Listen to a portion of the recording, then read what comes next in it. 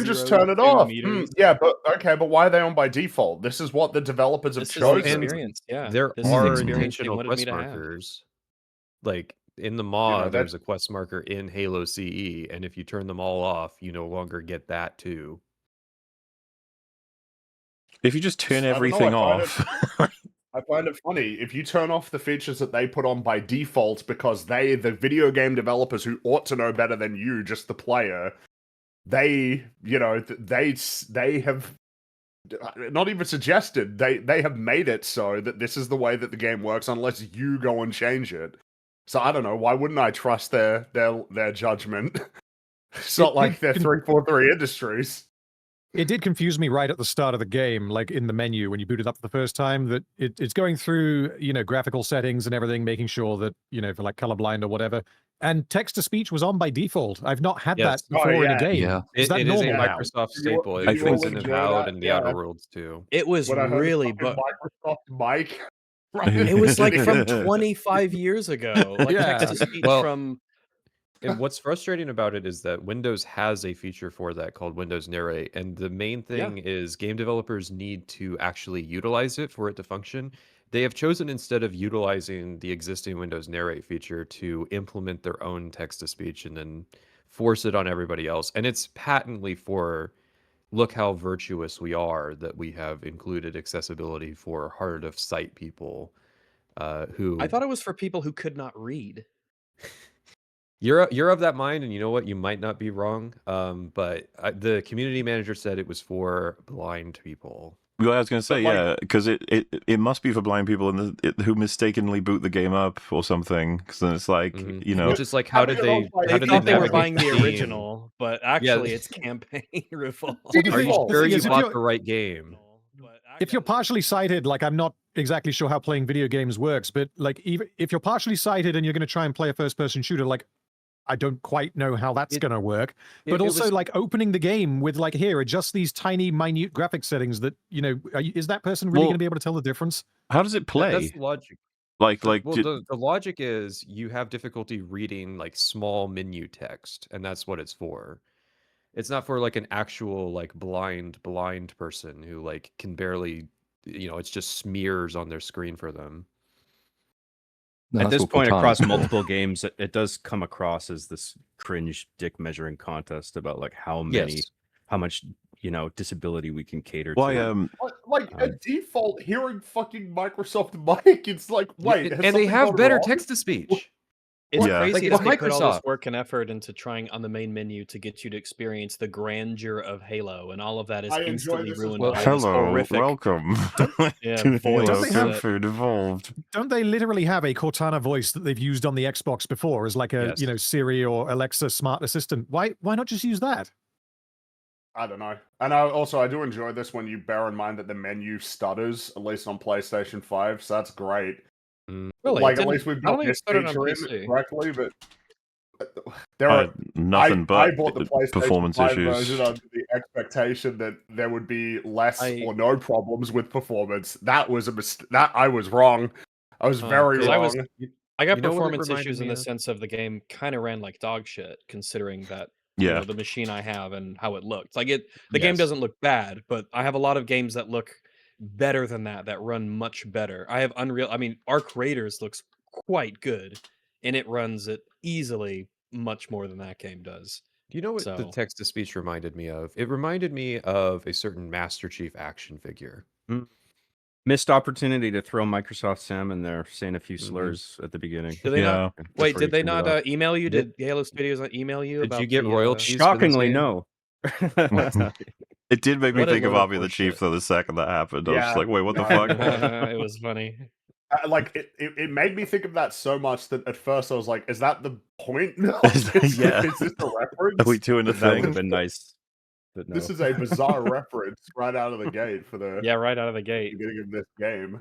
You know, 'Cause I think- but, hey, I mean, what a great first impression though, right? For a game that has very much been marketed as potentially someone's first Halo game, especially Well, on listen. PlayStation. You This are is the the first thing you- asshole for pointing it out. Well, Oh. for pointing out that For it's very- complaining about Fringy the hates blind accessibility people, option. and, You hate blind people, you Yeah, fucking and we've talked to him about this misogynistic before. chud. Well, but he really feels strongly about it. I think The Last of Us 2 got like an award for accessibility, and I remember when I was playing that game, when you check the options for accessibility, it is fucking insane. And like in a sense of wow, you guys put in so much work to make sure every person could ever play this game. Everything you could change, like it's bordering on accessibility, like is the high bordering onto like contrast options. an actual game editor, like completely with how much effort they put in now, where you can change everything down to exactly how enemies work and where they're placed, how they're spawned, and what weapons, what your shit does. You know what I mean? Like you change everything. Yeah, that feels like it goes beyond accessibility in the sense that people can just like control the game experience dramatically. I remember being kind of blown away by it. It was like we can color code all the enemies so that you know which ones are attacking you, which ones have noticed you, like in blatant ways, so you couldn't possibly misunderstand anything. And I'm like, oh, well, I guess. Who is that? If you like, we could shoot them for you as well. Yeah. Yeah. I think another bizarre trend on top of that is letting you pick a difficulty setting and then giving you a modifier layer on top of that. But you can still, like, it still gives you the award for like beating that difficulty, even if you bring like damage all the way down or whatever. Like Doom did that. This game does it. A few other ones that I can't remember off the top of my head. It's just a weird thing. The achievement hunter people are not complaining that it ruins the sanctity of beating the game on Legendary and getting the achievements. Yeah. You know what? There should be a thing for if you beat it on Legendary before they fix the fucking plasma pistol bug. True. They need to pay me for that. They need to refund the fucking game. That was very much. That really was funny. Just like because when you're playing a game and you just suddenly drop dead, there's an extent to which you're like, oh, I guess I didn't see something or whatever. You know, it's not the game's fault. It's my fault. But then when it keeps happening, you're like, no, something's wrong. Something's wrong with this game. Only to realize, oh, yeah, like a charged plasma pistol will just fucking one-shot you dead. Like it won't just take out your shields. It was a bug that somehow the people who've been getting to play this game for the past 2 months, they just didn't notice that it was happening. I don't know none how of them played it on noticed Legendary. That's some bullshit. I don't buy that for a fucking second. No, I find it unbelievable because everybody figured it out soon enough. Like when they were playing the game, you know, everybody eventually realized, like, oh yeah, I think it's just broken. And then to have the tweet like, yeah, we're fixing it out with the first patch. It's like that is unbelievable. The first patch, which was 20.2 gigs. Yeah. It was bordering on being like a jump scare for every name that kept entering the screen on the credits for playtesters. I was just like, no, there can't be this many. Stop. There can't be. But again, it's don't give us their names. You can't make their names public. They're in danger. Something of a point of pride of beating it on Legendary before, including the prequel levels. And my God, I hate the prequel levels. Oh yeah, they're the worst. So it's so dire. We thought the library was too tedious and we needed to fix it. By the way, here's the prequel levels that are even more tedious and repetitive and just the same fucking room layouts over and over. I can't believe that 343 were like, yeah, we could fix Halo Combat Evolved. We can. We know what we're doing. Strategy. I can believe that. It was weirdly, you know, indulgent of them in the sense of like, you really want to provide that director contrast for extra work. Like you could not do the extra work and then not humiliate yourselves. That's an option. But it's because they recognize that in order for this to have any, value, for this to have any value, especially with no multiplayer, for whatever reason, it will emerge that there was no multiplayer. When there is inevitably all the articles that come out that tell us like how disastrous the development of this game was, we got extra levels, so that means you definitely want to play this instead of just getting MCC for much less money and just playing the original game. See, there's new content, new missions. It's like, yeah, but they're much worse than the original missions. Yeah, since well, it's you know.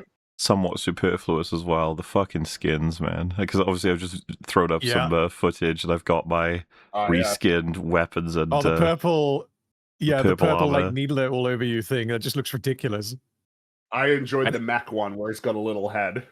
Yeah, that one was funny. And the one where he's He's like a hybridized with a hunter, so he's made of worms. Yes, I ended up using that on the prequel missions. Actually, I'll pull that up because I got the third person view going for that. Did anyone else try the old third person? Yeah. No, I didn't even know there was an option. No. I I sure couldn't did, find the and skull.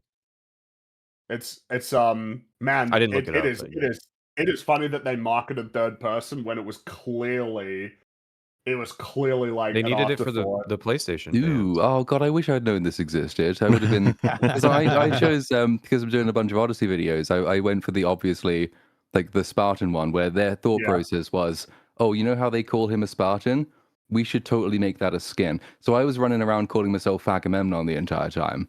And it turns out that like I could have actually seen myself in all my glory the entire time I was playing. I just didn't know that third person existed. I was expecting to see myself in cutscenes at least, but no. I gave I think chat I already the noticed, by the way. first and in third that clip. person, and then I was like, you could do a vote if you want to keep me in first or third, and they like categorically voted for first. They hated third person, like watching it. I noticed, by the way, in your clip already, something that I noticed when I was using the needle rifle in third person is I think there's some sort of issue with like almost where it places that your gun is firing from compared to the reticule, where like the bullet will bounce off of the cover even though your reticule is well clear of it. I noticed it when you were firing your pistol that it bounced off. Shocking nobody, it does not feel like this game has been optimized in any way, shape, or form for third My person. favorite part, I will say, for third person, and I noticed it very early, is you know how in Combat Evolved and including in this one, when you switch to the pistol, you know, he pulls the slide back, and that's like the delay. You know, it's like a 1 second delay. And it's super helpful to actually see that delay because then you know, like, oh, now I can shoot. But in the third person mode, they don't animate that. It just switches immediately to the pistol, but you can't fire yet because it's still working off of the, 1 second delay before you can shoot. So you've just got this nice mismatch where it's like, well, I've changed to my pistol, and it looks like he's ready to fire, but you haven't put in the animation of him racking the slide, but, like, you're still counting that, so I can't shoot for no reason. It's just some great attention to detail, you know? The kind that you would expect from a game that probably cost well over $100 million to make. It's something I look at a lot of the times when I'm playing a game is, especially if it's multiplayer or co-op and you could see other people, can I see the animations that they're seeing in first person? Is it actually a part of the third person model? And I always appreciate it when they do because it's like it's good to know what people are doing and the sounds that happen as a result. It could be a big deal. It's not necessarily a nitpick at all. If someone's reloading or healing or anything like that, and you could see it and you can hear it, I mean that's part of the game. However, there's no multiplayer, so you don't need the feedback of what the enemy players are doing because they released a Halo game without multiplayer. Also, not even firefight, which is bizarre. When trying to show the shitty skin, I just bumped into when I noticed like an enemy's stuck in a wall and he can't get out. So yeah, many such instances. We'll get to that. I figure, you know what? I figure that the best. Yeah. I was going to ask, was this the remix or the regular mode? The remix? Oh, no, regular.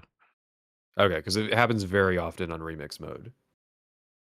I guess that's. Oh, you mean to say that when you just arbitrarily remix the encounters, that there are issues that make that's not accounted for?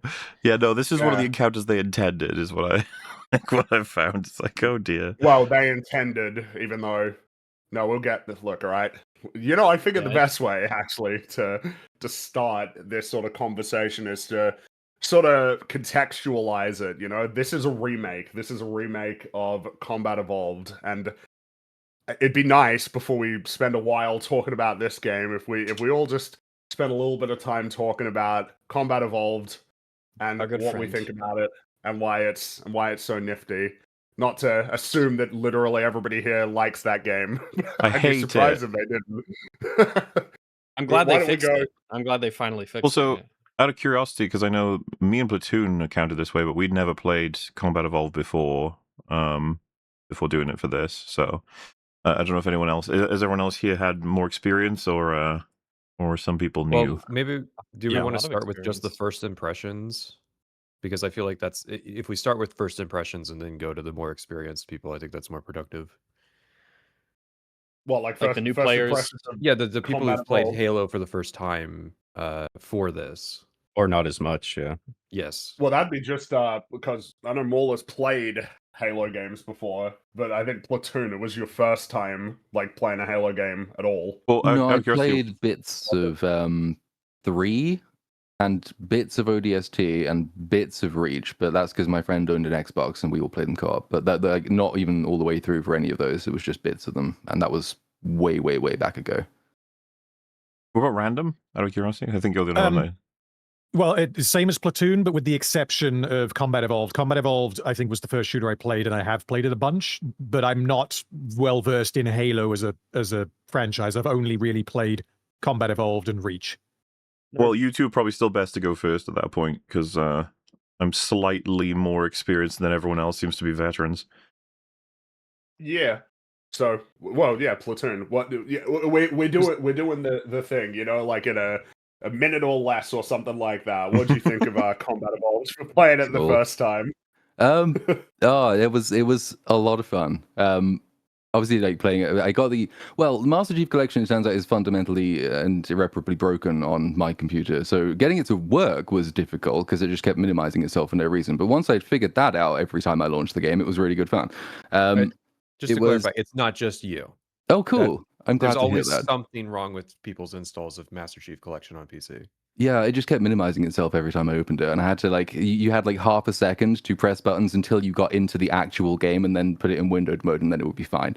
But once I was in the game, it was a lot of fun. It sort of reminded me how because would have been exceptional for its time, obviously way back in 2002. There's a reason it spawns this huge, massive, very popular franchise. It's a very, very solid game. It's not perfect, obviously, because nothing is, and nothing from that era is either.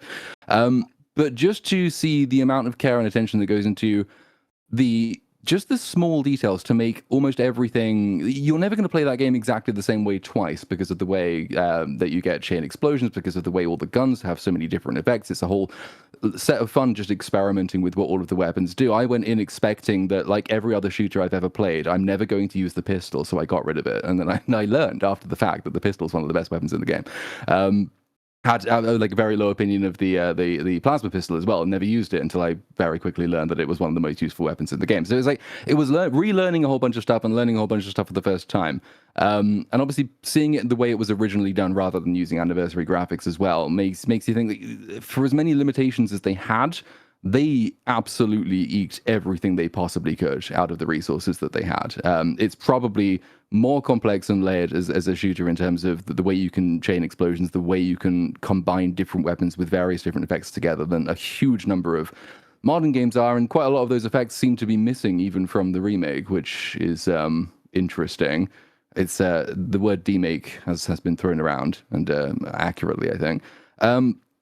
The voice line delivery was, not in a weird way, not exceptional, which is what makes it exceptional. Is one of the biggest complaints everybody I think has had about the remake is how they've re-recorded, redirected a whole bunch of lines. The original, I don't think anyone there is brilliant, but they don't need to be because they are all quite clearly inhabiting the world that they're in. Nothing really calls attention to itself. Every line is delivered in the way that you would expect the line to be delivered.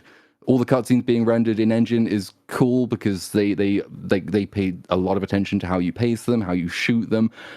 It was just made by a whole bunch of very, very talented people, and it made for a wonderful experience of what gaming used to be, which I'd almost forgotten, given how long it's been since I played a game of this era. So overall, a lot of fun, to the extent that having never played 2 and not really remembering 3, I'm probably going to just carry on and stream those at some point in the next couple of months, because, it was a lot of fun. That may have been over a minute. I apologize. No, it's all good. I'm glad to hear it. We need the insight of somebody who's never experienced it before. Which, that's... Oh, well, actually, nevertheless, you said that you have played Halo CE a bunch, but, Random, what are your thoughts on Combat Evolved? Just on the original, nothing about the one that's just the Yes. original. Yeah, no, we're having fun right now. Yeah. Okay, so Combat Evolved, I'm 99% sure is the first shooter that I ever played, because I can't think what else it would have been. It was either this or the Warhammer Fire Warrior game, which is nowhere near as good. It's extremely fun to play. It has obviously influenced so much of what came afterwards, both with Halo and just with like shooters in general. The music in this game is fucking incredible, and every time it switches to a new track, it's like, oh yes, I remember this, and it's just, I don't know, it does that in a way that very few games manage to do. And like I typically don't play games through more than once or twice. Combat Evolved I've played, I can't even count it, because played it the first time when I was maybe 12. I don't know. Including, by the way, the Cursed Halo mod, which I played a couple of weeks ago for the first time, which I would definitely recommend. Yeah, like Platoon said, it encourages not just shooting, because like that is what it comes down to, but there is a lot of creativity from the player. There's a massive variety of weapons. There's a good variety of enemies.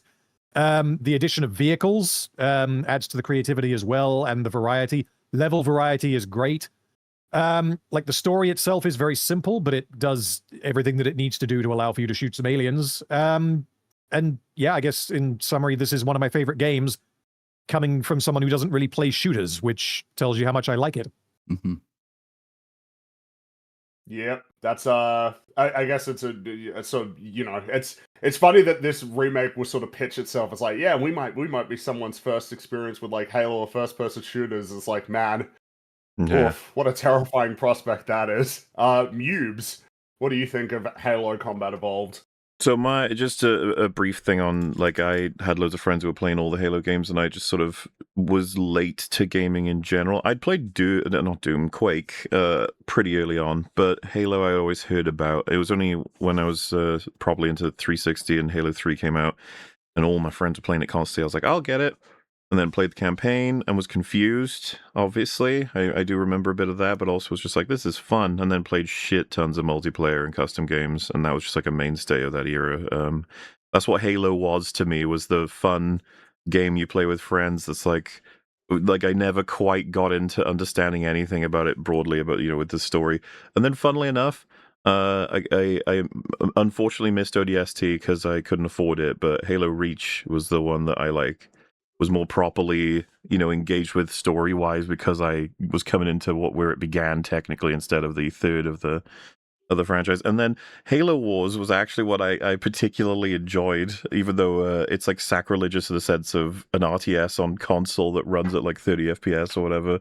But it was a surprisingly sort of like, I don't even know how to explain it, like consumable for what it is, and like some relatively fun cutscenes and stuff. I was that's my, like, Halo is completely balked to as a regular fan goes compared to what I've got, but I was like, yeah, this is a good excuse to play Combat Evolved the first time. So I don't know, and oh my god, the first thought, and you could just see it already. It's just like how much wonderful clarity there is in the graphic design of this whole game. I was like, it's nice to go back and play a game where I understand everything that's happening. The rules given to me mechanically are all extremely tight and straightforward. The challenge is right there, and it's up to me to be able to understand the levels, understand the enemies, defeat them, and move on to the next challenge, and then get some story along the way that's fun. With, of course, as been mentioned, just banger music. The dialogue is not like wasting my time or desperately trying to poke at meta or anything. It gets nice and immersive of people taking this whole situation very seriously. And then it's relatively easy to follow too, in terms of just like the pieces involved on the board, which I was actually surprised by, because I didn't know, like, coming from pieces of like Halo Wars and Halo 3 and Halo Reach, I thought that this story was going to be way more complicated and bigger, but Halo 1 is actually like relatively straightforward, which again baffles me why they wouldn't have adapted this properly for a movie or a TV show by now. But oh well, things happen. And just extremely fun and engaging, and just a good sort of value proposition of my time, where it's like, you get these levels, you've got this mission story-wise, like, get through it, and there's all these different options, and as mentioned, you can sort of mix it up every single time you go through. And then, of course, I was not even remotely upset by the fact that I was noticing all of the levels were repeating in reverse, or not necessarily all of them, but a lot of them, because it had like completely different value from story mechanics, level design, and obviously enemy engagement, which there's so much to say about the way they've designed the Flood and the Covenant to completely alter the experience of the game. So it makes a lot of sense that this was kicking off Halo, and what a fun experience it was before switching over to something else. Rags, why don't you tell us what you think of Combat Evolved? Similarly to Random, I think that Halo Combat Evolved was the first person shooter I played. Um, I remember how big that controller was on the original Xbox. My little hands could barely hold on to it, but it really did kind of like it was my introduction to an entire genre of game that I really appreciate it kind of for that alone, being my first person shooter. I love Halo. It's a very, very nostalgic for me. Halo 2 in particular is really the most nostalgic for me of all the Halos because it's the one I had most regular-ish access to and played a whole bunch of. But Halo was, I mean, without going too long, and how much like Halo has been a part of my, I guess, gaming, career and hobby wise and everything. I really really like Halo. I want to see it done well. I want to see it justified. I want to see new generations, experience it and enjoy it. It is kind of one of those things that it's like an heirloom game in a way where like multiple generations can keep rediscovering it because it's so just like fundamentally excellent at the core. It doesn't age poorly. It only ages well. There's so many good lessons to take from it with its simplicity in terms of its story. But what's the phrase that people often say where something's like mechanically not like super duper complex, but there's a lot of depth to it? Halo's an excellent example of that. It's not like a super complex game in terms of its story or its gameplay, but you can keep coming back to it over and over. It doesn't feel old. You can just hop in, boot up the game, play a level or two, and it just never gets old. It's very familiar. It's cozy. It's an old friend that's always, he's always going to be there for you. He's never going to let you down. Um, so again, without going on too long, Halo means a lot to me in terms of my gaming past, and I want it to be enjoyed by future generations of gamers for years to come. And with games like the Halo remake, it puts a little crack in that dream of mine, unfortunately. But maybe it gets more attention placed on how good the original was. So maybe some good will come out of it. Maybe, but I guess we'll see as time goes on. But it seems like that is the case. This game didn't release to incredibly positive reception or numbers, but it did get people talking about how great the original is. Patrician, what do you think of Combat Evolved? So for me, Halo is a game that I have associations with all of them around the times that they came out, but it really is for me just another game that I have on my shelf. It's easy to pick up, it's easy to play. If I'm looking for something to play with somebody, I'm usually going to recommend Halo just because you can get anybody into it rather easily. However, I talk about it as much as I do simply because it is the flesh puppet that Microsoft trudges out whenever they are trying to sell Xboxes because it was one of the biggest things they ever sold. The reality was Halo was not my first person shooter, and um, as much as I like it for all the reasons that have been listed so far. Just to be clear, but it completely and fundamentally changed the course of first person shooters away in something of a tragic direction that really wasn't recovered for about 15 years. There was an era of 90s first person shooters, which were more so focused on like fast gameplay, small kind of action stories, as opposed to like big narrative experiences. And it's not so much Halo's fault as Halo was so good at what it did that its derivatives learned the wrong lessons from it, particularly in regards to the regenerating shield concept would become just the regenerating health that would become endemic of Call of Duty games. And that put the first person shooter genre in a bad place for a long time. And so there's a perspective that Halo can be blamed for that. I still think fundamentally, though, it's a really good game. And this remake has solidified aspects of appreciation for me that I hadn't before because I wouldn't think, hey, the voice direction was really good back in the day. That's not something I really ever thought about until I saw how badly you can butcher these lines. Yeah. John, But yeah, what do you think? Oh, sorry.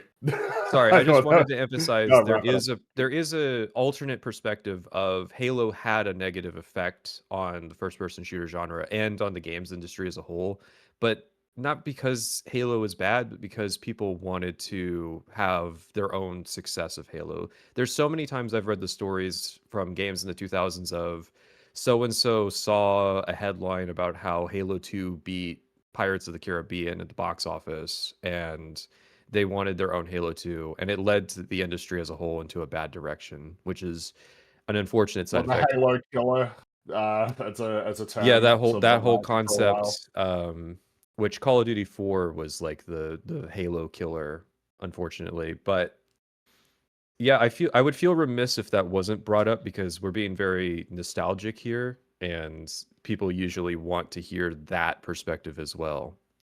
No, that's chill, but I don't care if people felt that way. That Halo ruined first-person shooters is kind of almost how I feel because I like it so much. The argument can be made for a lot of the most. It's more like I hate this totally... like comfy console sci-fi shooter that is Halo. I just want it to sit on my shelf and be something I can go back to. I don't want it to be this thing that Microsoft keeps trying to resurrect because they're fuck-ups who can't manage companies properly. That's what I hate about the current circumstances, and that's why I bring it up. It's frustrating. Being a fan of Halo, dealing with this shit. A lot of the most influential games have that effect, right? Because like Doom created a genre for Well, Call of Duty 4 as well as brought up. And you don't say Doom is a bad game because it changed gaming in a first-person shooter direction, but the derivatives are what was the problem with Halo. Mm-hmm. Yeah, fair enough. John, what do you think of Combat Evolved? I got a long history with the franchise, even before I started making films with it. I mean, that wasn't until like Halo 3 introduced theater mode, but like I started playing around 2003, I think, and it was the game that made me like try to convince my parents to get an Xbox. Like right after I had just convinced them basically to get me a PS2 so I could play GTA Vice City, and then I saw this. I was just like, I gotta get an Xbox too. I'd be like, dude, look, it's like you drive the vehicles, looks so much fun. And I love the campaign. It's so lean. There's no fat on it. It's just like it's a very sharp zigzag of plotting where it's just like we're here doing this now, and now you got to do this, and it's very immersive because the plotting, like what you're doing mission to mission, makes a lot of sense. It's like we got to rescue our guys, and now we know where our captain is, and it's nighttime, and it's time for a stealth mission, and it's all just very like well considered and paced out. And if you watch the Vidocs for these games, I mean, it's obvious like they really cared about making something that was, fun, and they, that you can tell they were working their asses off. I shudder to think what a Vidoc on Halo Studios would be like. I think it would be maybe one of the most embarrassing things put to film with all the horror stories I've heard about next week. Interesting. I've never heard it as Vidoc. I always thought it was Vidoc. Oh, is it? Okay, it could be. I don't know if it is. Now I'm questioning. I don't know. Reality. I don't think it's Maybe ever actually been said, but video doc sound. Seems that like actually makes Vidoc. Vidoc makes more sense. I don't know. Vidoc runs off the tongue better for me. Anyway. Yeah, no worries. We're all right. We'll allow it. I'm a big fan, and this. I mean, it's just. I think the most offensive thing I find about it is it's just. Sorry, are we talking just about our impressions of the original Halo? Okay. Just for now, because we're having fun right now. It's a good game. It's always stuck with me. It's got a very floaty, fun feel to it. I love the physics in it. Like, even though they're kind of unrealistic and ridiculous, I love that you can like collide two warthogs together and they sink into each other like rubber bands, and then they like do backflips. It's very unique because like obviously physics became very realistic like a couple years after, so it's fun to go back to when they didn't have real physics engines and experience just how janky it is. Yeah, I mean, even Halo 2 changed that. Like they've changed the vehicle physics in a way where I was just like, even though I really like Halo 2. So like there's just a way this game plays that I'm very fond of, and yeah, I don't know what else to say at this point. I think I kind of summed it up. On that mention of the vehicles, on my first try with this game, I was having so much fun driving ghosts and warthogs through levels that I absolutely was not allowed to be doing. Yeah. It's cute that the game lets you. There's neat little things you can do, like fly the Banshee on Assault in the Control Room, and then the remake had to fuck that up and point it out. Yeah. Sorry. Well, Positive. the thing is, Positive. like, Yeah. this is a really interesting comparison, or at least I'll do it in the form of praising of combat. But like, this is absurd, me driving this fucking vehicle through this area, but it does work. They do let you. Like Yep. I struggle to believe for even a second that they had no idea this was happening for a player, but I choose to believe that they were like, go for it. If you do Let 'em, this, go yeah. for it. Yeah. Like, have some fun. Instead of them locking the game up or resetting you or putting an invisible wall that destroys the ghost if it crosses a barrier. You know what I mean? It's like, I really like it when that sort of shit happens. This isn't even breaking it. You know what I mean? Like, this is kind of how it would work. You wouldn't really want to drive a ghost into this fucking room, but if you do, this is how it would go. There's one really, I know it wouldn't jump ahead too much, but it's kind of relevant to this. There's one bit in the remake which I'm pretty sure they've only changed to stop players having fun, which is that they have made certain doors close faster than they used to, so you can't get a banshee through them, and that's the only reason they've done it, I'm pretty sure. Yeah, yes, that door force closes if you're in the Banshee. You can get it in there on co-op, but only if you do like the dodge roll into the hallway. Whereas, yes, in the original Combat Evolved on 2 Betrayals, you can fly the damn Banshee through the level. Yep. I like how Mauler said, like, oh, look, yeah, look at this. Like, the vehicle doesn't explode when you take it somewhere that you're not supposed to take it. Like, that may or may not be foreshadowing for later. Yeah. So in my case, my history with Halo is like very garbled, I think would be the way to describe it. I think the first one that I played was Halo 2 at a friend's house, but then it was Halo 3 was definitely sort of the first proper exposure to Halo, because I just never had an Xbox or an Xbox 360, and then I really wanted an Xbox 360 after I played Halo 3. But alas, I only had my PlayStation 3, which I did seriously consider for a while whether I wanted to switch it for an Xbox 360 just to play Halo 3 because I enjoyed it so much. And then the first time that I played Combat Evolved was on PC on a laptop without a mouse. It was on the trackpad. That was the first time that I played Combat Evolved. It was on the trackpad. And man, I loved it even then. Even then, it was still a blast. I am very fond of Halo as a series. I think it's such a cool world. I adore the soundtrack for the Halo games. Absolutely adore the soundtrack, the atmosphere, the vibe. I enjoy the campy fun that it has while balancing its sort of awe-inspiring and majestic tone. And in the case of Combat Evolved, it is it is a strikingly elegant game, given that it was the first time. It was the first in its series, solving many of the problems that come with it. It was the first. It was kind of the first of its kind in terms of this kind of first-person shooter on a console. Obviously, there'd been stuff like GoldenEye and Perfect Dark, but in this case, it's it was sort of achieving its own new thing as well. And yet, even with that being the case, that there were a lot of problems that were being confronted for the first time, it comes across as an incredibly coherent sort of a very coherent game with a coherent style and a really like solid foundation and objectives that are being accomplished.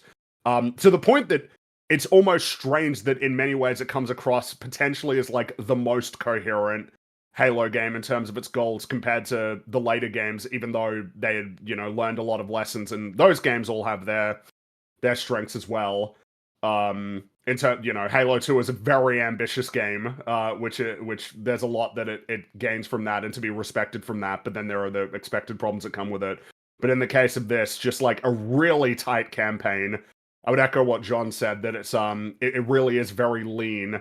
It's basically doing just about everything it needs to do and never really taking things too far or pushing things too far or getting too garbled or confused in terms of the story that it's trying to tell or the scenarios that it's essentially putting you in.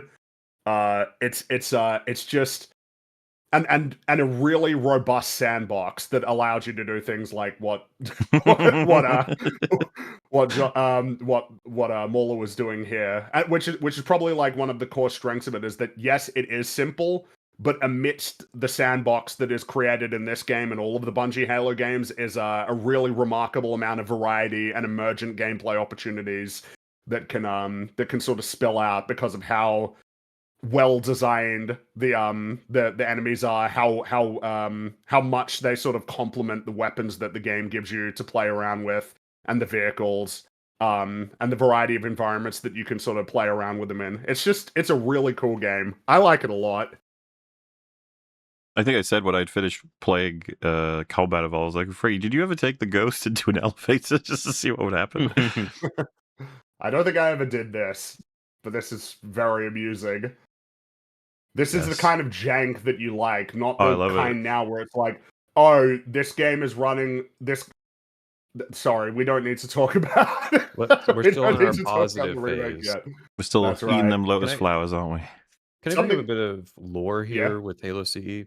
One of the important things about appreciating this game is that it is inexorably tied to the Xbox as a console and what Microsoft was attempting to do with it.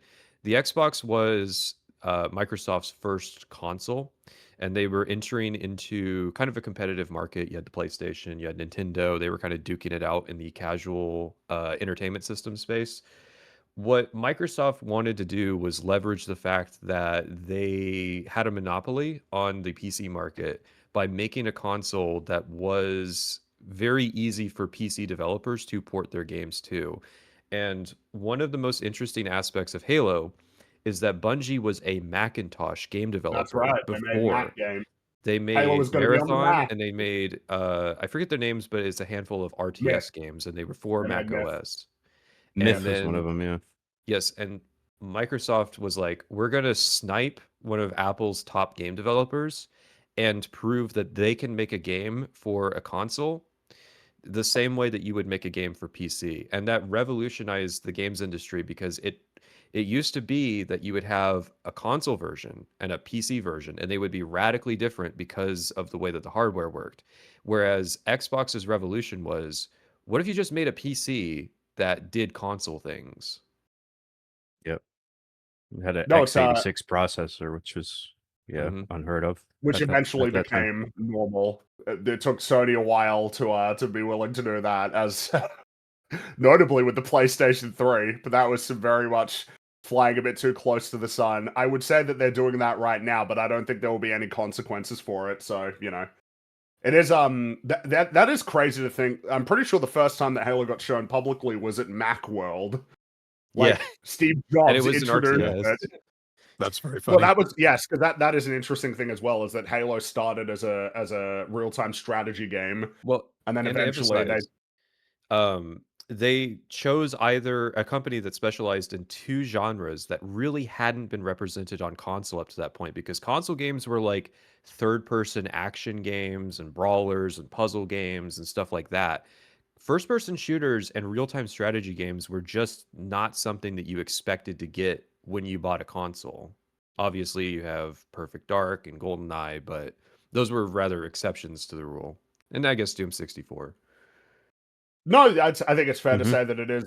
It's, you know, Halo was not the first person shooter on a console, but there's a reason why it almost has that reputation, along with something like GoldenEye, because I mean, yeah, you can definitely see the formula that emerged later on. And I guess that's an interesting aspect of the design of the game as well, is you know, there are a lot of these decisions that essentially spawn from those limitations. And confronting the challenges that come with that is sort of an interesting conundrum, right? This is a game that is built around the idea that you're only going to be carrying 2 weapons at a time, rather than having a complete arsenal of weapons, which means that you need to design encounters and enemies that promote switching weapons, like as in deliberately abandoning one weapon that you might want to use in this situation for another one. So, like, the decision-making about what kind of weapons you want to use is in part based on what weapons you want to take forward through, you know, the next portion of the level, depending on what kind of enemies you're going to be, you know, sort of dealing with as you progress. And, like, figuring out a way to balance that in a way that's going to be fun. It's like, yeah, no, those are interesting challenges that you have to solve, that are solved very well. I remember it as, like, I think it's the first shooter I played where with dual analog sticks, where the experience felt very smooth. And I love that Duke controller that Rags was describing earlier, the big fat one, like you're holding a Big old balloon. thing. It was The big, chunky one. especially for my little hands when I It's was, big 'cause now. I have was one young and little, downstairs. yeah. They're huge. Yeah, You because can my kill someone first with them. my first shooter was GoldenEye, and that was just the one analog stick and with tank controls. Basically, you turn left and right. And Mhm. I think like I already had a PS2, and I don't think I had any shooters for it though. And I think I had Turok Evolution for GameCube, but using the C stick as an aiming stick kind of sucks. But this felt Hey, Star Fox like really Assault, awesome man. to play. You know, it's stick just is okay with some. It depends on the game. Yeah. reminded as the footage is playing. It's like the Covenant is so awesome as a faction, like not only with their lore but also just to fight. Man, just like that core The- trio that then gets expanded on, but like elites, grunts, and jackals have such great interplay between them. The core of Mhm. it is the slow projectiles that you can predict too. That's a very important part of the Yeah. formula, is that you're not being shot at with hit scan weapons, because when that happens, you tend to just have to hide behind cover a lot. Whereas you can see when he plays Combat Evolved, he's taking a lot of risks. He's going out of cover. He's being aggressive. No, that is Mhm. really important because of the fact that there is a consistent movement speed and there is no fucking sprint, which we'll be talking about that a lot today. What they It means that there's a level of predictability both from you, but also the game is in a position where it's easy for them to predict how you're going to move through the environment. I was It just means that saying, there's two super high things that readability. I actually did find kind of jarring, because it's been having never played this one before, but also having it's been so long since I played anything from sort of the early 2000s. Not having sprint and not having aim were two of the things that were probably the bigger hurdles to get over at the beginning. You're just so used to Really? having those as your options in anything I've played since. So that you get into certain positions and you expect to be able to sprint to cover, or you are so used to aiming to like maximize accuracy from any position that I instinctively anyway, always just like immediately go to L2 to aim before I start shooting. And it took quite a while in the first stream to sort of train that out, to the point where, like, I'm sure discuss it in more detail later. I'm not innately opposed to adding sprint, or I'm certainly not opposed to adding aim, as long as everything else updates along with it. And the problem might be, hypothetically, that nothing else updated to account for these new mechanics. But once I got over that sort of, that I guess kind of a culture shock sort of thing, Would you then you describe it find as anxiety? I suppose it kind of is, yeah, because there's a degree of So you security don't that know. comes with these mechanics that you Well, got used to over relying on them in a way, and actually we you were have to be more careful. We were speculating that they added sprint because they were concerned that players would have that anxiety that they Yeah. press shift and nothing happens. Yeah. um, But you do get used to it yeah, fairly quickly, possibly. and then it becomes like it's a different sort of challenge, which I then started to remember from having played, say, even like earlier Call of Duty games to an extent, and like some of the first Call of Duty Zombies, is that when you're not over relying on sprint or anything like that, then you kind of get into this weird sort of hypnotic rhythm, which is part, I think, of the appeal of the thing. There are certain movement patterns, particularly against the Flood, but it also works against some of the Covenant because of the slow weapons, that you get into this weird, very pleasant flow state where you're never stopping entirely. You're always sort of weaving very slowly. Occasionally cover is required, but it just makes the whole thing, you don't turn your brain off at any point, but it does feel way more natural, less jagged, there's fewer like tension bumps, I guess, than you would get in a modern game when you have to sprint. Yeah. A bit of a Covenant dance, you know? well, Ah. actually, the footage here, because I've borderline stumbled on it, is like, this is actually a good example of how you could go through the bridge more carefully, but the game does have enough dynamism that it'll reward the shit out of you for like nailing shots and grenades, and then, And just as was mentioned, weaving as well. Yeah, like, because this was one of the, I'm remembering now, I was like, this was actually one of the more fun parts for me because of how well this ended up working. I was kind of messing around on the bridge, and then I had a run that was like really fucking good, that would, it feels for a moment like you are a cutscene, Master Chief. It's Yes. funny because it's influenced the culture where people will see you doing this and go, you must be bad at the game because you're not taking the dominant strategy of sitting back in cover and hiding. And it's like, no, this is how first person shooters used to be. It used to be about going as fast as possible, about taking risks. And if you fail, you reload, you try again, you change your mental algorithm a bit, and you just slowly get better at the game by the expression of go fast, take risks. Don't just sit at the back of the map with a precision Yeah. weapon and snipe Well, all the invite- headshot enemies. It invites a kind of player expression, which is something that's super important in video games. It's almost hilarious that I feel the need to point that out. The player expression is like an important aspect of what makes games worthwhile as an experience, rather than having everything about that experience be curated by but you know, there is a level of curation that is obviously required for all games. It's not only is it welcome, but it's necessary of you know, making choices about what kind of enemies you're going to encounter in what kind of room and what kind of weapons do we want to place here, whether it's the weapons that the enemies have or the weapons that we decide to put here for you to mess around with. Yet within, you know, the sort of boundaries and within that scope, there's a huge amount of freedom that is offered in terms of how you want to express your essentially your abilities in the game to kind of show off how good you are at it to, you know, yourself. It encourages like, you yeah, to play in a way that's fun to watch. Yes. Mhm. Which is Well, kind of an interesting thing to think it's- about, the nature of what makes it a fun to watch experience. It's also fun in co-op where you're seeing your friends do goofy shit and like you get to laugh at like you're trying something really risky and then either they eat shit and it's funny or it all works out and it's funny. It's a funny Yeah. game to play with people because of the dynamic gameplay. That's sort of a good thing to sort of hone in on as well, is that the tone of Halo is something that 343 has never really been able to capture, and part of it is because as much as there is a certain loftiness and an awe that Halo inspires, it is also pretty funny and goofy. Like the grunts and elites are funny, and they make funny sounds when they go flying. Marines are funny. The Marines say funny things. Yeah, that's the right. chain grenade reactions that send all the corpses flying around the room. It's Mhm. it's a just like- really interesting balance, given that this is a game that halfway through turns into a horror game for a little while. You know, like Yeah. it's like and a very effective horror game. Like the I would flow also highlight, you know, scary enemy faction, like from a conceptual standpoint. if you were to shoot a grunt to death with the assault rifle, you'd see there's lots of blood everywhere. This can be a very bloody game to play.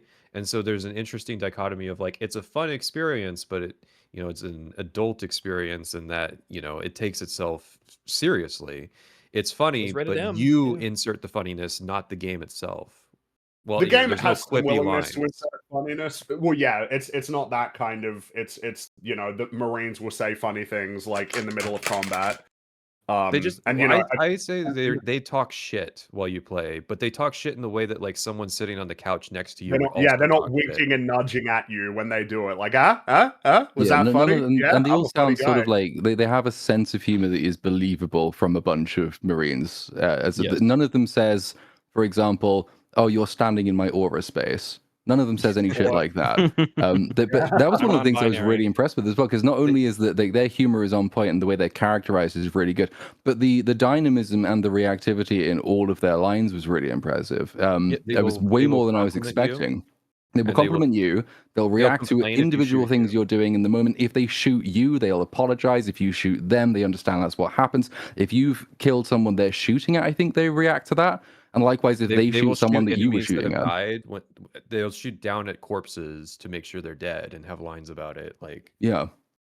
I must highlight Which, with what has just been said because it's so fucking funny. In by comparison, a different game, not necessarily a relevant game, when you're supposed to be defending a big old starship and you just allow it to be pummeled over and over and over again, and then it ends with Chief going target neutralized.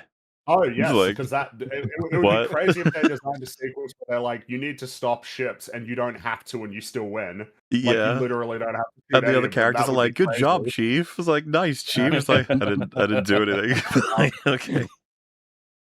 In terms of writing, I figure it would be worthwhile to sort of focus on that a little bit as well, because or maybe tethered to the structure. This game feels like it can be divided into 4 very clean acts.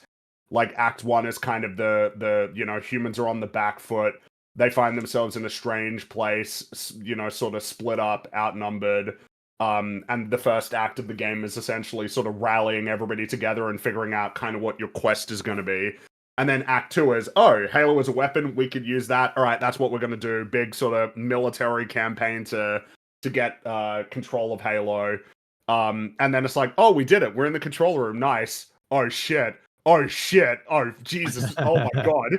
And then that's like, Act 3 is that Halo harbors like a dark secret that is so terrifying that it completely flips the central conflict on its head. The fact that the first thing you see in 343 Guilty Spark is the Covenant running away from something. Very, I wonder why very you'd cool highlight in that. terms of the presentation. Yeah, no, well, and then of course, as someone in chat has pointed out, it's like, oh, so that's the dark secret is the flood. Okay, but we can use it against them. Nice. Oh god. And then twist number 2 that sort of takes us into the 4th act, which is now everybody's against you. You've got the Covenant against you, you've got the Flood against you, and you even got the constructs of this installation against you.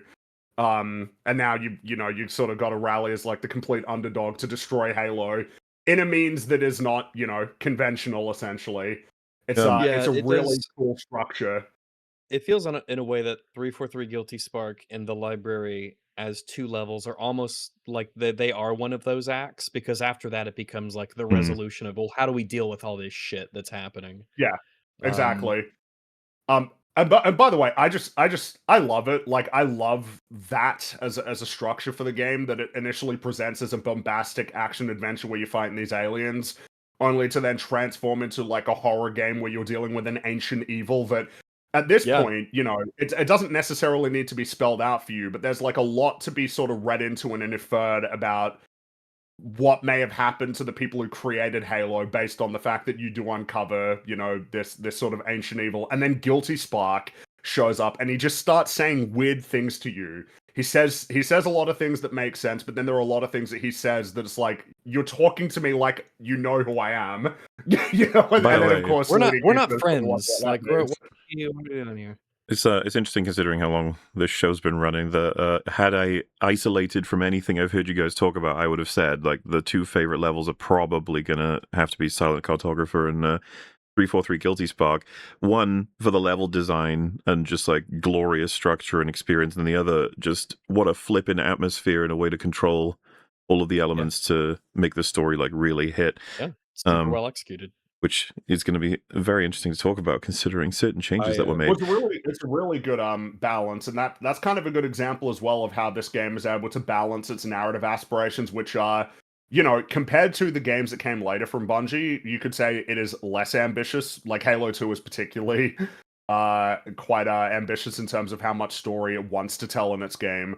But the balance between, essentially creating like just really great encounters on their own that you're just going to have fun with, even divorced from the context, something like Silent Cartographer, compared to Guilty Spark, which is obviously it's teaching you new things about the Flood, a new enemy type that you need to deal with, but it's trying to evoke feelings in you sort of beyond even just the gameplay experience, and it's a really very nice balance. I think it's certainly worth saying too, because I guess this would be much more applicable.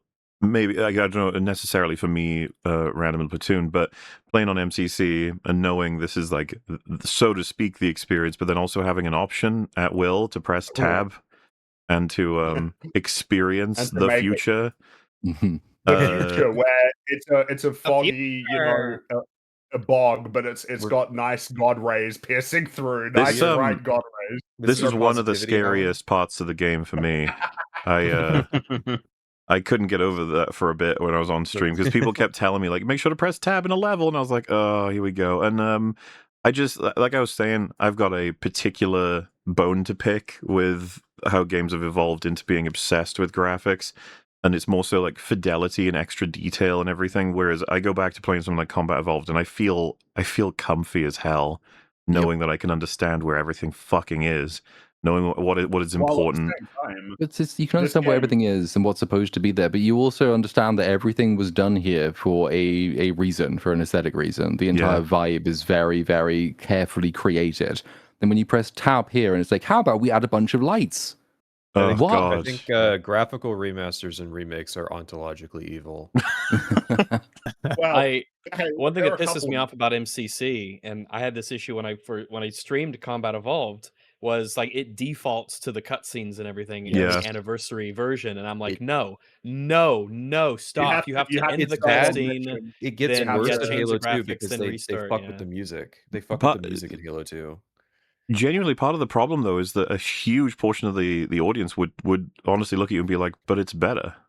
Even then, the Yeah, it's creators better. would obviously say, "But Yeah. it's better." It's like Well, obviously better. We ignore those people. Honestly, no. Anniversary hate is very common. There's not a lot of people who are like, "This looks better." Ergo, at this point, like any kind of appreciation for it has faded away. Not even before the remake was even announced. Anniversary was like not looked at in a positive light in the Halo community. I think anyone who does analysis on like Halo games or even games broadly, it has the take of like what they've fucked with the art design. But I just mean like, you know, like a general public.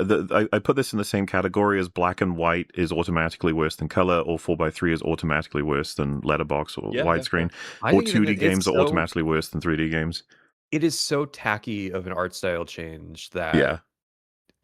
that I think that even like it didn't last even a couple years before people started to just make fun of it. Partially because there's parts of the levels that are ruined because the new graphics will put models in places that they didn't originally exist, and so you will think that there's something in the way that there's not, and you'll get shot through it, or it takes away and you'll think you can shoot through something that's actually solid in the original game. There's weird like hitbox mismatches like that. Yeah, they don't quite. And when you tab back and forth, you can even see that sometimes the geometry just doesn't quite line up. Yeah. And you're like, well, Mhm. you had one job. Yeah. There was a point I wanted to add to what Fringy was saying where there's a tonal shift from bombastic shooter to like kind of horror game. I would argue the final 3 missions go back to the bombastic shooter Yes. because Master Chief has that indomitable human spirit of, you know what, everybody wants to kill us. We're still going to insist that we get to exist. And so there's a appreciable aspect of that I think if 343 was making this game today, they would want to diminish those aspects because it's too aspirational. Which is funny when it is like a binding element of the Bungie Halo games is essentially that is like that's sort of the core quest is sort of fighting for the right to exist in this galaxy. Actually, I'm sorry, I completely blanked it out. The Halo TV show is exactly that. It is focusing on the negative aspects of humanity to such a degree that you have to wonder if the point of the show is maybe the humans do deserve their genocide. Well, it is very bizarre, isn't it? It's like It makes me want a genocide. Focusing on infighting within humanity compared to like a broader conflict that's actually way more important. Because I mean, it is, you know, Master Chief is the most important character essentially in any given situation, but something that is really cool about the Halo games and even present here is this feeling that Chief is just one element of a broader battle that's taking place. Not just in terms, it's little things, right? How like when you're in the levels, you'll often have Foehammer come in and drop down like vehicles for you, and then go off to do something else. The fact that the Covenant are the ones who release the Flood, because they've got their own thing that they're doing that is going, you know, well beyond the purview of Chief. It really helps sell that this is a very big world that you're on. And of course, another thing that helps is even just one of the I'd say it's not underrated because pretty much everybody has probably done it at some point, but just looking up, you know, when you're when you're outside and just looking up at the sky and then seeing Halo, you know, arc up into the sky, curve back around. That's probably something everybody's done when they played Halo Combat Evolved at some point. It's just like, dude, that's so cool, man. Just even that on its own. Just as an idea of having a ring that is a world that you're on the inside of and you look up, it is so alien and so cool. It's brilliant. Which of course it's not an original idea to Halo. It's probably one of the best incarnations of it though in science fiction. Mm-hmm. I think that's undeniable because of its impact. Yeah. It's pretty mind-blowing at the time to do something like that with a skybox. I'd never seen that before. I love the skyboxes. This is a great Bungie always was good at skyboxes. You couldn't possibly fuck up this skybox. It's so clean and simple that there's no possible way that you could screw it up and make it worse. There's a liminal aspect to the art style, and it's strange that we went through a time period where everybody on the internet was focused on the whole liminal spaces and liminal horror, and 343 didn't look at that and go, maybe that's an aspect of the original art style that needs to be preserved. The way that this whole megastructure feels creepy, because for some reason all the grass is mowed, but there's nobody's living here is mowing the grass. There's no animals eating the grass, but everything's just like a little too manicured. And there's a weird repetition to it, and it's like this feels like prefabricated. It probably is. There's a creepiness to Halo CE that you don't really Yeah, it notice has because that it's in the that background of this mild really fun gameplay. That's But yeah. part of what The really beauty worked that you about 343 pull Guilty out Spark of was that feeling. Everything felt Which is off. kind of that is interesting compared to in Halo 2, where Delta Halo, you know, particularly on the level Delta Halo, the ruins are, you know, sort of covered in moss and shrubbery, which sort of gives it off, and it gives off like a more apparent and more recognizable sort of ancient nature compared to in this, you know. The cave is not a natural formation. It's But like, yeah, no, that's a funny meme, but like, it is a noteworthy thing that so much of the game is about these like beautiful sort of open natural environments, but then you'll just come across something that's completely artificial. in regards to Halo 2, it also says something about the world building of that game because the monitor of that installation has been captured. The Sentinels are no longer working on maintaining the structure, and so you see this just gradual amount of decay when you first arrive. That's like you would think, oh well, maybe they just updated the art style, but no, it turns out that this minor level detail that you noticed earlier on says something about the story of Halo 2. Yeah, because this was back in the era when games were good, reliably quality. Oh well, never mind. No, I mean, the liminal space thing is an interesting observation, and there might be certain people that get really angry about like that getting brought up because it's like, well, it wasn't what they intended. It's like, well, number one, it's very hard to know at this point sometimes what people intended for things that they made like 20, 25 years ago, especially if they make new statements about what they intended to do. Gets complicated, but at the end of the day, game is what it is. I was Like, going to say just some 'cause of the there level wasn't a name designers have for been it. speaking up about what they intended, like with the silent cartographer tree that blocks you from driving the Warthog up in the level. The level designer has said, like, we had a very specific intention with that. Oh well, I was thinking about, But I understand. it was the art director has said that he that like, oh, you know, campaign evolved is kind of what we, you know, I would have wanted to make it look like all those years ago, and it's like, dude, I respect you a lot because you are the art director for the Halo games, but it is one of those cases of like, I'm not sure what I'm meant to do with these statements when it clashes so hard with I think what it's is more.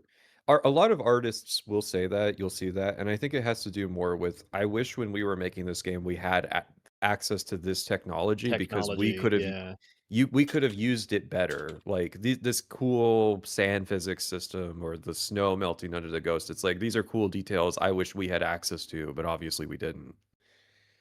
Yeah.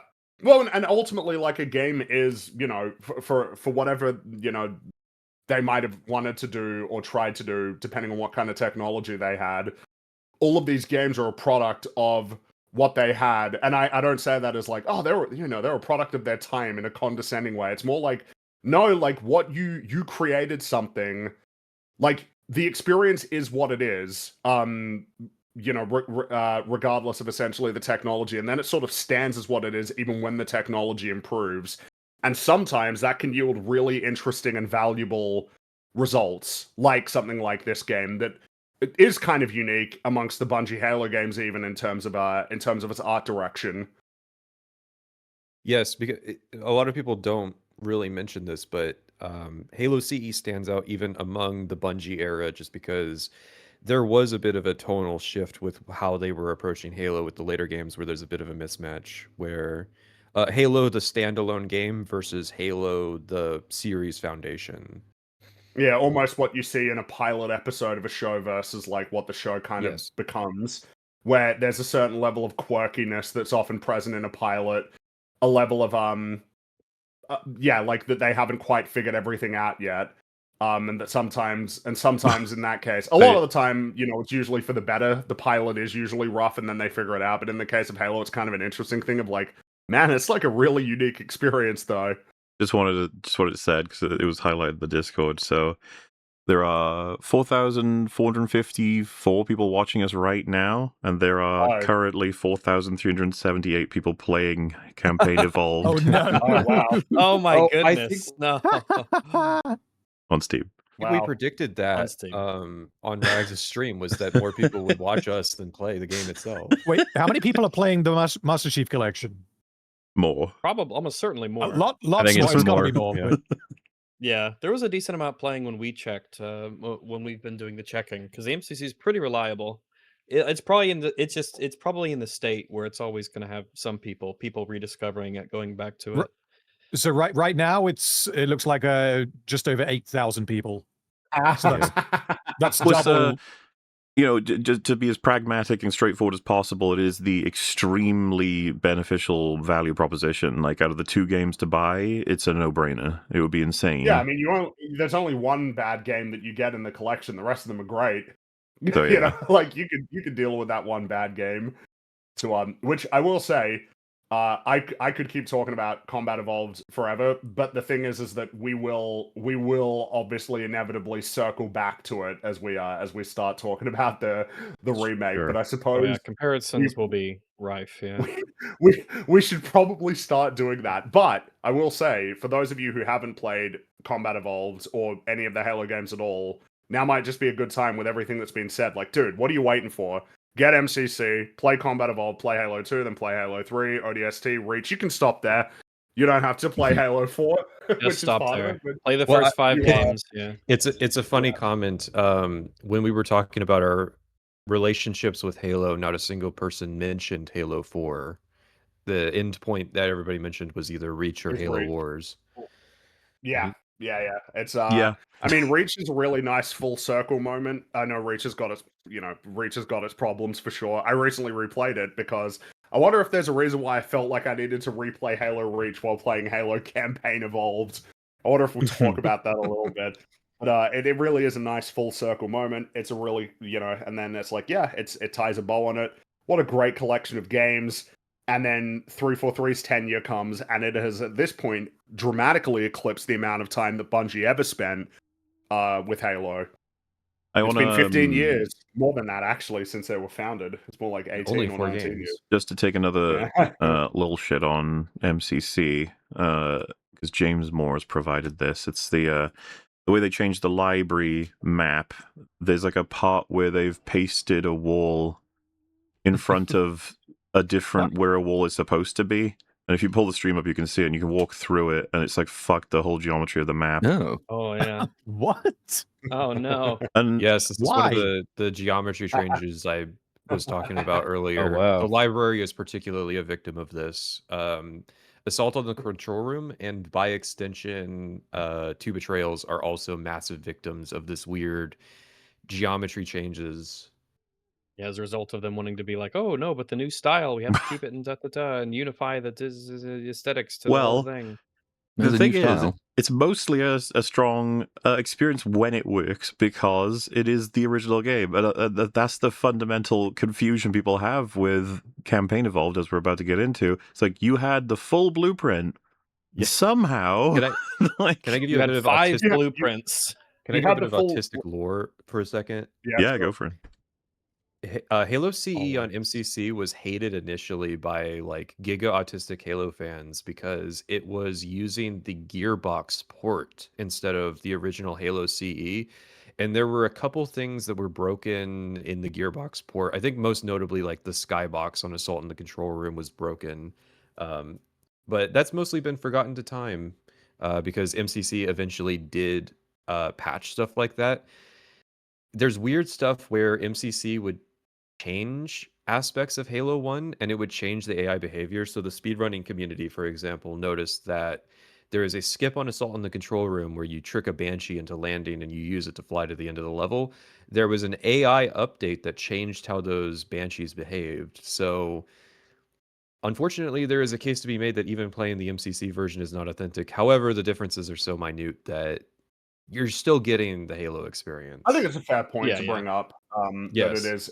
But and then there's also just bearing, like, I mean, it's funny because, like, oh yeah, get MCC, it's great. It's like, bear in mind, they fucked up MCC. MCC didn't work like at all for like several like a months. year or two. No, it was until dysfunctional on things Xbox Live for finally- over a year.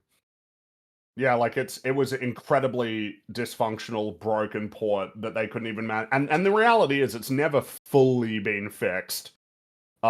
It's at a point now where it's like whatever, okay, you know, Yeah, it's all right. perfectly playable. Yeah, But, yeah. but like it's never really truly been fixed, which is very frustrating. But I mean, this is kind of the problem I, with backwards compatibility in general. You know, as an issue. I will say, as somebody who's played a lot of MCC and then also very recently gotten Xboxes and old CRTs and stuff to experience the originals, you're not missing much just by playing MCC. The distinctions are so incredibly minor that you're not missing out. It's Plus, you still got mouse and it's keyboard good. and frame Yeah, rates, and it works on that's a modern big thing. systems and stuff, and it's got the friends list and everything integrated. Just do it. More Even fun if So the with if you frame actually base haven't is played it, fucking do it. broken. the freedom of the game, by the way. I asked Friggy if he had done this because I just had a thought when I was playing. I was like, wait a minute, I have a rocket launcher and grenades. Hang on, this shit's awesome. Yeah, I the will kinds of take my things that you get to warthog do in this home. game. Yeah, it's cool. I liked when games gave you like the freedom to mess around with their with how they work. And I mean, you know, it's this is I feel like Halo is a good example of sort of the generational leap from 5th gen to 6th gen, you know? This definitely feels like it's a 6th gen game in the sense that it is like more Yeah, complicated from a programming standpoint. But it's well, and taken also, advantage of in the game, not just from a graphic standpoint, but from a design standpoint. You well, probably the should graphics be. is important to mention too because this was an early post 3D game. 3D had very recently become a thing where you could render these types of 3D levels reliably on consumer hardware.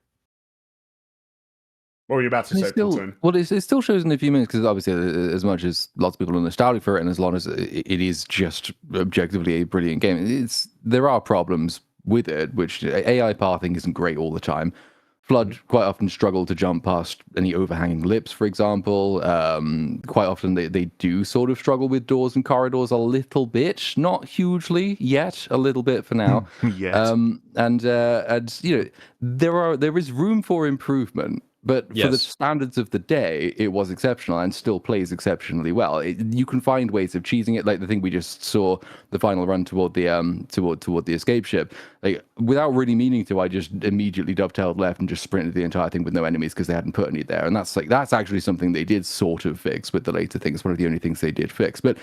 Even acknowledging that there are some problems with that, some checkpoints will be slightly too early. You rehear dialogue where you don't need to rehear dialogue and things like that. There has been 20 years since then. So, you know, anybody who acknowledged any problems at all during those 20 years knows what those problems are.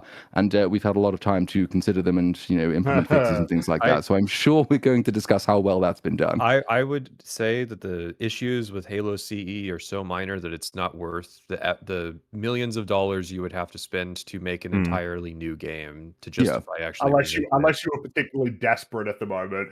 Yeah. Unless you're fucking up for the last 15 years and losing 64% of the money that you've been investing and running your company at a 3% margin and ended up needing to fire thousands of people. If you're in that position, then yeah, you need to remake Halo CE because you're broke. Dude, it's crazy when you're just playing that last. They ruined all the cut. Anyway, I know. So you know what? I figure that we can kick off the same way we did before, but this time we'll just do a good old right to left sort of. What do we think about Halo Campaign Evolved? Platoon. Positivity over. All right, yeah, we did our Goodbye, part. Combat Evolved. Yeah, well, we'll return, I'm sure. So Campaign Evolved. I don't have, let's say, no nostalgic feelings particularly for the original Halo because I played it for the first time beginning last week. Up until roughly the halfway point of the game, I would have said, yeah, this was a waste of money. But it's not egregious in the sense that it functions for the most part. It's a downgrade still, but compared to a lot of other games I've played recently, a lot of other games we've played on stream for EFAP, I would more happily replay Campaign Evolved than I would Resident Evil 9, James Bond, Gollum, Mixtape. Because the foundation of the game is so fantastically strong that it's really hard to fuck up the core stuff. That's what I thought until roughly the halfway point. The halfway point comes along, and you can spot exactly the moment at which they did not have time to playtest anything. You can tell exactly which levels were delivered late, which assets were delivered late, which AI pathing had not been completed, which things playtesters had never even seen on completion. Because it's basically from 343 Guilty Spark onwards, that's when it stops being sort of a generic downgrade and starts becoming, to me at least, a more exceptional downgrade, where things just do not work. Now, I didn't stress test it hugely at the beginning. I stress tested it a little bit. There were basic fuck-ups going on. I think we might even see one roughly here, where like there's the pipe under the pipe, which if you drop down onto it, in original Halo, you just die. And on this one, if you land perfectly in the middle, you're fine, but then they've put random kill walls either side. It's such a clunky, lazy shit way of doing it. And that sort of laziness is the thing that scales. It was already kind of like, I could spot little bits because you can push keys all the way around the ship until he randomly hits a point where he despawns on the Pillar of Autumn at the beginning. And I thought that was like, well, as long as it's only that, then this is going to be basically enjoyable. It still functions. The enemies basically work. There's some cheats. They've cut some corners. The ring looks like shit. Most of the graphics don't look as good. But beyond all of that, it was still fun. It was just from the halfway point onwards. That's when it started to just become funny in the sense that it's just broken. Important enemy types don't work. They cannot handle elevation. The floods they're not flood anymore in that they literally do not flood. The careful introduction of them in the original, where the biggest difference between them and the Covenant is principally their numbers, their AI aggression, their threat detection, and their weapon types, being that they are primarily melee, and that's the new threat. In this one, they're introduced as shooting at you from the beginning in very short numbers. They come one at a time. They can't hit for shit. And so it's really with the introduction of the flood that everything goes downhill. I could carry on ranting, but I'm assuming we're doing a 1-minute rule, and I've already broken that. So we'll come back to the rest. But, I'd still rather replay it than the other games I mentioned, but it becomes a comedy from the halfway point. Random. Okay, so it is funny here because I had a very similar experience to Platoon, and I need to find a different way of saying a very similar thing. But I've got a couple of things here. So I'll start with what's better. I've got 3 bullet points that are better in this new one. I assume you guys agree, but maybe not. Graphical fidelity is obviously better, not like the art design and not how it affects the gameplay, purely just talking about the quality of the graphics it's better in the new one because it costs so much more and it's much newer.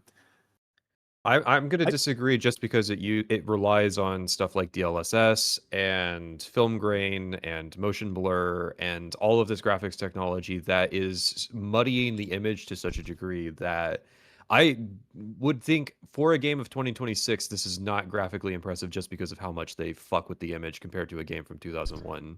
So I understand if you're saying like there's more polygons, but that's essentially what I'm saying. Yeah. But like, so the film grain kind of, well, I guess we'll get into it later, but the film grain did bug me, and I was amazed that you couldn't turn it off. Yes. There's a lot of issues like that. Apart from that, the Warthog, I thought it handles a little bit more like a functional vehicle rather than like one of those inflatable rings that you go on like a speedboat, where you can actually kind of drive it. I was told, Platoon, that you prefer the original version. Well, there is a reason for that, which is that I was trying to figure out what it was. We're having back and forth. Oh, sorry. Okay, yeah. So I'll keep going. I'll keep going.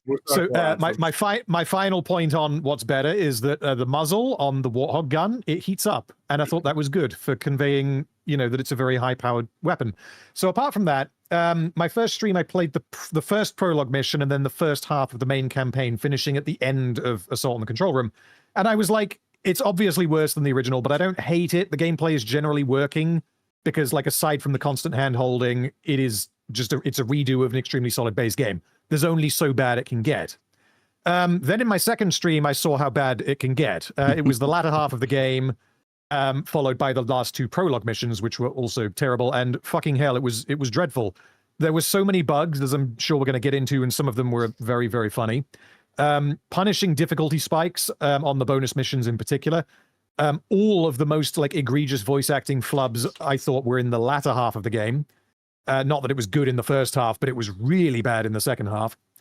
The general problems with the lighting are so much more apparent in the latter half of the game, and that cemented this as pretty awful rather than just kind of meh. The game treats the player like an idiot repeatedly, which is fine if the player is an idiot. but it also means that Cortana is treating Chief like an idiot, which I didn't really like. Yeah, that's pretty much it. Him a barbarian. Hey, Chief. Oh no, I'm not gonna. We'll save that for later. Oh, we'll get there, I'm sure. Rags.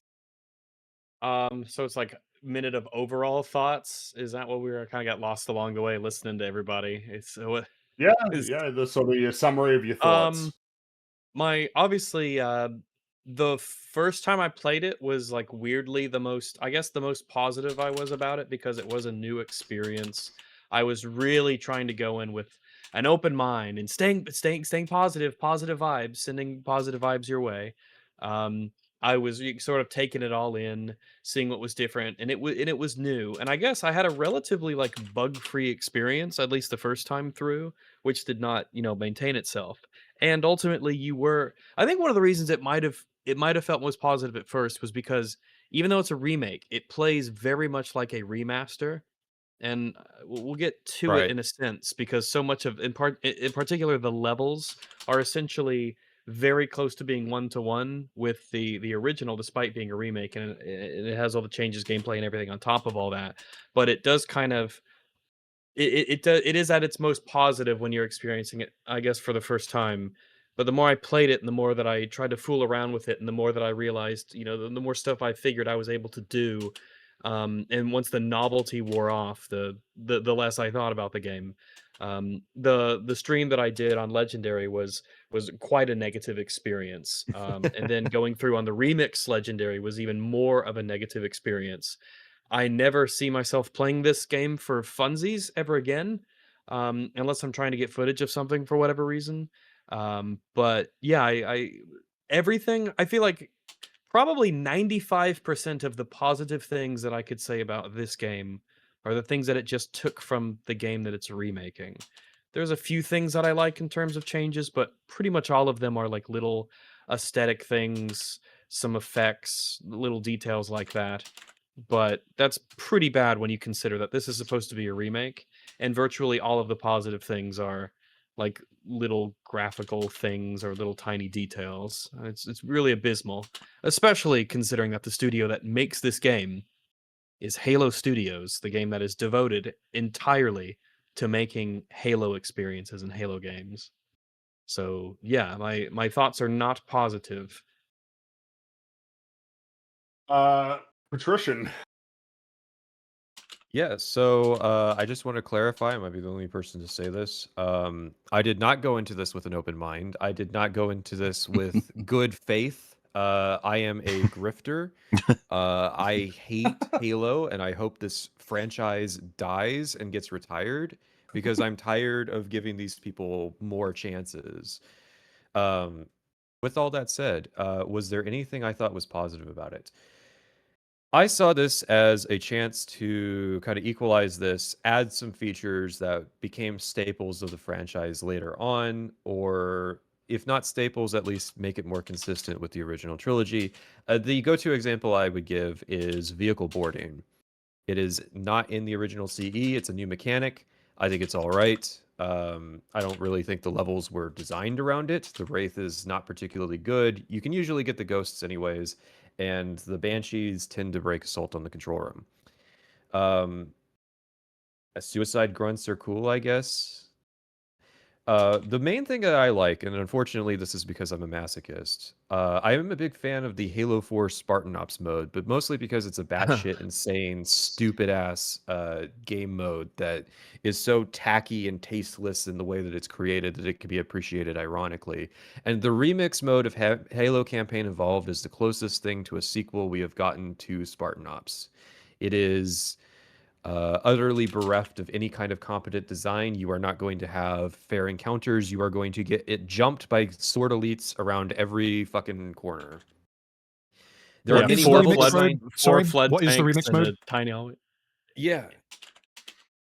Sorry, did you it's like when they mix up everything. So they'll I can change explain enemy it. I can explain it. spawns. It is a game mode Yeah, that sure. forces you to have 3 skulls. One of these skulls randomizes the enemy factions, so you can experience flood on the first level. The second skull makes it so that there is no infighting. Now, for most of the game, that's fine, because infighting was not something that happens until I guess technically 343 Guilty Spark, but it's more associated with 2 Betrayals. Once you get to 2 Betrayals, you realize how bad of an idea disabling infighting is, because there are encounters that have a few dozen enemies, and if they're not killing each other, you have to kill all of They're them. killing you. Yeah. Mhm. And so there was a part of my stream where I was sitting at the back of the map with a ghost, slowly picking off enemies because I had no other weapons to be able to use, and there were no less than 4 dozen enemies I needed to kill to progress. I don't think that the art style changes are not appreciated. The story changes, however minimal they are not appreciated. The forced new graphics technology. Someone said you don't have to use DLSS, but you are forced to use an upscaling system. This game looks like how it would feel to play someone else's stream, if that makes sense. It feels like there's shitty bitrate where my internet connection is messed up. Except I Regarding am the playing it. upscaling in the settings, when I was kind of exploring the settings, was the way that it describes. In fact, the way that it describes upscaling kind of leads you to believe that it's an inaccurate sort of portrayal, because they'll say something along the lines of like choose this and it's like ultra or whatever, but it's just like native resolution or something like that. But you assume, oh, ultra, that means it's like high, or oh no, it was the other way. I think it was like what the preset for ultra upscaling was like 75% of your native. So it's like, why? Who the fuck wrote it this way? Oh, you would assume that ultra upscaling is higher than what I have, but no, it's lower, 25% lower, significantly lower than what your native is. No, I was just typing. I've not been typing this entire time. Apparently, there is a loud clicking sound because it is coming across on the stream. Well, I am not hearing it in Discord, so No. I didn't hear it, Discord yeah. will nullify it, and that's why if it is Mahler, his light won't show up. That's probably me. My bad. Yeah. So Wow. I'm trying to fetch Yeah, everybody's stuff so I can show it when I need to. Yeah. but yeah, so I am just vehemently against the concept of remakes. I've held that position for years. It is the culture eating itself. It is 343 trying to get a quick check. You should not buy it. You should not support it. This company needs to go out of business. Thank you for attending my TED Talk. Mic drop. All right, Mubes, what do you think of the remake? So I don't know if maybe it was much worse for me because I was just doing a lot of testing before I even got to play this on stream, of just trying to get it to run well, but like it just seemed atrociously optimized. Even on stream, whenever a couple more enemies appear in any given situation, it just fucking crashed, and it became a game of me needing to kill as much as I could, as fast as I could, to gain frames back, which not many games provide such a fun mechanic. But you know, broadly, I forget who said it, but like there was an air of, well, this is fun enough, this is functional enough, but there was a smoldering hatred that just kept rising like exponentially with more and more that I played.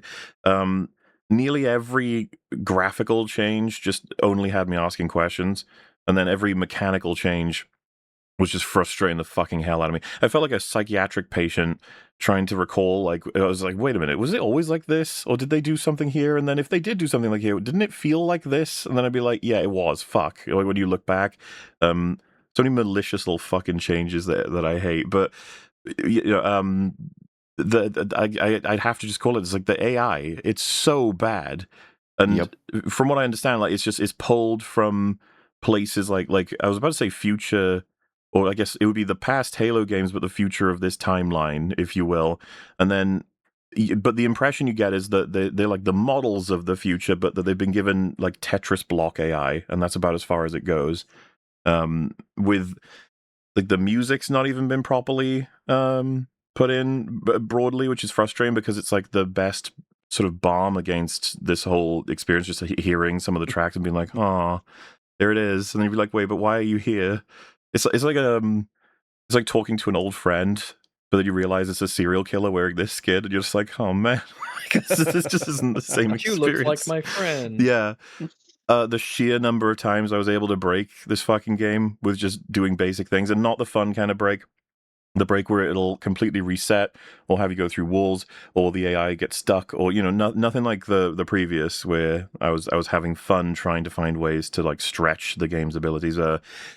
The voice lines, it's like a Frankenstein combination of original lines but then alternative originals or brand new versions with the same actors of the originals or just new completely all together in all different places. Creates a wonderful experience.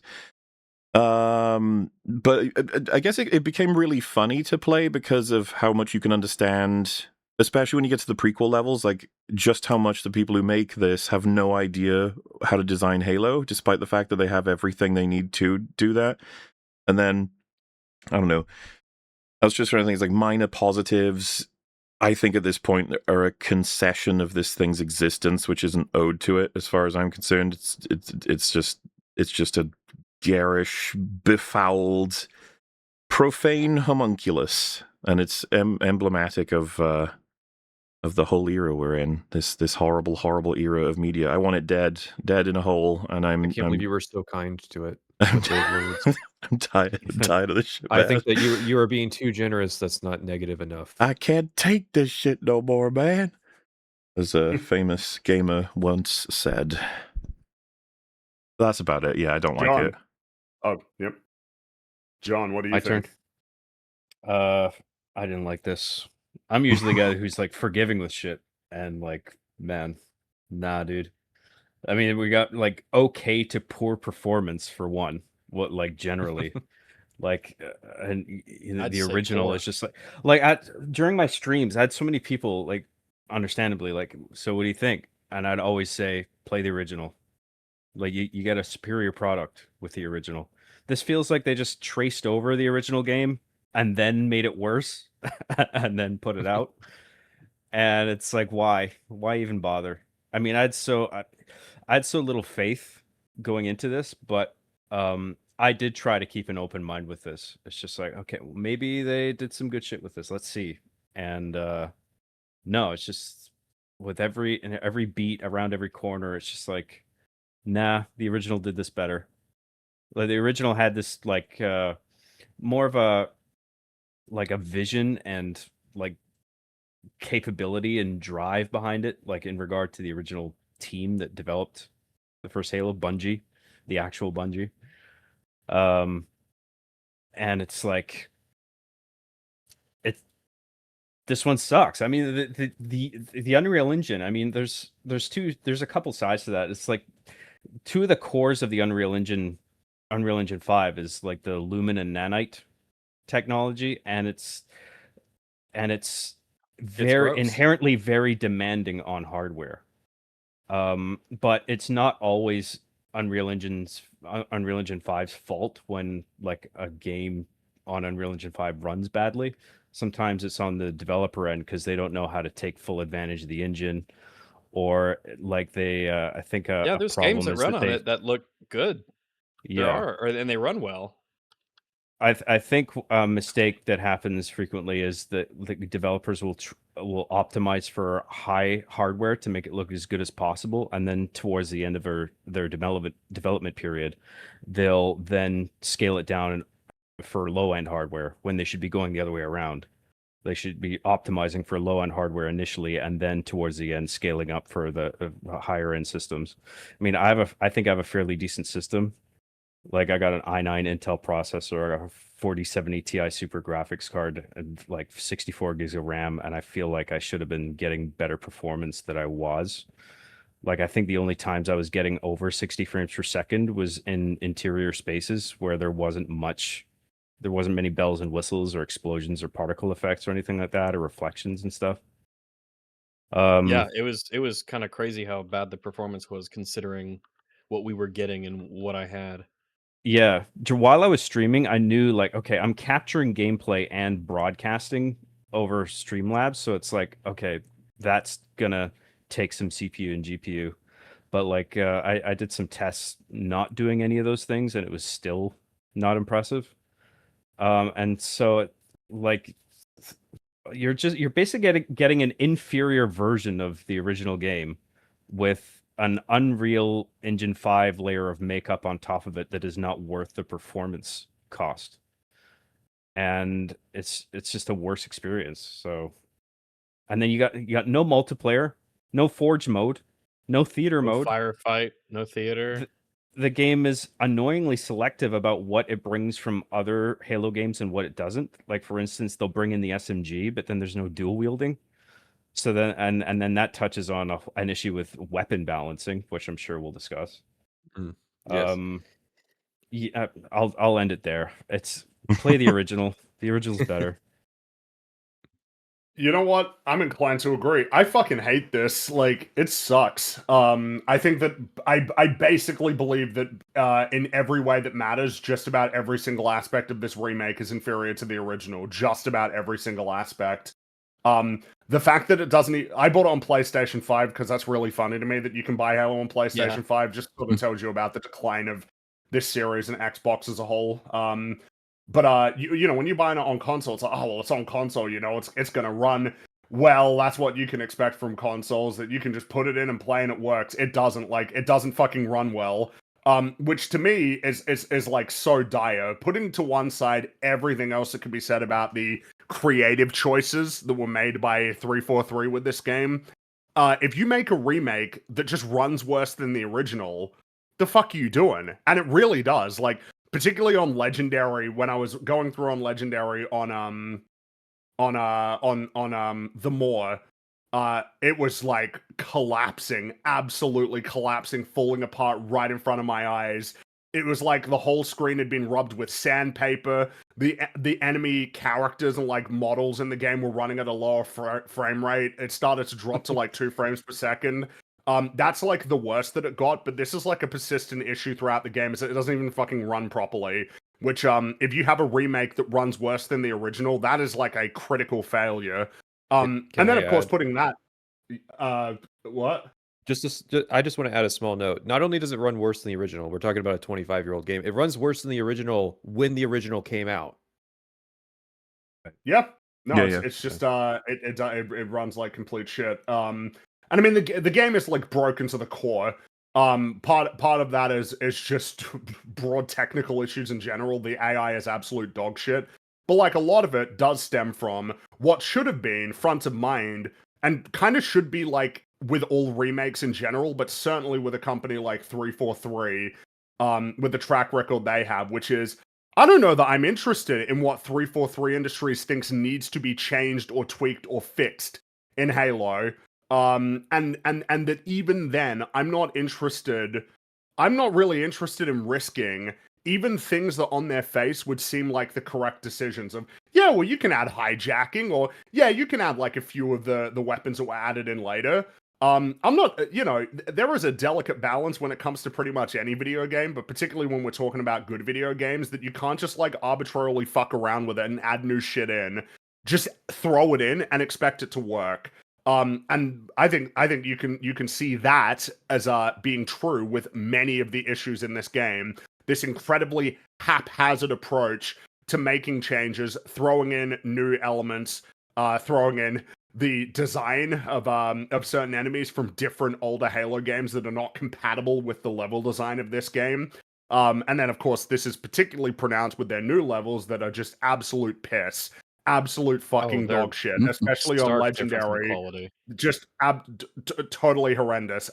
This is worthless. I recommend it to nobody. I will never play it again.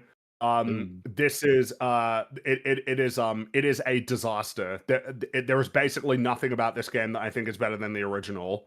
I think it's 343's worst game.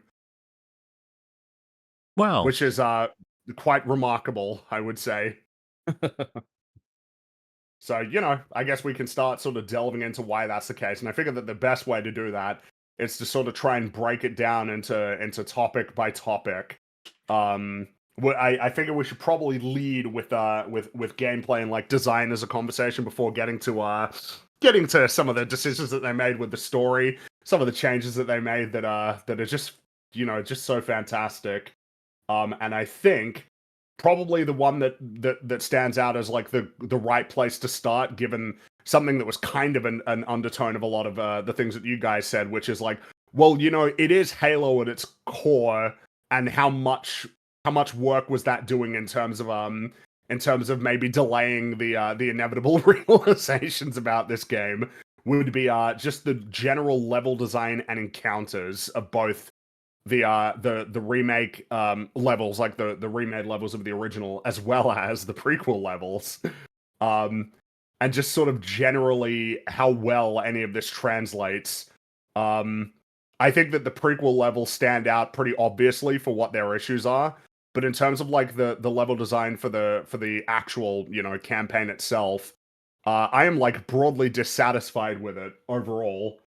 Like it's just there are so many instances where the changes that are made, as far as I'm concerned, are like obviously for the worst. I think like the library is one of the clearest examples of that. I think the library is obviously worse than in the original. Yeah, and that's its first big departure, really, when it comes to levels from the original. Well, Yeah. so There's it's only a- strictly level design, because of course, like a lot of what damages these levels, as far as I'm concerned, too, is the change in mechanics and approach, not just with like with every. You know what? Actually, you know what? That's a fair point. I think the first thing that we should probably talk about is sprint.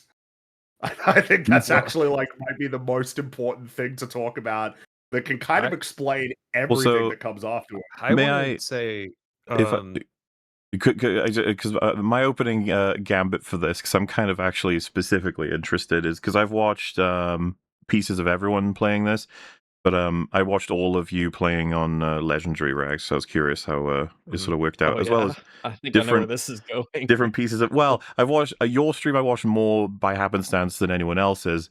So I don't know what your opinion is currently, because I didn't manage to watch you playing it with like Patricia and Patrician and everything.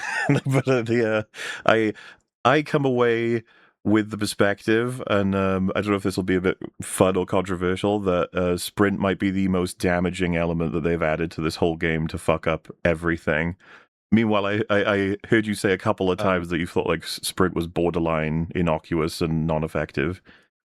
I think for me, the closest I probably said to that would be like when I was trying to figure out how fast sprint actually is, and how like if you're moving forward and then you sprint, when you take away the weird waggling of the arms that they give Chief when he sprints, it doesn't feel like it's that much faster at all. It feels like it's just barely slow, like less than 10% slower. But that clearly adds up when you actually go into the gameplay and you realize how much you can sprint past things and sprint away from things. And enemies that are designed to come and get you can be just rendered obsolete by simply sprinting away from them. I mean, we were like, even like, if you, I don't know if you saw, but like through keys in particular, but the ability on Legendary to just sprint past most of the level was kind of like, it is kind of absurd. Well, like on Legendary. Well, that would be exactly what my assessment would be, that all of these levels have been significantly fucked by the choice to add sprint. Oh, why isn't that working? Fuck. Well, because one of the things I was testing out was, because it hit me on a heroic for sure, but like even on legendary, which I everyone here beat it on legendary. I don't think everyone has, right? I have twice. Just you get some interesting revelations because of the fact that you start having to really work. Its hardest, you know? Yeah, you got to work with the game to some extent, and then you can find its holes in a sense. I will say I have done a playthrough with sprint and a playthrough without sprint, and it is a negligible difference in every respect except for the skipping encounters. And I would argue that's just because the AI pathfinding is fucked and it cannot respond to you doing that. So it's not even that sprint is the issue, it's that the AI cannot punish you for attempting to sprint past the encounter beyond they just burst you with shit tons of damage. Yeah. Well, that's everything. It's like, it's not necessarily sprint, it's not necessarily AI, it's not necessarily how the levels are built or the damages or the way that they aim. Like it's all the different things. I think if you prevent the player from sprinting, the game gets exponentially harder. True. Yes, in the respect that you just can't skip encounters.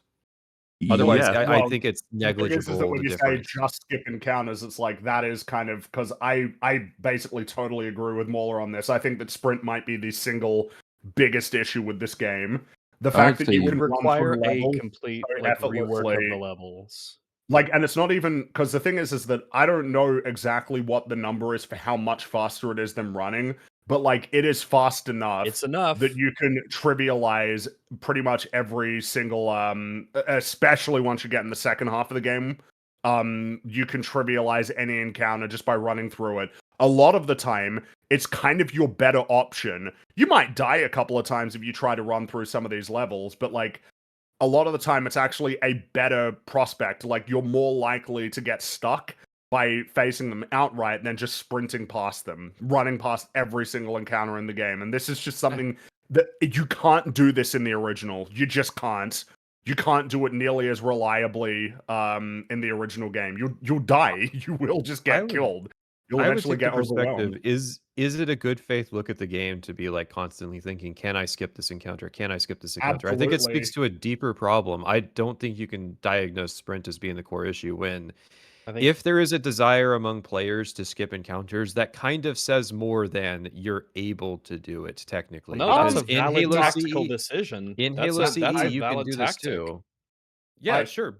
But if you're wanting to skip the encounters, then I think that says that the gameplay is dreadful in a way beyond just like the sprinting fucks with it. That could be said for sure, but like if I want to do things to skip content, but I still can't do it because the game is designed well enough to prevent me from doing that, it's almost like, well, we still got to take it back to the fact that I can.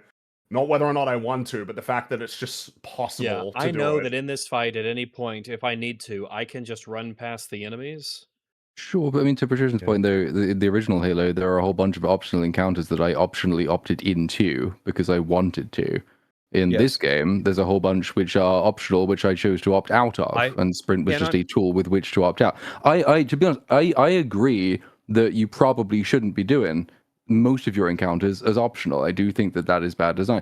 I don't think sprint's necessarily the problem with that, but if you're going to add sprint, then you do need to make a whole bunch of downstream changes, which they didn't bother to do. So the problem there is the devs are lazy fucks, not that sprint is a bad idea. I mean, I'm broadly in favor of sprint anyway, just because I think properly executed, it can aid your sense of immersion. When you are in a corridor with no enemies and you're kind of lightly jogging, then you suddenly get jumped by a whole bunch of people. Your natural response as a person is to say, right, I want to be moving faster. So adding sprint there can aid your immersion in the game. It has a whole knock-on effects for tension, for narrative pacing, for basically everything. But you need to be aware of those changes you're making. And I don't even know how difficult it would have been for them to integrate it properly. A lot of its enemy placement, a lot of its enemy accuracy, because them are utterly shit. You can't one-for-one take the enemy placement of the original level and then add in sprint. That's why I'm confused why there is a skull that disables sprint, something that you could just change the keybind for, when it really should have been there is a skull that unlocks sprint. And so for the people who want to have sprint in the gameplay, they can just enable that skull. And before someone says, but there's no skulls that have positive effects, that's not even true. There are absolutely skulls that have positive effects. So there's always been skulls that have positive effects, pretty much. I'd say that you've got a big problem essentially in terms of the implementation of sprint that was like entirely predictable, which is that you put it in a game with a bunch of enemies that are not designed to deal with you at any point that you want, running way faster than they can handle. They just can't handle it. They don't know what to do, especially when you've got the Flood and the Covenant fighting each other. And of course, in all of the games, there is some degree to which you can use that to your advantage. But like, even in levels where you're just dealing with one or the other, like, you can run through.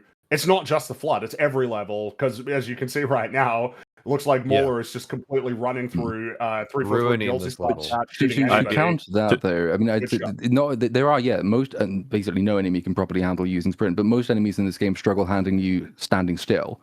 So that's not a problem with sprint. That's a problem. If you're on the other side of one of the many invisible lines they're not allowed to cross, that's certainly the case. Or if you're like an inch above where they're currently standing, they get stuck. But it might be worth stressing the fact that this is in important ways a remake. It's not just a reskin. What they've done here is had to recreate a whole bunch of stuff from scratch. Everything was within their control. They have the horizontal and the vertical, that they can choose what they're doing with enemies, they can choose how they handle your movement speed, they can choose where they put them. They have to do all of this when they remake everything in the first place. They didn't choose to do that, which isn't the fault of players sprinting, that's the fault of the devs.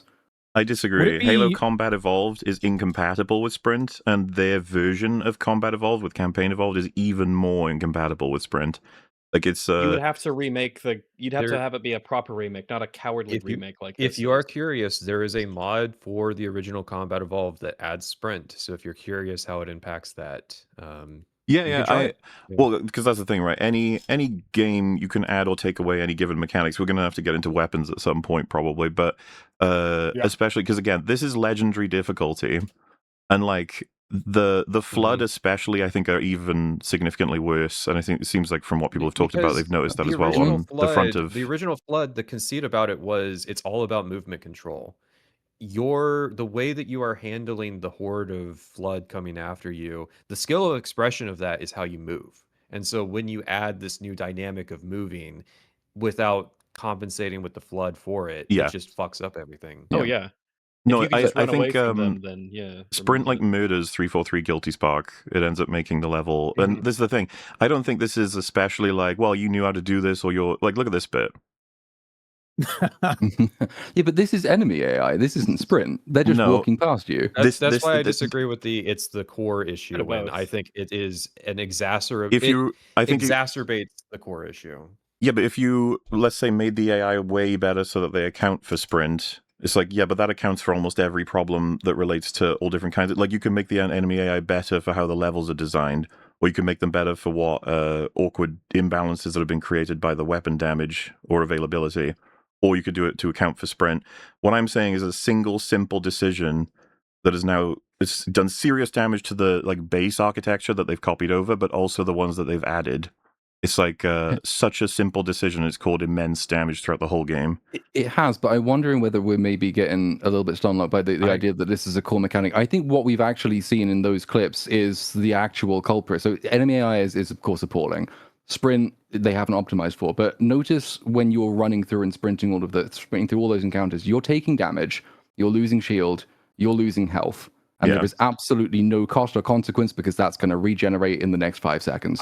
I would say the regenerating health is a bigger contribute to this poor gameplay cycle than sprint. Because again, you can play this without sprint. It's the same exact fucking problems with the tedious gameplay. So, like, would it be fair to say that the reason why it feels a little bit different is because is larger, basically? Pretty much.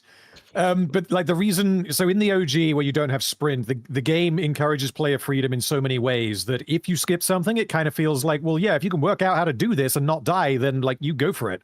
Whereas in the new one, it just feels like, well, I could just press the sprint button and I'll be okay. But I think I agree with Patrician that it's not just the sprint button that is causing that problem. It's that compounded with the terrible AI plus the regenerating health. It's all three of them going together that causes that.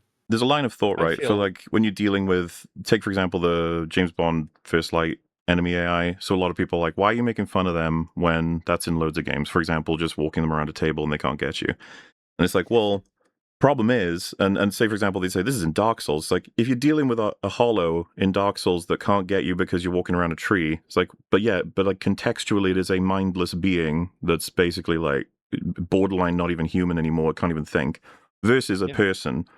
So, like, you know, when we contextualize all of this sort of stuff, the Flood to me are fine in terms of like how they behave if they come across a bit stupid or mindless or walk into some things, certain places.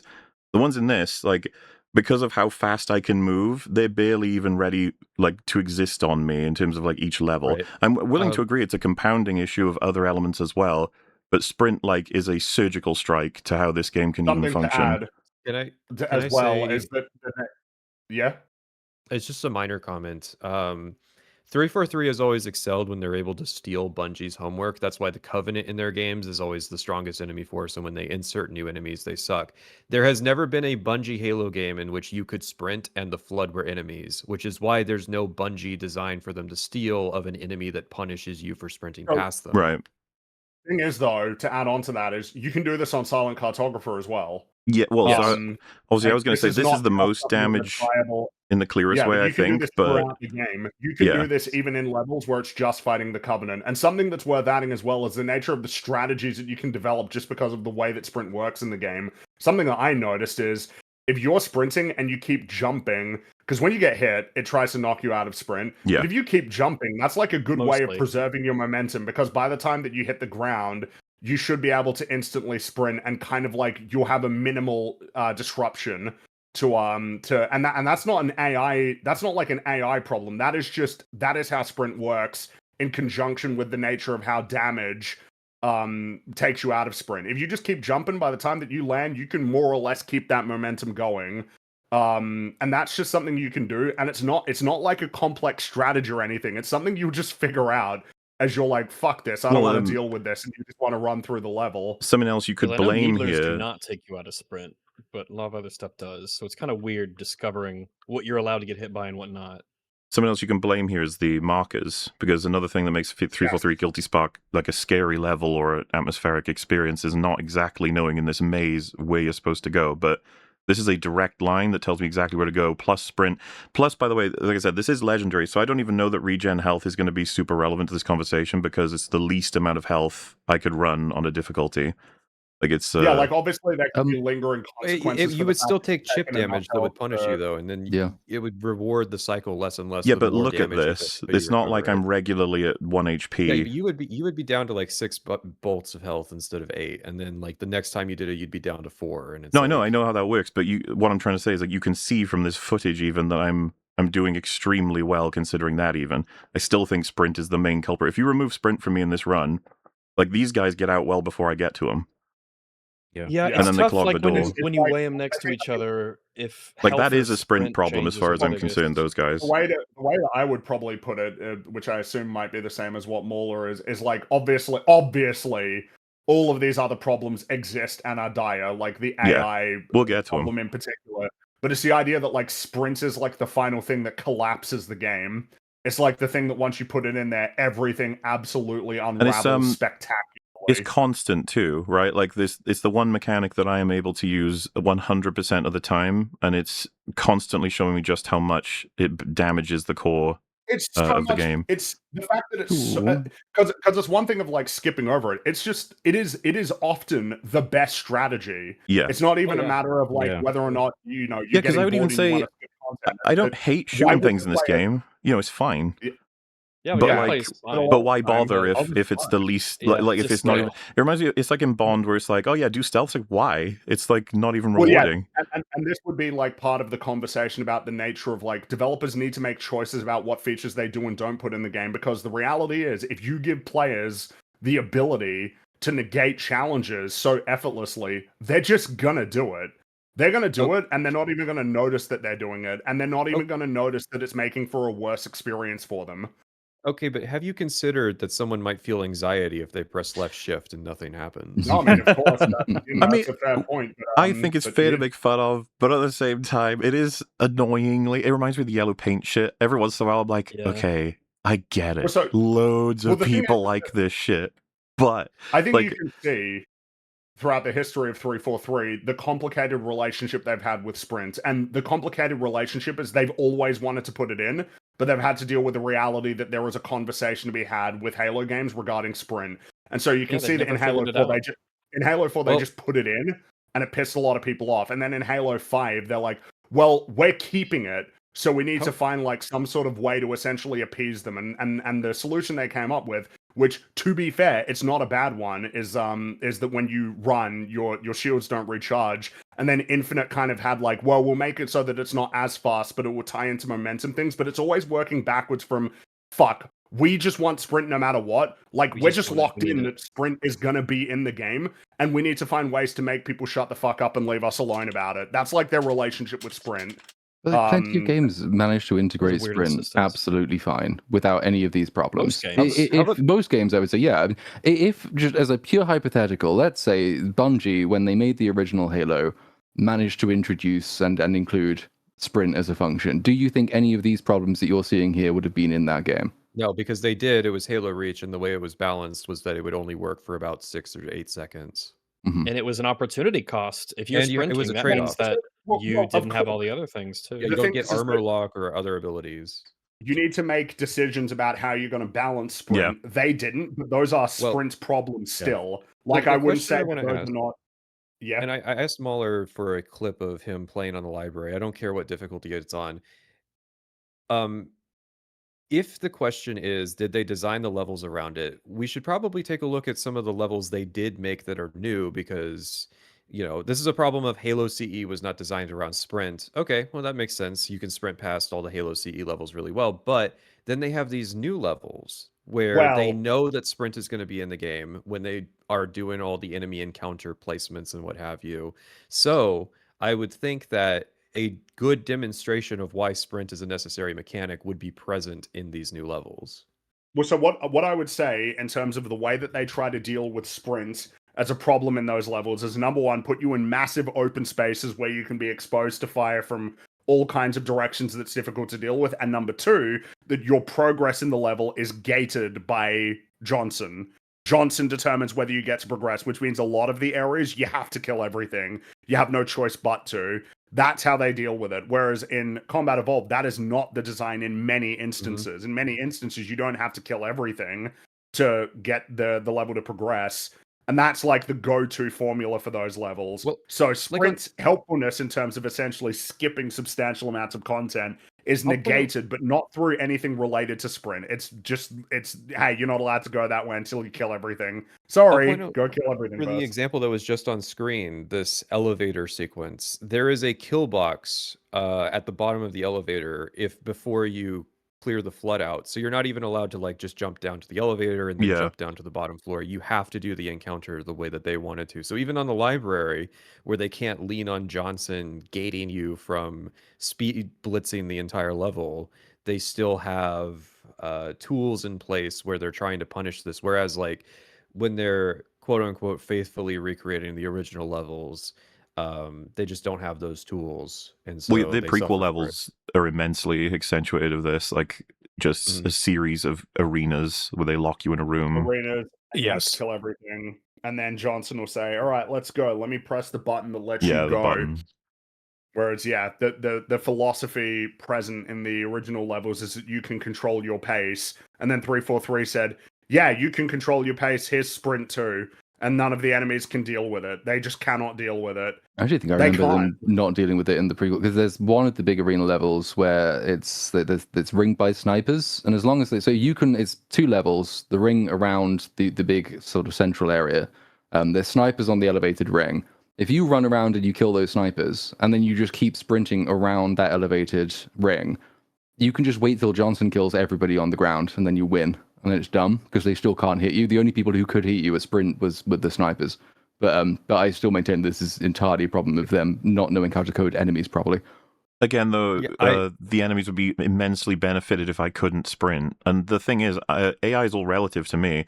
They're so goofy and nonsense in this, but in certain circumstances, they would be just fine, if not good, if they were put into places that they can actually handle. Because this was a criticism I'd brought up about certain things, and the reply I got from, I forget who, was like, it's not that the AI is bad, it's that the level design is bad, because the AI can't deal with this level. And it's like, okay, like we can at that point. We can move different things around all the time. I just think that it's and it's only at the top of the list, but the list is long and it's full of terrors of like. And that's the thing. It will be, I think, innately tricky to separate these things out anyway, because all of these changes they've made compound. For me, the biggest difference, the thing that motivated the biggest difference in playstyle is regenerating health, but. Even where level design, it's not even just a problem with sprint. So I think it might even be around this area. I don't know all the names of the enemies. What are the big, the flood versions of the big tanks. Guys with the just tank forms? Yeah. So they introduced them here, which they're not, as far as I could recall, in the original. They're not in the original. No. But the entire place is a giant ring, and you don't have to sprint away from them. I just jogged away from them and was just going round and round and round and round and round and round and round just to see if they could actually deal with anything I was doing. Not sprinting, just running normally, and they couldn't. Was I whittled down occasionally with health because someone spawned behind me? Yes. Did it matter? No, because health regenerates. If I sprinted through people, I think the first version you showed earlier, you actually would have died on the elevator because you took some damage before you got there, and then you took quite a lot of damage as soon as you got to the elevator. I think you would have died and respawned at the checkpoint. You would have died even sprinting all the way through that. Edge case, you might not have. It still doesn't work. You think I don't take issue with regen health? No, I'm sure you do. But what I'm saying is I think that's a bigger problem, because that changes the entire psychology of everything you do in the game. I described the nice flow state of original Halo earlier. This one's not a nice flow state. This is a turn your brain off thing. I just smashed my head repeatedly into encounters until I got through them. There's no incentive for me to learn, because I can go make a sandwich while my health comes back occasionally, and then I'm done. Yeah, I think the fundamental disagreement is that we're just conflicting over what is the Like the biggest problem biggest here. What issue. provides And your biggest mistake allowance, basically, in this game? And there's I a don't couple of different so I things. think it's I would never advocate for the whole "you control what buttons you press" design mentality. Adding a mechanic and then saying, "Well, it's optional," that's not an excuse.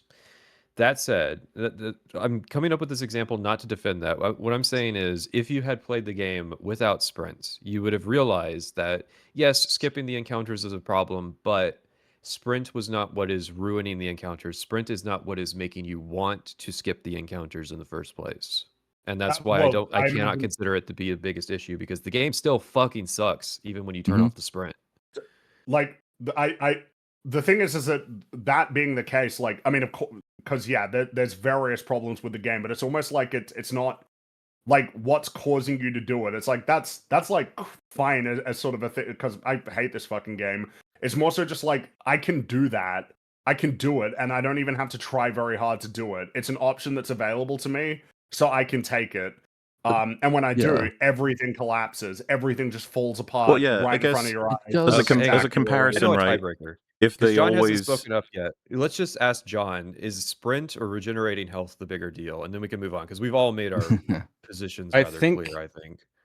regardless of what the biggest problem is, like the movement speed is such a core thing to any game's design because that needs to be determined in relation with everything else. Like it's even broader than just a simple like sprint function. Like how fast can you move, and then sprint is just like a temporary amplification of that movement speed. And you diegetically, like as that character being in that space in that story, I have no problem with Chief being able to lower his weapon and go a bit faster to traverse long distances, but you have to be careful about how you balance that into the game with everything else, including enemy movement speed, enemy projectile speed. Like you yeah, got it's to a balance combination all of that out. it's like the two big elements that go like I think I mean we've talked about this before. I can't remember when, but I know it's popped up. Like just it's kind of basic game design philosophy, which is the speed at which the player moves is like really integral to, for starters, how big the play space is. Yeah. I know I'd mentioned this before in the remix that that I streamed with Andy and Patrician here. I brought up Guild Wars 2 as an example. That's an MMO, and like 13 whatever years ago when it came out, players didn't have mounts. And so Yeah. all of the zones in that game were designed around the fact that you didn't have mounts. I think like the most you could speed up was essentially you can give yourself swiftness where you move at like 30% faster, right? And that was most of the time, and it was like never permanent.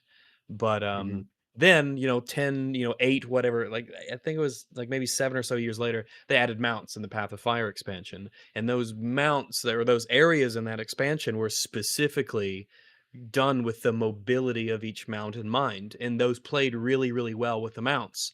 However, now you have like kind of an issue where, well, do you allow mounts in the original areas? And they said, yes, you can use mounts in the original areas. So when you went back to those original areas and, in the vanilla game, and you had these mounts that, came in years and years later, it does impact how it makes the maps feel a lot smaller in a way, because obviously the physical space, but of how fast you can go through them. And Yes. it's a goofy MMO and it's fun and everyone's having a good time, and so the vibes are totally different. So it's not like a problem in a manner of speaking, especially because it's so cooperative in nature. But when you are making your levels and you can have a button where the player can just like move 10, 15, 20% faster, and you're just copying levels from a game where you can't do that, you've made it that's an incredible error. You can't do I that. You Yeah. have I to make these games in mind, and they should I be new levels anyway because it is a remake. I shouldn't right. be playing the same levels. I would summarize it as it is a quality of life feature that a segment of the Halo fan base has become accustomed to, and that's why they feel the necessity to include it. Beyond my schizo theory that they're just including it to fuck with the people who've been criticizing its existence the entire time. I But think the personally, answer is I'd a lot like more to. boring than that on it. I I would. think it's just shooters have run, so Yeah. you should be able to Sure. run. The That's what other I'm saying games with it being a quality of life feature. Personally, I'd like to table it and move on. So if you have like major thoughts regarding it, say your piece and let's just move on. Yeah, one Going thing in I wanted to circles. add was like if every level in 343 or Halo Studios' version, they like, or rather, there's a, you can press fucking I don't know P, and you pull out the golden gun, and it'll kill anything instantly with infinite ammo, and they even have a cutscene to account for it. It's fucking Keys hands you this gun. It'd be like, well, it works mechanically, like everything's functional, but that is the most damage that's done to this game. You'd be like, well, it's such a bad game for other reasons. It's like, yeah, but they give you the golden gun at the beginning and it just makes it so that all levels are pointless. Like what I'm saying is that Yeah. sprint can work and you can stop using it and all these different things, but I think that it does the broad, sometimes passive, extreme damage to this game. But I agree. I'm more than happy to talk about if we want to talk about health regen. I guess I mean, well, I think health regen is if we're talking about the single biggest change gameplay wise that damages the experience, I think it's health regeneration. Though obviously sprint is a big point. At this point, it might be just a matter of, like I said, we're measuring which turd is larger. Yeah. But playing the original and then instantly, like the next day, playing the remake, not essentially having a second shield bar that regenerates infinitely, and even it begins to regenerate quicker than your shields, slower, but it begins quicker. Was like, man, when I'm playing the original and I take damage and that you get chipped piece by piece by piece, then you're like, oh, it's almost like a secondary way for you to measure how well you're playing the game, to get better and better at getting through encounters, not just It getting through them, period, but getting through it them with changes your the mental most health that algorithm you of can. risk taking. Oh, absolutely. Oh, I've got a lot of health. I could be a bit more risky. Or hey, that last fight went really well. I'm in, the yellow or the red. So this next fight, I've actually got to change how I would have otherwise played the game, and that just does not exist in the Halo remake. That's an entire aspect of the sort of mental gameplay loop and moment to moment tactical decision making that you do in the original. That just, it doesn't exist. It's not a part of this game anymore, and you don't realize how big of a thing it is until it's not something that you have to account Yeah. for at all. Just to introduce it, sort of, right? Like, because I think I was playing Combat Evolved while Fringy was streaming Campaign Evolved, and I remember just catching a bit of his stream, and he was just talking, and I think he said the word, like, something about like, my health is regenning, and I remember just, he was on my other monitor, and I was like, excuse me? I was like, what do you mean health regens? And he was just like, yeah, they just showed it. And it's not just that the health regens, it's that before your health has fully regened, which I was showing this, I couldn't fucking believe it, your shield can regen. Like they've made it so that, well, but the you can problem with lower that it is to it like would just give you 1%. one long shield bar at that point if it required you to be full health to get your shields back. I understand why they have them both regenerate at the same but at different paces. It's fucking crazy, man. I was like, holy shit, this is gonna be easy. It was surprising because I was like, oh, my health has begun to regenerate before my shields, but it regenerates at a slower rate once it starts. But again, at that point, it's like, well, this is just a little detail about why this doesn't work. As long as you survive a fight with a pixel's worth of health, you're golden. You're fine. Yeah. Every fight will always be the same. And that would be punishment on Halo CE. If you're at the lowest health you can be, you have to play really carefully going forward. Yeah. And of course, or you Halo have 2 to and 3 look for health. don't work this way. Halo 2 and 3 have regenerating health, but like Halo 2 and 3 are designed with that in mind. And then ODST and Reach were designed to have health back. Like you have that's to, right, and their own kind of health systems, because Reach regenerates a little bit, like to a certain it'll point. top you off. Yeah, like if you get hit by something and you're like one bar away from full, it will top you off. Yeah, exactly.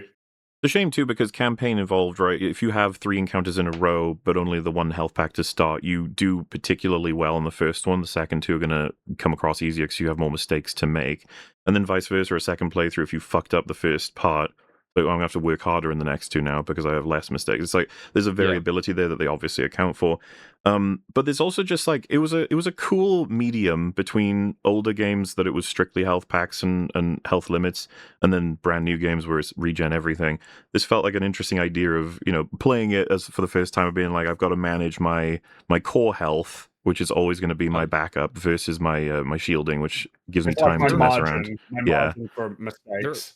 There are people who are trying to cite like, well, Halo 2 and 3 only have the regenerating shield, and they're acting like that's an own, but it's like, no, that is a reason that is a point against those games, in my opinion. I believe that health is a fundamental aspect because of how it influences your decision-making algorithm when it comes to, I'm full health, I'm going to take more risks, versus I'm low health, I'm going to play it carefully. And adds to the replayability that isn't really present in Halo 2 and 3.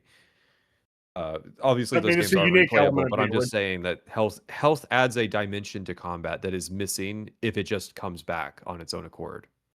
And there's also just something to be said for the fact that it's a lot easier to understand essentially the nature of your situation when you've got like a health bar that's very clearly there compared to your shields are gone, then it's going to take like a few more hits and you're dead. It's like it's more information to mess around with. I don't mind having just the regenerating shields and like no health packs, but it is a unique aspect of the first game, and also somewhat to a lesser extent ODST and Reach, that there wasn't really any need to be getting rid of it other than you didn't value it, which would be what I would say of 343. They were like, yeah, who fucking gives a shit? They really value compromise to sprint. placate to the most number of fans, where it's like we have to add sprint because half of our fans expect there to be sprint. Right. We have to add health because people will expect health, but we're going to do it in a way that's still kind of like how it works in Halo 4, 5, Infinite. So it's just, And I like the idea that it is a way to measure, like in a sort of meta sense, like player skill. I'm a big Vermintide, Darktide fan, and especially in Vermintide, when you get really, really good at it. Not to toot my own horn here, but like it's a good way to go through the level and be like, how little damage can I take while getting through the level? And that's a way for me to sort of get satisfaction of I'm getting better, I'm getting better, I'm getting better. I barely took damage, and that's like a marker to me that you're improving. It's a sign that you're improving. And in a way, you could do that in Halos where you had health. Like I got through this whole level barely ever needing to touch health or keeping my health in the, yellow and above. Whereas, I didn't used to be able to do that. So, like, I'm team with regard to Pathfinder. I was going to say quickly, with regard to the difficulty on this, like, because I'm not particularly good at shooters, I normally play Halo on normal difficulty. On this, I was told by a certain longman that I should play it on heroic. So I did, and I completed it. And I thought it was maybe slightly harder, but not like a level up of harder. I thought it was definitely easier than what I believe heroic is in the normal game. And I think that's entirely, seemingly, because of the combination of sprint and the regenerating shields, because you can just... Like, cynically, I think that part of the reason why they may have done it is that it's easier to develop, but then, like, a lot of the encounters are just, copy and pasted from the original game, because, like, the developers know... Copy and paste. Sure, but like, they're going to know that you're going to be on full health and full shields for every encounter, so they don't have to worry about it. It makes it repetitive they're because every encounter you go in with the same amount of resources and the same exactly options. I would say on talking about the encounters, because it's probably in terms of a bigger topic that sort of contextualizes all of this, is just the general enemy design and AI, which before even talking about it, there's like a couple of things that are worth noting, which is, as much as you'd be like, this is a remake of Combat Evolved, right? It's like, yeah, but the enemy design is not strictly copied from Combat Evolved. In fact, it's a little bit... It's something that people started to notice, and as soon as it was pointed out, it prompted me to even go back and play Reach again to remind myself. The elites are absolutely Reach elites. So this is a staple of 343. They do this in every single one of their games. It's all because where they forked their engine off, where they're copying their gameplay, was Reach, and that's why all of their games have the same stupid like elite melee fuck ups. But it's particularly a sort of jumbled, because in this case you've got Reach elites, but they're not exactly Reach elites. They're a lot dumber than Reach elites. They don't really jump around and weave and dodge and like evade, and I imagine maybe they'd be like, well, there's no armor ability, so we can't have them evade. There's that, but then you've also got the Flood. This is Halo 3 Flood. Obviously there are no Flood in Reach, but this is Halo 3 in a few notable ways, but also like not totally, because you've got the tank form, which number one shouldn't even exist here because it's a pure Flood form, and there's no Gravemind here. So number one, it shouldn't even be here which we'll get more into that later, but it can't transform into the other variants. And the consequence of that is that they are not particularly adaptable in a particularly notable way. They cannot jump. So if you get onto an elevated platform, they can't handle you. But then also just that in Halo 1, the little infection fellas, you know, they can't reanimate corpses. In this one, they can, but only specific ones, not any corpse. Only already flood ones. Only ones that are already flood combat forms. This one adds in that you have to deal with elite flood forms that have shields, which is not present in the original game as well. What's funny is they took out the stealth camo flood from Halo CE. There's a few, and when I say a don't few, think I I ever mean saw them. I think, well, I mean that means it works, but I think there were, I think I literally, it was 2. There were 2, but they did exist, but they were exceedingly rare. It's like the needle rifle in the They definitely original didn't levels. exist It's like, where they originally did. Well, I mean, there's, you know, we could probably come back to that specifically, the nature of how some of the encounters are not exactly the same. Yeah. Are we on AI? Because my God, do I have a we need to talk about it. So basically, like the point that I want to make before we start to like delve into it is that what you have here in terms of the enemy design and the AI is like a hodgepodge of elements pulled from various different games thrown into a game that was built around Halo Combat Evolved, Elite, Grunt, Jackal design, and Flood design. But it's pulled from various different games and thrown in, and it doesn't fucking work. Is the ultimate conclusion to be drawn from the consequences of it. The main thing I identified was there's a few key changes. Elites don't telegraph their actions as broadly anymore. The melee swings that the elites do in Combat Evolved is very obvious and very easy to dodge. Meanwhile, the Reach elites have this stupid ass punch animation that insta kills you and is super fast, and you can't see it coming because it's a punch, like a low gut check. The other thing they inherit from Reach is the projectiles are much faster. So it's more punishing because your shields drain faster, so you're encouraged to just hang out at the back of the map and pick off enemies to reduce the amount of fire coming your way. And then the pathfinding. There's just invisible lines everywhere that they can't fucking cross. There's a staircase on Assault in the Control Room where you could just sit there and they will not find you. The thing is, as well, is that obviously in all Halo games, they control where the enemies can and cannot go. They have to. There is always some amount of control on what they can do, but never has it been so obvious. Oh, you can't pass this line on the ground. This line, like a Resident Evil game. Unless a grenade hits you and it bumps you over, then you might start attacking me. Or like you get within melee range, and then they'll cross the line. They'll scoot back. Yeah, they'll get right next to you, but then they'll stop on all levels. This is present on the prequel levels as well. It's particularly funny on the prequel levels because a lot of them are big open spaces. They're not bound as much by rooms, at least not very small rooms, and yet they will not follow you. Welcome to talk over this whole sequence, by the way, but the Banshee AI is horrific. I don't know if it's the single worst piece of fucking architecture in the entire game. Just let this play out and keep talking about the AI and everything, but just keep an eye on the visuals. This whole encounter was insane. This is because they wanted to make it easy to hijack them.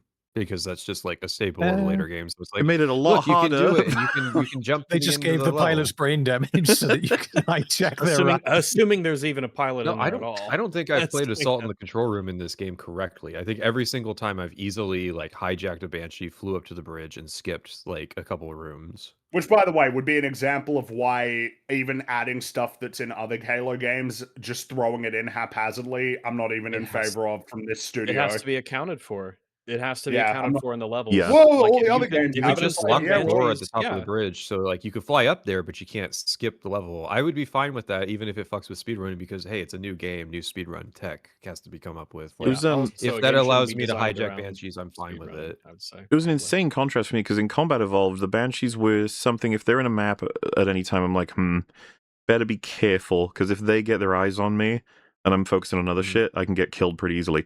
The ones in this, I was just like, are you okay? Well, there's no aerial. There's no aerial. Well, I guess there's sentinels, but they're fucking brain dead too. But like, they didn't add drones, which I thought would be an easy layup of like, add enemies that force you to look up occasionally. Like that's what the Banshee does on Assault in the Control Room. It makes you look up and see how tall the ravine is. But no, this one like actually lobotomized this whole time, just flying into walls, being completely confused. I don't know what it wants to do. I think the space is too small for the whatever game they're copying this AI from, probably Infinite. It makes you wonder, right? At least in a case of this, like at the very least, if the Banshee is like consistently just flying into the wall over a period of like 2 seconds, then have it just do a flip or turn around. Do a flip. But look at this. Don't just have it keep doing the same behavior. The behavior what is it insane. even trying to accomplish? Because the area is not exact. Like I wouldn't describe it as so tiny that it can't deal with anything. Like getting caught in But if you haven't all played Halo this, Infinite, you have to realize those levels are stupidly large, and I think it's to like help scrambled its accommodate, brain. like, the enemies flying around in it because they're just too brain dead. Yeah, no, I mean, and this is a notable example, but there's heaps of this throughout the game where it's just like an elite, a zealot will chase you and then just suddenly stop in his tracks for seemingly no reason at all. And he has to go back to his approved arena to fight in. That's and when right. we get into encounter design, we will have a lot of things to say Well, about check this out, right? Arenas that you notice here. Hijack, nobody's in there. Yeah, they're in there. They're just invisible. Well, yeah. Well, because he was. Wait, are they supposed to be like camo invisible, or are they just invisible because broken? They're just like, You're now broken. inside him. That's why. Broken. Like an enemy will come out and they're not like a stealth elite or anything. It's just that they are. It is broken. Which I like. It's so funny that they opted for copying code to shortcut, and then they fuck up the code they're copying, or rather, they put it in places it can't function. It's so funny. Yeah. One of the rumors for why they're switching to Unreal Engine is they hired so many contractors to work on Halo Infinite that they no longer know how to work around the code that they have because they no longer have the people who coded Halo Infinite. Well, yeah, I mean, old code architecture. I was talking to Fring about this. Like, it was always a meme for League of Legends and plenty of other games, but it's been updated now for so long that there's people who are in charge of updating the code who are like scared of the old code and don't fuck with it. Because if you put anything out of place, it'll completely kill the whole game. Yeah, there was a banana texture, the game won't work. There was a champion like that in League. I want to say it was Quinn, and every time they made an update to the game, like the people who were around when the character was introduced, they had to keep adjusting this particular champion's Q ability or something, because otherwise the whole game would break. They had to update it every patch. Random, you want to introduce this clip that we're looking at? So this is, for anyone who saw my stream, this is Fred. We'll see exactly when he pops up. Where are we at? 142. Yeah, he's coming. So I don't know what the fuck happened here, but we've just finished an encounter. We're going to turn around, and I noticed something. And right over here, we're going to run over there and have a look. So this would be Fred. And essentially what seems to have happened... we'll watch together is frozen for me. Oh, no, there we go. Yeah, what seems to have happened is that because I thought it was just like an enemy, like a floodman came back, and then he didn't attack me. And I thought, well, okay, that's quite funny. So I continued with the level a little bit, and then I came back, and he was still here, so I tried, I was pushing him around, I tried shooting him and various other things, and nothing would break him out of this lobotomized state.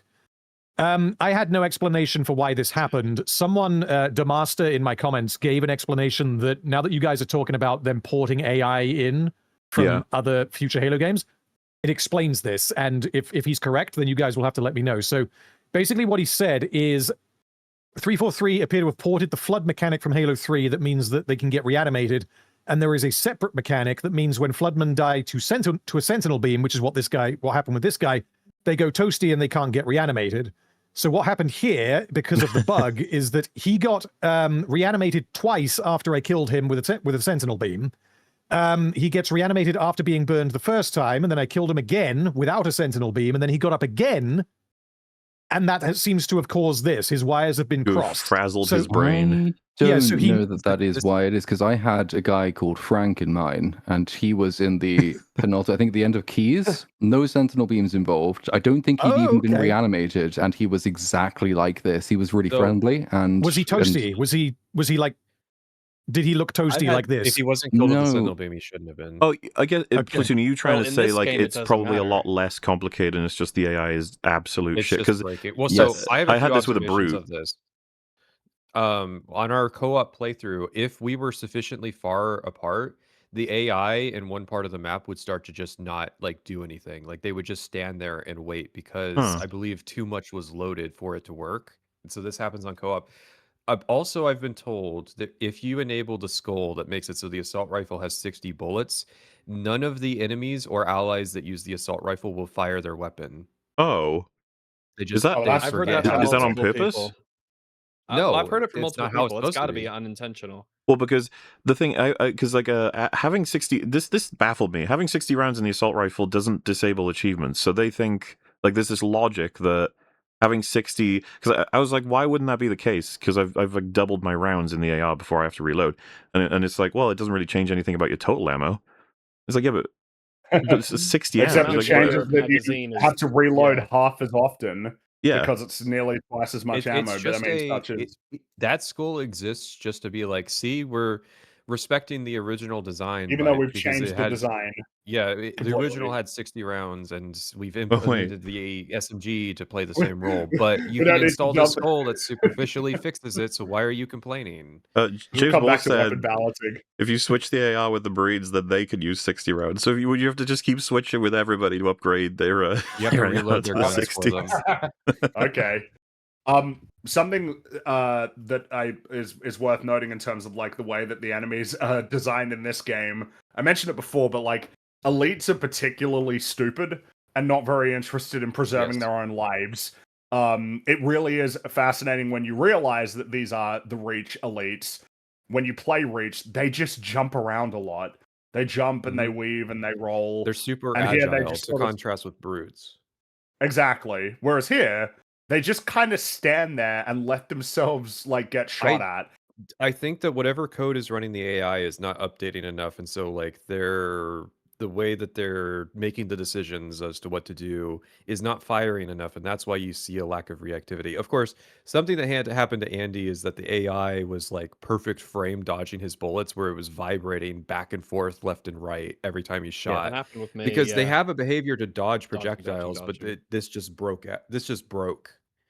It's almost like you're playing PvP and someone's tapping left and right to like, dodge it looked like fire. a fighting game character. Yeah. I need to pull up that tweet. And something that's frustrating about this and various other things is that it reduces, like, I don't know how they botched it as well, but there is something very helpful when you're playing games like this of a reliability of enemy action based on the things that you choose to do, right? You take out their shields and they go, blah, and they shake their head a little bit, right? Like, that's nice. Or even something as simple as, again, in the first game, where if you throw grenades, they'll just, like, roll out of the way a lot of the time, which is very nice because sometimes you might want to throw a grenade to make the elites roll out of the way to essentially achieve some other goal. Whereas here, most of the time, they'll just sort of stand there and take it. Want to live. Yeah, they want to live as well. Whereas here, they'll just take it and then they'll like launch off of the ground, but there's no animation for it either. They just kind of float into the air. Like I found that jackals in particular would never really get out of the way of grenades. It was more often than not, you could just throw grenades at jackals and they would just stand there on top of it, which makes them like immensely easier to deal with. And similarly, how you could just melee through their shields half the time. So, meh. But yeah, just behaviors of the enemies would impact immensely how difficult they would or wouldn't be to kill. But instead, there's just like no reliability to it at all. Got a variation on this guy as well, because like some of these guys, you think, well, he's just getting stuck under like a low hanging object, or he can't fit through the door. That does not explain the fullest extent of how retarded these guys are. You're seeing some of it here. No, They cannot handle ramps. They can't figure the way around the room. There's occasions where I don't know if it's the one I shared earlier. I think it's 2 hours and 8 minutes in my one, but there are bits where like, you can sit there overlooking a main room where they want to be. They really want to be in this main room, but you're elevated in that position. And so they briefly look around for like the highest point they can just naturally walk to, which in some cases is just up a wall for no particular reason. And then they get really confused, and they go all the way back. And then you try and bait them around corners. Like, I want to be... It's half the reason I use sprint, is because if the enemies aren't going to be taking me seriously, why should I take them? You want them to be able to do basic things, like figuring out where the fuck people are, but they can't. So here's the bit... Yeah, this is the one. So he's like, I'm up here. I'm trying to bait him into doing anything at all, basically, except vomiting, which they like doing when they're panicking, I guess, which is understandable. He thinks that's elevation, so he just walks up the wall. Yeah. Then he gets confused. Then he's like, oh shit. Oh, and then he eventually, once I shoot him enough, I think I might actually have to lead him around the corner in a second, which I do, because there's 2 of them in this room. So he eventually realizes there is a corner. He's actually taken longer to realize it than I remember him doing as well. But he does eventually realize there's a corner. This room here. is prolifically broken. I've had so many issues with the pathfinding here. So he goes around the corner. He's like, aha, he's coming up the ramp. He died. But there's another one. So now we can experiment. This is how they deal with ramps. Now, I'm trying to figure out exactly what's going on in his head, because I think the answer is nothing. He has, I think, a turning circle, and this is part of the pathing like problem. a radius, yeah. I couldn't turn sharp enough to be able to... I have an alternate that be a theory valid about what's path. going wrong with this room. So on the original version of Assault in the Control Room, there are 2 ways to enter this room, whereas one of those ways gets covered with flood gunk on 2 betrayals, and I think they didn't remove the original pathfinding nodes, so they think that a valid way to get to you is to go through this wall, but then they can't actually go through it, so then they get stuck kind of in a loop trying to figure out the pathfinding solution for getting to you. By the way, I did also encounter what you had mentioned about how in these space the flood tanks would there's like, if a flood tank is 1 unit high, there were all of these 0.8 unit tall spaces that you could walk through, but it just couldn't get to you. Yeah, there's like sort of one right there. Yeah, mine was a different one, but I'm watching it now. It was very blatant as to how this had ended up happening. Like, the room is the room, and they've copied it from the original game, and then they've added an enemy that was never in the original game. Tall, yeah. And then they seemingly just didn't test it, like, ever. Not designed for the space. They didn't test anything about this game. I mean, it's I don't think they get an inherent problem is. I think they knew it was there, but they didn't give a shit. Yeah, sorry. Well, when we were doing our remix playthrough, I think the thing we saw more than anything else was probably just the floating weapons everywhere above the floor, and it was so common and everywhere. You do wonder, like, they knew about this, but they shipped it anyway. It wasn't a big enough deal. You can't play this game without noticing it. They just thought it was acceptable.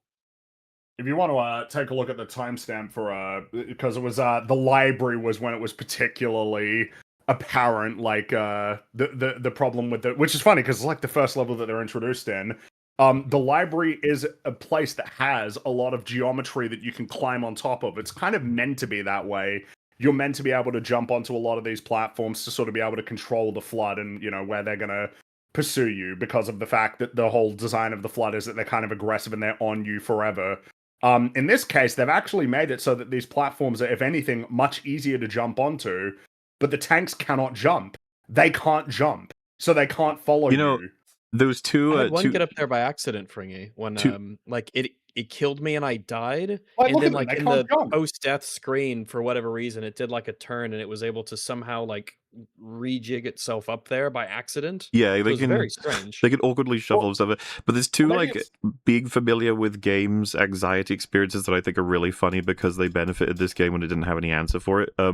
When you stood on, you know, in the first encounter, a lot of people stand on the platforms they provide you, and the tanks can't deal with them at all. When you first do that, Fringy, you instinctually jump off it when the tank almost looks like it's climbing up the wall. But when it's really just, it juts up the wall and falls back down. But you think, because you've played games before, oh, is it climbing up the wall to jump off the wall onto the platform? Because that sounds like something a developer would make it do. But no, it didn't. And so you needlessly jumped off the platform. You were completely safe. Similarly, and I said this on my stream, because I've got Left 4 Dead burned into my fucking brain, seeing these guys, you know that move where it puts the 2 arms into the ground to, like, vomit? Every time it did that, I would lock into it's about to throw a boulder at me. It's going to throw a boulder. Right, and every time I'd be like, no, I'm fine. It's not, these things aren't even coded. Of course I'm fine. I think what I find so fascinating about it is, of course, the normal flood infection forms, they can jump up and get you, because of course they can, because that's how they're designed. And in the case of these guys, the whole point is that they're meant to transform into other types if you do things that make it so that they can't really get to you anymore. They'll turn into the little spider ones, or they'll jump up on the wall and then transform into the one that can shoot spikes at you. None of that's here. They just have them as the tank, as like a mini boss. But they're a mini boss that can't handle something that you're obviously going to do on a level like this, that this level was designed to facilitate, which is just going on an elevated platform. You just go up and then they can't follow you. They can't do anything. So, they're stuck. If you play my clip, you'll see I was doing this on Legendary, and My perspective is this is the only encounter in which the flood tank functions as an enemy. Every other encounter that it's pasted into, it can't function in a lot of spaces. The reason that I think the flood tank is the way it is it's supposed to be more of a support like tank unit than an actual main unit. And so you have the infection forms that'll crawl up walls and chase you. You have the combat forms who will jump at you and shoot at you. And then you have the tank forms that are supposed to be applying like continuous pressure to get you to move around the environment. And I think that's kind of the inherent balance. It is a unit that is designed to be placed alongside other units that can make up for its deficiencies. The problem is it doesn't always have its team to help it with the deficiencies Well, that not it only does it has. not, but the first time you see it, it is introduced on its own. It's a dumb way to There's a do it. boss It's battle, like a mini boss fight. Yeah.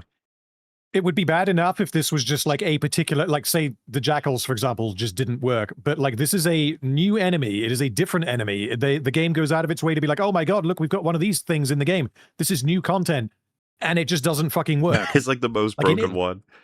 It's the most broken one, and it's the one they draw the most idea. attention to. It is both a tank and a necromancer unit because it spawns a thing that will regenerate the combat forms, and then it also backs up the combat forms by forcing you to put on pressure and make you run around the level. But it's just so often misused. It's just fascinating because this is an enemy type that they chose to put into the game that didn't exist before. And yet they didn't account for, and it's probably like what John said. They didn't care. They just whatever, like who gives a shit, or like oh we only got like 10 months or whatever to finish this. Like it's just part of what makes this game feel like this game feels like a messy medley of Halo, and not in a positive way. And it could have been in a positive way. Like we took Halo, we added in all the cool mechanics and stuff that came in later games. Like that could be executed well. Could be. It's another one that has knock-on consequences because they've redesigned so much else about the level and the way enemies spawn and the number of enemies that spawn to account for the fact that there is now this new dynamic in this area. The fact that they're useless means the entire thing is so easy because there are not as many flood. The flood do not flood in the library at all. They come at you one at a time. And it's like, well, I think in their minds they've tried to balance it because they have these newer, tougher enemy types. But if your newer, tougher enemy types are the easiest thing in the game, then all you've done is just remove the only thing that was fun. Yep. Also, which on that front, it's probably worth noting as well. Now, you guys can help me out because maybe I'm totally mistaken, but in this game, I have noticed in a few instances when I've died and respawned that the enemy types change seemingly arbitrarily. Like locations, yeah. Oh, well, not just location, but like actual clearest types? example to me. Yeah, so for instance, an assault on the control room, you know how like when the Pelican drops you down, you hop out and then you got a couple elites come out the door and a bunch of grunts and stuff. I have noticed that when I've died and respawned, the elite type has changed. Like it'll change from like a red elite to a white elite. So I have not noticed that, and I want to say, playing through the remix mode, if that was a thing, I would absolutely have exploited it because there's a lot of encounters where it's just like I would do the same room 50 times in a row because it's like there's 15 flood tanks and 4 hunter pairs and 37 gold sword elites, and it's like if I can change the unit composition so that they'd be grunts, I would abuse that. Your specific example, I've had this problem. On the remix mode, there is a non-zero chance that it will spawn hunters as the first encounter on Assault in the Control Room, and maybe that one's coded where it can change what they are because you will get soft locked if it spawns hunters. I've seen it elsewhere as well, to the point where entire groups of enemies just like will be there and then won't be there and then will be there if you die based on just where you die. You'll just go through and entire groups of enemies will be there or not be there sometimes, seemingly random. On Truth and Reconciliation as well, there was a point when I died and when I came back there was a different elite. It was like a red elite instead of a...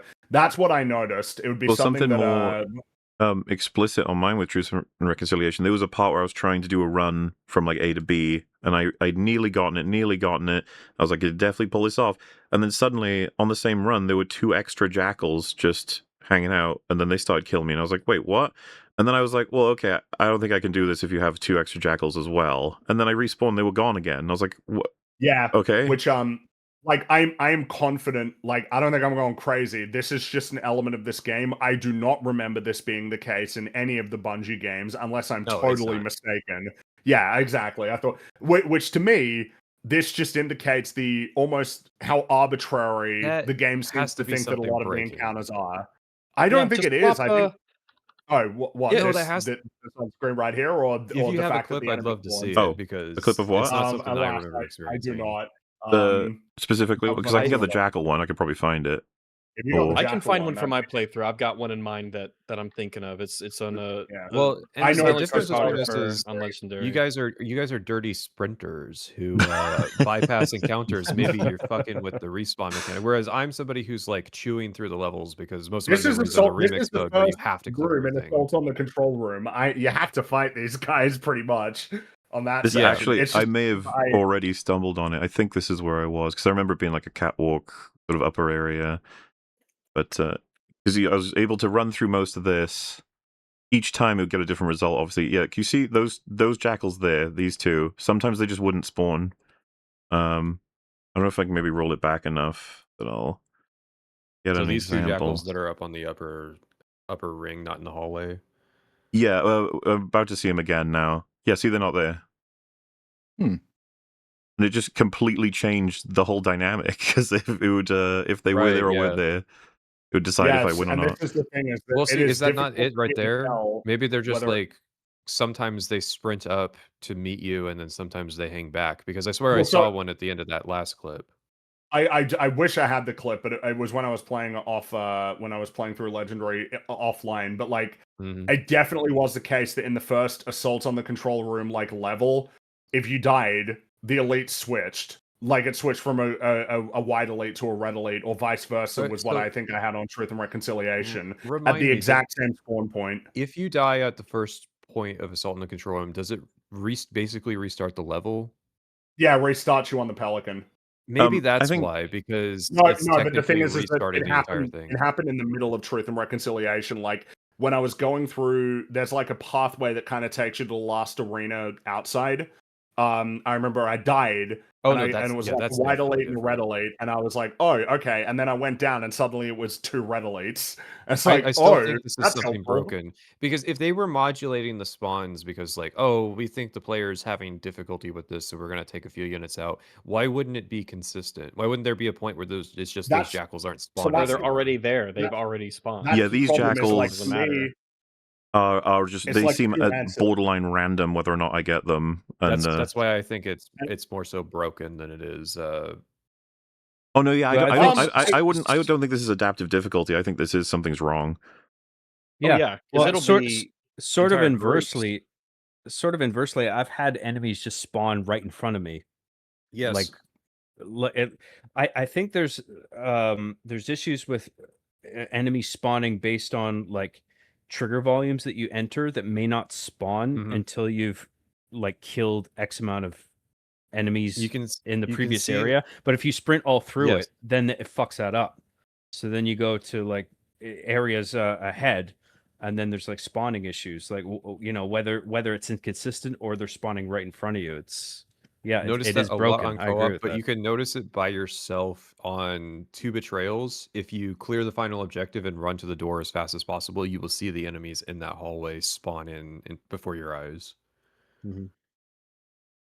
Yeah, Which, mine was when when you fight the 2 hunters on on the lid essentially on Silent Cartographer. When I got killed by the hunters and came through that little narrow canyon, then there was just like an elite and a bunch of grunts that just weren't there, but like an entire little battle group that just was here now that wasn't there the first time. You now reminded me with Silent Cartographer, what the hell did they do to the cloaked elites? What do they do to them? Are we talking about the What very the- end where they Are we decided what they did they put do like to ruin 7 of them Well, at the wait, very end? I'll tell you what happened. I'll tell you what happened. Here's the problem. They combined the cloaked elites with the spec ops elites. Cloaked elites in Halo CE don't have shields. No, That's they die the super problem quick. here. That's the balance. That is the whole balance of them It's in a that trade-off game. that they have. You can't Yeah. shoot It's like them, they jump I mean, you, but you can penetrate kill them easier. Whereas in this case, they take like 6 bullets from the pistol to like knock out their shields. Like they're like Yeah, kind of I mean, strong, they're like and you they're can't like see the them. normal elites, yeah. And there's like 8 of them. I just And the wanted grenades, to. if you stick them with a grenade, This it is a only 3-4-3 game. You're not getting bizarre- smart design. You're getting jumped. Yeah, it's a bizarre that's the thing. like difficulty spike where you kind of, especially if you're playing it on like the heroic mode, and you go through and you're like, all right, this is pretty easy. You hit that weird wall where the designers just say, you know what, here's 7 elites in a room. This was the Like, brute oh, example, that's the by the way, where this is just mega yes. broken. But it's a. I did show Fringy specifically how this breaks. There's an encounter before this. I'm sure you will remember it, where if you release the brutes, they'll attack the elites, and you're supposed to just kill everything in the room. Haha! It's in like a prison cell. All the brutes, and they're autoed into this like rage mode. They're already starting on it. So the game, I noticed when playing on stream that when you wipe everything out that are elite related, covenant related, that like the game progresses. It's like, we did it, moving to the next room. It is irrelevant of the brutes being killed. So I was like, oh wait. I guess it assumes you will kill them. Yeah, it does. It does. It just thinks it doesn't register them as the collective enemy. It's more so like, obviously they killed the brutes because the brutes are angry and running after them. But you can just drive them into this room, and so while they're running cutscenes, for example, Johnson just gets battered by it and dies on the floor. It's like for some reason, the designers thought if players have no impulse control, they did buy our game, so they'll just shoot anything that moves, and we can proceed. But the best part of this for me was that he just gives up eventually. He's like, "Ah, fuck it." He just stands there like, "I'll hang out." And then you could actually just continue the game. Like you could activate the thing, you could lower the thing, like all the prisoners come out. And I showed Fringy it, but you can actually get all 3 brutes in there. And they're all just running around infinitely headbutting and shit because they just. Maybe somebody has the answer on that, but the brutes, where are they? What is the AI that they're meant to be pulling from? Or is theirs wholly original to this game? Because if so, that explains a lot. Because I mean, That they would only explain it, yeah. exist. They are original as an idea outside of being brutes, right? Like the whole you shoot them. The whole shooting, the mind control thing that makes them go, like, instead of having the berserk be that you've taken out their shields or they're the last guy left and then they charge you. Like, I'm not actually sure what kind of because a few people are saying Halo 3, and it's like, I don't know about that. They don't seem to behave like Halo 3 brutes. It's hard to tell. Are you alluding to the possibility that they are wholly original? Yes, and the fact that they are probably the most broken enemy in the game. yeah, possibly. Well, they were introduced in Halo 2 as a new enemy type and like a midway escalation. And like you could if you took their health below a certain threshold, they would go berserk, but then they would focus all that rage on you. But now they've made them like stupid, where it's like they need this device on their suit to prevent them from attacking their own guys. And then you shoot that thing and it makes them attack their own guys. It's not only does it reduce them as a threat, but it's like they make it so glaring, like obnoxiously glaring, the thing that you shoot on their suit. The story of the prequel missions is that you should really want to destroy this facility because the Covenant are developing like a super weapon for the brutes. But I couldn't help but think, no, we should leave this facility as fully operational because it seems like what they're developing is a big red button on the front of the in front of brutes that if you shoot it, it goes apeshit and kills all of its own men. So we should leave this as it is and just go. Save our bullets. It ended up being some of the most fun I had was just, and I'm sorry to Halo Studios, I'm not actually, but it wasn't because you guys created something fun, it was me just enjoying everything fuck up. It's like I turned them on each other and then just watched them fuck around and get stuck on shit. Look at this. Good job. Like, this is so very scary. And that's the kind of thing that you introduce, you have to carefully balance around that. Like the player being able to do something like that to make the brute attack everyone else. It goes to show that when they're introducing their own concept as opposed to just directly copying something from Bungie, they just can't do it. The brutes, incarnation of the brutes is a new thing, and since they don't have someone's homework to copy, it's not a good implementation. It's like we saw what we saw earlier with the flood tank forms. Like they aren't able to go under those ramps because it's just like their collision box is just slightly higher than the open space that's there, so they can't go through. And that's an example of like them taking the original level design and then they implement their own ideas in a way that's like incompatible, and they're just like, fuck it, whatever. Yeah. I mean, because there's this. It was as was mentioned before, and I'm pretty sure it seems to me that basically everybody got stuck to some extent on the last encounter in Silent Cartographer. Basically, everybody suddenly hit a wall because all of a sudden there are 7 cloaked, really strong Spec Ops elites right at the end that are very and it is just depending on the weapons to you me. walk out with, So it compounds the issue. It's just they copied the original stealth elite encounter, but since they have shields, it's now like a massive difficulty spike. Yeah, that actually pissed me off because I was unsure of myself anyway because I never normally play on heroic, and I was like, do I just suck at this game? And like the answer is still probably yes, but like I felt like it was a sudden, like I wasn't struggling until then. And that took me. It was all of us on our playthroughs. It was like, what the fuck is it spiked everybody. It's actually, it's just, it may be the quintessential example of how the difficulty spikes work in this because of the design flaws. And also, the rest of Silent Cartographer, that section is just made like comically easy. There's just fewer enemies on the climb back up. And anybody can now speed run jump down to the bottom to skip the going down part. Oh yes, because that's another thing as well. It's a more minor thing, but for the longest time while playing this game, I didn't think there was full damage. I didn't think that for a long time. There's not a lot of opportunities. Well, there's not a lot of opportunities. It's just kill boxes far enough to find out. It is mostly kill boxes because the first time I realized it when that's amazing. The fucking Assaults on the control room. The lighting is totally broken as well. But it was on assaults on the control room. I jumped down, and then I took damage, and I was like, "Oh, I guess I have full damage." Yeah. I guess there is full damage. So the speedrun skip on Silent Cartographer is you have to jump down from the platform and land at a specific spot, and it abuses that you don't take fall damage if you land on like ramped geometry in Halo CD. Whereas like you could just fucking straight up jump off that platform, land on your heels, and be completely fine and not shit your spine out your asshole. Like that was another thing. I think I did it. I think when I was playing it on Legendary, I did it by accident. I was dealing with the hunters, and then I jumped backwards, and I was like, "Oh, I guess I'm dead." Oh no, never mind. All right, yeah, no problem. I only took a little bit of damage. It's all good. Which it feels like it's just tethered to the whole health pack thing. But yeah, the Spec Ops Elites right at the end is just like it is really remarkable how comically easy and then comically hard. Yeah, exactly. Because again, the whole balance of them in the original game is they're glass cannons. You can't see them, which is meant to throw you off a little bit. But you can see them because there's a relatively visible shimmer that they sort of have. But yeah, if you land a headshot, instant death. That's the balance. And instead, in this case, they're like, no, let's have it so that they're about as strong as a Red Elite, maybe even more so.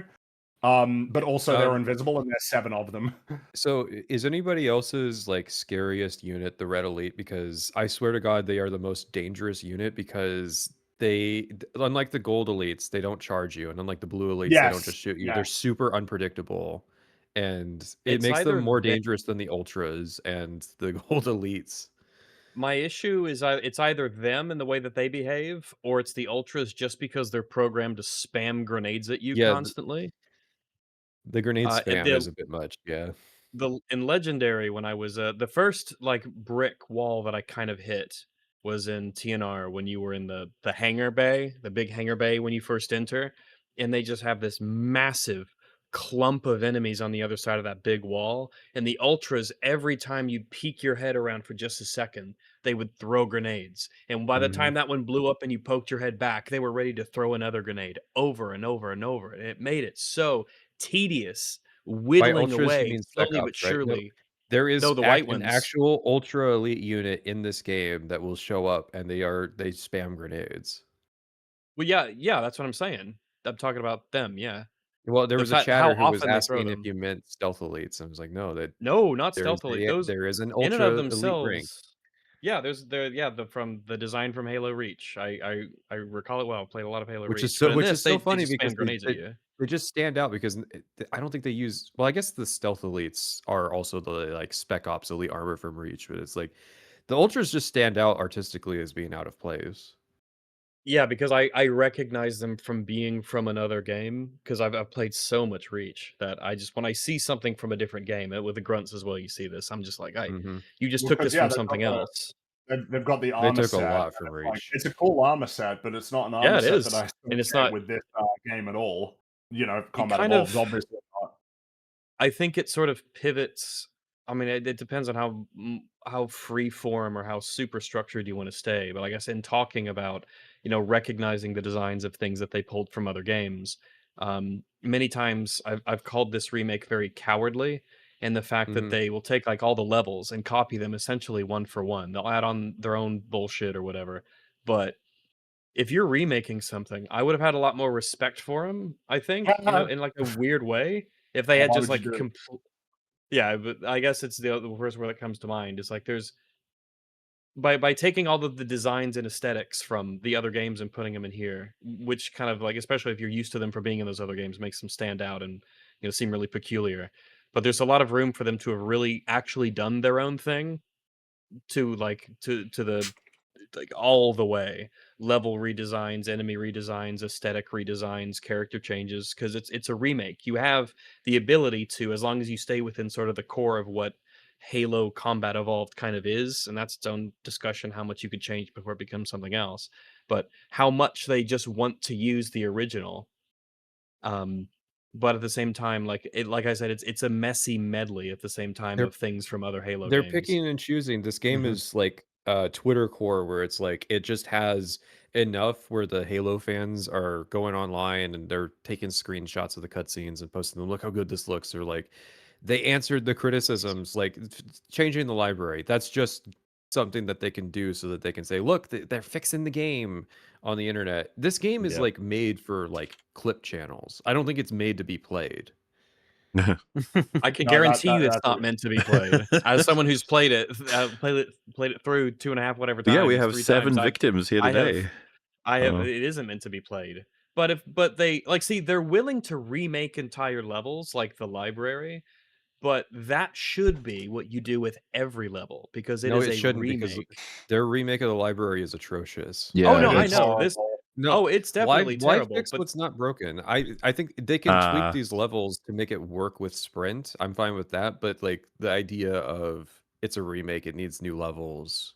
Surely the library is a Mhm. consequence of the discussion that had happened prior to this game's existence, right? And, Like, and library it's is the meta. controversial. Yeah. The It's got a library is reputation, controversial. so It's we fixed considered one it. of the worst levels in gaming by people who've played like 6 Which, games in their entire yeah, life. they're totally wrong. By the way, library's replaying fine. Well, Combat Evolved There recently, are like, entire games where every level is worse than the library. I was yeah, really surprised because I had no idea that discourse was around. So I finished the library on OG Halo, and someone said, "Oh, you just finished like the most infamous level in gaming." I was like, "What? Is that because it's meant to be hard? Because it wasn't hard." I said, "No, because it's meant to be boring." But it wasn't boring.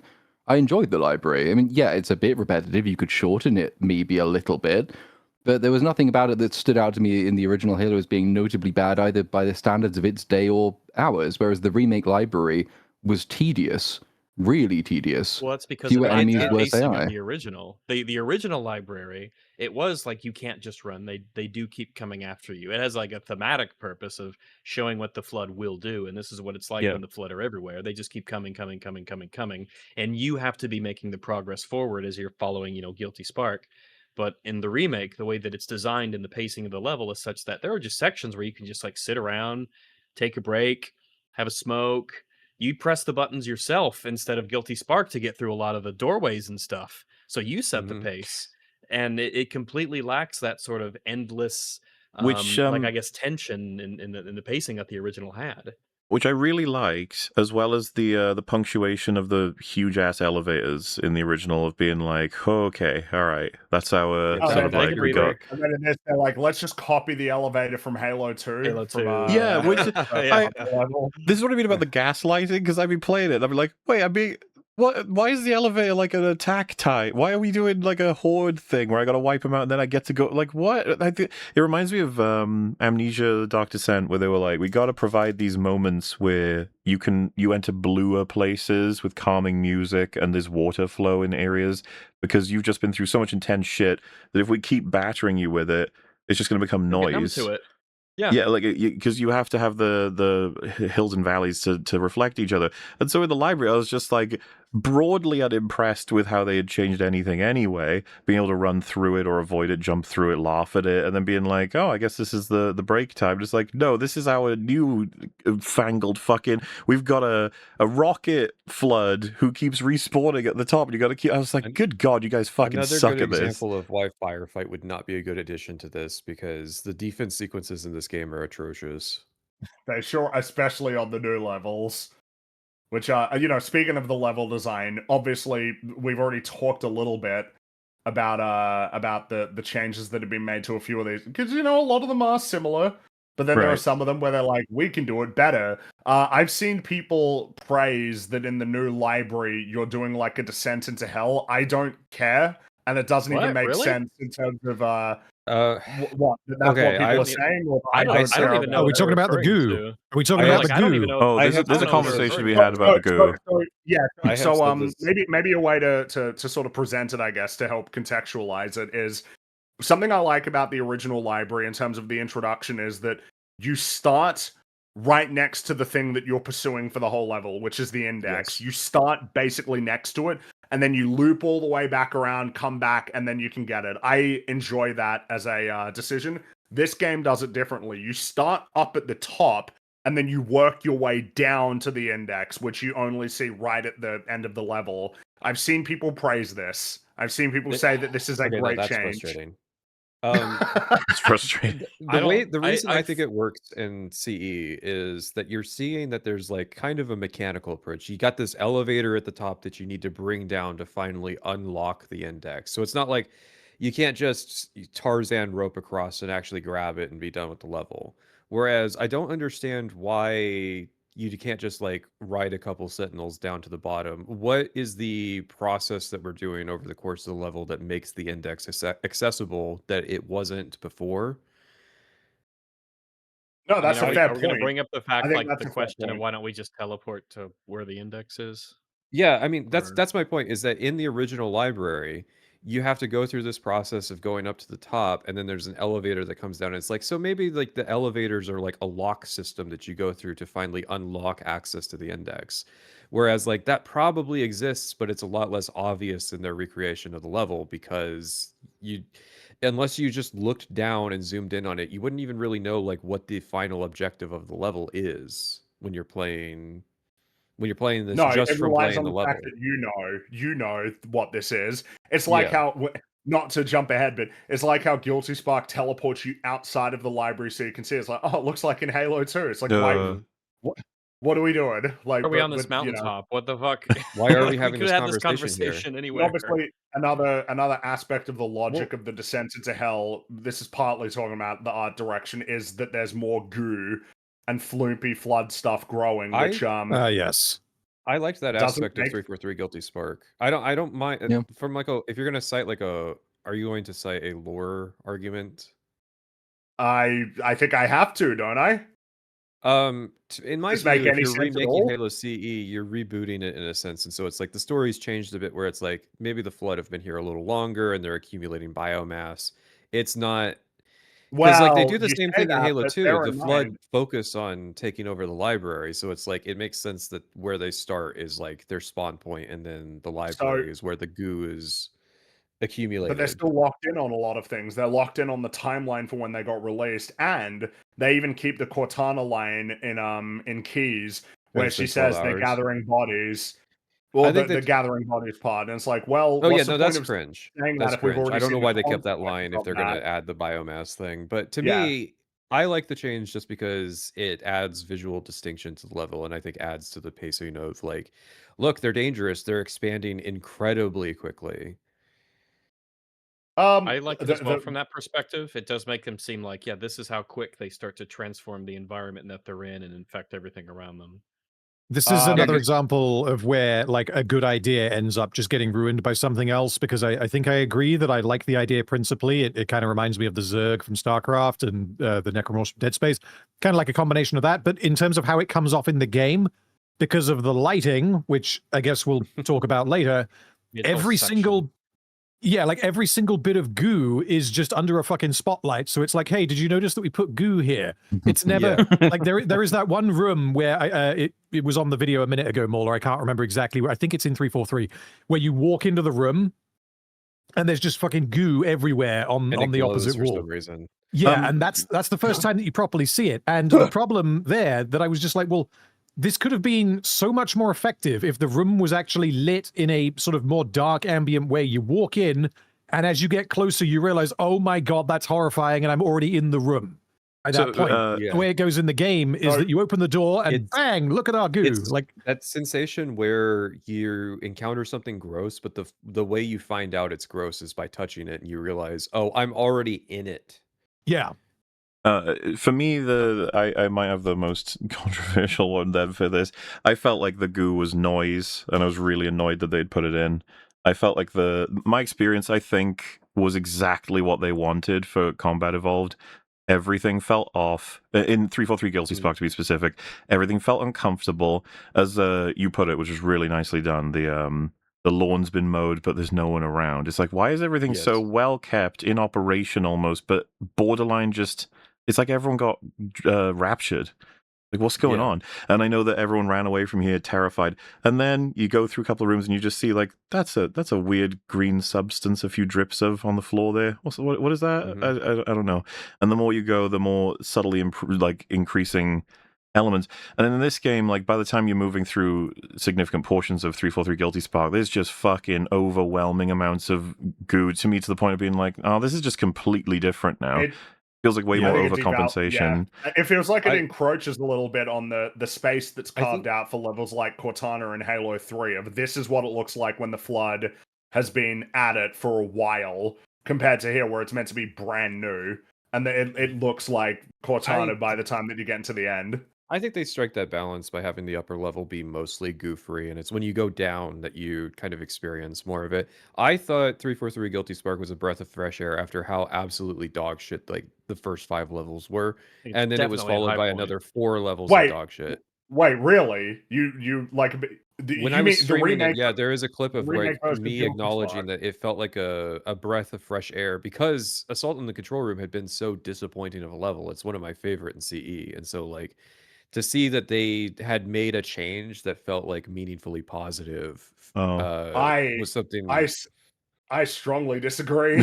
I fucking hate Guilty Spark in this game. This was the turning point in the game where it got worse. Yeah, this might be my most hated level change. I fucking hate it. Like, I think it was. I'm trying to emphasize. I had such a bad experience with some of my favorite levels of like Truth and Wreck, Silent Cartographer. It's such a solid stretch of the game. It's probably the most levels in a row that are solid, starting with Truth and Wreck and going through to the library. Such a solid stretch of the game. So for Silent Cartographer to be so bad, for Assault in the Control Room to be so bad, and then for the library to be mostly fine by comparison to those earlier levels. I'm interested. So what specific aspects made you think this is better than the previous 5 levels?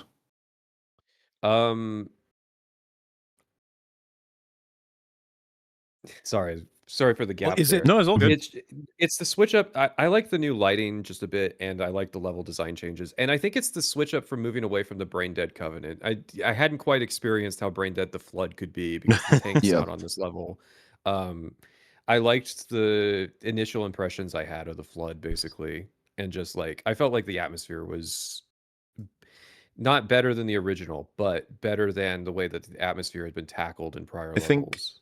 The difference for me was because I think 343 Guilty Spark hit me quite well in Combat Evolved, so I was borderline like, I'm looking forward to getting there, because now we're almost for the same reasons you've listed there, because it's like finally we're getting to different enemies and a different approach, and they've got some challenges that can be benefited by their lighting systems.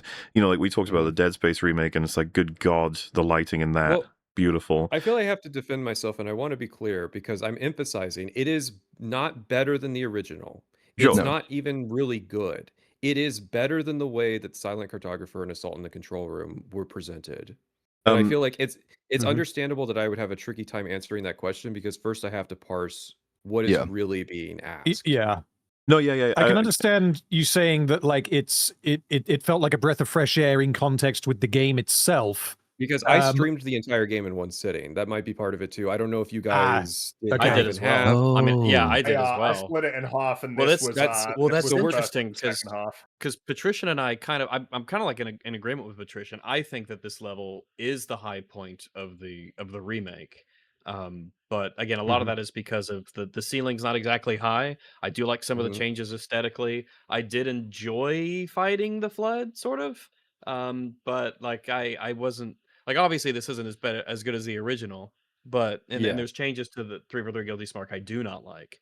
But I mean, I do think that it certainly was a high point for me where I was like, oh, okay, I get what you're trying to do. It's not all bad. I like some of the aesthetic changes. Well, But obviously the original's better. if I guess, may, I want to give the experience of why I do think it's all bad. So I go in like super happy and excited to see what they're going to do with this level in theory, and then it's like they've already cut out the running away covenant shit, which I've already seen the defenses of that being like, this is fucking, you get it later, so don't worry about it. Like you get it when they. But the thing is, when you see them running out later, they're running away. Like you can definitely contextualize that as running from the Marines anyway, right? Like instead of necessarily like just neutrally, but then getting into the place itself, and then forward from that.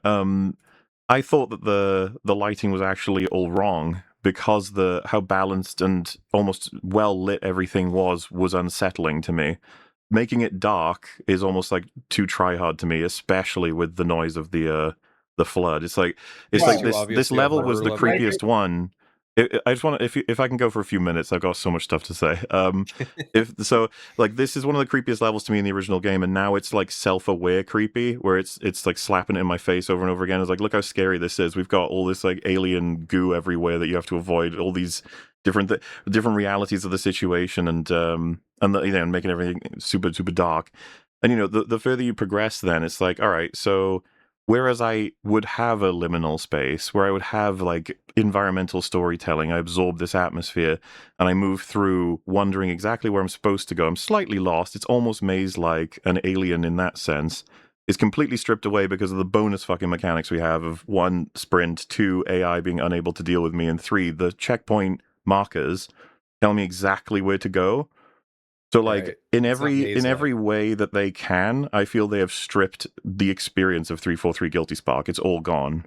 And I wouldn't say there's nothing there. I'm saying everything that I thought was valuable about the original level that they're adapting has now changed into a completely different remix. It's someone else's idea. Then let me be clear. I love 343 Guilty Spark, the original. Yes, it's worse than the original. Oh yeah. There's no debate about that on my front. This is entirely it's still better than the remix version of Assault in the Control Room.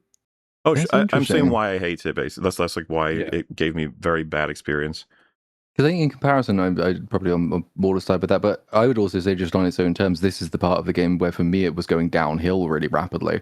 That might be that I hadn't stress tested the first half of the game enough, or it might be that I just wasn't sufficiently familiar. Going into the game, I wasn't like, oh yeah, this is going well. Yeah, I am already familiar with Halo, so I'm already like being super disappointed early on. Whereas like since you have less familiarity, you're going to develop it more over the course. Yeah, the raping is new to me.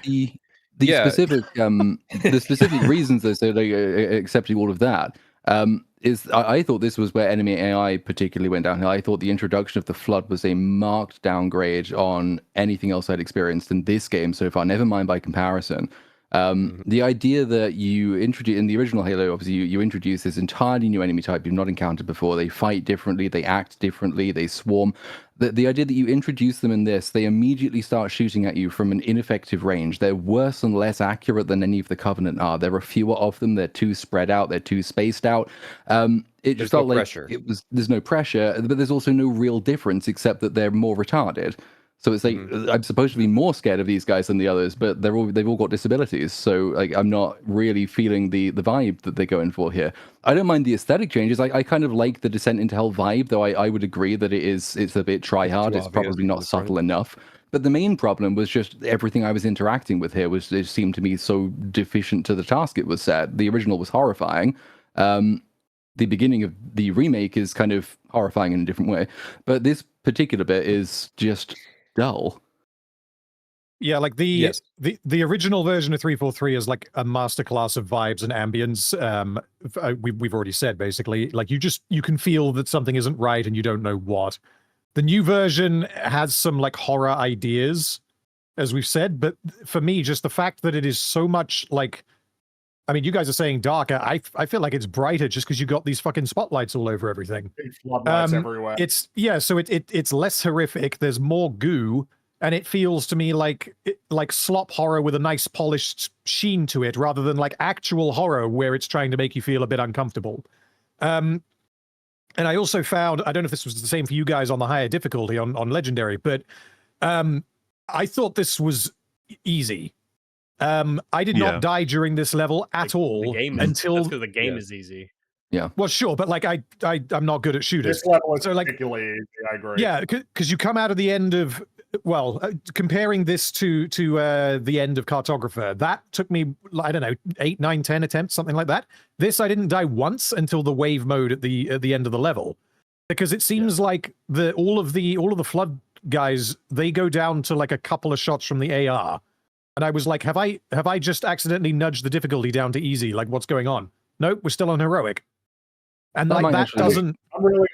I'm really glad you said that, because I figure that might be a good segue to talk about the weapons and balancing of the weapons in this game. Well, if there's anything closing on I do have one comment that's important for 343 Guilty Spark, although it's endemic to other parts of the level.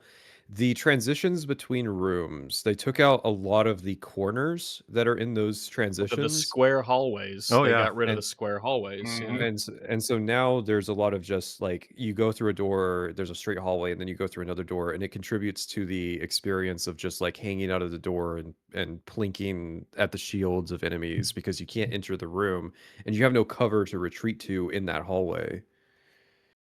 It's endemic across the entire game, that problem, and it's weird because you would think that they would just keep that because they're into the cover-based shooting mechanics.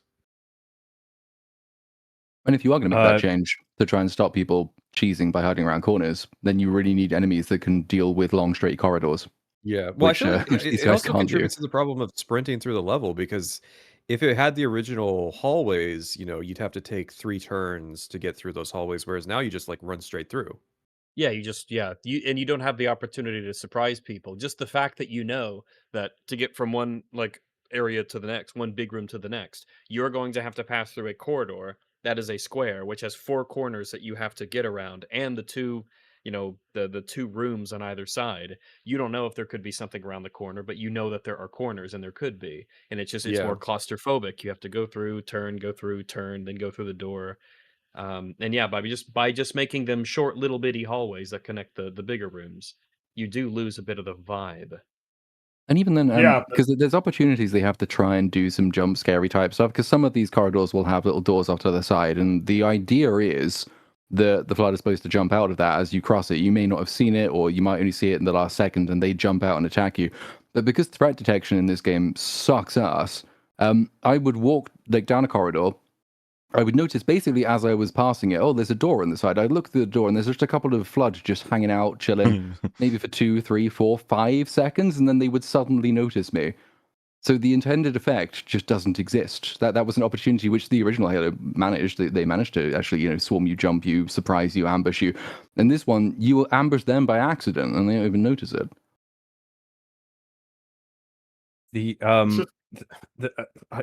I don't know how you're structuring this, Ringy, but like, because we'll talk about cutscenes later, but like I'll just briefly mention the cutscene in which the flood is revealed was like one of the very few highlights for me for this game. Oh, you mean you talking about the recording? Feelings on it. Yeah. Well, because I see positive aspects of it, but then also like I feel like it drags out with like there's little bits of like milsim autism spread in of like, look, he's tapping his shoulder to let his comrade know that he's behind, like stuff like that. We can come back to this. I figured that then we could talk about the story. Yeah, how much gameplay? Yeah, we have to cover. There are a few things that I think are still worth hitting on. One of them is what I mentioned before, which is weapons and balancing, particularly because there's something to be said for this game adding in new weapons that weren't present before, and as well as making changes to some of the weapons. So I guess let's start with the existing weapons because boy, do I have some shit to say about them. The most notable change to the existing weapons is that the AR has gone from 60 rounds to 36 rounds, which means that it is more in line with the design philosophy of later Halo games compared to kind of a very specific niche that it has in the first game that isn't really it is wholly unique to that game.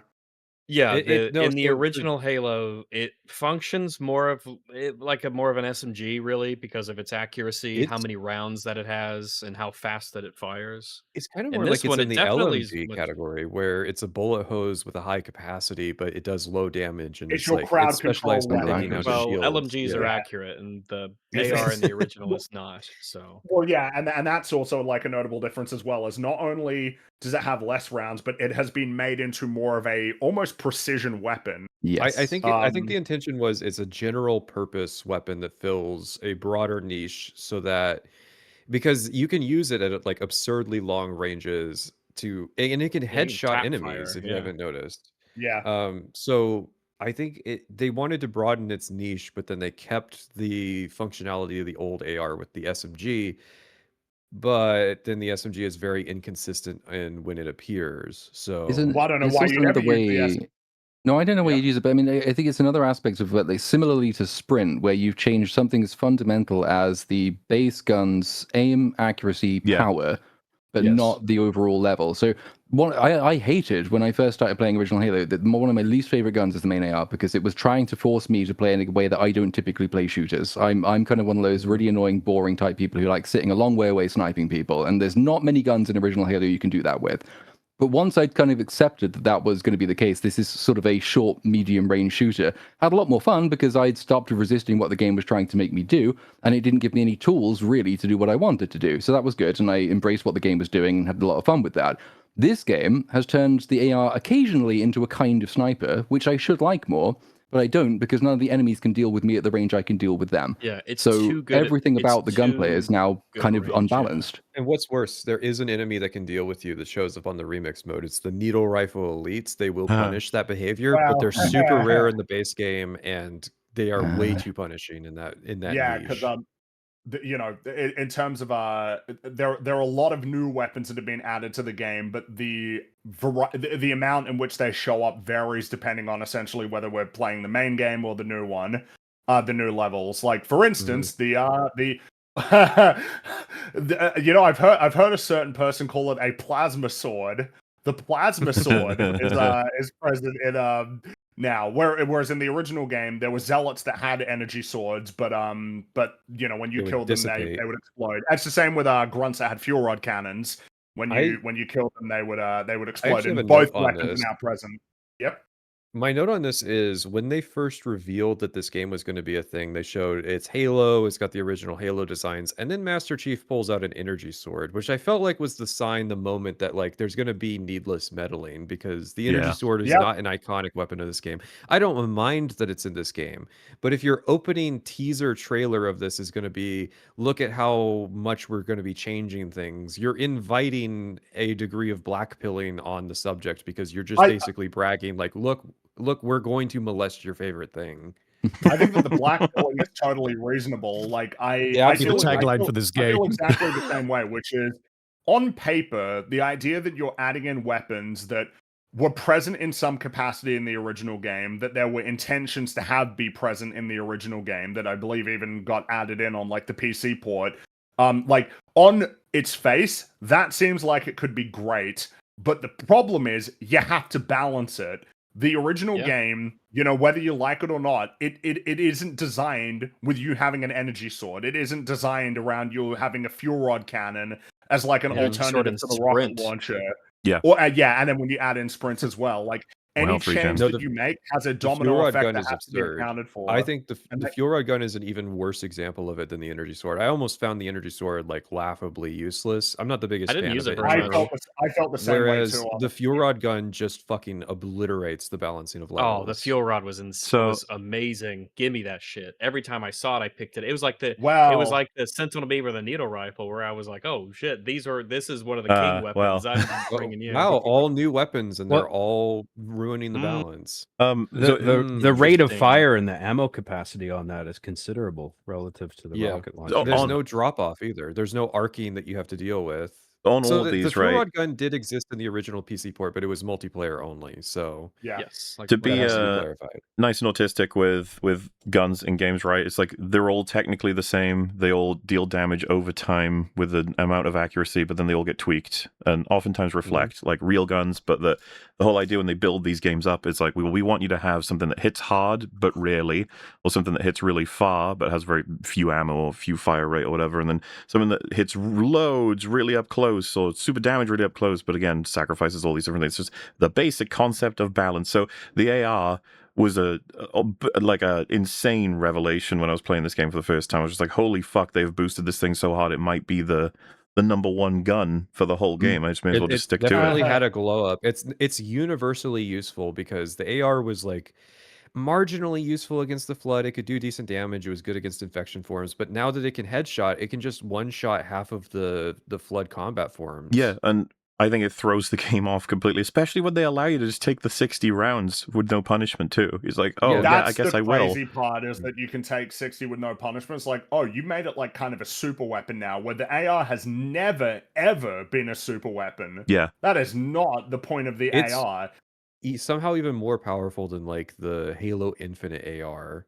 And it's weird because Yeah, the which assault is rifle pretty has powerful. always like fluctuated. It's always been a weapon that's been gone back and forth. It's not even in Halo 2. That's how much that weapon has gone back and forth in the way that the games are balanced. Well, yeah, and I think that by 3 and Reach, you've got like the correct balance, which is it's pretty versatile, but it's got a pretty shallow magazine, which means that a lot of the time you're probably going to run out of ammo just at an inopportune moment, which then I'm pretty sure Bungie has talked about this, that they wanted to make it so that you're more encouraged to use melee or grenades because of the shallow magazine. Yeah.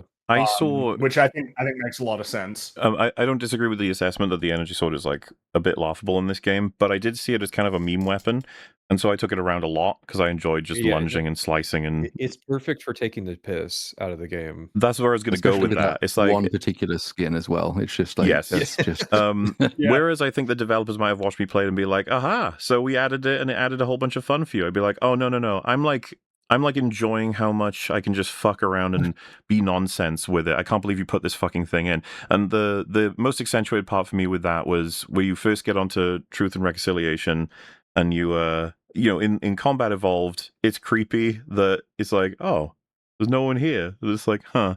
And then your radar will be like red markers, and you can look over and there's nothing there because that's your first major introduction to a camo elite with we could talk about Yellow Band. I'm not talking about that. What I mean is like, okay, so you start shooting them and you can see it's doing something. Get them before they start killing your soldiers. And if you're lucky, and I say, you know what I mean by this, someone on your team will get killed first without even realizing what's going on, and you can't see anyone. And it's just like, what a cool encounter that they've made for you first understanding these guys and trying to deal with them. But now, like, I kill one of them, but they drop a sword. And I could, there's that too, yeah, multiple playthroughs and stuff. But the sword made that part kind of funny for me, because like kill one, grab sword, and then I could just sprint around in circles and just insta kill all of the guys as they were coming out. I want to add, the sword is even more useless on the new levels. That's the confusing part, is like new weapon, you would think that it would serve a useful function in the prequel missions, but the new levels are so fucking wide open. Lend themselves well to it, like, yes. The sword is just dog shit there. And just to close off on that, what I was saying is that encounter's completely changed like its meaning by adding different weapons or changing the balance of different weapons, which is supposed to be just microcosm of what they've done to the whole game with this. We'll get to the the number one weapon that I think that does this. But someone just mentions, like, I thought you didn't like the energy sword because the lunge was inconsistent. I think that the bashing, the melee in this whole fucking game is inconsistent. I didn't have anywhere near as much issue in Combat Evolved, where I was just killing shit by punching it. In this game, I would punch so many fucking times and it would completely miss. And I would slice with the sword and it would completely fucking miss. And I was just like, okay, trying not to lose my fucking mind. The sword can't instant kill the elites. Yeah, right. there's a lot of that too. But I just mean the difference between hearing the sound and it's knocked its shield off versus nothing at all, which was driving me insane. A feedback problem.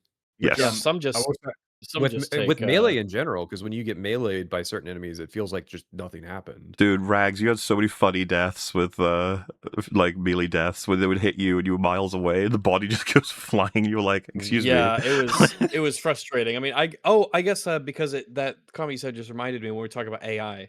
I think the worst AI in this game is actually the hunter AI. I had a lot of weird issues with fighting hunters in that the obvious point of the hunters is that if they get close to you and hit you, they'll either kill you outright or do a lot of damage. But when they swing and they miss, they leave their backs vulnerable for you to shoot them.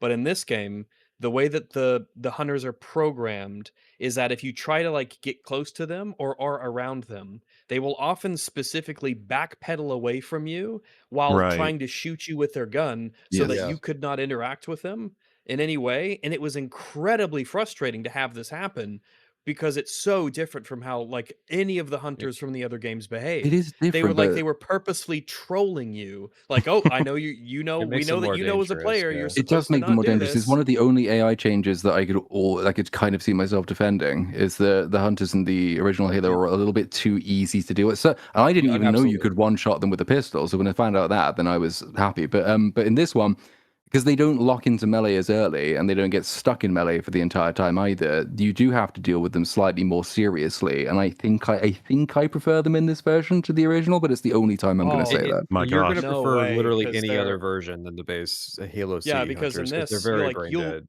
You'll run towards them. You'll be very close to them when they are all basically within arm's length, but they will still backpedal away from you faster than you can catch them, so that they can shoot you with the fuel rod gun, which you can't really do anything against. You're like appealing to the dance between the player and the AI is fucked up. Like they're not reacting in a way that creates like satisfying. Because I remember watching you deal with it and. It's between because I agree with you on a lot of how you're contextualizing that. The tank flood is just retarded outright. Yes, the brute, like I was showing in that clip, they're also pretty retarded. The difference here is that the hunters aren't retarded, but they're built in such a way that's extremely unsatisfying for a lot of player engagement. They're supposed to. They're specifically acting. I think I described it as they're acting like a player. Where if you were playing, if a player was in control of a hunter and had to kill Master Chief in the game, and Master Chief was being controlled by another player, then that is exactly what you would do. You would know that, oh, I'm vulnerable from behind, and like the other person's trying to bait me into a melee. I will never ever do that ever under any circumstance. I will stay at a distance at all times and shoot my fuel rod gun because that is obviously what you're supposed to do. But that's not how the game is designed. It does ramp up to a certain level of difficulty with them as well, where the incentive to cheese them becomes almost unavoidable. So most of the enemies in this game have a specific kind of tard threshold where if you get a certain distance away from them, they just forget that you exist and they fuck off. And they'll go back. So that's the way you deal with the new ones, because they're almost so defensively good that you have to do that to them to get past them. So though I prefer them, they still have problems. There's a few AI notes with the hunters that I want to do. First of all, they don't enrage anymore when you kill their partner, which was a staple behavior after. Well, they really do it in Halo CE, but they especially do it in the later games. So it's weird that you can kill one of the hunters and the other hunter does no longer enrages, because that it adds to the pressure of it, because now you have another hunter who's like trying to melee you to death. But the other thing is they have an interesting behavior. If you shoot their neck, they will raise their shield to kind of protect their weak points. They do this also when you shoot their right knee, which the shield does not block. So you can just sit there with the sentinel beam and just shoot their right knee until they fall over and they won't defend themselves. I definitely noticed it was a lot easier to kill them from the front in the way that their weak point on the stomach specifically was like kind of easy to hit. And there would be multiple times, especially in the new levels when they would introduce the when they'd introduce the hunters and you had a huge space to work with, you could just kind of like shoot them in the front a bit. They would be weirdly vulnerable from the front in that particular area because they just but keep facing you. And you could stun lock them. You could stun lock the hunters with the particle beam rifle. I noticed a lot of the times. If you shot them in the back, you'd get the hit marker. They would kind of jerk forward a little bit, and then you shoot them again. They jerk forward a little bit, and you'd stun lock them until they just died. But I also noticed that there seemed to be a lot of inconsistency with what would kill hunters from behind in terms of like the pistol or other guns, to where it was weirdly like, how come when I shoot you, 4, 5, 6 times, you're still not dead? Like, this is weird. Is there some disconnect or desync? Sometimes like Yeah. a sticky grenade will stagger them and sometimes it won't. And it makes them very dangerous up close because you cannot rely on something staggering them if they get in too close, because they can instantly melee kill you now. That is a new feature. I'm just reminded because of the beam rifle is another weapon that's been added to this game, which means that on Truth and Reconciliation, you can run through a substantial amount of the level with 2 sniper weapons. Right. Yeah. Which there's another example, isn't it? It was like, do you think that they built this with that in mind? Do you think it would cause any imbalance here? Or do you think that the level is specifically designed with only 1 sniper weapon with a fixed amount of ammo that you're going to have for the whole, opening portion of the level? It's a generous amount of level on Truth and Reconciliation, so it doesn't affect it too much. Honestly, the beam rifle felt fucking useless.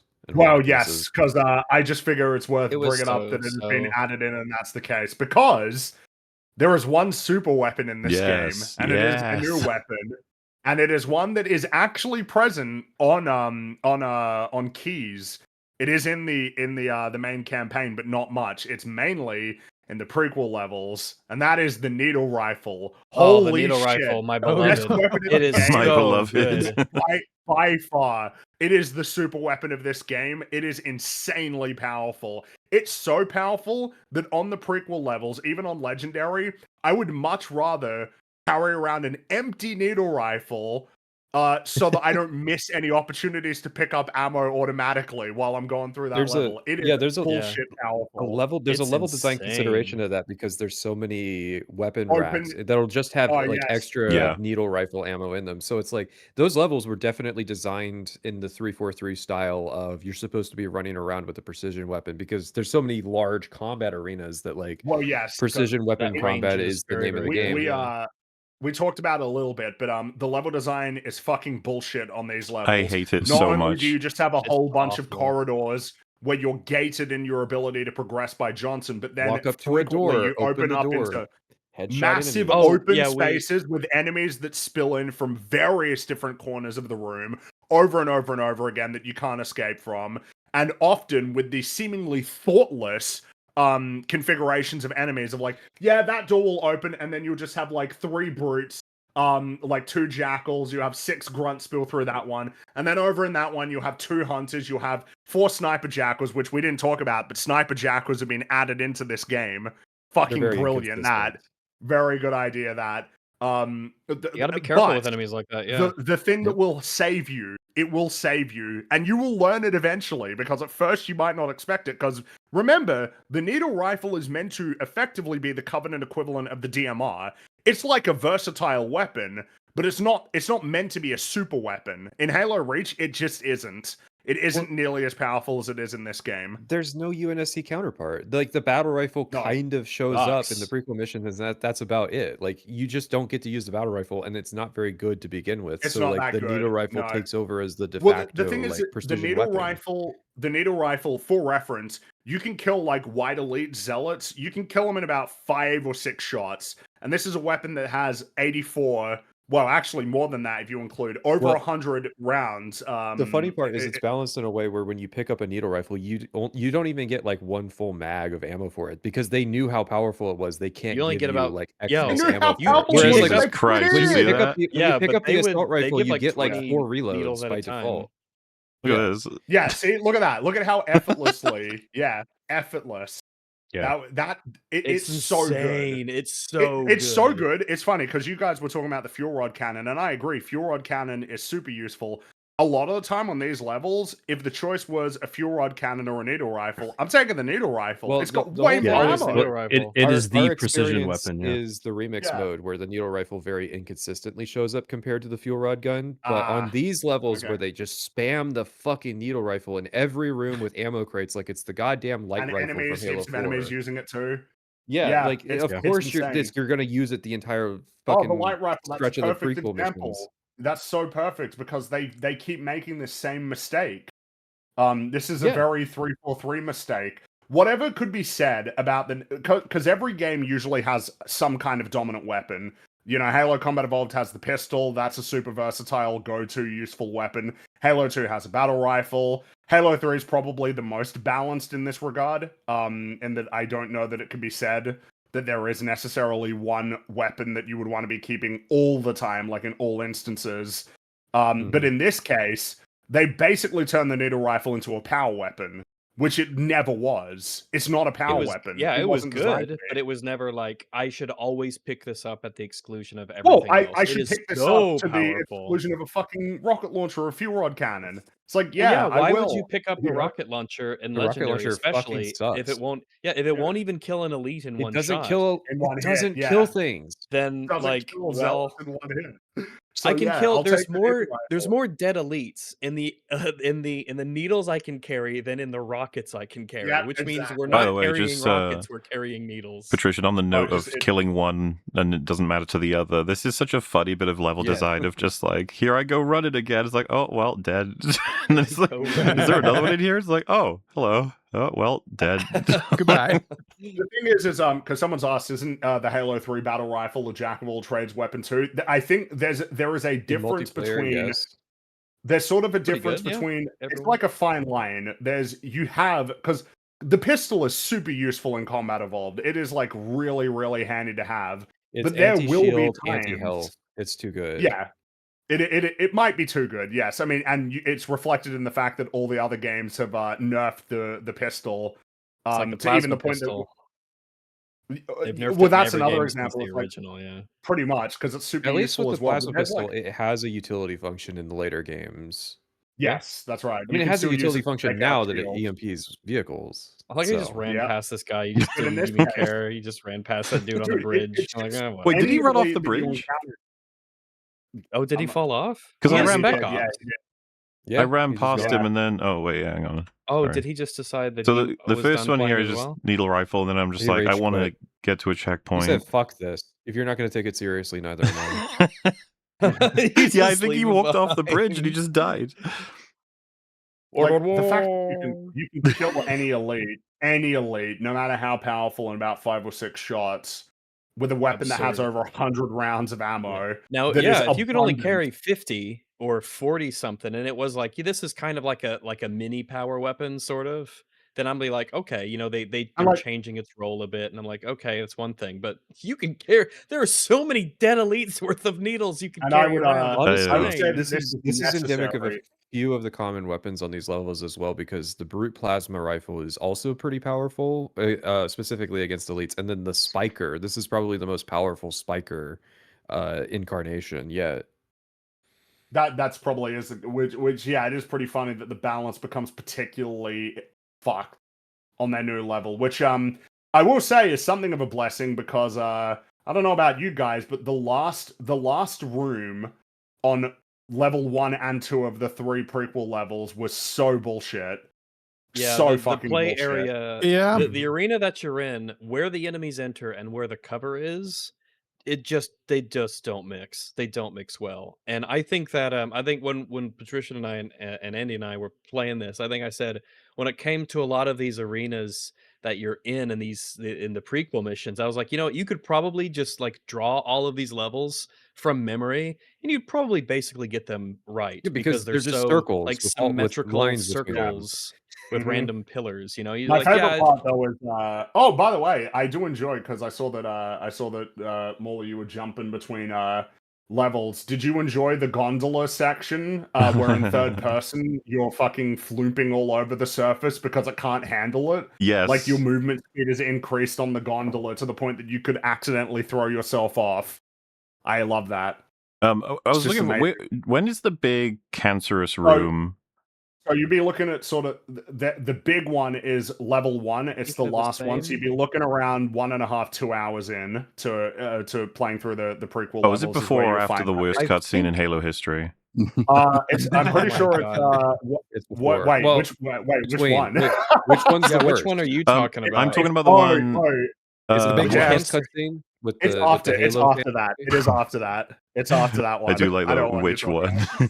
Oh, another brute fucking AI just breaking. I think we might be talking about different shitty arenas. No, it's after. It's the last. You're He's past talking that. about, like, It's the before you hangar go room. into. That's right. It's before you go out into the hunting area. Oh, is it when you kill the high value target guy? No, there's two no, rings. that's It's two later. rings. There's snipers that was up on my the other least level. favorite There's one. two I shade think that one was cannons, the and it's like shittiest. wave defense. Yeah, I know what you mean. Oh, this is the room I was looking for. This is one of them anyway. Oh, this big ass one. Yeah. Yes. Wait. The giant circle. Over the first time. Yes. Here you go. I hate this room. This room is a great example of their level design, I would say. Yeah. This is why you could draw this room necessary, from memory, and it because sucks. when they make new levels, they make these big ass open fucking spaces where it would take forever to run across without sprint. So, and the thing is, this is yet ahead. another instance where you can see how insecure, because behind all of these staircases is shit tons of weapons and overshields, camo. Because that's supposed to be like a boss weapons, encounter. weirdly. It's a gauntlet, so they got to give you tools to survive the gauntlet. But it's just God, there's no. I think it's just how lazy it is. It's like, this is the room where you're gonna have to kill like 100 enemies. So here's I think that this is the one where my eventual thing was, I'm just going to run around the top and let Johnson deal with them because he has a really powerful sniper rifle and he can't die because he just gets sent to the netherworld of the Force and then he comes back. Yes, he goes the will between worlds. But I liked watching brutes mess around with their friendlies. It was fun. I will say it's either. We're talking about either these sorts of arenas, because essentially you have these big open shitty arenas where the cover and the enemy spawn points are all borked, or you have what happens for the vast majority of encounters, which is essentially this picture. It is a hallway with a door, and then there is there is a room where the developers think, oh, if we put 7 elites in here and a bunch of other bullshit, then that's just going to be the game. And when you when you realize that's a pattern, you notice it all the time in these levels and these designs. Do it 15 times in a row. That's your game. Yeah. Now do it 15 times. The most iconic one for me. The most iconic one for me is on Truth and Reconciliation. It's the fucking gravity lift sequence where they're coming down and there's 15,000 waves that come down and you just get pushed back to the entrance of that area. And of course, they took all the curves and cover out of that hallway. So like you have to hide at the back because their pathfinding won't go down that little hallway and then like peek back out. Yep, you're finding it. Oh wait.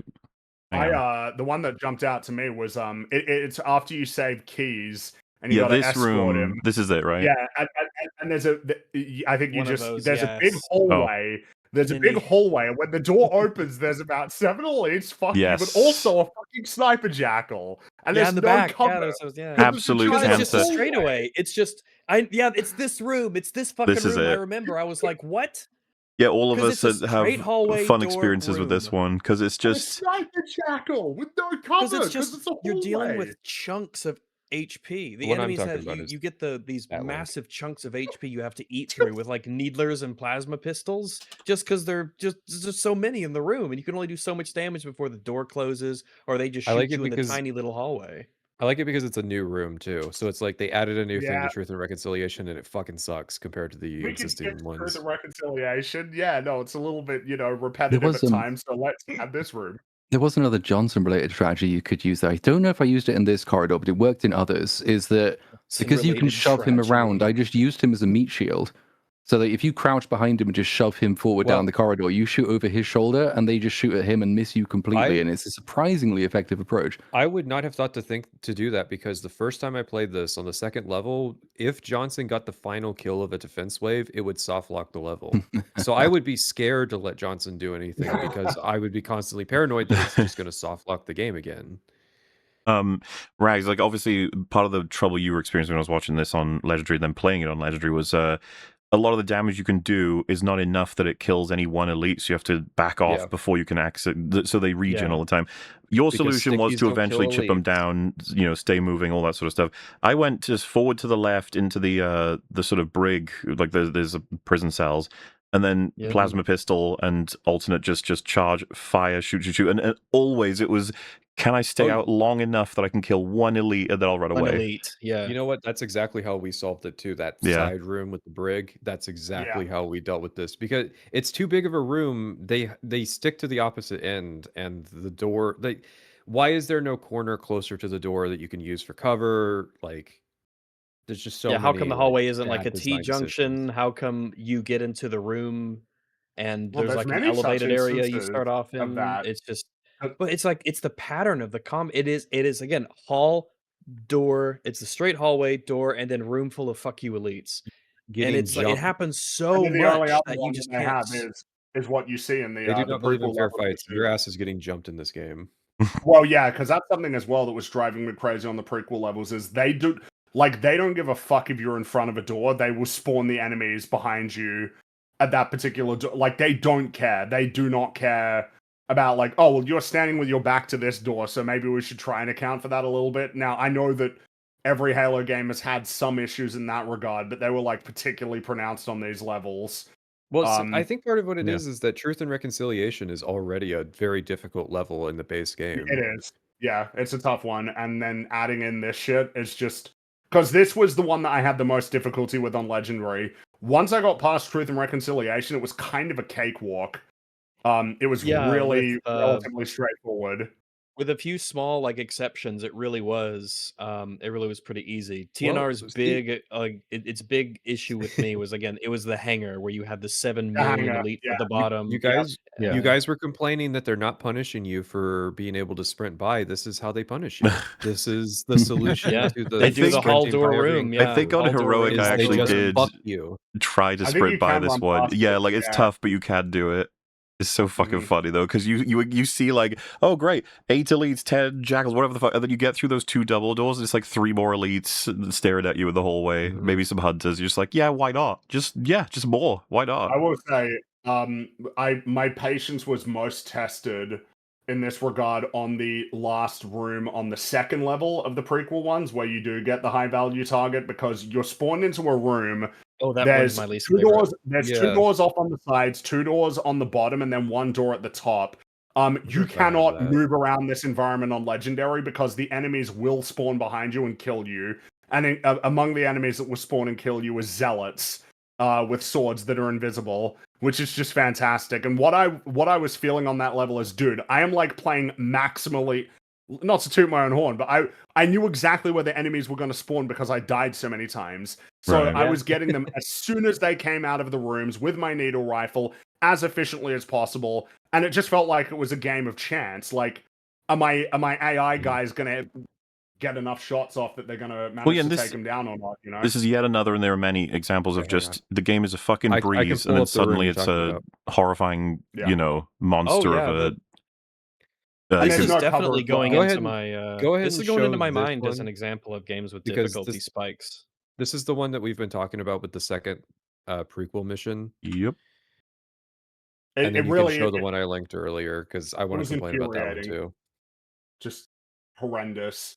And the only cover that you have that is far away from the doors is like movable cover. It's like one of the movable sort of rectangular explosions or objects. like so they can knock it away and then you're screwed. Yeah.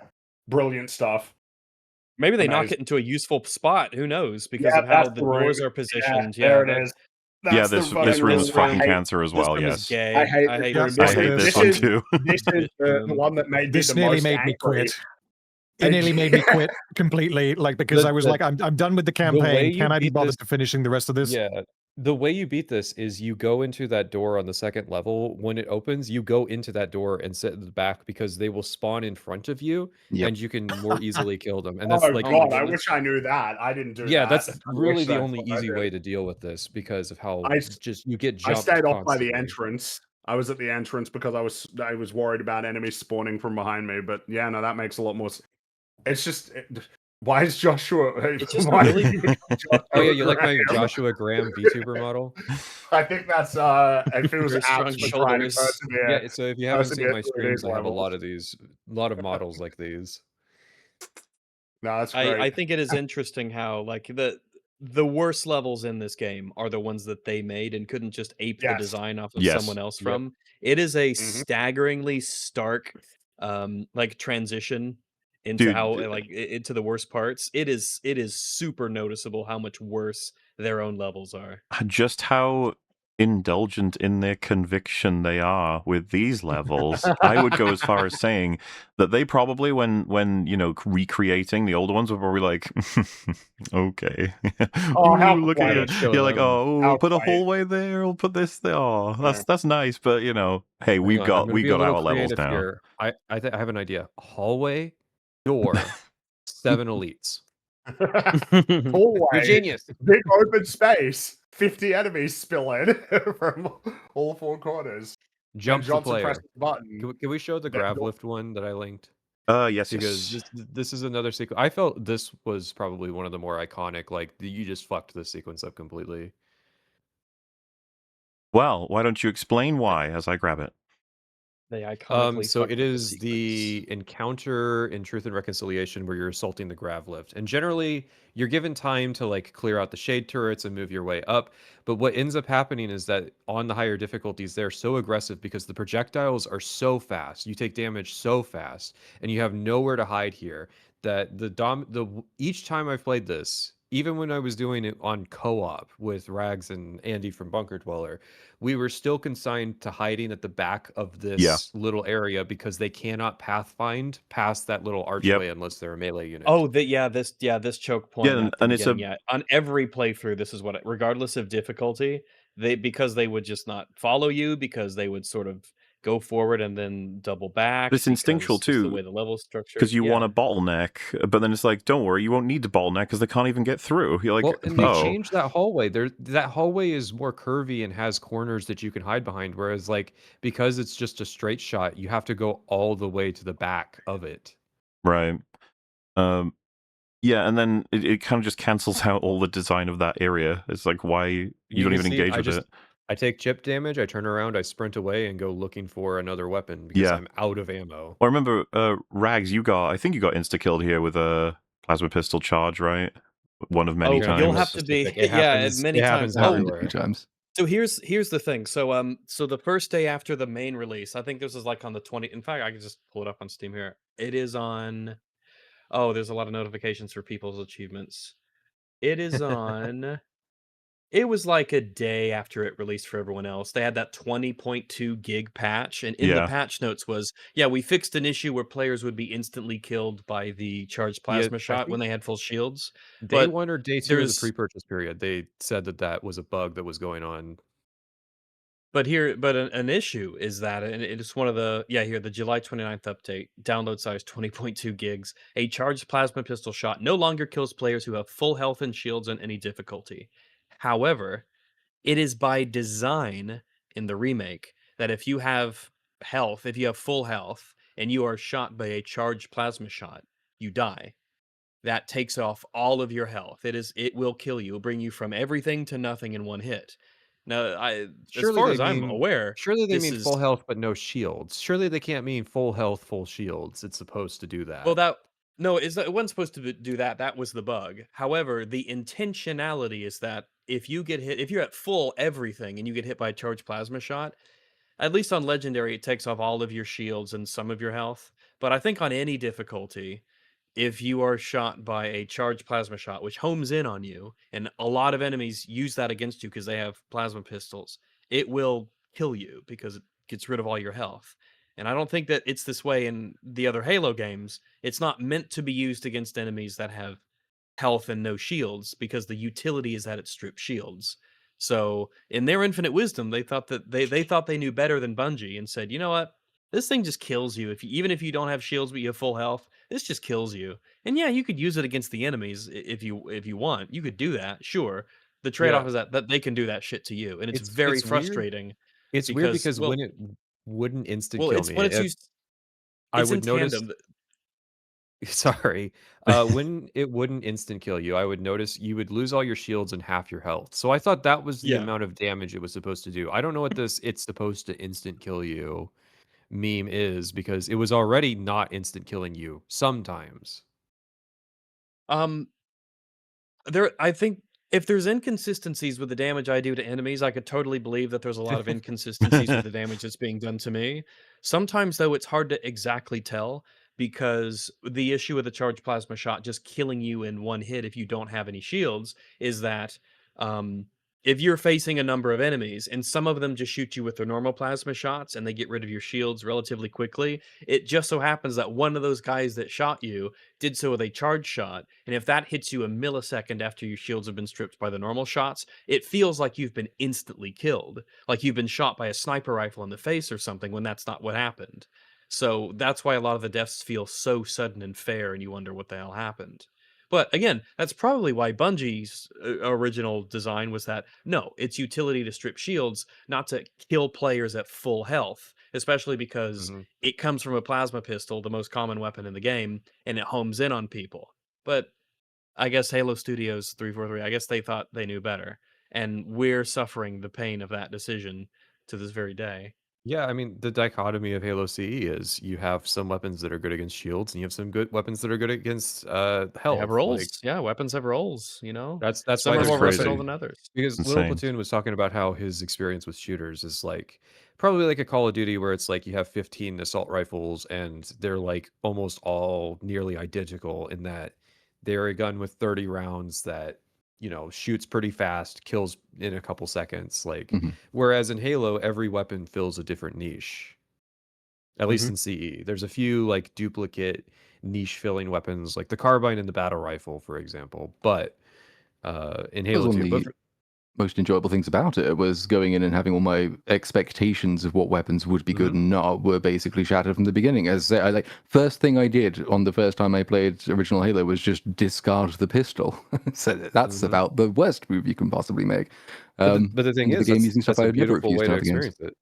Yeah, that was one of the more enjoyable because it meant that I wasn't immediately thinking, right, this is basically a generic form of another generic shooter game that I've already played. This is going to be more memorable for the fact that it made me like pistols and shotguns.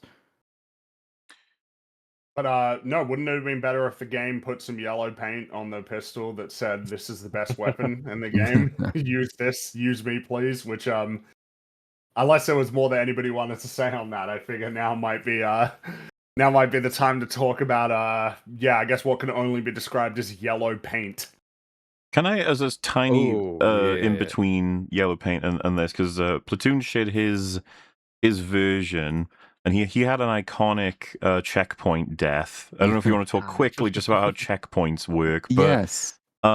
what's funny is I was gonna put your clip up because it's really good. However, I've outclassed you, buddy. Oh my goodness. Get fucked. I've got the best one ever, This I is host think. privilege. This is I think we need a revolt on this show. I we got just think we let them fight.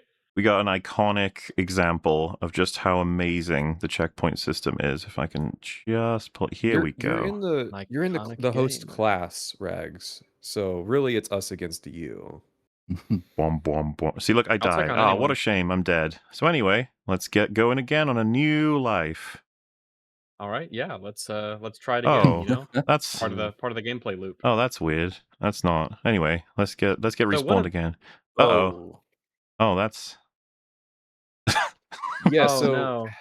this is something that can happen, but the original Bungie games were a lot smarter about detecting the threats around the players to prevent soft locking checkpoints. And so this game's not very smart about detecting threats because if you've played it on co-op, you will see that it has no clue when your allies are safe to respawn you. So you will get respawned in the middle of combat.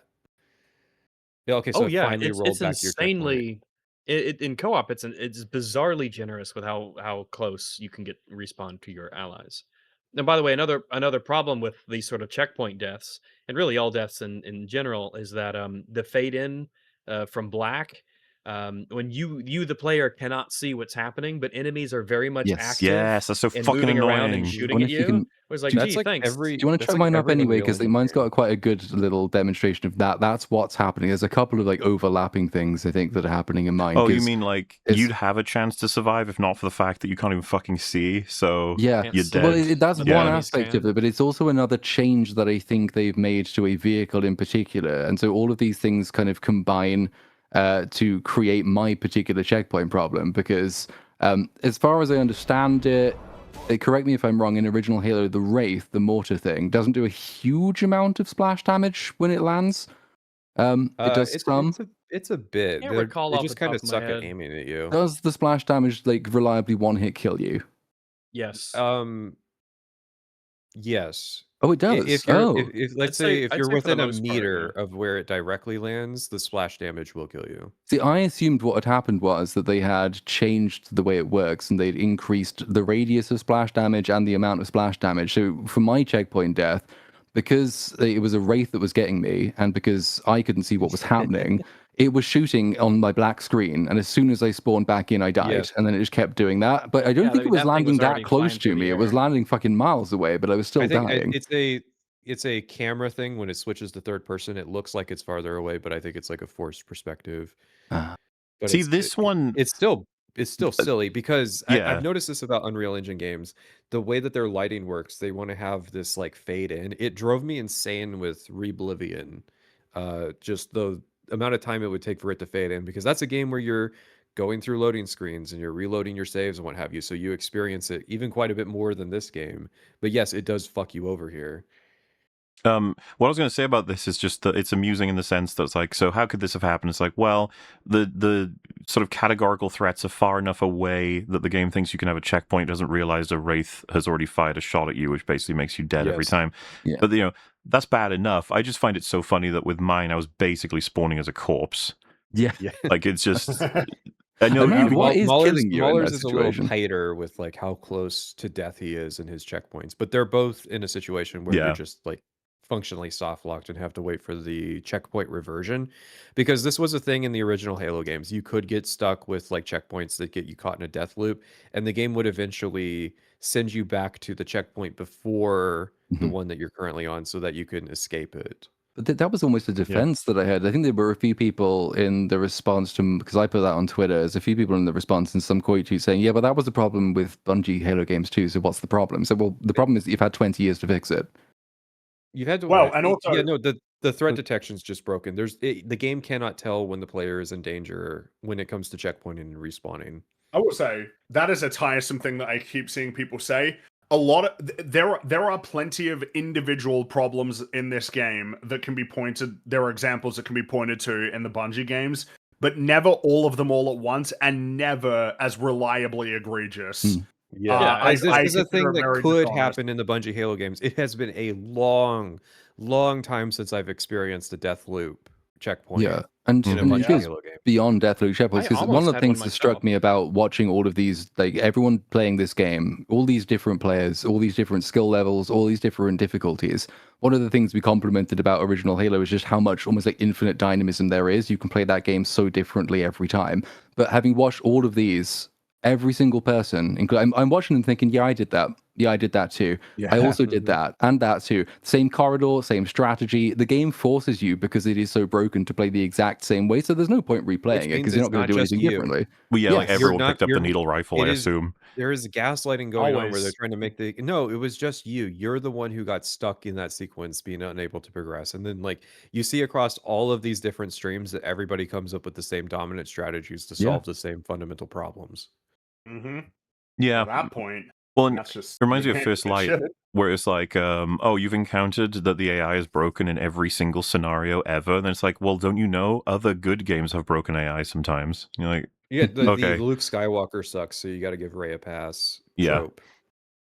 Yeah, Extremely with fucking I Power guess annoying. it's Boy. theoretically possible that the classic Halos are broken, but I haven't really Hey, encountered it ever. what I as don't far get as is I'm like aware. they claim to be Halo fans, and then they spend half of their time like shitting on the old Halo games to Yeah. defend the new ones. And it's like, so It's are you funny 'cause- really a Halo fan? Because you seem to have memorized everything that you don't like about the old games.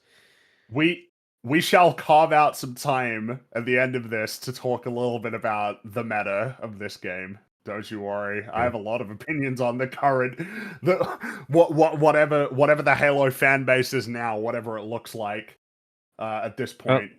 Before we move on, regarding the checkpoint system, I remember it being quite fucked, like from the beginning, because I think there's a number of factors that go into it, whether it's like killing a certain amount of enemies, or sometimes it's timer based, or like walking into a certain trigger volume that triggers the checkpoint. I remember it being inconsistent in the earlier games, and now I don't know if it's the same amount of being problematic and inconsistent, or it's like slightly worse. I feel like it might actually be slightly worse this time around, because it's like I remember there was an instance in the Maw where during a stretch of gameplay blowing up the cores, like I never got any checkpoints, and then I died, and then I had to replay the sequence, and then I got 2 checkpoints when I didn't get any before. So it's like, not only did you give me 1, you gave me 2 now. So it's like, did a system fail when it should have been engaged? Like, yeah, I'm not quite sure whether they worsened it or it's about as fucked up as it already was. But in either case, this is an opportunity Halo Studios could have taken to fix the problems that were there and make the checkpoint system at least more consistent. But they didn't bother. They were just like, whatever. I posted an example of a fan who relies on like pointing out bugs in the old games to say that like it's forgivable in the new games. Mm-hmm. Yeah, that's a fun one. Oh, are you saying that there were no bugs ever in the Bungie games? It's like, that would be a weird thing for anybody to say, but okay. Yeah, I mean, the original game was not perfect, but like, there's so many things you could have fixed, and they just didn't. Like, they kept all the flaws and just added more flaws. Added many of their own. One of the key issues with this that I find so offensive. So I figure that probably the best way to kick off the yellow paint conversation is just with the ultimate payoff, the certifiable classic, the perfect encapsulation. Before we show it, there are people who defend this. I want that known. Like they exist out there. They should be killed. Oh my god! In Minecraft rags, but you control the buttons, which include the buttons to access the menu and turn off the markers. Some bullshit like that. I played the game as it was intended for me to play it. With at maximal I'm marker maxing. 2-5, gotcha.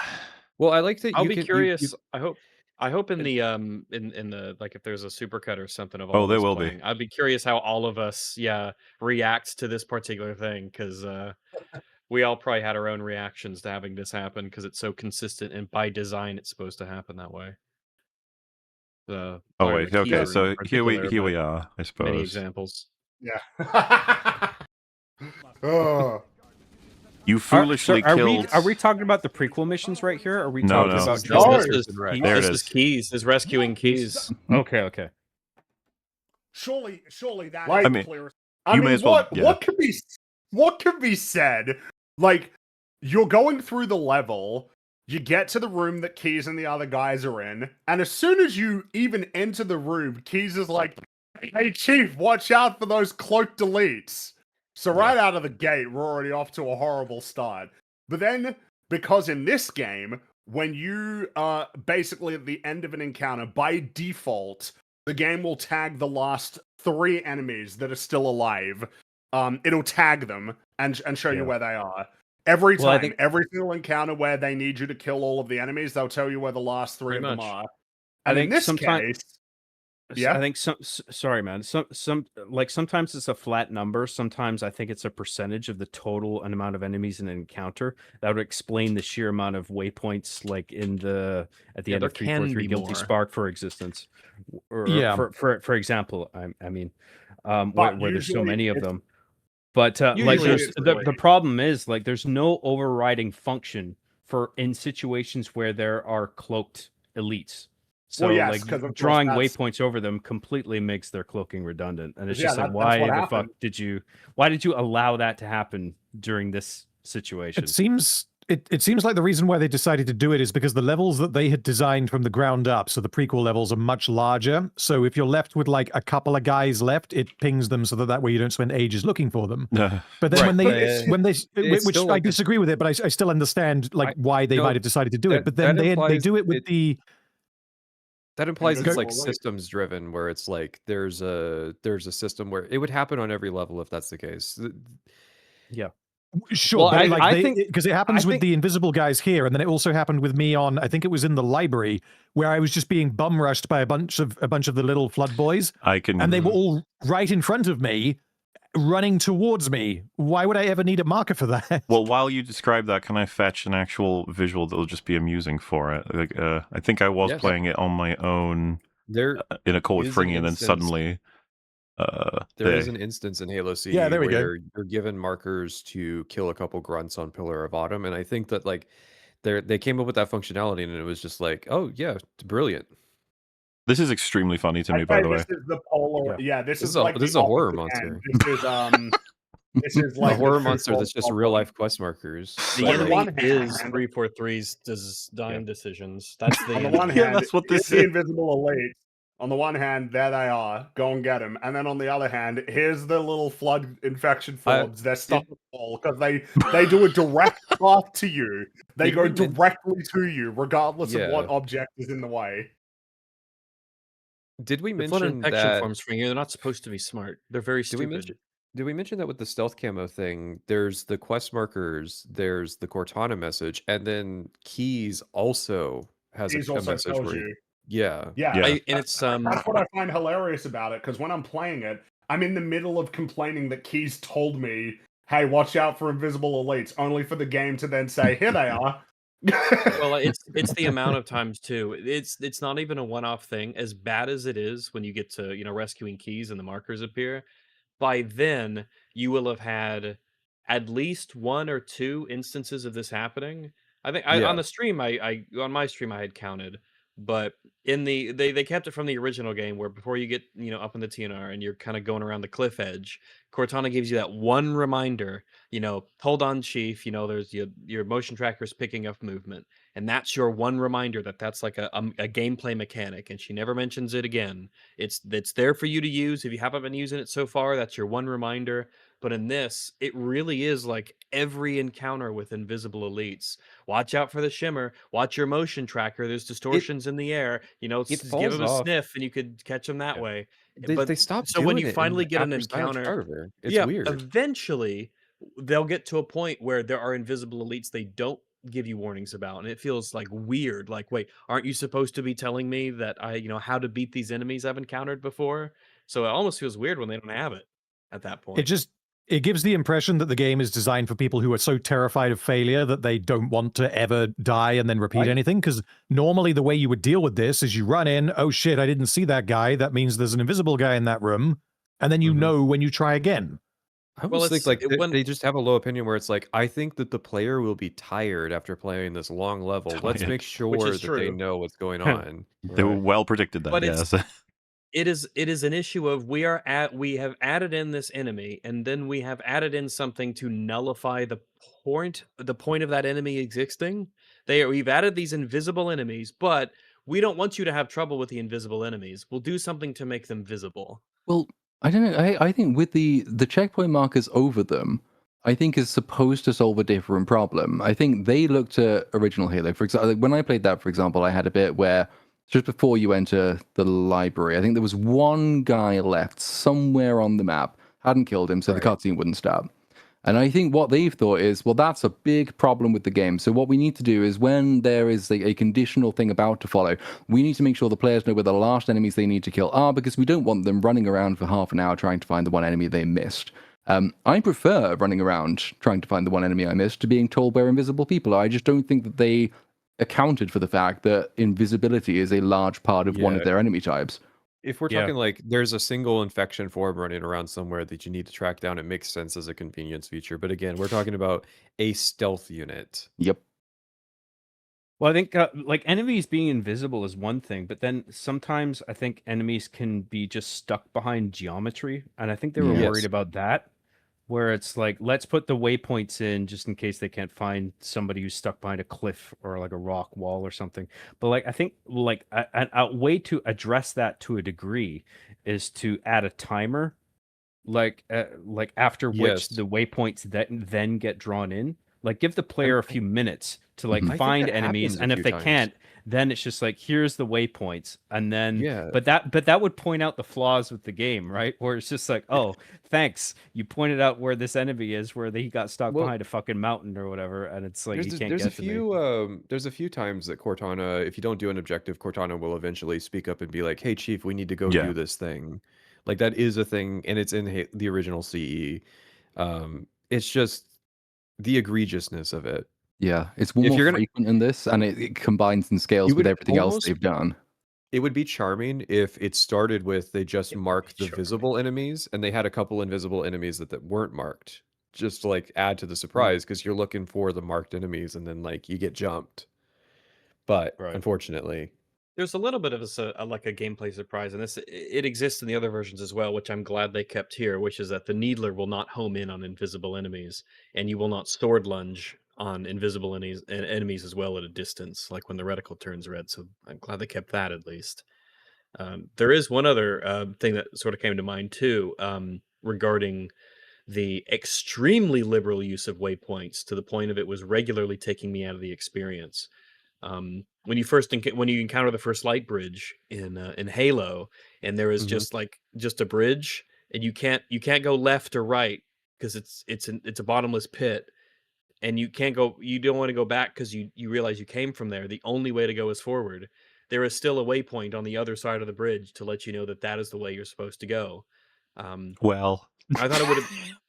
I thought it would have been really neat if in 343 Guilty Spark, when the flood have been released and you're running to get out of the facility, and you try to go up, and the elevator comes crashing down and it's broken and it's on fire, and that was the first time in the game that they did not have a waypoint marker for you to use.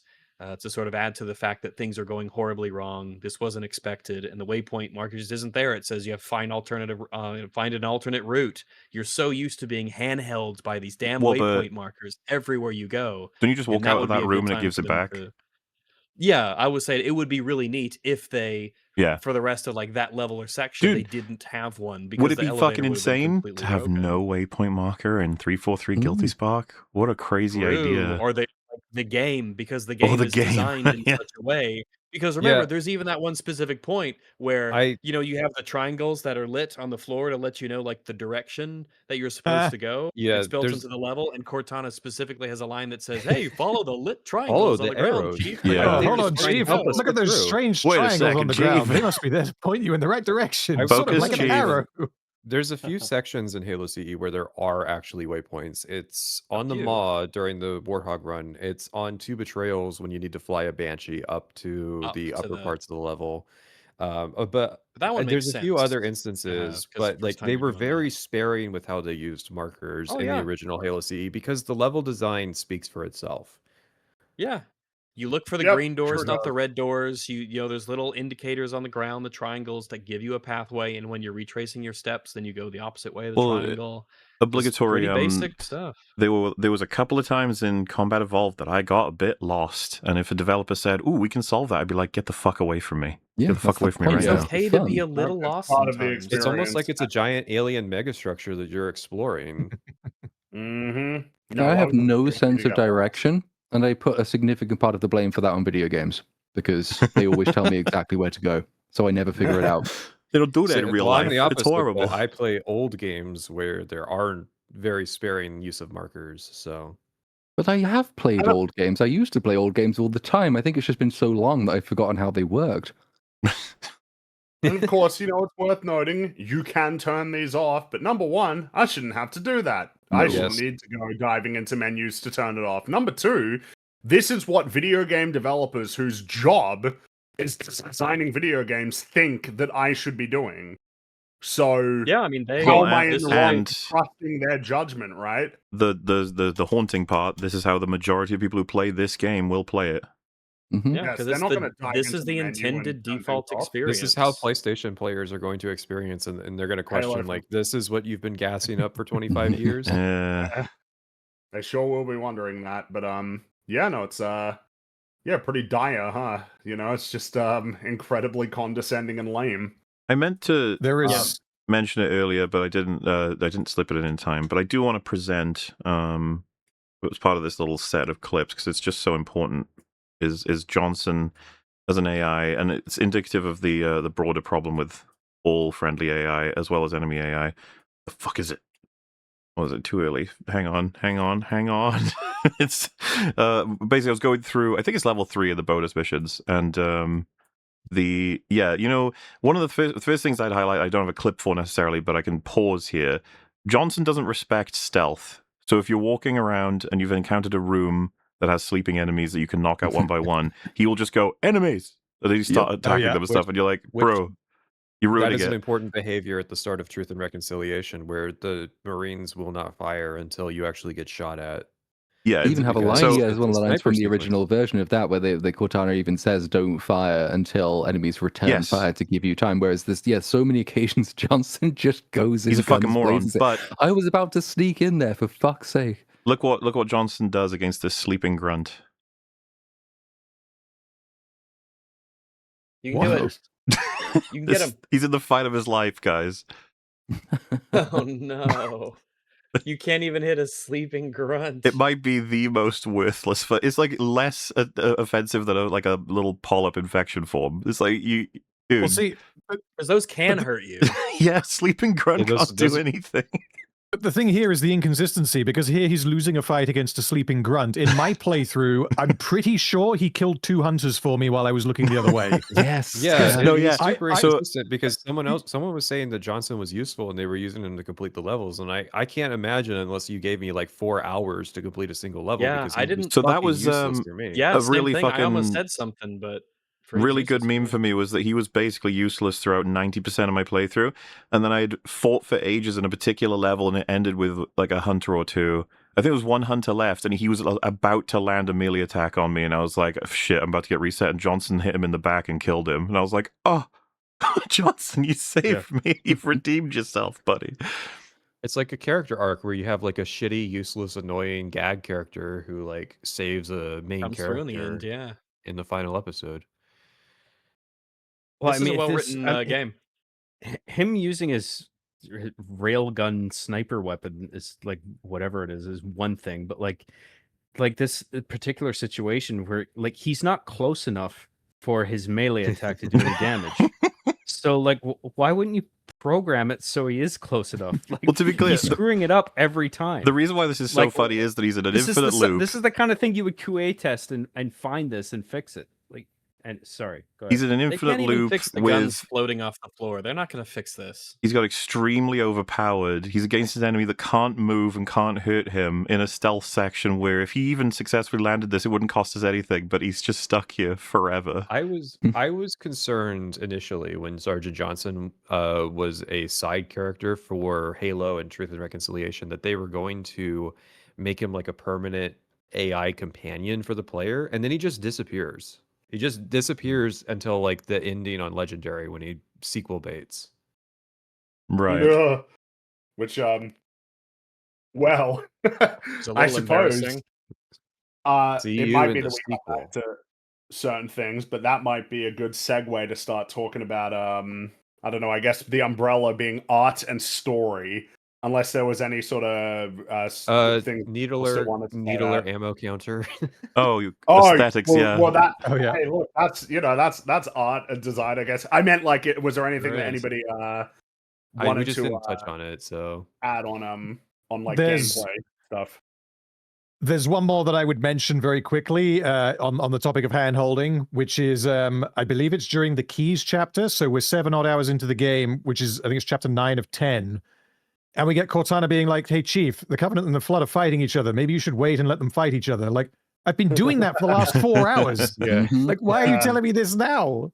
Yeah, Yeah. Cortana chirps up a little bit too often to tell you very basic information. There was a point where I turned the dialogue off because I was tired of Cortana interjecting. Unfortunately, that also turns off the other AI's ability, which you would think, well, isn't that what a dialogue setting does? But there is a chatter slider in the game that is supposed to control like the marine dialogue and like when the grunts are saying their little lines and the elites are talking.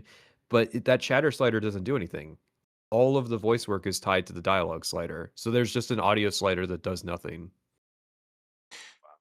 Um, One Yeah. one gameplay thing that I oh shit, did I forget look at that what frame rate, by the what I way. was just about to say?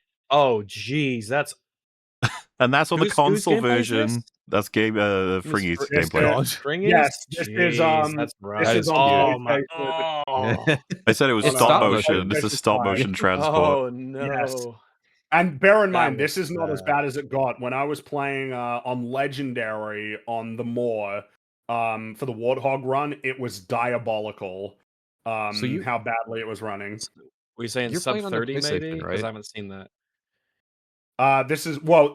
It's the thing is I was streaming at 30 frames per second, but I was playing at 60. I was on performance mode. Is what it was on okay. performance mode. Performance It turns mode. into stop. What I noticed is this is why I prompted it, because this moves into the sort of the general art graphics sort of conversation. But I don't know what the problem is, but if there's too many enemies or too many vehicles on screen, or even projectiles, the frame rate attached to those objects or characters drops. Not like the frame rate that the whole game is at. The game is still at 60 frames per second, but the enemies will animate at like 10 almost frames like per second. It's like the ghosts are Yeah, in yeah, yeah. Mixtape. That's the thing some games do to save. It's like you need to go faster, so power. you're like dropping stuff out of your ship. Like it's just sacrificing the frame rate of that stuff at that point just to keep the basic just to frame keep- rate of the entire game going. Yeah.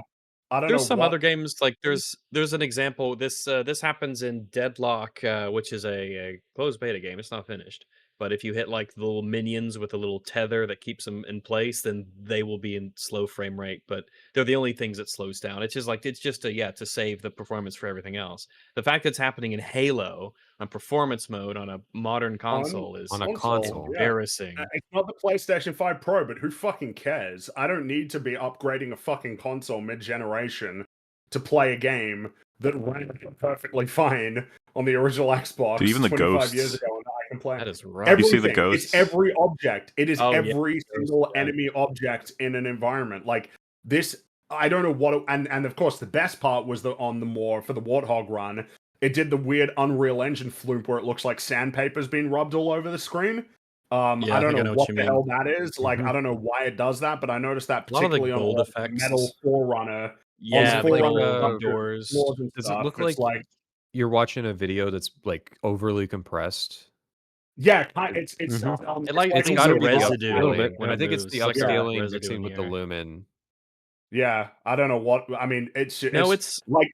By the way, this was my turning point. This right here, this was my turning point against the game. I think I was blown away by the fact that a remake actually runs this badly. Like, to me, it's almost disqualifying, putting to one side everything else that could be said about the game. No excuses. Can't say, oh, well, your PC's not good enough, because this is PlayStation 5. This is a platform that it was built for. Yeah, like I said, it was not running well at all for me. I got a 4090. Yeah, and not I was for me playing either. this. I think when I was on Remix Legendary, I had everything turned to medium, and I was still getting like 70, 74 was probably at the average, which is just like, guy, what are we doing on medium? Like, what's going on here? I think part of the problem is the way Unreal Engine 5 works, and like these aren't settings you can change in the in-game options, by the way, which is it's the problem. baked in. Is that it bakes in ray tracing, which is not just reflections. It's also like determines the behavior of how like light bounces off of surfaces onto adjacent surfaces, like carrying color values from one surface to another based on bounces of how light is bouncing off one surface to another. Like you can't turn that off in the in-game settings individually, unless you write a custom text file and save it as an INI, and then the engine will read that and force it in. Yeah, but then it ends up, well, not in all cases, because sometimes you can do that with at the very least chromatic aberration and film grain. You can turn those off through the INI method, and you'll get like better performance and a better looking picture. But I think there's some other things where if you try to turn them off, like it'll deteriorate the fidelity of the image so much, because like it relies on like baked in, like, you know, it's high fidelity features. Film grain is still being shoved into games. Yeah, I mean, it should just be optional. And I've seen already many people, and this game will be used going forward. Its legacy, if anything, its legacy will be yet another example of, we don't like a lot of Unreal Engine stuff. A lot of people are like, oh great, another Unreal Engine game that has like the exact same looking lighting. It looks like all the other Unreal Engine games do, or like so many of them do. It runs really poorly. It doesn't look nearly as good to justify it. But have you considered the sand physics? Ooh! Oh, wow. Dude, have you seen all the posts?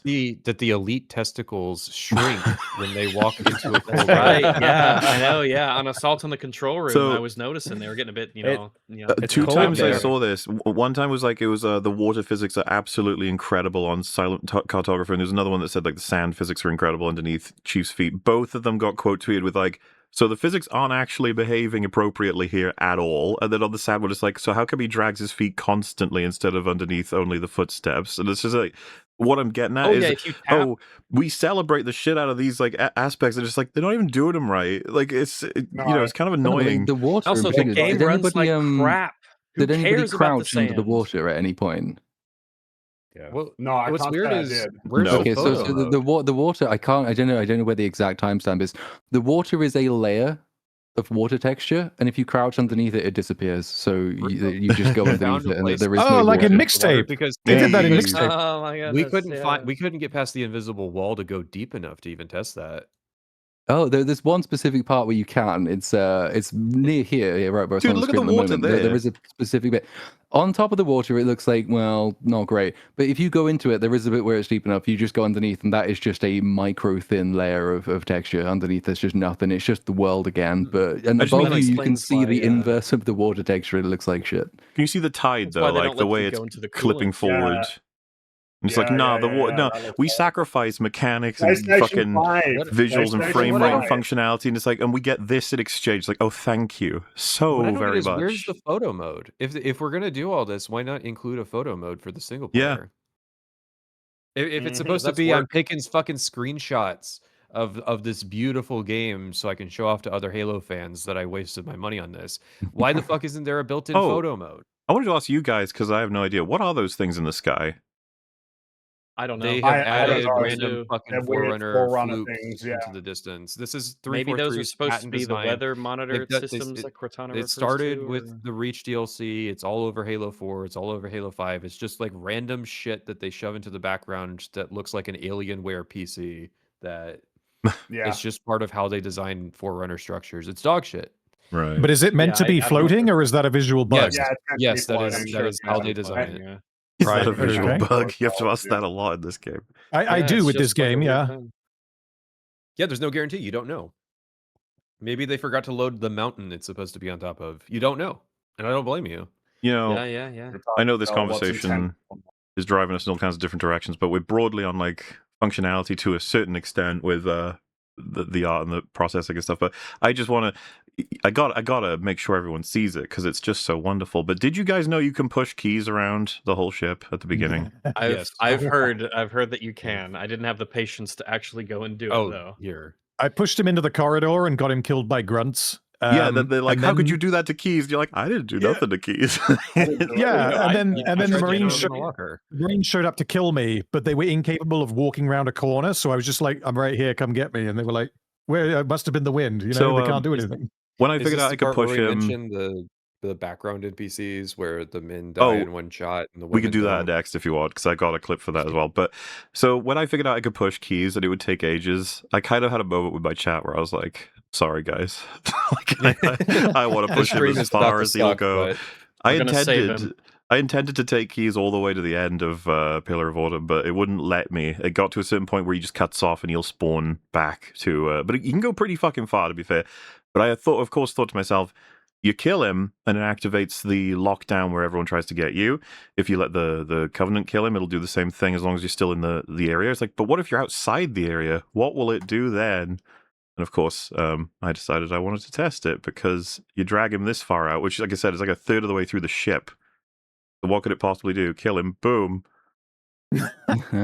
Oh my god, it teleports you back here. Yeah, because that's the only way it can function. It's like they can't lock you in this room if you're not in it. So And it doesn't even just turn on the all the Marines and the rest of the level. That to means just they had to attack you find anyway. out this was a thing. They have to program in a teleport function.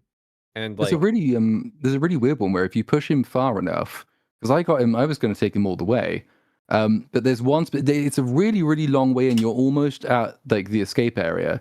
If you push him beyond one specific door, he just blips out of existence. So again, they had to have found that people were doing that, and then they had to program in something to account for it. But then why not just lock him in place at the beginning? Why allow me to push him so far only to decide very late on, now you can't?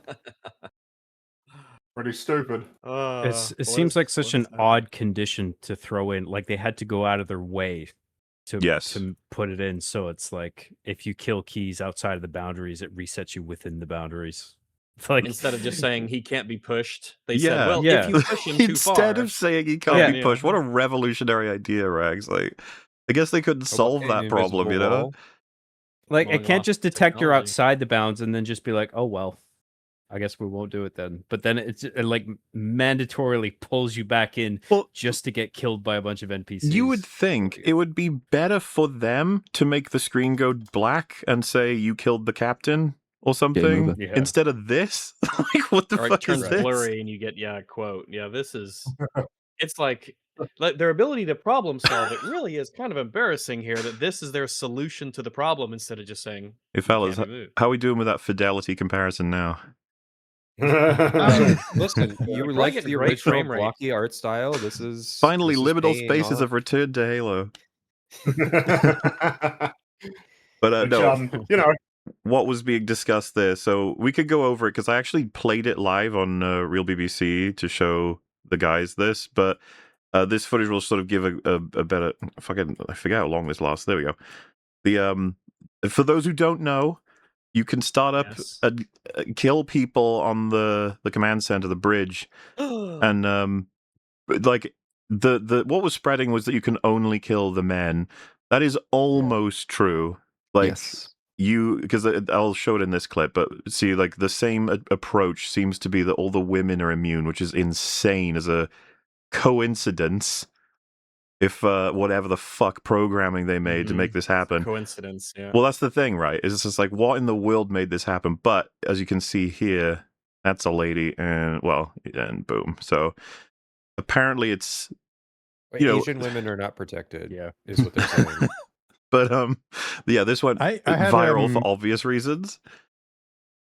I had a lot of success shooting them in the arse. Like that seemed to reliably kill them, which it possibly makes this even worse. Because it means, like, I was thinking maybe the reason why that happened is because they replaced all the men in the original game with women, which means that they're adding something to the game. So did they just not add the bit that makes them able to take damage? Well, it turns out no, because they will take damage if you shoot them in the arse. So, I mean, obviously, this just pissed there off a lot may of be people. Someone found out it's messed up hitboxes on women. Is it messed up? Because this could just be the way that you intentionally like. Well, it got me. I think it may be an unintended to differentiation between the hitboxes on male and female character models, and it's an odd coincidence. It is odd, but I mean, I wanted to do some science on the back because I also experimented with this. So I did experiment on women throughout the game to see, do women take damage from gravity? Do women take damage from grenades and all the rest of that? That's what sagging breasts are. Yeah, well, I mean, it is. It's a traumatic thing that they have to go through. But it turns out you can push them off high places and they'll survive. So, there is that. Do you want me to pull that one up now, Rags? Yeah, it kind of fits within it fits in the similar vein here. As he's pulling it up, I'll explain what happened. On my legendary playthrough, We could do an entire section about how they borked the panicked Marine and why the Oh design God, of yes, this we version can. doesn't work. I mean, we might as well just do it now while you're pulling that up. So in the original game, what they have is when it's the spooky section. This is 343 Guilty Spark. You haven't encountered the Flood yet. You know something's not quite right. Keys is missing. The Covenant are running from something. There's mysterious gunfire, but coming from nowhere. Obviously, the tone is shifted. They're prepping you for the really awesome reveal. And in the original, the moment you open a door in the facility, a Marine shoots you and takes off some of your shields.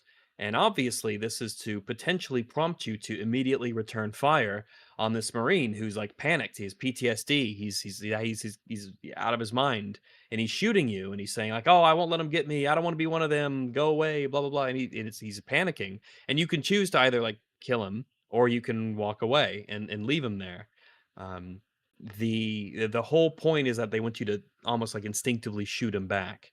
In this version, though, not only are the animations markedly much worse, and the voice acting isn't quite as good, but in this one, he doesn't track you like he does in the No. original. When you can open the door and see him, but he doesn't instinctively shoot you. He only gets into his defensive posture when you get close. You have to stand in just the right spot, just fill just the right pixels to where he can actually damage you, but he doesn't look at you and track you with the pistol like he does in the original.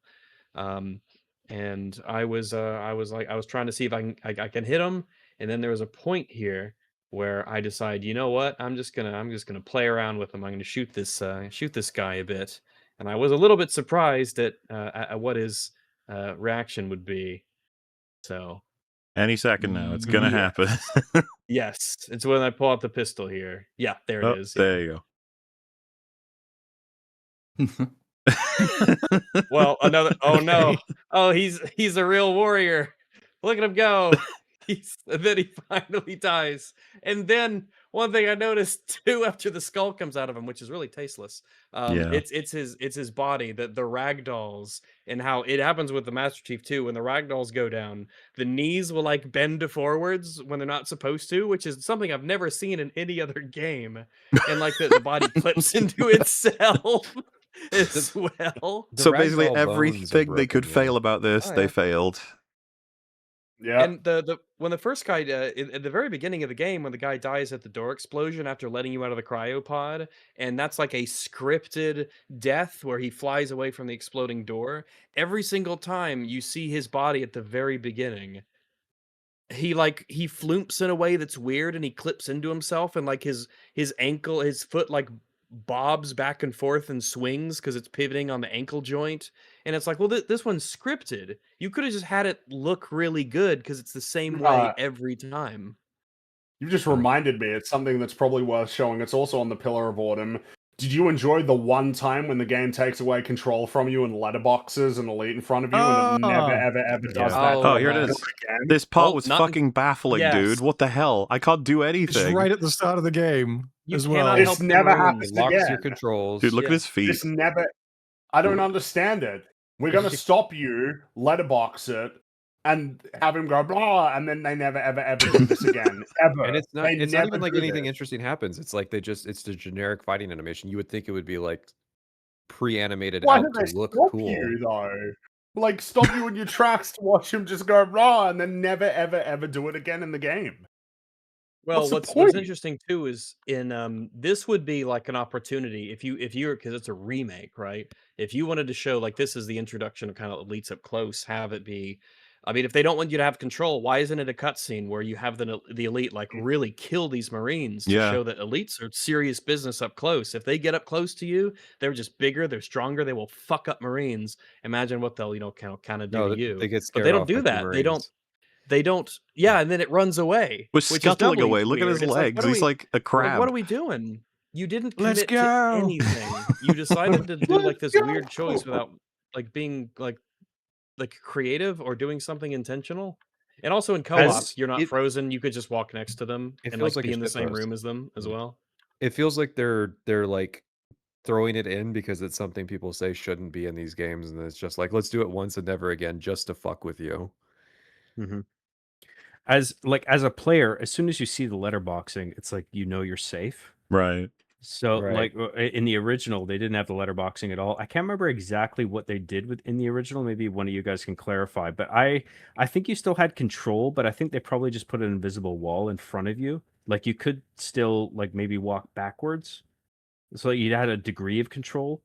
I But just like didn't. temporarily, there'd be an invisible wall. I think where the enemy would just like roar at you, and then like once the enemy was distracted after like 3 or 4 seconds, you would get control and then you could run past them.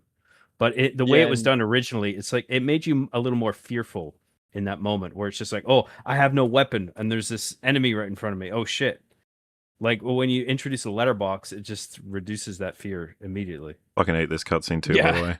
If you're in co-op, you could just all three of us just walked in there while they were doing their little scripted fight, Yeah, and it we does. were It just doesn't lock standing you up. around, and you weren't able to like do anything, which is like, oh, like we're starting to get into the weird area that didn't exist in the original of like, well, the Master Chief would be doing something here. You're fucking with his character by allowing us to do this and by not letting us have control.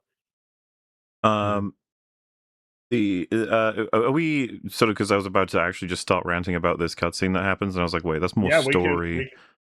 Well, Which that's cutscene kind is of it? where we're at It's this point. it's the is Marvel cutscene with Chief and Keys at the story end of and Truth and cutscene, Reconciliation. yes. Mm.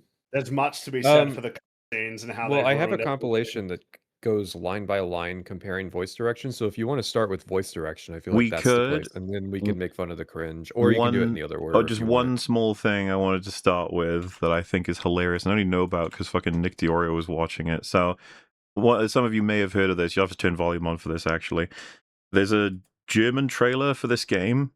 Oh, 9. I don't know if you've heard of this, but you can get an AI translation automatically to English in this trailer.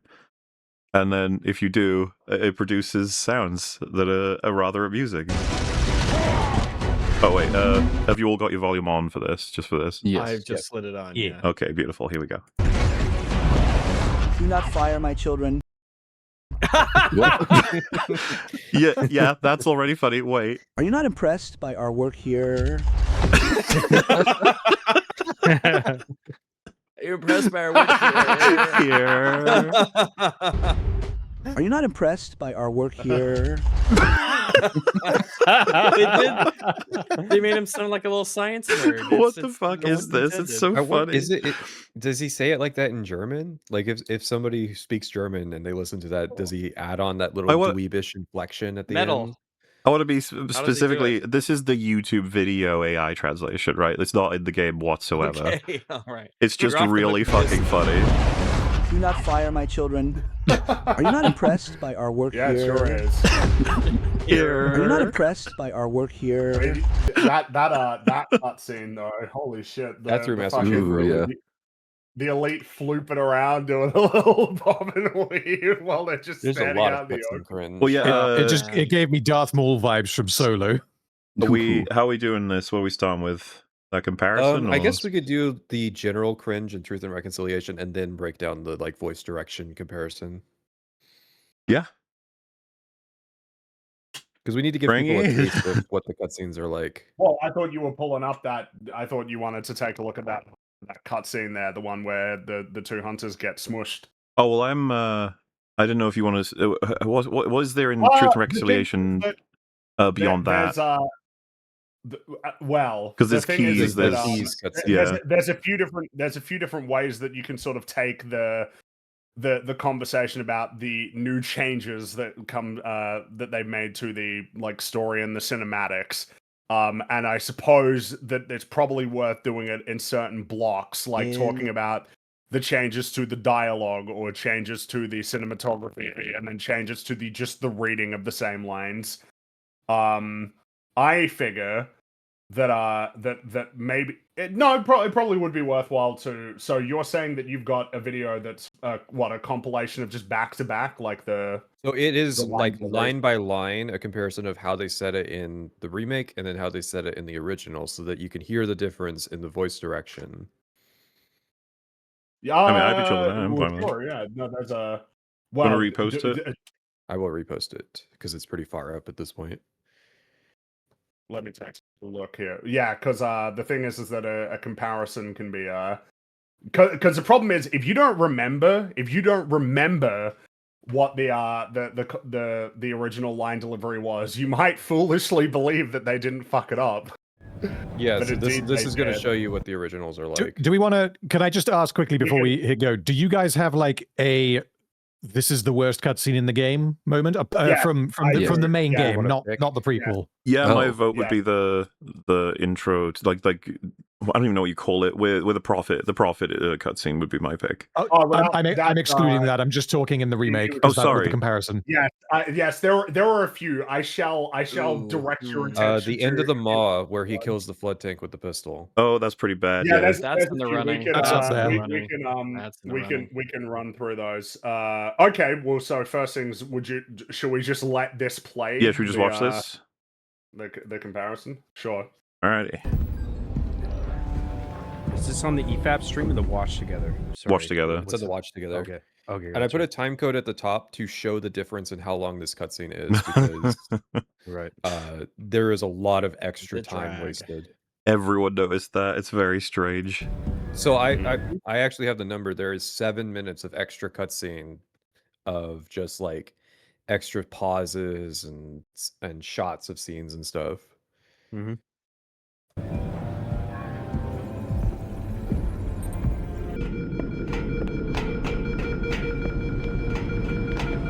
Captain Keyes. Captain Keyes. Good to see you, Master Chief. Good to see you, Master Chief. Oh, by the way, not to do this, but I'm going to because I'm going to keep pausing for every single little change that pisses me He's off. doing it. This to me, like right out of the gate, there's 2 changes that are made to the way that the introduction plays out that are so indicative of how little of a clue they have. Having the reveal of like Master Chief in the Mark V armor as like a reveal rather than just that's the armor that he's wearing He's got is armor. so He's a like soldier. ass back. It's very prequel energy. I'm not talking Star Wars prequel specifically, but like prequel energy of retroactively giving significance to something that was just treated as normal. Because they hid this, they hide the reveal of the armor until this moment. But you see him in the armor in the original game when he just hops out of the cryopod. But instead, we need to have it be a big dramatic reveal. There he is, standing in his armor. It's incredibly stupid, and they do the same thing with the reveal of Halo. In the original game, Halo is It the opens first thing with that Halo. you see. You see it first thing. Whereas in this game, they hide it for a while because they want to do a dramatic, slow, kind of awe-inspiring reveal with the monks going, oh, like when it's pressed around the planet. Remember that while that's happening, you are currently escaping the ship that is crashing on Halo. I want to comment too. The first time you see Halo, it does creepy music. It doesn't do the awe music when you first see Halo. It's creepy. Well, because everything about the game, it's in the vocal inflections as well. Everything when the first time he says Master Chief in the remake versus the original, everything about what they do here is designed to say, "Hey, remember this? Isn't this awesome? The Halo ring. Remember the Halo ring? How incredible that is!" It changes the entire tone. It becomes really one note. You're supposed to laugh and clap and applaud and cheer and be amazed. I recognize it. Yeah. Anyway, I remember. I mean, there's the aspect of like the opening shot in the original is Halo essentially, and in this one it is treated like the grand reveal instead of just like, hey, remember there's like that weird thing out there. Even though they're in the cutscene, they're like, we're gonna land on that structure, and it's like, what structure? We haven't seen one yet. The one on the monitor. That's a really like disappointing way to find out that Halo exists. Is like it's on a fucking TV screen instead of you see it. Don't worry, I will drag us all through these some of these cutscenes after we look at this comparison here. Things aren't going well. Cortana did her best, but we never really had a chance. Things aren't going well. Cortana did her best, but we never really had a chance. A dozen Covenant superior battleships against a single Halcyon-class cruiser. With those odds, I'm content with 3. Make that 4 kills. I hate her. Sleep well. It's the It weird doesn't upward matter. inflections that Cortana does, where she sounds like the weapon from Halo Infinite. Whereas, like you'll see in the original, she has a very flat presentation, and it like kind of it just makes her feel more human because it's like she's She's not putting on vocal fry or whatever the fuck that's She's called. not being flippant in the same way about the situation they're in, which is still dire. Having her sort of deadpan it can allow you to read her her mood and her motive into everything. But this game is just like, it's like she wants to be in Guardians of the Galaxy 3. Yeah. I don't like that. Yes. They've programmed her to be quirky, and I don't understand why. I think it's a direction thing where they are directing her to overact these lines. Well, It does feel that way. I've heard a bunch of mixed stuff on this. Whether apparently they did bring in the cast again 25 years later to re-record lines. And I think in some cases they might have used the old lines, and then in some cases I think they used takes that weren't used before that were on the cutting room floor, which is just like, well, okay, so like, it's why would you specifically? Sometimes shit gets deleted for. Sorry, just one more point here. Sometimes shit gets deleted for a reason. Restoring deleted content is not a virtue, like inherently, right? Sometimes shit gets deleted for a reason, and I feel like they probably brought back deleted takes just because it was deleted. It's just like, oh, people haven't heard this before. But I feel like it's a mixed bag of a bunch of things. Okay, sorry, that's all. I think what you're referring to is the line where he mentions Halsey.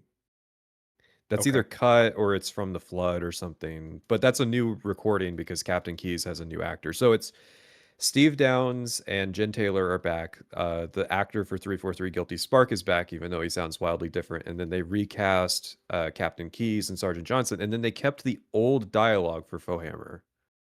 Yeah, it's very bizarre. Yeah. It's like there's so many jokes you can make about that. It's like, wow, you didn't want the black woman back in the recording booth, you bigots. Right, yeah. I think it's just one of those, like, it's a remake. You need to redo them all. You are remaking this game. If you're going to redo some of them, redo all of them, yeah. Well, I mean, if you take something like Metal Gear Solid Delta, where they just took all the voice work for Metal Gear Solid 3 and like the original stuff that was done and just reanimated over that. Like, I don't know why they couldn't have just done that here. If you're gonna do this, I mean, I'm not saying this should have existed, but if you're gonna do this, like, don't bring the cast 25 years later, and especially don't mix and match that with takes that have already been done 25 years ago, because, like, obviously the cast is aged. They're gonna sound different. I think the reason for that is just like there's small little tweaks to the story they've done, and so they need the actors back in to like bring up the pistol plot line or change the control room cutscene or what have you. And that's why they need the new takes. Right. Your battleships against a single Halcyon class cruiser. With those odds, I'm content with 3. Make that 4 kills. Sleep well? No thanks to your driving, yes. So you did miss me.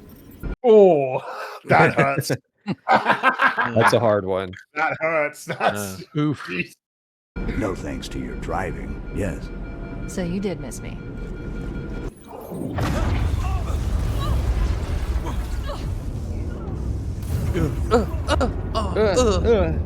I get just dragged. It's like women playing tennis. Out. It's just taking so long. It must be one of their boarding parties. I guess an antimatter charge. Report. It must have been one of their boarding parties. I'd guess an antimatter charge. There's like everybody's rushing.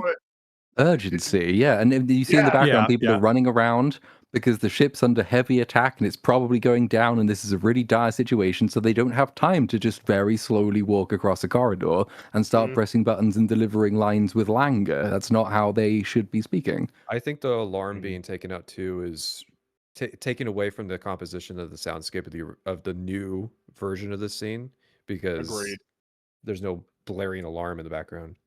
There is just a general lack of urgency, like, throughout all of the voice acting in this. Like, with Marines, like, you never believe that they're in any real danger. They're just, like, very slightly raising their voices. Yep. And it's just throughout the game. We are a minute into this cutscene, and we are already have a, like, 15-second disparity between the lengths. Yep. Boy, does it add up. Boy, do you feel it. Sure do. Control for the main cannon is offline. Captain, the cannon was my last offensive option. Bam! Fire control for the main cannon is offline. So, like, that's the original line. Captain, the cannon was my last offensive option. Urgency. All right, wasting my fucking time. I mean, I can give that one the reason he'd pause and really think about, like, do we need to do this? You know, he's thinking about it. Yeah, but it gets worse. Nothing. You don't think so? Nothing. I give nothing to this. Not a single thing. Not even that. No, Keys. This is you don't think that makes fast on his feet? Yeah, he would react immediately. I think, I think that there's something to be said for that. For the very rapid pace. Sorry. Yeah. Anyway, we can talk about extra seconds for something that important. I don't think it's that unreasonable. There are a few more examples. Rags, I'm going to make. It's about to get worse. This next gap is super long. No. I just only don't put it to anything else. I'm just specifically talking about that one. That's it. No, I mean, you could say it's small, but at the same time, it's meaningful, right? It does tell you something. It's slightly different of character, how fast he can sort of react to the urgency of it. Mm-hmm. I'm initiating Cole Protocol Article 2. We're abandoning the Autumn. That means you too, Cortana. All right, then. I'm initiating Cole Protocol Article 2. We're abandoning the Autumn. That means you too, Cortana. While you do what? Go down with the ship? In a manner of speaking. While you do what? Go down with the ship? In a manner of speaking. Got rid of his pipe. They got rid of the pipe. The pipe ship cool. captain and his pipe? No, that's too much. No, we can't have smoking. We don't want to have characters smoking in our video game. The object we found. I'm going. Yeah, and so as was pointed out before, that object we found that we haven't seen yet, we're gonna land on it. This is your introduction to the setting of this game. Is this fucking little monitor? Oh, that it's not actually yet it in space as it would be seen. But yeah, we've got no sense for like the scale of it because the diagram in the background isn't scaled properly. So it's just like this could be like a wedding ring that the ship has detected somewhere. Yeah, it feels like one of those. I feel like it's one of those oddly definitive moments of the remake. It's like in the opening shot, Halo was there, and then it's not there, and it's just a bunch of stars in the background. It's just like, where's Halo? Like it's the void. Like it's oddly evocative of the whole fucking issue. Yeah, exactly. It's the perfect metaphor. You start with the void. You start with nothing because this remake is nothing. Yeah. With all due respect, sir, this war has enough dead heroes. The object we found, I'm going to try and land the Autumn on it. With all due respect, sir, this war has enough dead heroes. I appreciate your concern, Cortana, but it's not up to me. The protocol is clear. Destruction or capture of a shipboard AI is absolutely unacceptable. And I think this is where it's the inflection when the sentences end are often the same. And I don't think I have an issue with necessarily. It's hard to tell because it's like a hypothetical different game with the voice actor himself, but the way that like the inflection happens and how the direction is. But we get the same thing with Jen Taylor. It's just markedly worse than in the original, even though it's actually the exact same person. So it doesn't just affect her. It's kind of everywhere. It just sounds like it's not there at the deliveries. It sounds like the voice director is pointlessly changing the direction of the scene in order to make it different. Yeah, or there is no direction, and they're just kind of doing whatever, or I don't know what's going on. Well, I had somebody in my chat point something out that I think is actually quite accurate. Is like back like when these lines were initially recorded, the staff had no problem giving direction to the actors, or pressing them until they got the correct take. But then after 25 years, they've become like celebrities, those actors. And then you put them in a voice booth with the Halo Studio staff, and I think they're a little bit intimidated to give them direction or too much direction. And then, the actors will give takes that are like they feel is appropriate, but they need a director to rein them in. But then the Halo Studios staff won't do that. They'll just be like, oh, that was fine. Or they don't want to spend the money to have them around for longer to get retakes on these lines. That meant emergency. Like I'm just saying, like that could have been the case. Like I don't know that for sure, but I have a feeling that might have been partly what was happening. Landing zones. Upload them to my neural lace. Then sort yourself for a hard transfer. Aye, aye, sir. I appreciate your concern, Cortana, but it's not up to me. The protocol is clear. Destruction or capture of a shipboard AI is absolutely unacceptable, and that means you're leaving ship. Lock in a selection of emergency landing zones, upload them to my neural lace, and then sort yourself for a heart transfer. Aye, aye, sir.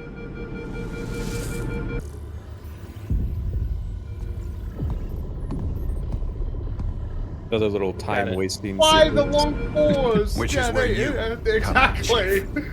I put in the like immediately 2 saw frames it. of pause Yeah. that happened in the original game to compare to the Exactly. seconds. Get started. But guys, it's more cinematic. Yeah, it sure is. Keep her safe from the enemy. If they capture her, they'll learn everything. Force deployment, weapons research. Earth.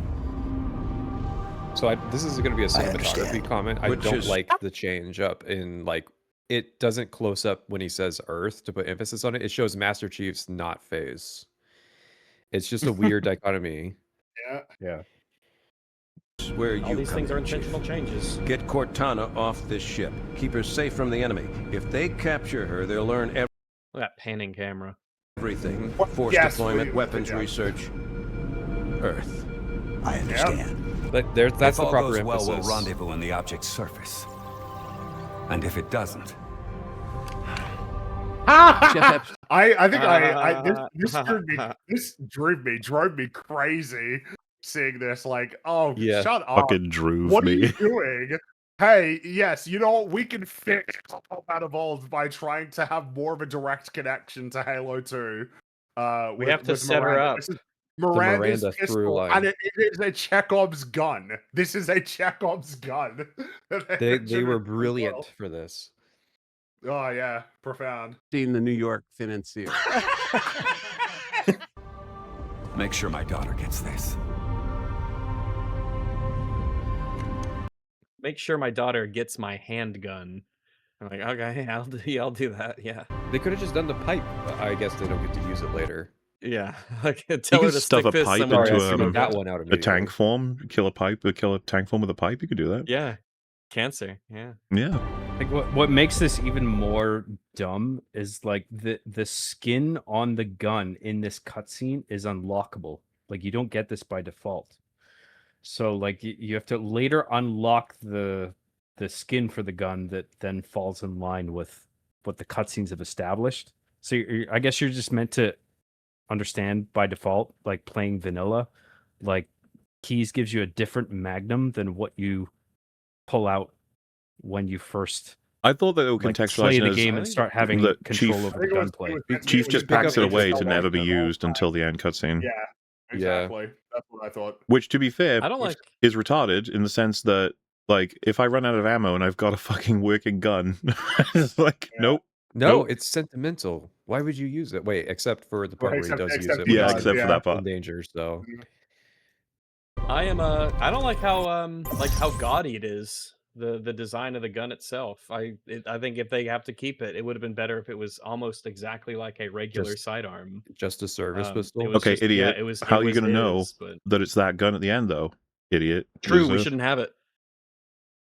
They need to make it iconic, so you go, oh my god, it's the iconic gun. I like that you only The see it like 3 iconic Captain times. Key's It's- sidearm. It's on Master Chief's back in the Truth and Reconciliation cutscene, and then you don't see it again until the end of the game. Like it's not even Because on they don't his want person. you. Because the problem is if in third person, if they constantly show it, then you'll be asking, how come I can never use it?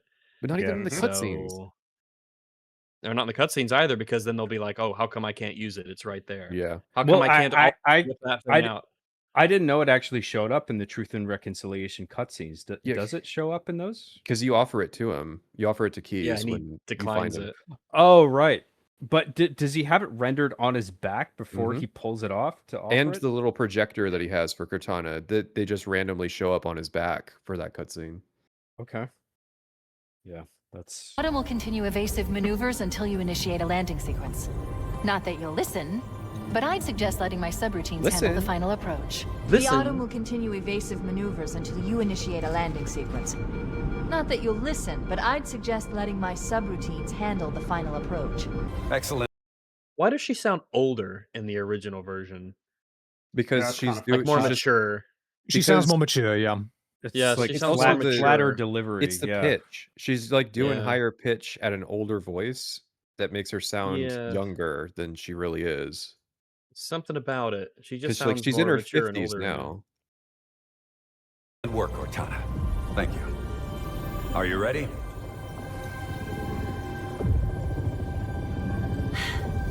Yank me. Excellent work, Cortana. Thank you. Are you ready?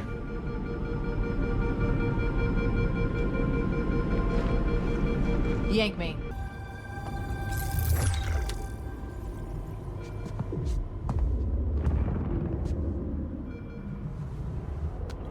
Why did you take so long? Yeah, just look at the disparity in the time codes between the original. A minute plus. Yeah, this adds up over the course of the game. Yep. Good luck, Master Chief. Ah, yes, and they changed when he says it, says yeah. this line too, because they suck. Your architecture isn't that much different from the Autumn's. Why would you play this music right now? The Halo. You play the Halo this is music Halo. now because Cortana's in his suit. Well, and where's that's the when you fade play to the Halo white? music. The fade to white sells that like you're experiencing this. It's like suddenly you're overwhelmed by this entity, and it's Yes. like No, well, It's a very Your deliberate and architecture- timely use of the transition to like a fade to white. Yeah, yeah. and then when There it fades isn't back much in, you're in different- gameplay. From the Autumns. Don't get any funny ideas. Don't get any funny ideas. And it is just like time to stare. Yeah, This is Halo, gonna he's go staring really hard on again. Twitter when you post these screenshots.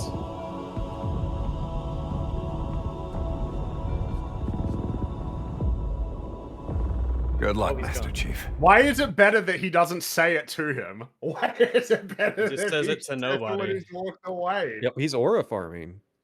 Yeah, I guess so. He's saying it to us, guys. Yeah. No, the He's comparison. Yeah, he's looking code at you. farming. Jeff Epstein's But you looking can at see- you, so Oh god. But that's an extra minute and a half. Or That's at a least lot of a minute. time. it's added. that's And why I this is say consistent. that's why I say this game makes you appreciate the original Halo CE, because I would never before this came out go, oh yeah, the original Halo CE cutscenes, they're punchy, they get to the point really fast. It's not something that I'm thinking about, but now that I've seen the same thing but fucked up, I'm like, oh yeah, I guess the original Halo I CE cutscenes appreciate- were like yeah, I punchy and to appreciate the it. point.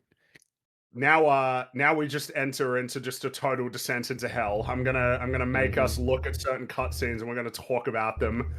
Though I will say, I think I got to jump to oh, here it is. We're not going in chronological order. We're jumping around a little bit. Right. Sorry. So this Oh, cutscene, this one, yeah. this cutscene is the demise of Keys. So let's just get started here. We're not going Bro, in chronological spoilers. order, all right? Yeah, okay. Yeah, it says spoilers in the title of the video, so no excuses. Anyway, Sorry, chat.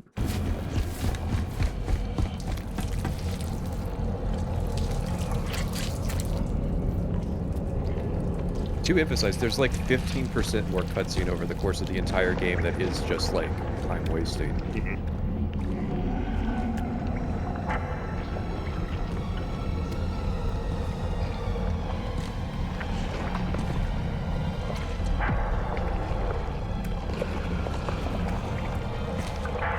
Center screen for a vertical hold on. viewing. Chief?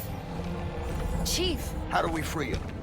Okay, now I'm sorry, Rags. I have to stop here because I've seen this portion of your stream. You said you liked this choice. I Explain liked yourself. him that dialogue. I think that it's in character for him to see Keys and be thinking that there's a way to like get him out or save him or something, almost like instinctually. Okay, but Almost even why like hasn't- maybe with why a hasn't tiny he bit had of that moral desperation conundrum almost. the entire game about killing like the other human blood people? That's number one. Okay, yeah, fair enough. I guess he would know based off of all the combat forms he's been fighting. Do you think it implies some kind of a personal connection with Keys that didn't exist before? So this is what I would say. I think it's out of character. I think it is. I think it is entirely out of character. I think if there's Okay. one thing that can be said for Master Chief as well as all of the Spartans is that they don't tend to indulge in essentially delusion. They accept the circumstances as they are pretty rapidly. Maybe you could say like to an extent that is very unusual for human beings. Like, for him to look at Keys after he's just spent the last several hours killing a bunch of clearly fucked up by the flood forms, the idea that he would see Keys and he would be so overcome by the emotion of seeing Keys there that he would even remotely entertain the idea that Keys could be saved in any capacity, I think is just totally out of character. But Yeah, that's fair his enough, I understand. stepdad. That's his stepdad because Keys is boning Halsey now. That's like canon. Like, it's just, it's funny because someone pointed out that in Reach that's the case, where it's when they're on the Pelican with Carter, like, Six, he only initiates slightly the conversation, and Carter immediately shuts down, like, I don't want to hear it, you got to get the package to the Autumn, and then he just accepts it, and Emil accepts it immediately as well. That's, like, one example I would point to of just, like, the circumstance as it is just accepted immediately. It matches how Master Chief was written post Halo 4, where he was more sentimental and melodramatic, and that's, I think, why they made that change. They wanted it to be more consistent with their fucked up version of Master Chief, instead of how he originally was, which is stoic and to the point. I'm confused because I think that this surely fits quite well with him taking out his little emotional suppression pellet from his spine, right? Yes. Yes, that is it. Nice. Yes, that is the prequel in canon with there's more in this cutscene that drives me crazy, so It's not him. Not anymore. The captain, he's one of them. So sterile. And then he and become alien. He's all gooey.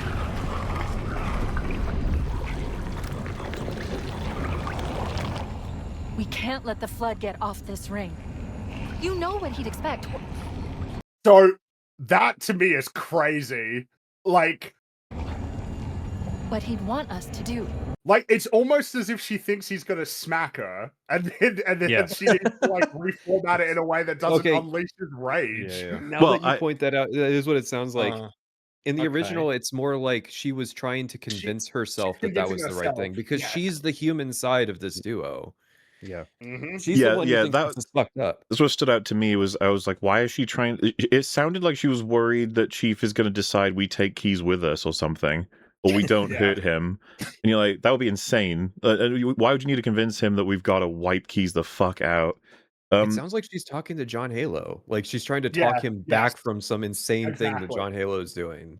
It's a very odd directorial choice, like as if he's like unhinged in this moment, and she's just like tiptoeing around eggshells, just being like, just listen to me, okay? We got to do this thing. Like I feel like Chief doesn't need this. May I take the reality is in like the people original, understand the character. He's already made the decision. Essentially, she's the one who needs to convince herself. I don't get, like, is there a good shot of Keys a second? Oh, that's good enough. Where was it? Come back to me. It's there gone. you go. So Yeah.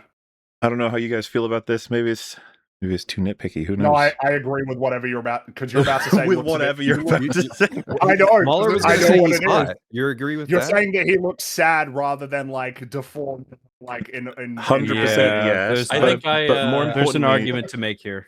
I think I had- on either side. Yeah. So I think I had mentioned he reminds me of Skarsgård and Yeah. Pirates of Yes. the Caribbean. I way prefer, and I'm going to call it the art design of the original game. This shit is horrifying to me. That he's like folded and formed into it so much. There's almost little of him left. He's just a face. Like that's creepy as shit. The new one, I was like, we're doing that. It's more like generic, He's so infected. sad. Yeah. It reminded me sad, of like he's been turned into a Resident Evil goo monster. I was half expecting to have to fight him. He's John Like Flood he now. could To the pop out of point it. where when I saw this form, I think on Combat Evolved, I was like, what is that? And then I was like, it has feet. And then when I was like, God, like that's, but this, you're not making any mistakes. That's Keys. You're like, yeah, okay, I got it. Mm-hmm. Yep. Don't like that change. I feel like if it was Resident Evil, he'd be arguing with you about how it's the superior form of human evolution. He'd be like, dude, get on my level, dude. Like, Yeah, then he'd ride away on a motorbike. It's awesome. He just spilled some honey on his head.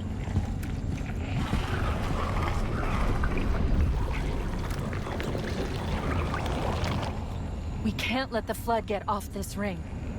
You know what he'd expect. Like, she's scared of him. What he'd want us to do. Yeah. She's scared of Master Shut up, or I'm She's, gonna mute she's you trying again. not to set him off. Yeah.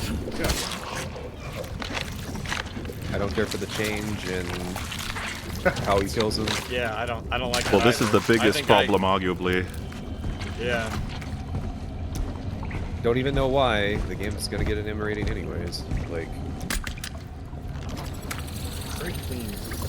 It's done. I have the code. We should go. Well, I know after this cutscene, I went like manually to look and make sure he like wasn't moving. I like shot him and Where's the stuff. It's like, pistol? is he dead? Well, Is he, and here's did the you make best sure part to is kill that him? if you smack him, he drops his skull. He drops the Yeah, skull, It's like the yeah. panicked Yeah. Marine. Yeah, like the Marine, which I don't know, it feels like it betrays the tone a little bit, but hey, whatever. You know, a little tasteless. Where's Yeah, the pistol? whatever. Where's the pistol? I'm a little Keys' bit on the pistol. fence You would with think this Keys' pistol because would show Oh, up in this wait, thing. sorry, what were you about to say, John? I'm on the fence with this because I feel like the close-up shot on Keys is a little undignified in one sense. Because like I kind of like how it cuts away from his face in the original, and then you just see him like dig his fist in to get the thing out. Like it's just too terrible to like look at. So you just like pull the thing out of his head that you need, and then you just leave. Well, it's in your imagination, isn't it? Scene, yeah, it's like the camera holds on his face. The reason I'm on the fence is that in the close shot, you see that he's kind of letting go in a way where you almost see the relief in his expression, where it's just like, oh, thank God, just kill me, dude, because I can't do this anymore. But I think I ultimately prefer that the camera angle cut away from his face to a wider angle. The way especially I took implying it, that he's punching through the face and not like reaching behind it.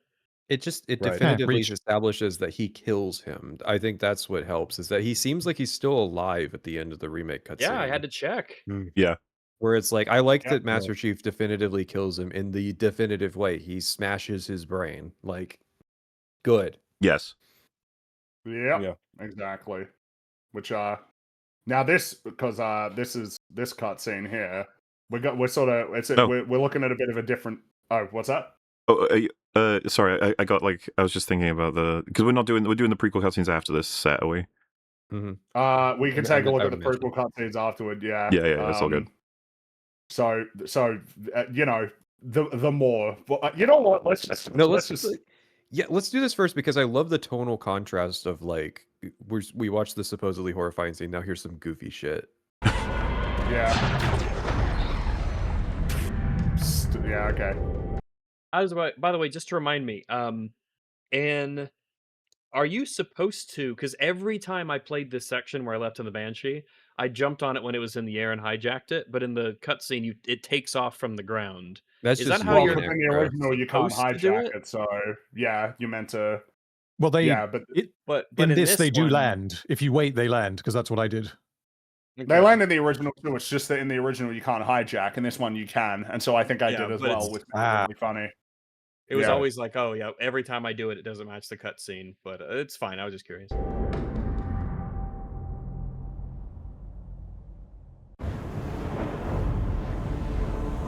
That was a smash cut. How did you ruin this cutscene? How is it even possible? It's the static fixed shots. So yes, obviously that's the point. Is that in the original cutscene you have a nice big sweeping 360 shot of the Pillar of Autumn with this music playing, and it really gives you a lot of time to sort of have that sink in. This is where you began, and look at it now, all alone, like just desolate, destroyed. This is kind of like Creepy your last desert. hope. This is like regular desert, meanwhile, not creepy desert. in this one, they're like, yeah, no, we'll just have some cuts between static shots instead of the dynamism of the moving camera. I don't get it.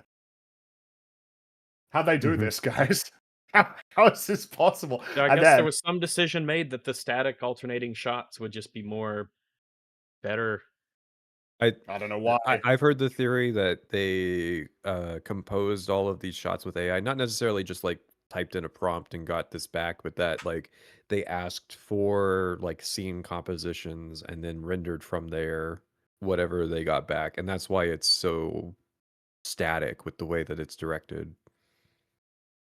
God. It's not It's as insane, though. artistically interesting. It's kind of like in the opening cutscenes, you didn't get those like camera movements that kind of gave it a bit of character. And this is very standard shot. And it always makes you want, because every time they copy something directly, you're like, well, I don't need a justification for that. Like, I understand why anyone would copy anything from a borderline masterpiece, if not masterpiece of a game. that you are remaking. But then when you do change so dramatically, such obvious and simple things, all I can assume is like, so you thought this was better? Why? Tell me. Yeah, why did you change? Tell me why. Maybe the engine couldn't handle the camera movement. No, this is a pre-rendered cutscene, so you don't even have the excuse model. like These it's are being not rendered in- at runtime.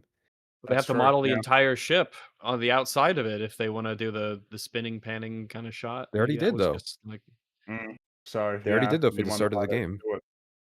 Yep. Just terrible. Also, the music's been butchered because the cutscene doesn't last as long. It'll hold. It's falling apart. What was that? It'll hold. What's that line delivery? The first take. You're not gonna make it. We're not gonna make it. Yeah, that just happened. It sounds like his mom. Focus, She's see? Focus him. Yeah, she's his mom sitting in the passenger seat, like telling him how to drive.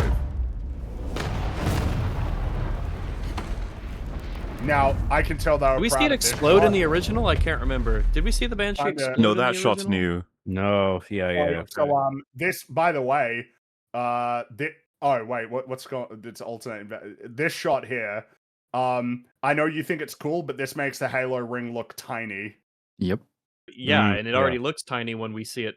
It looks chunky and short. It's kind of a weird angle. This makes it really look small. I'm sure we like referenced that, but just instead of a ring. I think the best part. Almost all of us, when we arrived on Halo, like the Halo mission, all of us looked up. We're like, "Wait a minute, Looks pretty It's small. so tiny. Why is it so It's fat?" By the way, ring. my favorite part of this shot is once the level loads in, the sun is way off in the top left. It's not behind the ring. So it's just nice. Well, lack of continuity there. That's why I think it's AI. Like that the lack of continuity tracking. But that's sounds like that's a that. lot of the cutscenes that are pre-rendered. Virtually every pre-rendered cutscene, instantly there's a difference between you in gameplay lighting and then you in cutscene lighting. It matches the rest of the game, so they're very consistent with their inconsistent lighting. Yeah, I wouldn't want to let them get off with their own human incompetence by blaming it on AI. I think that's too easy.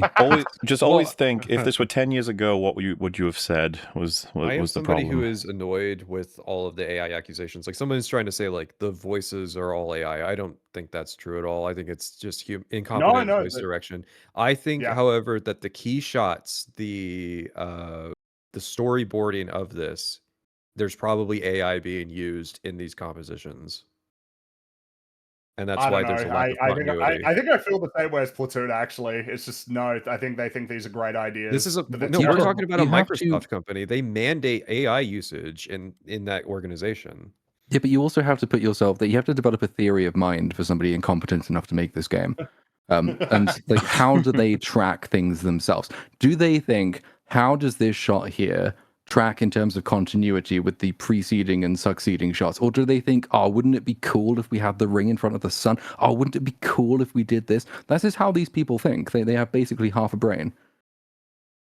Yeah, but retarded people use AI too. I think it's valid. I do. I just good God, the people who made this, like it could be completely different people who made this moment to the next few seconds, for all we know, or they'll half sleep or whatever. But it also could be AI. It's just, maybe that's the real horror. It's hard to tell.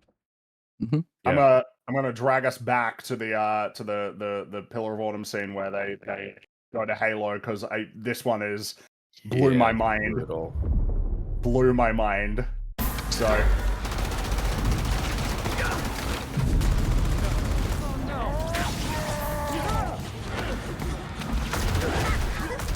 I like when Master Chief actually picked the guy up and physically threw him all the way in. Yeah, just shows his strength. That would be a very good time to leave. Good old Quirk Chungus Cortana.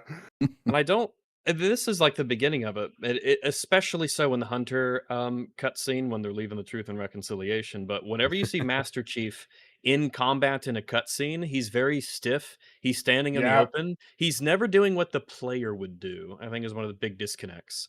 The issue with the Truth and Reconciliation cutscene. Well, are we going to cover that one? Because if we are, then we can go back. We can circle back to that one. Yeah, there's a handful that I think are particularly egregious, and that is one of them. So we can we fair can enough. go Then back to that I'll one again. save it for when we get to it. Then punch it. Sir. And then just all of a sudden, we just got it. Wow, what an interesting it's like shot! A shot. Because it could have been like that could have been neat to see like it leaving the tube and everything. Yeah. And you're going to show an exterior shot, and then the autumn gets like smaller and smaller behind you. Like they just does feel like a absolutely mistake. forgot to Like it cut out a middle make portion it or or include something, it. or something happened. The music is all wrong already, but you're about to see why that's the case. It feels very. Look at this! Look at how sterile it is. Another guy. Yeah. We're gonna make it, aren't we, sir? I don't want to die out here. One thing I noticed, someone mentioned it in chat because I gave this game too much credit. I assumed that these things were like that they're holding on to, the Marines. I assumed that they were like a roller coaster ride bar that came down and went across your chest. Yeah. But they're not connected to these seats. They're not strapped in. There are no seat belts. There's nothing going across their chests. They're just sitting down and holding on to those bars. They're not actually strapped. No wonder into the they all seats. fucking died. So that means Someone in chat said that, and I'm like, no, that's not true. They're obviously like those are like the roller coaster bars. But then afterwards, when it crashed and you looked around, you're like, oh, because remember, no one's in their seats in the crash version. In the original, there's a bunch of dead Marines that are actually still strapped into their seats. Yeah. But in this, they're not even in their seats anymore because of that's course. hilarious. Even with the roller coaster logic, they're not tight enough, are they? Like the gap between and the shoulder. That's why I you know? feel like it's AI, because you ask an AI to compose the scene, and it's like, all right, here's the roller coaster crash bar, but it doesn't actually function like that because it doesn't have a sense of continuity. Wait, quick, how many fingers does that guy have? They've conquered the finger problem at this point. Again, AI for composition, not for the actual like ring. Dude, reward. Sure. The fucking finger thing to me feels like the AI itself was like, we'll make a bunch of finger mistakes, so the moment that they all focus on that, they'll never know when It we're felt actually like malicious compliance. Yeah.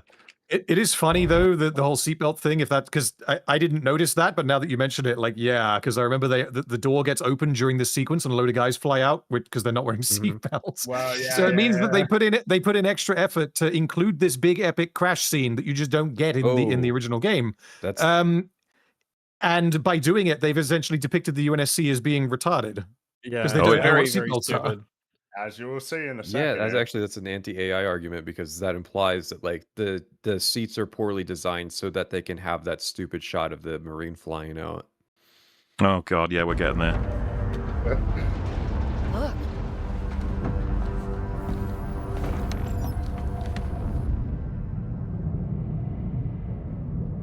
Oh, here it comes. Here The it Halo comes. from Halo, accompanied by the theme from Oh Halo. my gosh! You I have splooged got when I saw it. I feel actual cringe. you have gotten it so Small. utterly and Chunky. spectacularly wrong. It's incredible to me. This is can hear the this is the proportions. same as with the Mark V reveal, like having it be a grand reveal because of retroactive significance. But in this case, you've got a complete clash of tones. The whole point of this cutscene in the original is it's chaos. The Pillar of Order is bad. going down. Yeah. We're we don't want to crash land on this planet, but we got no choice. Amidst the chaos, we go down, and the music is ramping up. But in this case, they had it at the beginning, but then they have to bring it to a dead stop so that we can have the awe-inspiring with the monks for the Halo theme as Halo is revealed behind the planet. You've just gotten it totally backwards because you're incredibly stupid.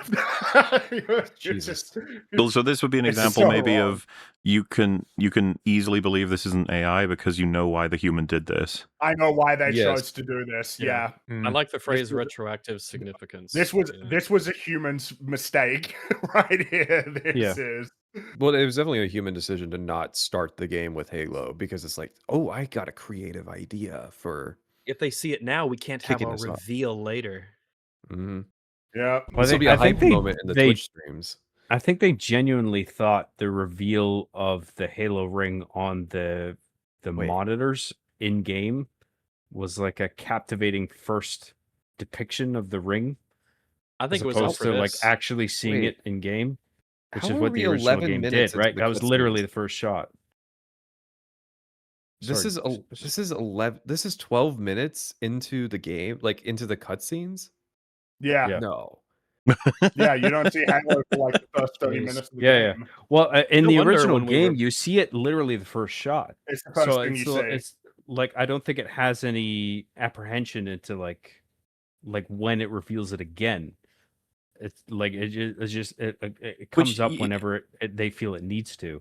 Surely- Whereas in this, like they've withheld the reveal of it. Like you don't see it in the first shot. You just see stars in the first shot. And then the first indication of Halo is in the monitors, and then this shot here that we're watching is the actual first reveal to the audience of the Halo ring. But and it doesn't work as well. And also, which is why I buy the argument that it's completely built for returning fans who are meta involved into like how cool the fucking Halo ring is, because it's in the main menu. Yeah, but like I you was know, just you've gonna seen- bring that up. Like it's the logic that since you see it on the main menu, they don't need to open the game with it, even though that's how it was originally. I mean, idea of even with starting- that, the significance is given here is so obviously meant for one specific purpose. Yeah, you remember Feels Halo, and you manipulative. like it, so like us and give us money. Yeah. You might not like know it at the time, but especially after completing a playthrough of Halo, when you learn about the story and the sort of the history of humanity's ancient past and everything, the idea of starting the game off with a shot of Halo almost like subtly implies that it's like waiting for us to come back, or that it's waiting to be found again, or that it's just there and then we show up. It doesn't Yeah. start off with us. It starts off with Mhm. Halo and then we arrive again, which is a Yep. read you can put into the cinematic choices.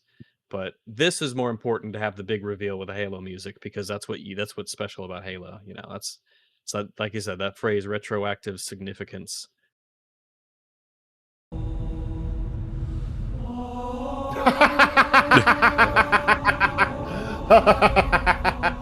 Hey, the good tunes wherever you put them. That's how it works. A big old ring.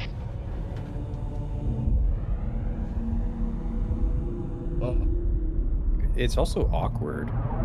Yeah. Yeah, it takes so long. This is meant to be a frantic landing. This is a crash landing. Don't worry, we're nearly there. Go Why back does to the that. I'm sorry, does the air like push Plus, there's air in space. If you stop accelerating, you slow Is down. going in manual. What's the point of? Why is it so long? Why are these shots so long? It's crazy What are you because doing? there's been For this screenshots. this new sort of I wonder how much might be in this game, but you guys are aware of it, right? Like a lot of modern games, they will have moments in the middle of cutscenes that play slightly longer if they're loading shit.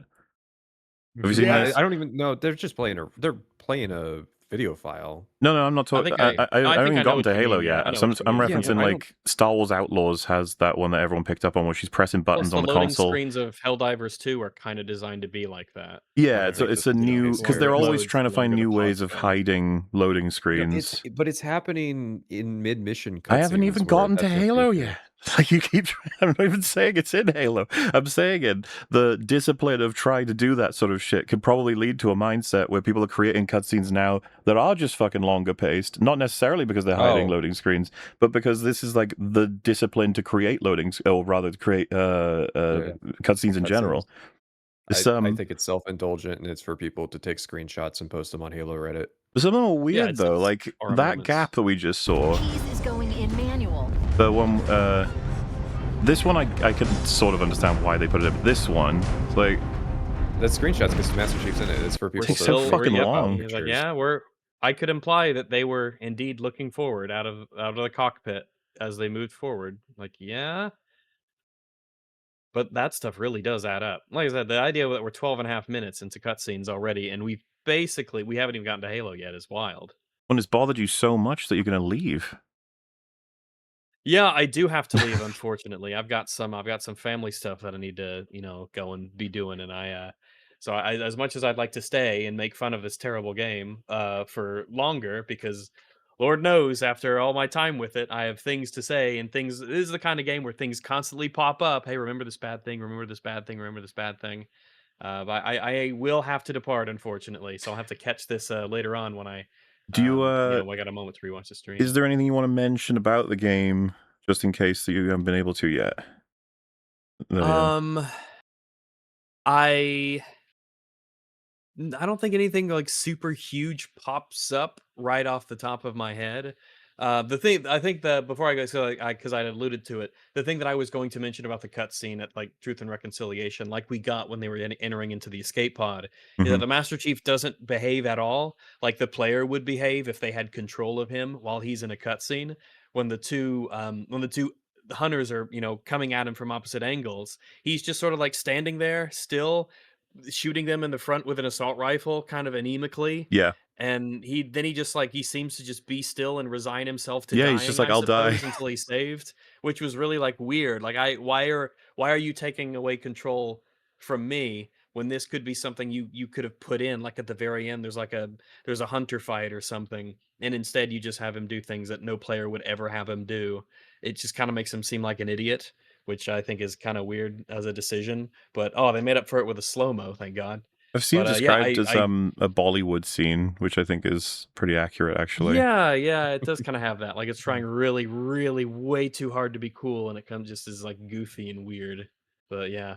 But I do have to go. I wish I could stay and make fun of this game, but alas, I cannot. But I'm sure we'll be making fun of it more as time goes on. Perhaps we will see you next week or more. I think you probably will. I think you probably will see me next week. Oh, I can't wait to see what happens next week. Oh boy. Oh. All right. Thanks. I will see everyone later. Enjoy talking about Halo. Boy. Oh, I thought you said what? Yeah. Bye-bye. All right. Let's continue. March on with these cutscenes.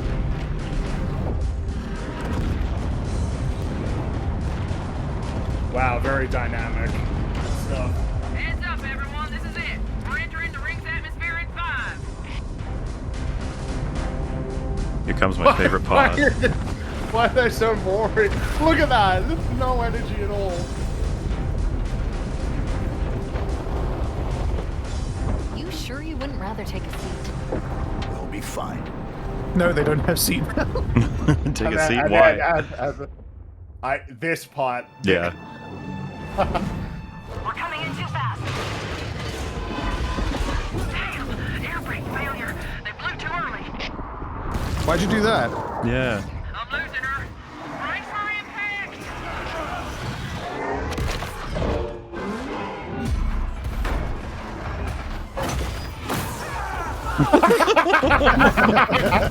So, not only is that really funny, but I think that's quite bad.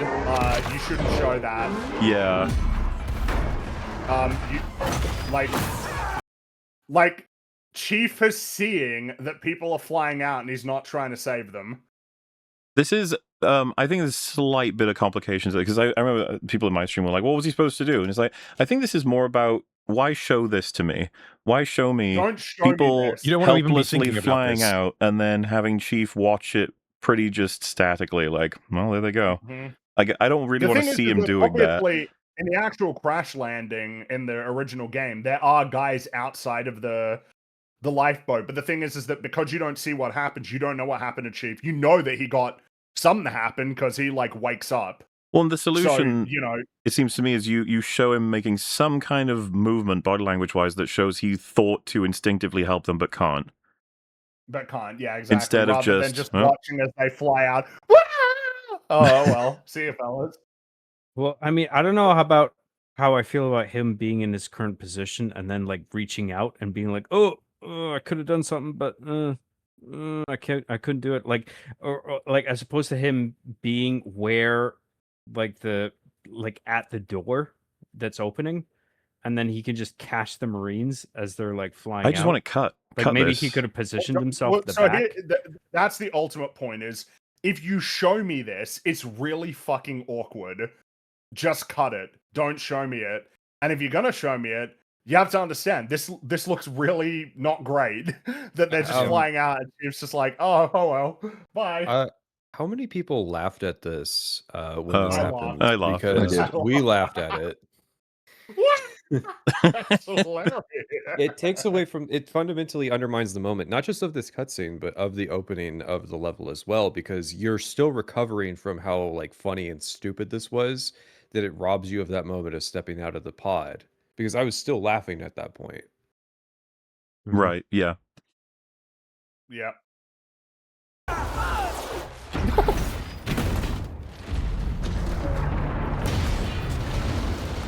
Wow, that was worth it. Welcome to Halo. They added something that strictly made the story worse.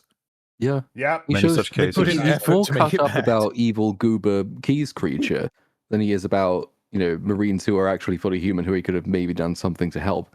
And then Yeah. I don't know at what point in that scene, when does he get knocked out and how?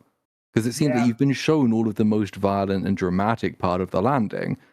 So he gets knocked out when you actually hit the ground slower than when you hit the cliff earlier. It doesn't really make a huge amount of sense. Yeah, it doesn't need to be explained, and I feel like they did it just because they wanted to answer the question of how did the Marines die if the other landings don't kill all the Marines. Well, we saw it. The brakes failed. Yeah, That's why so it's they like- came in too hard. So it's like the additional context of the Marines flying out just becomes a punchline instead of a dramatic undertone. Mm-hmm. It's I mean it's a Call of Duty scene. It happens in Modern Warfare. Oh, well, it's with the nuke. The dropship is And then this is we've seen it, but Everybody mount up. Let's get on board. Give me a minute to interface with the ship's controls. No need. I'll take this bird out myself. Captain, I don't know. He just keeps making me think of Reagan when I see him. Yeah, yeah. hunters. I got that in my chat too. This one is so fucking stupid. Why? Yeah. Where did he come from? Why wasn't he already aboard? It's such a huge betrayal of the mechanics. It's like, the hunters got you fucked if you don't do anything about this, Chief. And Chief's like, no, I'll stay here. I'll stay here. I'll stay here and shoot at Why their are they coming shields. from different doors? Why aren't they together? Hunters travel in pairs. Yeah. There's never been a sequence where two hunters came from different entrances. A crazy miss from the hunter. Well, that's, to be Did fair, you that see is that? accurate to everything Look- else in the game. Look where it's shot. Look at that line. But that's the most accurate part of this cutscene. Yep.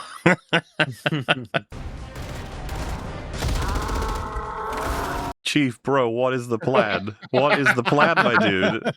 plan is to die. Time for a little payback. Armored Now lock. you see, he knew that was going to happen. Yes. He did. Boo! Boo! He has a So motion much worse tracker, than the so original, again. Slow motion. So lame. The slow motion is like the unnecessary detail. Ugh. It insists upon itself. Oh, it's, yes. It's like, hey, look at how cool this is. Now we're gonna, because we are jumping around a bit. So the Oh God. yeah. Oh God. Yeah, this one. This Here we one. go. No. Every line That in this is worse. Do we have a comparison Try for this one? Because every single line is worse. I did not set one up for this cutscene.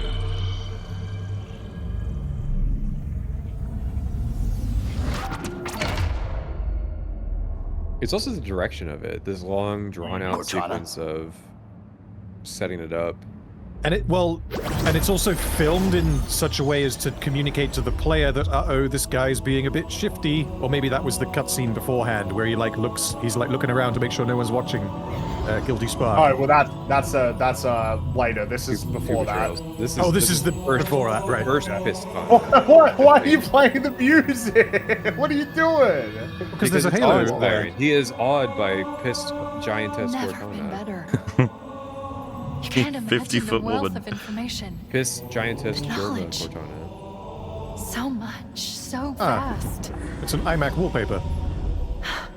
It's clones. I mean, Every frame a wallpaper. So what sort of weapon is it?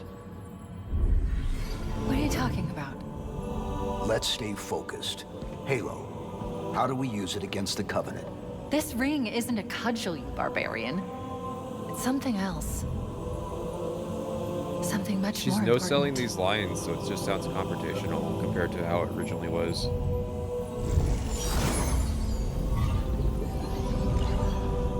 Covenant were right. This ring, it's Forerunner. Give me a second. Why shouldn't I keep it?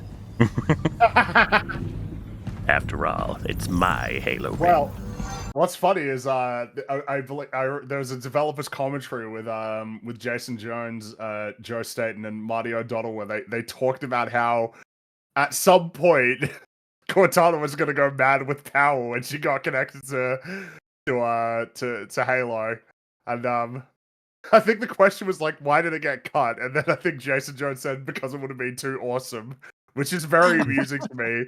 Because of course it's like, yeah, that was probably not a good idea. And then 343 went and did it. They actually made her go mad with power. And then they nailed off-screen her. That's the funniest part of Infinite is they off-screen Cortana. Yep. The Forerunners built this place, what they called a fortress world, in order to... Wait. Oh, here we go. No, that can't be. Oh, those Covenant fools. That is not the... Oh! Those Covenant fools. Like, oh. It's like, no, it's actually a lot worse than that right now. I think there's a certain tone that you should be conveying here. They must have known Mom's that there must giving have me been a curfew. signs. Slow down. You're losing me. The Covenant found something buried in this ring. Something horrible. And now they're afraid. Something buried? Where? The captain. We've got to stop the captain. Keys? What are we... The weapons cache he's looking for. It's not really... We can't let him get inside. I don't understand. There's no time. Get out of here. Find keys. Stop him. Before it's too late. Yeah, wow. You're really selling it with your... you're really selling it. Before it's too late, with your arms just sort of dangling there by your sides, a little bit like, Yeah, if you got time, go and sort that out. Compared to in the original, where she's frantically yelling at you, waving her arms around, you gotta go now. Go find keys. Stop him. It's so funny that rudimentary animation from the original game is far more expressive than like what is presumably motion capture. Yep. Yeah. But instead, it's just like, if you got time, go and find keys. But it's not a huge rush Don't worry or about anything. Listen, the person watching this is a Halo fan who already knows the stakes of this cutscene, so why do they need the emotionality? Yeah. Nobody who's not already a Halo fan is playing this. Yeah. Well, nobody is playing this. No, not right now, anyway. Which, and then it was mentioned before, but it's worth seeing it here once it plays. The opening for 343 Guilty Spark, they ruined it. Yeah. Where are the grunts? Where are the grunts running away? Cowards! But not in the way you think. How? What I want to know is who's the co-pilot in this scene? I don't know, yeah. I think this is the only time he shows up. But I can't believe they got that one so wrong. It's so effective that the first thing you see on this level is the grunts running away from something that off screen. I guess it would be You just have no idea what it is.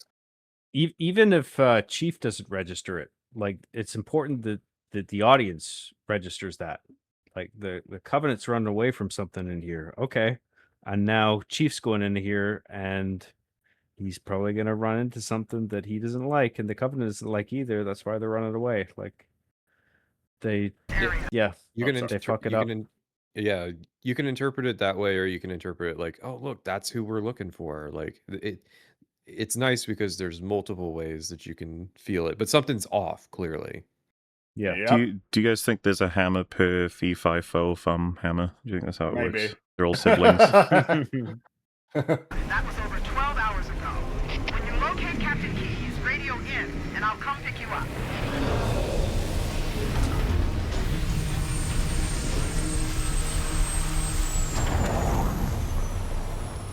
At which then, this cutscene.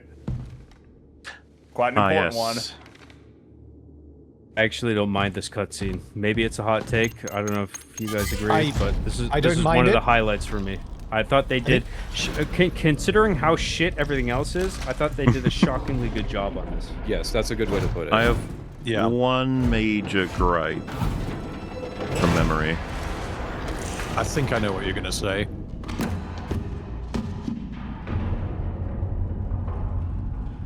I think it's notable as well, the contrast between the lighting in this cutscene versus the level itself. Because this is like dark and ambient and spooky with like source lighting that makes sense.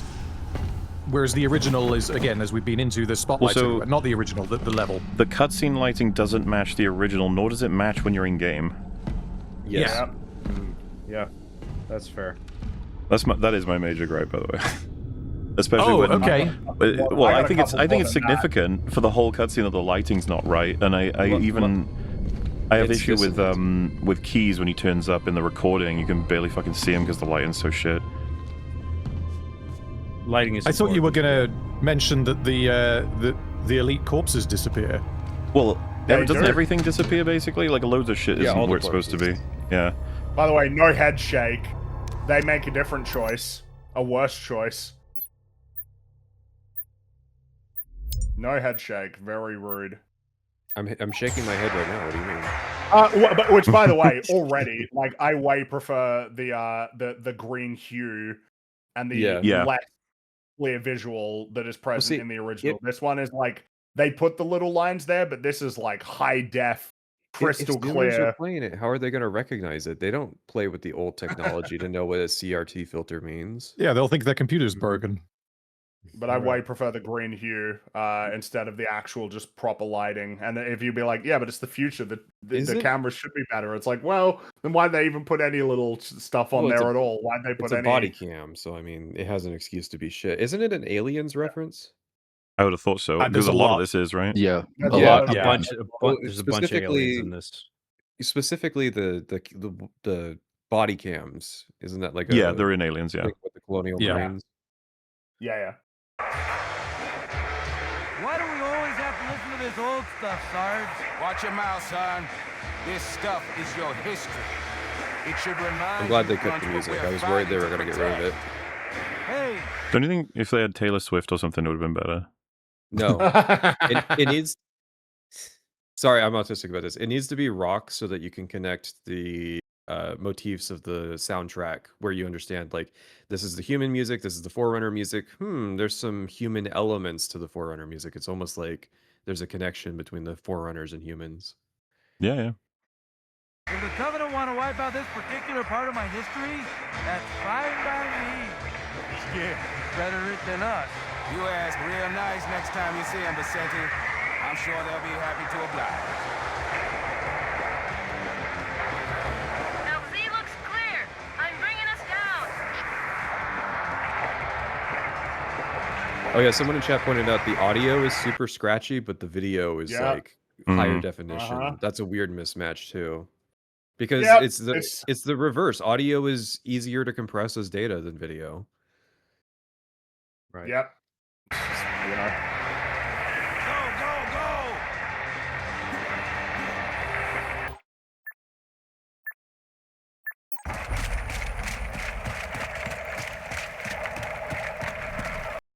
I'm sorry for pausing here. Like I like that the way the fast forwarding was handled here. Because you could have done some cheap ass like scrubbing effect where it like skips across a bunch of frames. I like how it holds on the last frame that we've seen, and then it just skips ahead to the active scene. Like we don't see anything in betwing. Like the beats given anticipation. There's a simple and elegant way that they affected or that they applied it, and I think it works. Take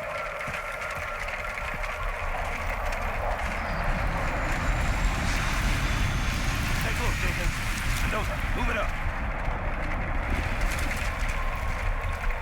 Okay, let's move.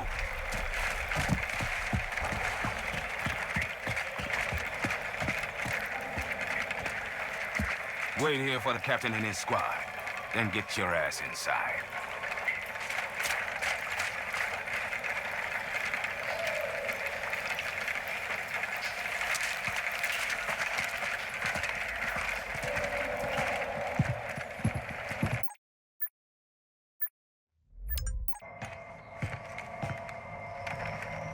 Sir! Right, let's get this door open. I'll try, sir. But it looks like these Covenant worked pretty hard to lock it down. Just do it, Moraine. Yes, sir.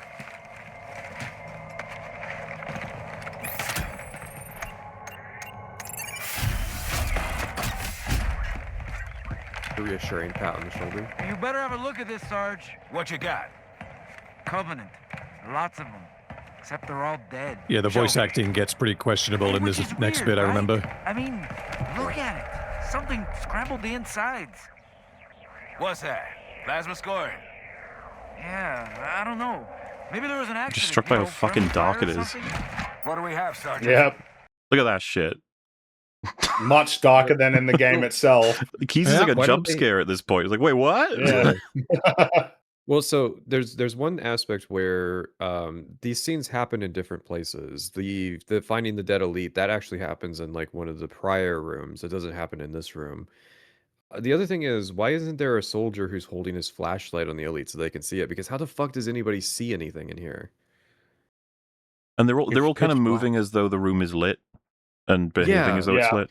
It was probably animated to be lit, and then they decided, like, actually, it'd be scarier if it was dark. It would cover up all our mistakes. Looks like a Covenant patrol. Badass elite units. All KIA. Real pretty. Friend of yours? Nah, we just met. Who is he calling pretty? He Got a didn't look bad at it. feeling about this. Boy, you always got a bad feeling about something. Nobody touched nothing. What the? Captain, Sarge, can you hear me? What's going on, soldier? You got contact. Lots of them. But they're not coming. We're just staring through them. What? Oh, Corporal, do you copy? Over. Mendoza, get your ass back up to second squad's position and find out what the hell is going on. But I don't have time for your lip, soldier. I gave you an order. But Sarge, listen. What is that? Where's that coming from, Mendoza? Everywhere. I don't... Above you! There! Get out! Let him have it! Get out! Get it out! Hold still! Hold still! God damn it, chickens! Fire your weapon! Sergeant, we're surrounded. Yeah, not really buying that they're in a firefight here. Nope. There are too many, Sarge! Sarge, there's too many. Yeah, it doesn't... I'm overwhelmed. Because you can't see them. I wonder if the infection forms just look shitty and they needed to make it black for that. Chickens! Behind you! Chickens. Yeah, the subtitles cannot parse it. Or maybe Johnson thought these were chickens. And there's, there's no answer as to how Johnson got out of that situation. So it's like, it's weird that they don't answer that question if they're going to make him, if that's the real Sergeant Johnson. I don't like it. I don't like it. We get rid of the head shake and do that instead. I don't like it. Feels like he's got a bit of a problem with his temper here, you know? Well, Master Chief, he is a more emotional character now. He's squeezing the card too hard. Like, yeah, I think it's supposed to indicate like, oh, right? my comrades. Like, I've got to squeeze this thing to indicate no head shake, cared about them, but not lamenting it, but it's more like I'm angry about it. Which I'm gonna is get like, revenge. Yeah, I'm gonna kill these motherfuckers. I'm gonna get revenge on these things that I don't even know what they are at this point. Like, I don't even know what they are. They're not the Covenant. So yeah, I don't like it.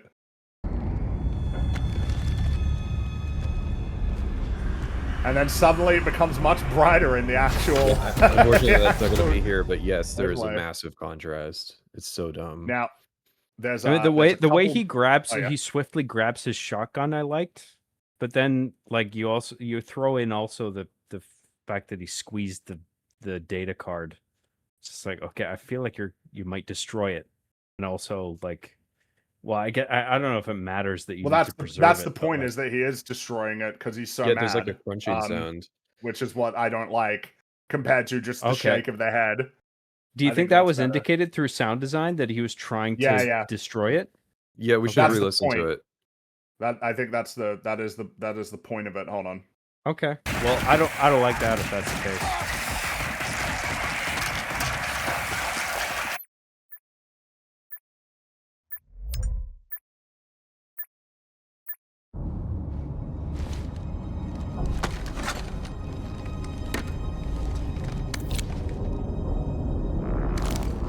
Yeah. He destroyed it. I get what you're saying. Like, that sound is too much for just a closing of the fist. It sounds like something's He breaking. broke it out because he was mad. Yeah. Whereas, in the original, he just he throws it away. So, yeah. Which I don't understand the utility of destroying the evidence of like. He's mad. He's mad. That's it. He's mad. Maybe That's it's all it is. inconsequential ultimately. Like, okay, maybe it's just like his anger is just so severe that 343 Halo Studios felt like they needed that to come through to the degree where it's like he has to crush the medium in which the footage is stored because he's so mad. I feel like that's really stupid, but maybe they are stupid enough to entertain that idea. I mean, that's what it is. He's mad. Yeah, he's mad. Rather than sad, he's mad. Which then this, by the way, if this part here. This Halo, it will of course consume all viable hosts in this galaxy. Why, naturally. Why? Let's teleport outside of the library, my man, so that I can show you where it is that we're going. Yeah, we can't have this conversation on top of the pylon at the end of 343 Guilty Spark or at the start of the library. We need to have it outside. Outside in the cold. Right. I'm not Do you think meeting you in a second location. Someone had developed this environment and they wanted to use it in a cinematic because it doesn't show up again. No. This is what it looks like in Halo 2. This looks similar to what the library looks like in Halo 2. But isn't there some kind of flood-related environmental reason why it's all snowy and everything in Halo 2? Well, the thing is, in the original, that's the thing. In the original, you don't see the outside, so like I don't necessarily know what the outside of the library looks like in the original. In 2, it's snowy, but that's 2. That's a different Halo. Well, like, you know what I mean? Like in Halo 2 is completely different. It's a completely different biome. That's right. The control room. Well, it's just because, like you're not necessarily going to the same kind. They're different. They're different structures. They're not identical. Yeah. Well, because Fringy, when you're saying a different Halo, you mean actually a different Halo ring, right? Not a different. Yes, Halo I'm talking about. I'm talking about in Halo 2 when they're on Delta Halo. This is kind of what the library looks like, but the control room, the control room is not in the snowy area like it is on the original Halo. Like it's just different, but I just don't see the point in showing me where the library is. Yeah, it's a nostalgic look. I recognize that thing. Yeah. Especially because you're then going to go into the library itself and have, a fairly long, from what I remember, walking sequence before you encounter enemies, in which, like, that's obviously where dialogue should be. If you don't want to break the pace of the game up, but they've decided to chuck it in here instead. And there's a few little lines that Guilty Spark says as well, which I don't remember from being in the original Halo, which almost give the game away too easily. It's like by the time you actually get to the revelation, he's kind of already told you what the revelation's going to be, and it's a bit weird that Chief doesn't pick up on it. I don't think I even noticed that the first time I played it, the remake specifically. That's one of the cool things about the original game is that while you're playing the level, in part because you're distracted by fighting these guys, he just says things that don't really make sense. Yep. But they make sense from his perspective because of who he thinks you are. But he'll just say things like, "Oh, you brought like really ineffective weapons. That's weird." And it's like, well, it's not. It's like I don't know what these are. Like we weren't expecting this. But of course, from his perspective, it's like, which then because there's 2 more big cutscenes from the original that are worth talking about, and I guess we'll just tackle them. 2.5, I guess. There's this one, the True Betrayals, which I am blown away. I am stunned by some of the choices that they made in this cutscene. That's the one that just blew my mind as to how bad it was. Yeah. Yep. All the tests It'll were do that. conclusive. Is something wrong? No. Nothing. Splendid. Shall we? Guilty Spark has had a lot of direction changes to the way he sounds, where somehow it's the same actor, but he sounds like a completely different person. Yeah, definitely. I find it incredible that they even butchered. It's weirdly one of my favorite shots in the original game. It's just the big wide shot as Chief walks up to the control panel while Guilty Spark is humming a little song. It's a very cool shot, and we didn't really get an equivalent of that here because they lame. Unfortunately, my usefulness to this particular endeavor has come to an end. Protocol does not allow units with my classification to perform a task as important as the reunification of the index with the core. What the fuck is that? What was that? Little bit here. He thinks he's looking at someone else and gets confused. That's the devs being like, hey, remember this guy's sus. He's been a little sneaky boy. That is reserved for you, Reclaimer.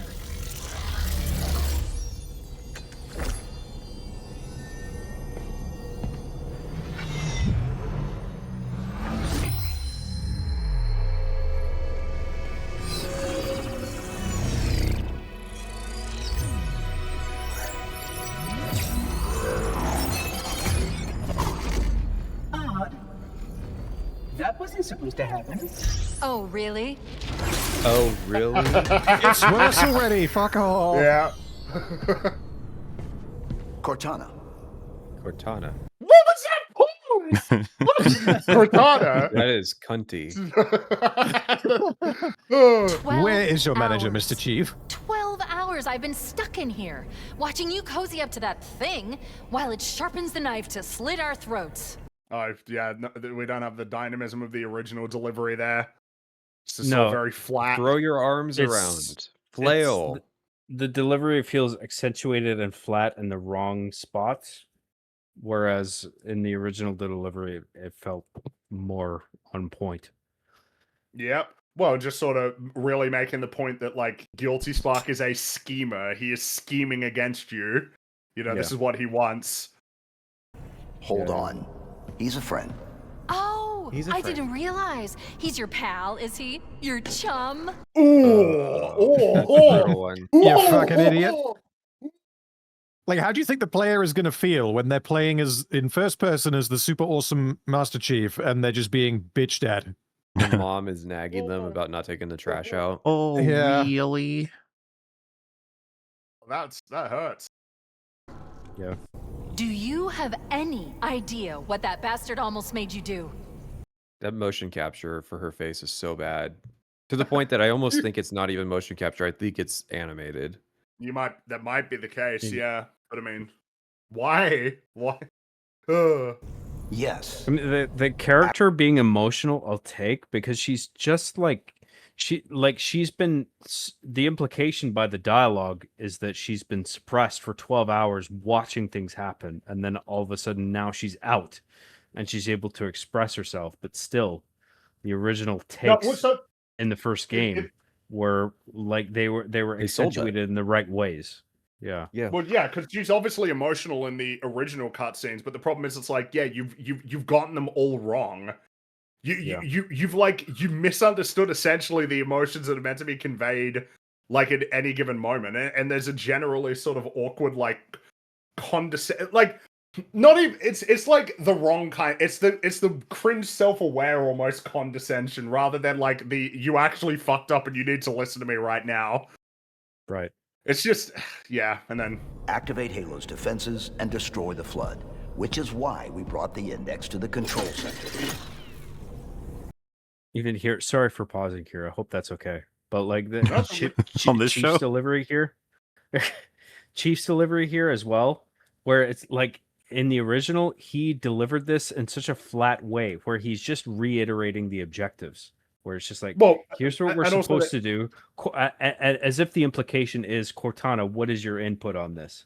Whereas here, it feels like it's like condescending, where it's like, this is what we're supposed to do. We're supposed to do this, and then we're supposed to do that. His mom is talking back to him, and he's upset about it. In the original, he's like a little bit unsure himself because he's like, yes, we're activating Halo to wipe out, the Flood, which is why we brought the Index to the control center.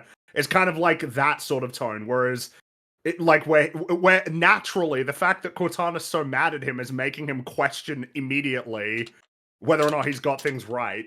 Because why would she be so angry and upset? Like if there wasn't any reason for it,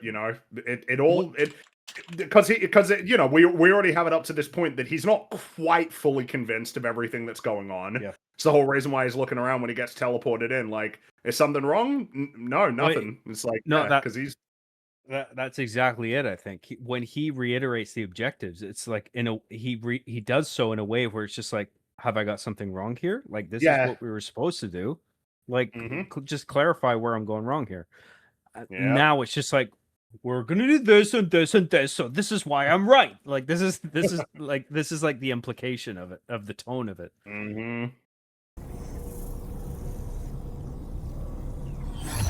Why is it so slow? You mean this? That fucking eyebrow raise. Dude, that Oh. face. In the core, Once I saw the Germa comparison, I couldn't take it seriously anymore. It was fucking crazy. acceptable. And yet... What imperfect? Excuse me, where's my sod off? Yeah, that's right. Yeah, I mean the sawed off thing is A remnant of like when she was that. maybe gonna be A British. line like that is written with I think a British sensibility. Like there's like you don't hear the word sod in any other situation. I feel like. Yeah. No, that's true, but too bad. That's what she said. I was going to say, what's Or- funny about it is no, I an agree. equivalent. It ends up- and Yeah, I yet agree. does not match that energy. Say fuck off. Like just blow Yeah. your one curse word. Like Well, there's that, do but something. I would argue you should be able to recognize when remaking something like this that that's a line that you're like, oh, we got to keep that one because everyone remembers it. Like it's a line that's a part of this experience now, even if it were placed for whatever reason that maybe doesn't match. You keep this applies to like so many different remakes where they just take lines away because they're like, nah, we're not doing that anymore. I think Resident Evil remake, Resident Evil 4 remake, sorry, had this problem where it kept removing a bunch of shit, and it's just like, sorry, but you're gonna have to own the fact that people are coming to Resident Evil 4 with expectations of Resident Evil 4 instead of you being like, yeah, but we want to remove the embarrassing stuff. And it's like, what are you doing? People love this. I think also like another problem with this is that Cortana, I feel like she's relishing too much with having the sudden like having the favorable position in the power imbalance here, like because she's no, you're right. You're totally right. She's been suppressed for all this time, and now she has the power, and she's taking too much glee in it. I feel is an issue. No, with the yeah, voice delivery. I'd say that the tone in the original is like is essentially it is confrontational, but it's like I've won here. Like you can't threaten me. I have what we need. Like I'm the I'm the obstacle in your path compared to like she almost seems thrilled by it. I was like, no, Right. that's not. I think they're trying to set up a future dementia metaphor with Halo 4, and so they're adding to the emotionality of her so that it makes sense when Halo 4 comes around, and they're like, oh, that's why she's crazy. Just wait till Halo 4, bro. It'll all make sense. Just wait until we remake Halo 2 and 3, so then it'll all work. Yeah. It'll all Well, I click think it's together. safe to say that isn't going to happen now. What do you? What were you about to say? Well, what are you guys' perspective on the likelihood of getting a Halo 2 remake? I don't know. Under at the this point. previous leadership, absolutely it would have happened because they liked to waste money. The current leadership is being a bit tighter with the budget, and I just don't think like they might take a stab at it, but they're gonna be super hands-on with it. Well, didn't they spend $150 million on this game, and it's currently got about 3,000 people playing it? It's never listen. They allegedly spent $500 million on Halo Infinite, and that failure still didn't shut them down. There's a few issues with this, I feel like. I mean, like, for one, do they think they're seriously going to contend with the work that's already been done on the cutscenes by Blur? That's one thing. Yeah. And then also, like, I don't think they're greenlit for this. I don't think they have anything on their plate in terms of active projects. Yes, right now Halo there's seemingly Studios. nothing in development, which is hilarious. And, well, in contrast with the fucking... I don't know if I'm spoiling anything here, but the legendary ending where he's just basically saying, "We'll see you in the sequels." Yeah, like it's They like have a you couple automatically sequel you dates. got this smug sense of like, oh yeah, we got this, dude. We're gonna do the second one, and you're gonna love it. Like we did You're such a gonna good love job it. with this one. Wait till you definitely- see what we do with the sequels. Like that's basically what they're implying, I think, and it's just like, come on. Yeah, they wrote that. They definitely wrote that line when Phil Spencer was still in charge. Right. Yep. You sure that's a good idea? How dare you? I'll do what? I have the index. You can just float and sputter. Enough. That one there. That's the one that gets me. You can just float and sputter is the original there. It's like, yeah, you can float and sputter. Like, Yep. Where's Also, the no, enunciation? no chief putting his hands up between them. We'll just get rid of that. Oh Just have yeah, it, we lost that too. Yeah, yeah, of course we did. Well, I think If that we activate- original beat lasted a hair too long, but you could have just like cut that down by like a second or like maybe a half a second. That can't be said in the case of this because they extend everything dramatically. We don't cut Yeah, here. yeah. We add. No, That's right. Halo's defenses, Yeah. we can wipe them out. You have no idea how this ring works, do you? Why the Forerunners built it? Halo doesn't kill Flood, it kills their food. Humans, 343 Covenant, whatever. Filthy Spark said You're that at the all start of the equally library. edible. You're all equally edible rather than we. It's a noteworthy change. And they'd be like, yeah, but I mean, she can't be eaten by the flood. It's like, oh, I think you misunderstand. The whole point of we is that she includes herself as part of humanity, not separate from it. Well, I think there's an interesting thing there because the model is based off of Halsey as a person. Like I don't know what position to take on this. Like because I know what you're saying, Fringy. I think it fits as a rewrite with the idea that she's like in her egotistical mode right now, where again they're probably fucking foreshadowing like villain Cortana. Sure, Where maybe, it's like but- she sees herself as something different, and it's because she's in this position of power right now, and it's like, see, we're setting up Halo 5. Yeah, We're setting up Hitler no, Cortana. Yeah. It's not. No. It's not you. It's we. Obviously, we. Sorry, did you just say Hitler Cortana? Yes. Okay, you've got to understand how strange that sounds to someone who has not played past like don't Halo. worry. You Combat gotta Zone. stop selling him on playing Halo 5. Yeah.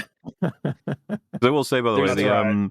I know less about this, obviously, but when I was in the prequel missions chat, we're talking about how there's like tanks or whatever that relate to foreshadowing for the future of these games. So they're definitely doing it, right?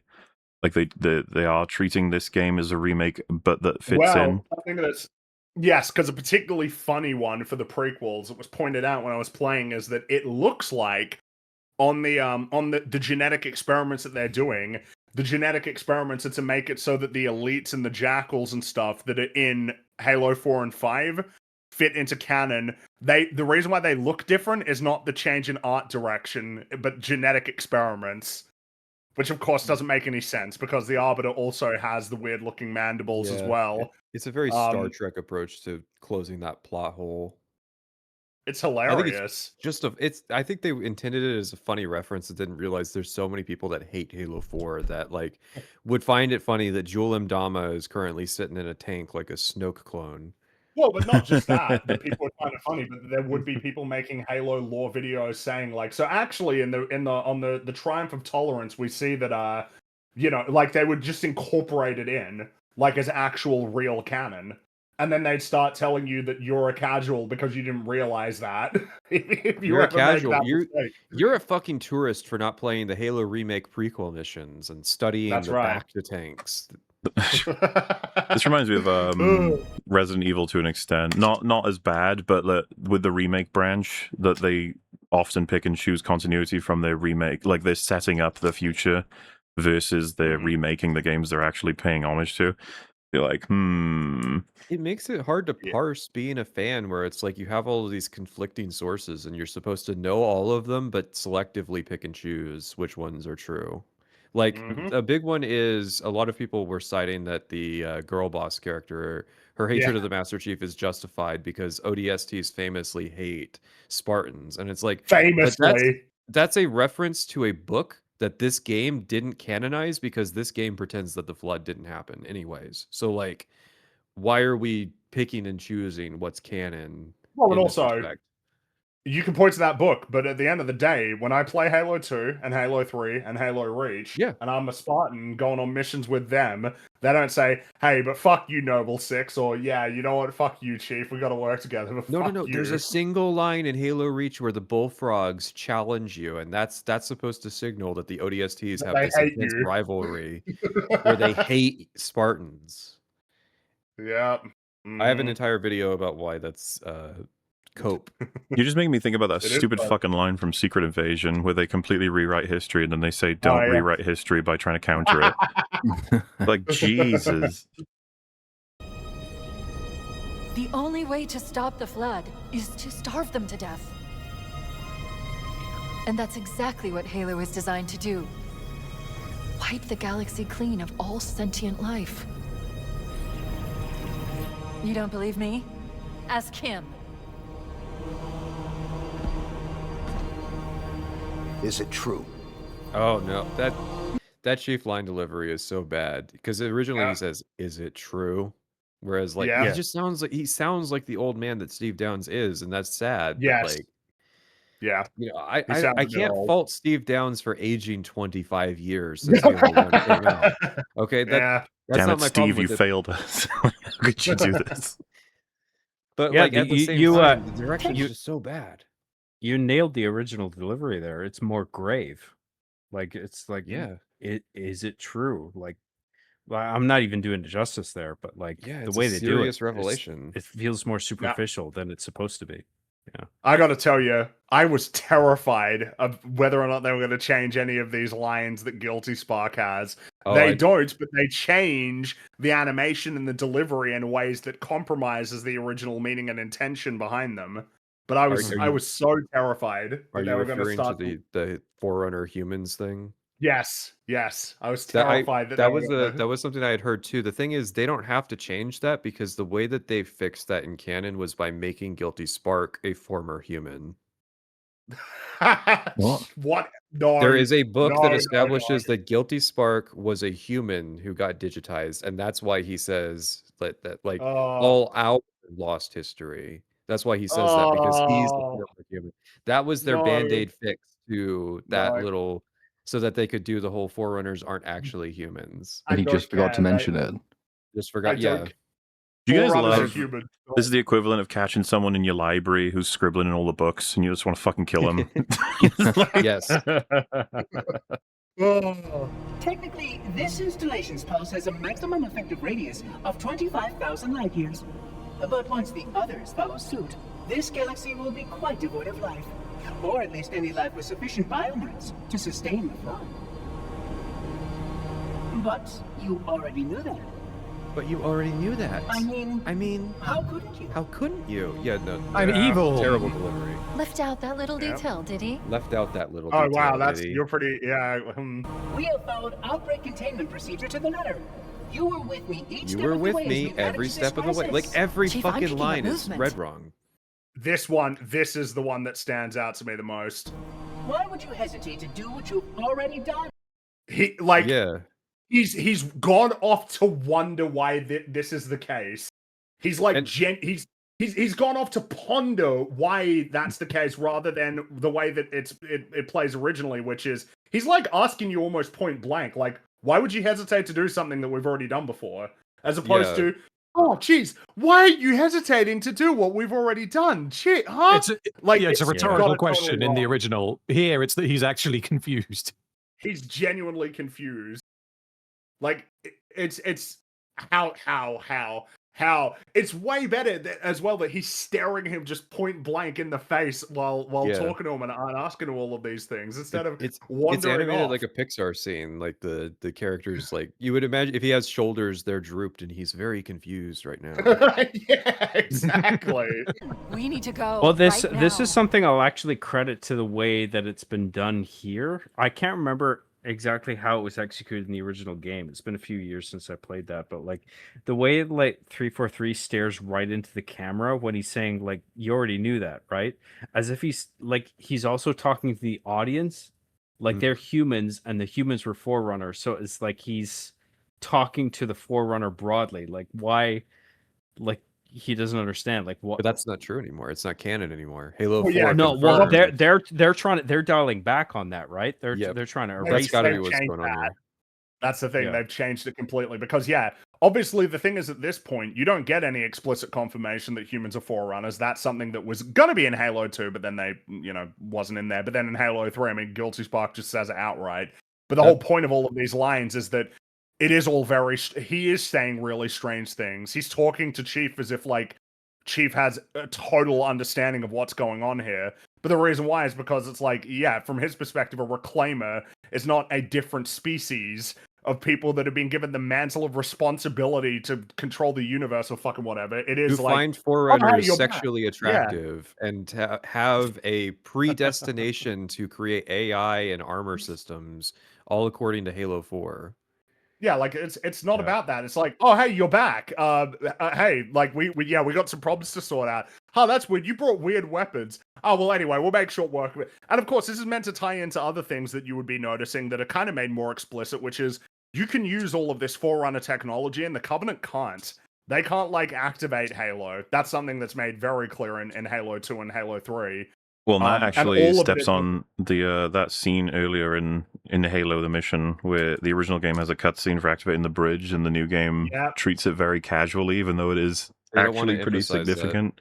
Yeah, it's actually kind of a worthwhile thing to show. Yes, he is reclaiming the Forerunner. No, he's taking the mantle of responsibility. Ah, yes, that's right. Yes, as opposed to reclaiming Halo. Halo 4 has a plot point in which Master Chief is the fucking chosen one of the Forerunners to inherit all of this stuff so that he can fist fight an Iron Man vampire guy and shove a nuclear bomb up his ass. Stop selling me on this game, Patrician. What are you doing? I am selling you on it. The Prometheans that you fight, the robots, they're actually humans, ancient humans that got turned into skulls inside their masks. Yeah, and it was because he was trying to use, what was the thing called? The big device the big laser. What was it called? The Composer. Yes, the Composer. And they blow up Phoenix, Arizona. That's right, New Phoenix or something. Yeah. No, it's the point. Look, all right. I call love it the Sunny Delight laser, but sure, Composer. Let's go with it. I love the original, like just this as an element that you've been playing the game, and there's a lot to sort of be read into, and then Guilty Spark says a whole bunch of things that just don't make much sense at all. But of course, it makes a lot more sense when you realize exactly what his perspective is. It's super cool. It's really very. It's dare I say subtle. But whoops, that was a mistake. Now, we need to pay off future games because a bunch of people ass blasted us on YouTube making fun of the fact that we retconned the Forerunner human thing. Yeah. Last time you asked me if it were my choice, would I do it? Having had considerable time to terrible. They're just over-egging how evil he is with the way this is filmed. Yeah. Well, again, and also, I enjoy how much less dynamic it is, because, again, this is yet another instance where we have a big 360 shot. We cut from behind Chief as he sees all of the Sentinels pop up. He even has a little bit of a fright when he sees it. And then, turns around, grabs Cortana. We do the big sweeping shot to then face him as he's essentially staring down this threat. But instead, it's like no, let's have it be much more boring. Mm-hmm. Answer has not changed. I also just hate the line delivery. Last time you asked me if it were my choice, would I do it? He doesn't say it like that anymore. He says it like a fucking villain. Yep. Because again, it's a total. No choice. We must activate the ring. Yeah, and they're just like that. We must activate the ring, as opposed to like we have no choice. We must activate the ring. We must activate the ring. It's just matter of fact for Guilty Spark that he's about to commit genocide. Like, yeah, pretty there's much. a coldness he's kind of got to a his casual evil relationship with it. Yeah. It's the temptation to over-humanize AI characters or robot characters. It's quite common. They seem to think that the more human you make them in inflection, the more relatable they are. The more you can parody human emotions, the more unsettling the characters. I mean, the actually unsettling thing about him is precisely that he has no real emotional attachment to the thing that he's doing. It's why he's able to do the job that he does. You think they learned from lazy Hal? hack writers? Well, yeah. Hal was so very developed though is like that. Actually, he just really, really, really wants a ring that he controls. Is like what sort of emerges after that the ring gets destroyed, and then he's kind of left without any clear purpose in Halo 2, and then in Halo 3 when it's like, oh, the Ark is constructing a new Halo. Well, that's just fantastic. And then, of course, when threatened with the prospect of the Halo ring getting destroyed again, that's when he finally loses his shit. Which, of course, is a notable turn at that point. Because it's like the first time that you see him shoot a laser out of his face because of how mad he is. But anyway, oh well. Us out of here. If you are unwilling to help, I will simply find another. Still, I must have the index. Give your construct to me, or I will be forced to take it. What was that?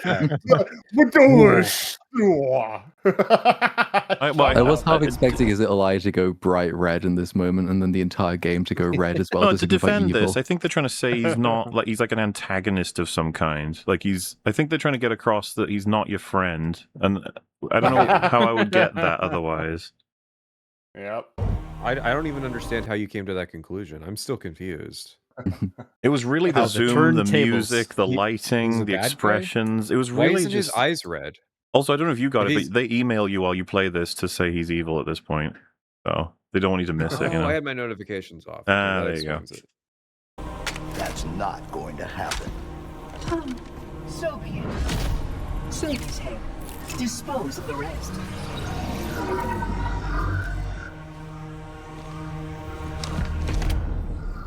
Wow, that was.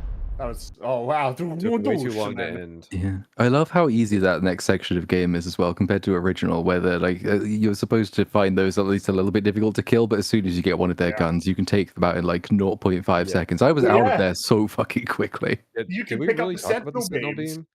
Yeah, they're in the game and they're super overpowered as well. Oh yeah, we didn't mention that one because the needle rifle. Yeah, it's crazy the most powerful. The sentinel beam has ever been, probably. Yeah, more so than even in Halo 2. I felt it was super powerful. Melts the shit out of the Covenant. They can't do anything against it. And the Sentinels are just pathetic. Yep. Which is like they drop a weapon that they're weak against because I am very smart. It's pretty OP against every enemy type. Yeah, the Sentinel. Yeah. Which then brings us to the last two cutscenes from the campaign itself. Before we take a look at a handful of the prequel ones. So I'm excited. I want to see the girl boss. This is the end of the game, the last cutscene. So they've changed the ship layout. Which again, I don't understand because if we're standardizing this with like where First Strike is going to go, as implied by the prequel missions, how are 7 people supposed to fit into this little cockpit? This is so fucking dumb. When I saw this, I was like, so he's dead. He's fucked. There's nothing. There's a one-hit kill had enemy. Experience with this enemy the entire game. They could just make it a normal fucking one combat fucking hit form. kill enemy on heroic. You're done. It's over. Can't do anything, Chief. Oh no! Oh, and his gun, this gun shot, dude. This fucking pathetic shit. It fell through the map. Oh jeez, it fell through the chair in the video. Oh god, it's between the seats. My gun is between the seats. I dropped my phone. Oh no! Oh no! It's so stupid. But yeah, thank you, Thanks, Keys. Miranda. Oh my god, he used the Magnum from the beginning. The iconic fucking Magnum. The thing about this, of course, is the first question I was like, oh, the Magnum can't do that. It can't kill in one fucking shot. A normal combat form that he's wrestling with, and then he one-shots it, because the Magnum can one-shot the combat forms. Oh, right. Well, yeah. That's the thing. It makes no sense to put a tank there. Like, why did they do this? Just like to be scary. The other two that are right next to the ship at this present moment, they're going to jump up and we're going to see that he's going to struggle more and the pistol won't do what it's supposed to do because they're right there, so they're going to have to do that. Even the placement of the assault rifle at the beginning, I mean, he's supposed to be able to magnetically lock his gun to the rear of his torso armor. Like the fact that he's just like setting it aside just so he can fumble with it between the seat cushions. It is unacceptable to have his primary iconic fucking weapon slip between the sofa cushions. That's just so stupid. Oops. Oh, off he go. Oh. Let me know that. No, where did they go? Where did they go? They just disappeared. They're standing there. They're just standing. General lack of urgency, please note.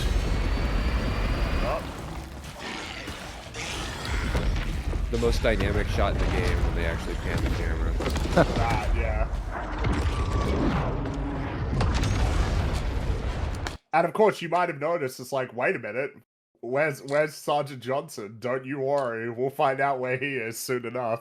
Well, I like the PNG explosion. Why actually have things explode when you can just superimpose a fucking explosion over everything? Yeah. What Are is they this watching it? shot? Wait, hang on. This has to be AI because now they're looking at the explosion that they were They're not flying looking away at the from. explosion. They're flying away from it, and you can see the lighting. It's just this horrible static shot of the two of them just staring vacantly forward. This next bit was the only time in the what's the entire game I thought, like, this is the sort of mistake AI would make. It's not only it's this, but it's also the way the ring itself explodes. It's like, I still think it's dumb fuck humans, but I can understand this mistake For being the made. record, like just for Patricia, I don't know how invested you are in any fucking superhero movies, but Superman got made fun of because there's a shot where he's like flying in front of the sun, moves away from it, and then into another sun on Earth. And it's like, nice. And then a lot of people were like, excuse me, we don't need realism for suns. We're doing Superman, okay? Like, people loved it, defended it. Just like, Right. And then, of course, if someone said, like, oh, it's AI, it's like, no, I think humans are stupid. Humans can fuck up in those ways. Well, I was about to say, they not only fuck up, but, like, intentionally. Like, if you said to them, there's two suns, bro, and it's like, yeah, people won't notice. They'll love it. They love the light sources. They'll love it. Trust me. Yeah, that's like, what the moon is during the day. Yeah. Look at this shot. No, What the hell? I swear that reflection in his visor is the explosion. I don't think so. I think they're just looking at nothing. They're just looking. Oh, this is decidedly much worse. Here it comes. This, yeah. So, like, it's a giraffe getting sucked off by a guy. This is a nightmare. In the original game, you have the nice dynamic shot where it sort of tilts and it spins as it's pulling back from Halo while the one big chunk flies towards the other chunk. It's kind of an iconic shot. They remade it in Halo 2 in the opening, like the prologue with Arbiter. But instead, this is what you get right here. I said this reminds me of The Force Awakens. It's a 6. When they blow up Starkiller Base. Yeah.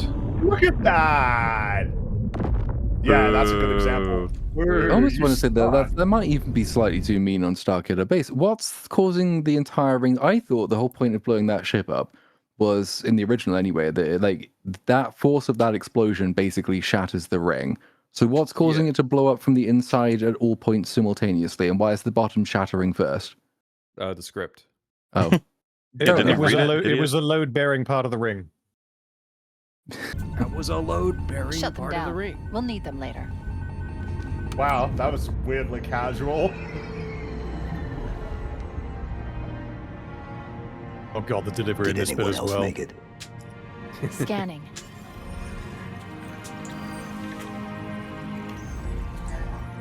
No. No. Just dust and echoes.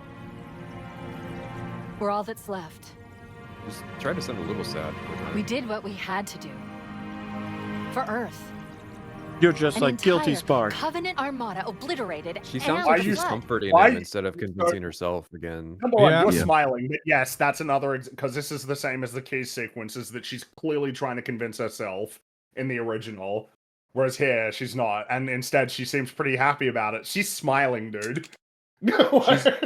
She got those monkeys killed. I don't know what you'd expect. Well, she's smiling happy. because Dust and Echoes made it. Thank God. That's great ape, sir. He was saved from the chickens. The Look chicken. at that smile. We had no choice. Halo. I know that, Cortana. It's finished. It really is. She's convincing him. No. I think we're And then just John getting Halo started. speaks up, and then it's like, no, there's three Oh, by the way, sequel I think that is a insane misunderstanding of the tone that you're trying to convey at the ending of the game. Yes. Like, putting so much emphasis on, oh my god, he's about to take the helmet off. Oh, cut to black. Haha, got you. Compared to the big, like, pullback as he takes the helmet off and then showing space as the music just continues to linger for another 10 or 15 seconds to let it sink in. The game begins with the shot of Halo, and the game ends with space devoid of Halo while the music is playing. It's like it's bigger picture. That's like all that's trying to say. Bigger picture. Not like, oh my god, is he gonna take off his fucking helmet? Are you gonna see his fucking face? Like less emphasis on his face and more emphasis on like where is he going in space? Like where are we going now in terms of like the adventure of this story? Yeah. Our place in the universe has changed forever. It's like forever and permanently altered. just let it sink in for a moment. Let the experience sink in. Instead, it's like, nah, you're gonna see his fucking face. They're so incompetent. They're so staggeringly incompetent. Which and then we have the legendary ending. Which have you all seen this or? Yes. The chatter just asked, "Do we get a Marvel cameo at the end of the credits?" Boy, do we have something to show you. Yeah. I had a weird experience with this one because it started rolling the credits and I couldn't skip them. So I quit back to the menu and then it was like resume game. So I hit resume game and then it gave me the post-credit scene. Huh. Oh, that's weird. I don't know why it worked like that, but yeah. I just looked it up because I played it on Heroic first time. And Yeah, I didn't want to so Fear not, Marvel Bros. We have an after credit sequence. Here we go. That's right.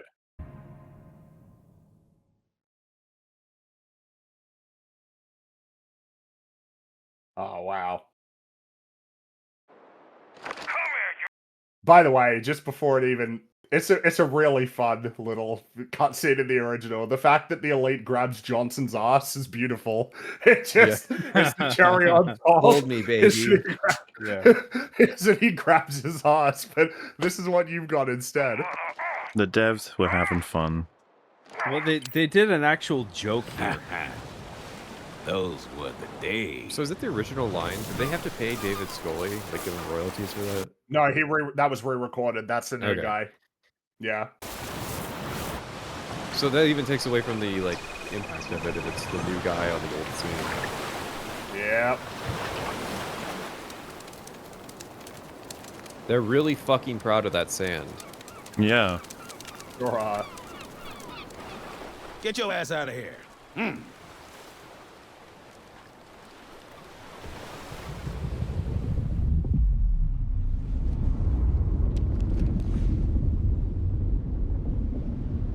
Oh, Steve Harvey.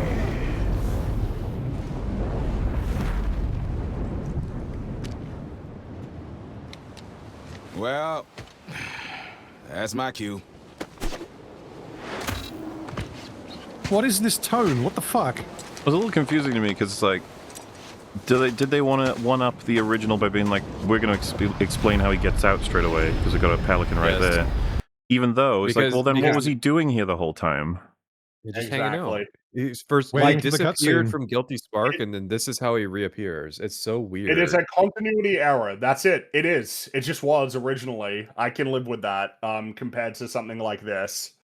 Well, I mean, you could also say non-canon, right? As like a meme, because it is a meme. Well, there's like a pseudo explanation in First Strike for how it happened, but it's like, yeah, it's just one of those things that when you're a Halo fan, it's like, yeah, Sergeant Johnson probably died, but he still shows up in Halo 2. Like, who gives a fuck? There's multiple Sergeant Johnsons in the game, anyways. It's like Half-Life, how like there's a bunch of random characters and then they all end up having names in Half-Life 2, and it's like, well, which one of these guys was Barney? Which one of these guys was Dr. Kleiner? It's like, it doesn't matter. That's just a fun part of the franchise. It's like, no. But instead we need to make it a little wink wink nudge. Who's the Pelican pilot in this thing? I don't know. It's just like on standby. Hammer, I told you. Hammer. Yeah. I think it's Hammer. Okay. See you in the sequel. Fuck you. Presumptuous of you. You're gonna get to make a remake sequel. Yeah, no, I hope that's a curse that they've conducted upon themselves, that they silent. You know what? Either way, right? Because if Halo 2 gets a remake, then everyone will talk about how awesome Halo 2 is. Yep. We don't need that. Well, I mean, we don't need that. You know, the thing is, I know, I don't want I know. But at least that happens. That's the thing. We don't even know what the future really holds. We don't even need that though, because Halo 2 has already had an anniversary version. It has. Well, this also had a remake, and also the original is very accessible. So you know, all of that is not necessary, but whatever. Which yeah. So we got a couple of these prequel cutscenes that we got to check out as well, because I added in this prequel. Which, by the way, I've seen it pointed out, the Mark IV armor doesn't have regenerating shields, right? Like in canon. And there was a solution for this, which is Halo 3 ODST had a character who didn't have shields, and they kept the mechanic with the stamina system. So it's like, just do that. Nah, why would we do that? But this, I assume this is your favorite cutscene in the game, Waller. You said, right? Well, so we just did all of those. What was someone here's pick for worst cutscene from that selection or this selection? The thing is that it's probably, for me, it's a battle between the two betrayals opening cutscene or the ending. I feel like both of them get the tone so spectacularly wrong in a way that's very detrimental. And it pisses me but off. like, I didn't even put the main campaign's cutscenes in consideration because I consider this one. If it's to be in totality, I get what you mean. No, in totality, it probably is this one that we're about to watch. I think it comes down to how autistically obsessed with the fuck up retcon canon stuff. To me, the two betrayal scene is really bad because it's feeding into the changing the Forerunners to not be humans thing with the direction, and that's more egregious than like any new thing they can do. I understand But that. in a vacuum. This one is just remarkably cringy. To people who haven't played Halo, this one is really bad. Is this the Prophet scene? Yes. Yes. Are we all ready? This is the worst. This is iconic. I think this is the worst.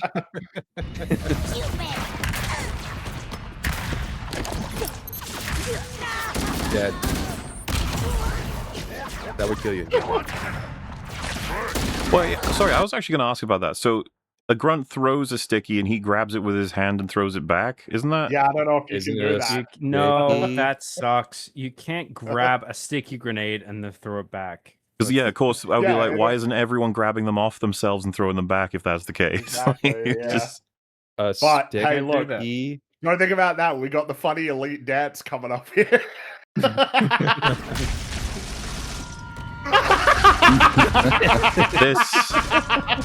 We must spend time on this. Well, so was it animated or was it motion capture? Well, I think it was motion The guy capture, just but I think started having a seizure while he's wearing the mocap suit. I think the problem is that they're bringing in actors one at a time to act in a motion capture booth, and then they're just shouting direction at them and being like, "Hey, dodge like you're like someone's shooting at you, and then occasionally fire back like somebody's there shooting at you." And then like they do that one person at a time, and then they compile them all together in one scene. This is like, well, there's it feels like it has this uncanny feeling to it where no one's actually reacting to what's actually happening in the scene. There's that earlier scene with the jackal running away that's also really funny. Yes. But this is just incredible already. Like, what the fuck are these four doing? A lot of them aren't even aiming at anything. They don't know. The music choice in the prequel missions is so fucking atrocious, but like here, this is not the song for this, just because it sounds ominous, so it's going to be a good insert. And it's like, it's a guy who in a wheelchair who can't fight. Why would the Master Chief be scared of a prophet? What are they shooting at? Oh god, so indulgent. Well, I'll be damned. What's a prophet doing here? What's a prophet doing What's a here? prophet doing here? Beats me. Hey, Waddles, didn't think your kind got out that much. Crazy how everyone's shooting at each other and nobody's hitting anybody. No more grenades? Nothing? Hold your fire, my children. This would be the time when Master Chief just shoots him in the fucking head. Absolutely. Master Chief would just shoot him. They're not going to talk. There's nothing to talk about.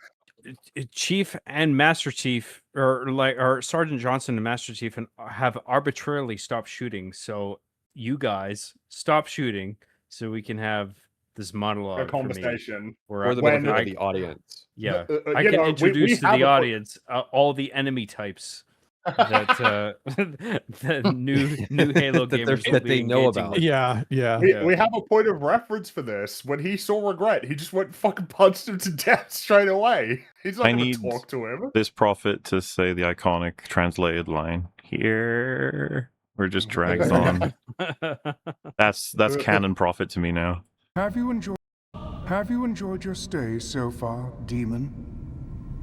Why is he calling him Demon now? And yes, this is people pointed this out. Demon is a post-Halo Combat Evolved moniker. For the guy that blew up Destroyed their Halo. holy relic. Mm-hmm. Yeah, doesn't even make sense. Good job, You guys. and your companion given word of your arrival, I would have arranged a tour. I think we've seen enough already. Well, then why don't you kill him, Shoot him. Chief? Shoot him. Shoot him. Why are you getting out of cover, Chief? The only justification for this is that they see it as an opportunity to gain intelligence on what's going on here, and it's like, but if Master Chief is of the opinion that they've seen enough already, then just shoot him. Exactly. Yeah, that also drove me nuts because I did see that defense, and later on, a fucking TV screen comes down with the Prophet, and he just starts explaining his plan, and then Johnson shoots the screen so you can't hear anymore. It's like, bro, It's like, that you is our dumbasses. enemy. Like, You are spies right now. Yeah. Spy on them. It's a TV. It's like we can't hurt him. We may as well just let him tell us his plan. No, I need my melodramatic moment of lashing out. That's what I mean, though. Even the most petty defense of like, no, man, he just want to shoot him for information. It's like, no, that's not these characters, even by this game standards. Are you not impressed with our work here? I would have thought you, of all creatures, would appreciate such steadfast dedication to improvement. That's quite a clunky line. Yeah. Why would he know about the Do you know what the augmentation spawn stuff? program is? Yeah. By the way, there's people in chat who've never seen this before, and I feel for them for what's about to Well, happen. here's another thing. This is now the earliest that the like Spartan modification program is really being mentioned like in a mainline game. It's not a plot point that comes up in the original Halo trilogy, despite what the Halo TV show would make you think. No, it's not actually important at the all. Spartan Doesn't program is matter. super pivotal to the canon. The first time it really gets like meaningfully brought up is like the opening cutscene of Halo 4. 343 is obsessed with the Spartan program and the child sure soldier thing. Mhm. So it's like, why does the Prophet know this? Why does he have access to this information? Like, the only way I can rationalize it is that the Prophet is a canonical in-universe Master Chief stan.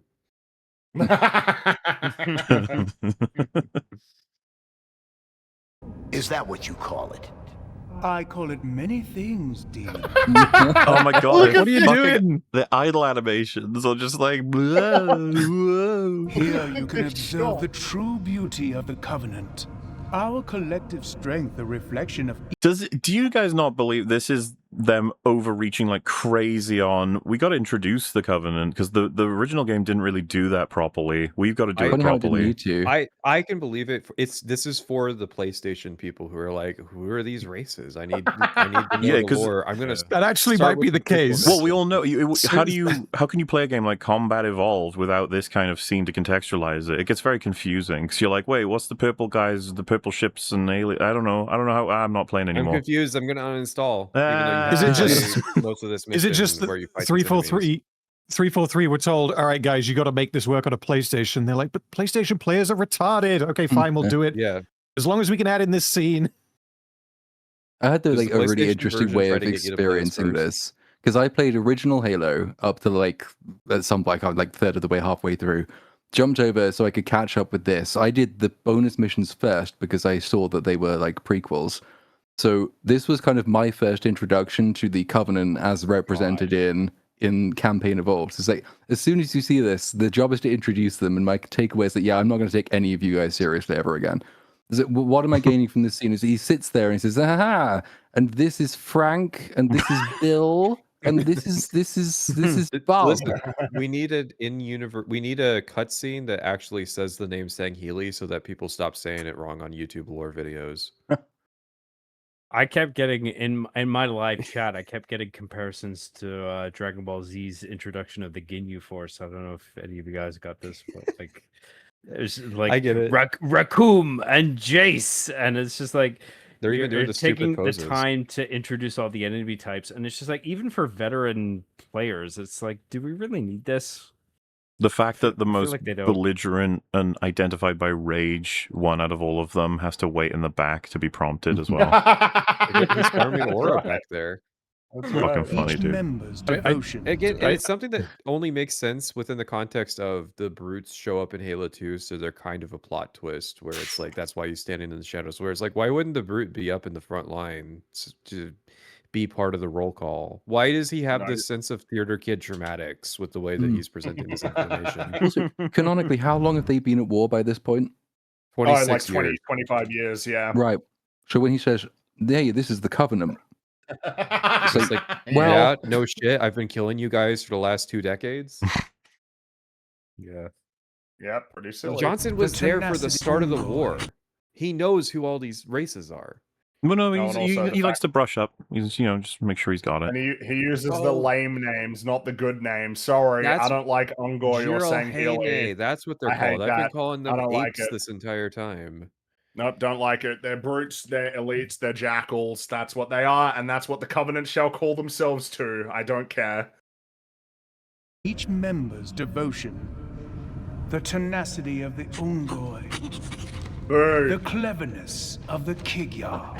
No. See, it's already bad looks enough embarrassed. with their little reactions, like they're being introduced, but then it just keeps outclassing, right? Because you're like, those were already tough. That was some cringe. Like, welcome Grunt, and he goes, "Woo, it's me, the Grunt." It's like, welcome Jackal. It's like, yeah, man, Jackals. And then It needs The Darth Maul like, moment. build-up music. Our partner since the writ of union, the This is so embarrassing. These are grown-ass men who are I'm like, the elite, participating bro. in a hype moment. Yeah. Well, they think, like, the people who made this are like, oh, the fans will love this. And there was one fan out there that was like, yeah. I think it's fine for them to have a language that has them as different names. Well, unfortunately, in the Bungie games, they only ever call themselves elites and stuff. So to change it is to be incompatible with the Bungie games. They may well have alien names, but in all the cutscenes, they call themselves elites. The elites call themselves elites. They call the brutes brutes. Tartarus calls himself the chieftain of the brutes. Sorry. I don't want... And also, you should just understand that people aren't going to remember Ungoy and shit, but they will remember grunts and elites and jackals because they have gameplay elements that are plainly obvious, whereas I don't know that Sanghili would tell you anything. Like, on its face, why would you know who that is compared to Elite? It's like, oh shit, yeah, it's that guy there. It's big tall fellas. Have we not been saying Ungoy this whole time? I thought you guys were. Damn. Leave me out. Level like that. You need to know it's Sanghili, so when you get to Halo 5 and you go to Sanghelios, you connect. Oh, see, it's the home world of the Sanghili. With the swords of Sanghelios, Sanghili led by City. the Arbiter. I wouldn't have figured it out with all the fucking hinge heads on every corner that this was the elite home world. Bad expectation management as well for them to say, and you know, the cleverness of the jackals. But then how do you not know which way is up? Because yeah. Here he comes. And the Jiralhaine. What they lack in mind, they make... Yeah, see, already you fucked up what they lack in mind. The brutes are not stupid. They're not like, dumb. They're not 40 IQ retards. Yeah, here is my giant angry retard. Let me introduce him to you. What I don't, what's they funny were is supposed to be that stupid, but now they made them stupid. Yeah. they don't introduce the hunters or the drones, which the hunters are in this game, so they have that excuse. But they also don't introduce drones or skirmishers or the engineers, any of these other races that exist within the Covenant. It's just like whatever backup dancers happened to be clocked in that day, that's who he's going to introduce. And he just happened to have one of each. Also, that means that this brute was just sat at the back during the firefight, No, and then he's he waiting to horrifying walk right out. now. So how dumb is he if he knows to stand in the back and wait for his introduction to show up? Yeah, exactly. Yeah, you're sending mixed messages, game. Up for in muscle. But under our guidance, my guidance, their rage can be controlled. Observe. Now shoot him, please. Video game weak point. So, Chief, do you want to shoot him at all? Are you no different, demon? Okay, Mr. Monologue. Sorry to interrupt. Why would you be self-aware. warning him about your interruption, bro? Just shoot him. Well, that Aware and on why the are you clock. interrupting him? Again, this is an information gathering opportunity. Even if it's basic level shit of, oh, now we know the names of all the species. You know, at least you're getting something from this. No, we got to be self-aware and say, okay, Mr. Monologue. I am a millennial writer. I am very smart. That reaction time. Oh no! I like that he has a fucking railgun, but apparently it doesn't just go through the brute and still hit No, him. it demonstrates your new gameplay mechanic. I think this is fucking funny, and it didn't really click for me until I realized that the name of this ship is the Triumph of Tolerance.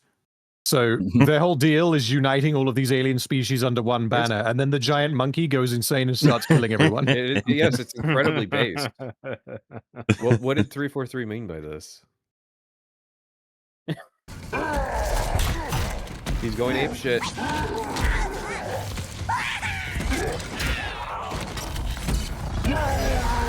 Hey, it's almost like it's metaphorical for how the brutes will tear apart the Covenant in Halo 2. Yeah, okay. I was hoping someone would stop me with my bullshit. I can understand. Then we have which that intro introduces a new favorite character. Boy. Did you guys' chats give this character any amusing nicknames? I didn't even remember a name for a while. I'd like to share a prediction I made before this game came out regarding this character. I said that this entire game is going to hinge on that female ODST and how they handle her. And I believe time has proven me correct on this. To some extent, yeah. There have been shit tons of viral posts just about her, and yeah, but I said this like well before the game came out. No, I'm saying after the game came out. That's what I'm saying. I'm not kidding when I said that this character is like the deciding factor on whether this game succeeds or fails. And congratulations, it failed. Thanks, Sergeant Major. We owe you one. Didn't think we'd ever see any of our own again. So I can't unsee this now because my chat was referring to her as Space Abby. And that obviously made me look at her arms, and her arms are fucking tiny. Like, you cannot expect me to believe that someone that size has this level of authority and respect from the other soldiers. She is tiny. Also, her cutscene version has like no jaw, so she just looks like a thumb. It's the voice that kills me with this woman as well. What, this is Southerner? No, the more the intonation rather than the accent, but like she's so extremely abrasive constantly, and you're like, yeah, but that's the point. It's like, that's great, that's great. I love that. That's the point. Lieutenant Williams, Tiger Company. From the 92nd Shock Troops Battalion. One and the same. Honored you've heard of us, Sergeant Major. We certainly know who you are. The honor's mine, LT. Glad we could help.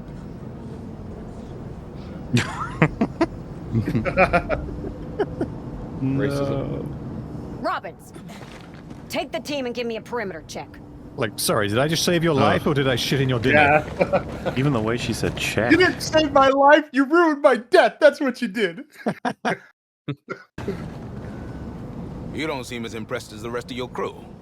No, Sergeant Major, I'm not. Takes more than fancy armor and a good PR campaign to impress me. Dude, Go fuck yourself. So, again, something you have to understand. But in the books, doesn't mean anything. Nope. Doesn't mean anything. This isn't even referencing what they're talking about. What they're talking about is a guy who's holding a personal grudge because some of his soldiers got killed in a training accident. I think it's 27 just like, years you have ago. to understand, number one, the vast majority of people who have any familiarity with Halo have not read the books. So there's nothing to own them about. Like, you didn't read the books? Yeah, of course they didn't. It's the Halo video game series. That's like its principal canon. I just don't even... And number two, I don't even believe your characterization. I haven't read the Fall of Reach in a while, so I don't remember exactly how it plays out. But like, I don't believe... The event happens in Fall of Reach. They're testing how strong Master Chief is post-augmentation. So they have 3 ODSTs box him, and he accidentally kills 2 of them. And then the guy that was in charge of them, who was upset that they got used in that way, ended up being a major character in the next novel, which was The Flood, which is a novelization of Combat Evolved. What tickles me about this is that none of those characters in The Flood even get referenced in the remake of Halo CE. So I don't see how I'm supposed to like take seriously that like the Flood is this thing that I'm supposed to be referencing in my interpretation of the character when the Flood wasn't even important enough to make it into the remake of the game that it was novelizing. And then, of course, you just got the other element. Oh, go for it. Well, I mean, there's also the whiplash in intent. So we've just got done with the cutscene, which is so retarded because it thinks it's appealing to people who've never played any of the games before. And then the introduction of one of the more important characters is saying, well, what do you mean you haven't read the book? Well, you can't have both of those positions. It is establishing the expectation that to be a Halo fan, you have to read all of this out of game canon shit in order to keep up with what the fuck's happening, because that's the only way you can understand what the hell's happening in 343 games, because yeah.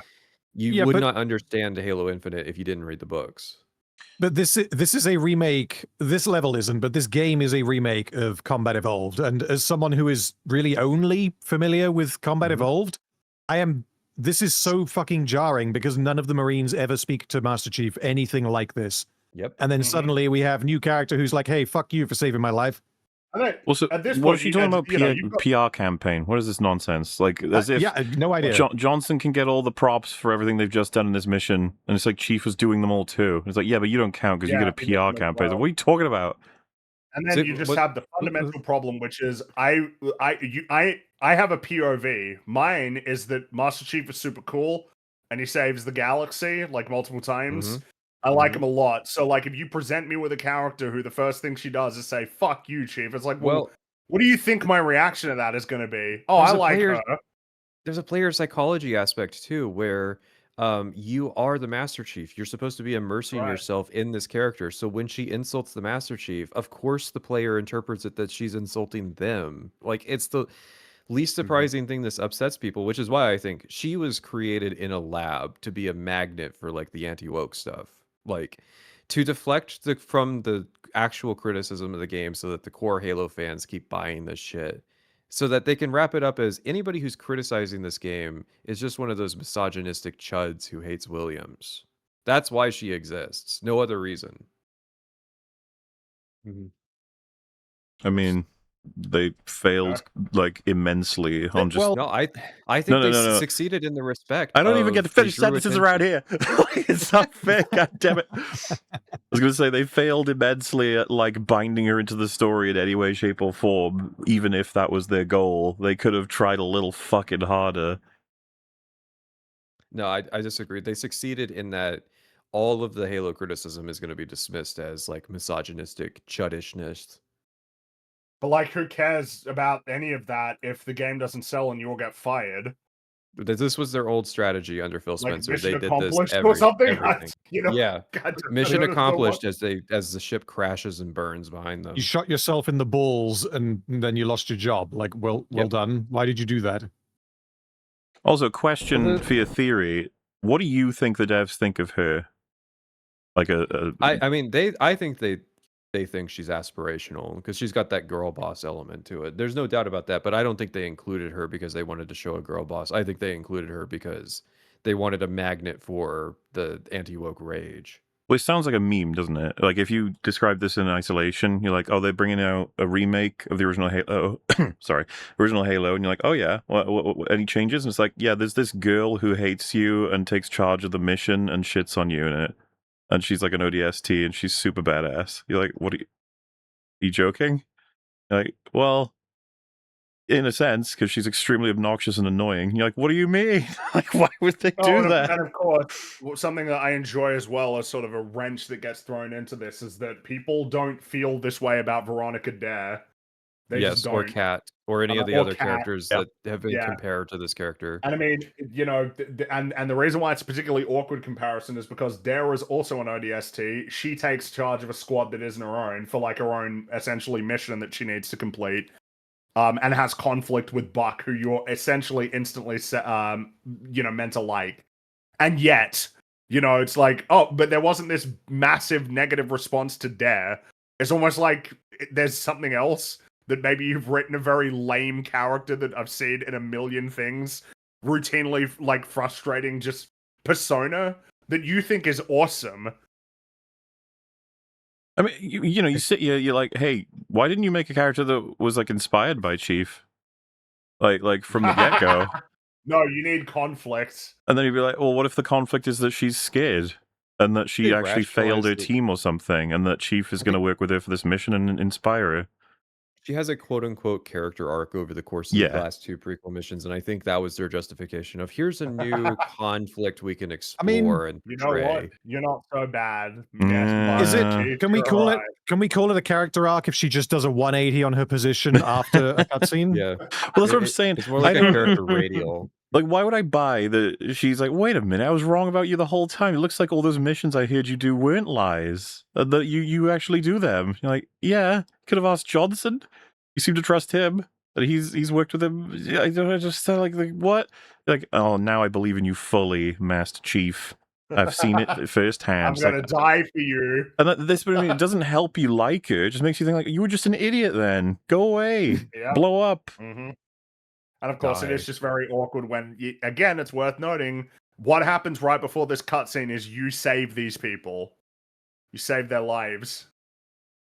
But I feel like there's a similarity to Abby, actually. In determining what would be something that would be like acceptable by the fans, they looked at the lore and they acknowledged the beef that exists between the ODST and the Spartans. Because in the lore, the ODSTs kind of resent the Spartans for being like genetically augmented. And like, where it's just like the ODSTs had the metal to just like go in and fucking do the job without any fucking like special modifications or whatever the fuck. And and then the Spartans come along with like shit down to their bones and whatever. Like they're given injections and stuff, and they're made these like. They're made into these super soldiers, and the ODSTs feel like, well, I mean, they feel like they're sort of cheating in a way. I feel like there's sort of the resentment in there between the ODSTs and the Spartans that they're trying to play off of here. And but to me, it feels like a weird grudge to hold on to.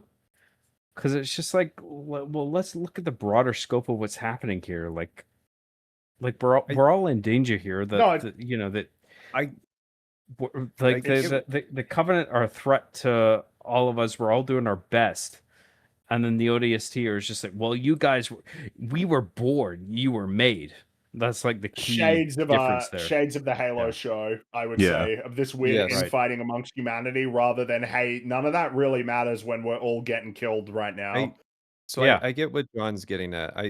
The thing of it is, what they're referencing is really just one character's specific personal grudge from something that happened to him that he was involved in, and not like a universal rivalry that exists. And so, if it was like they wanted to, I don't know, it's a having your cake and eating it too, where we're supposed to take this rivalry seriously, but they're not going to reference the things that inform the rivalry in the game itself. And so it's like, why do I care? In the games, I see that the ODSTs like the Spartans pretty much unconditionally.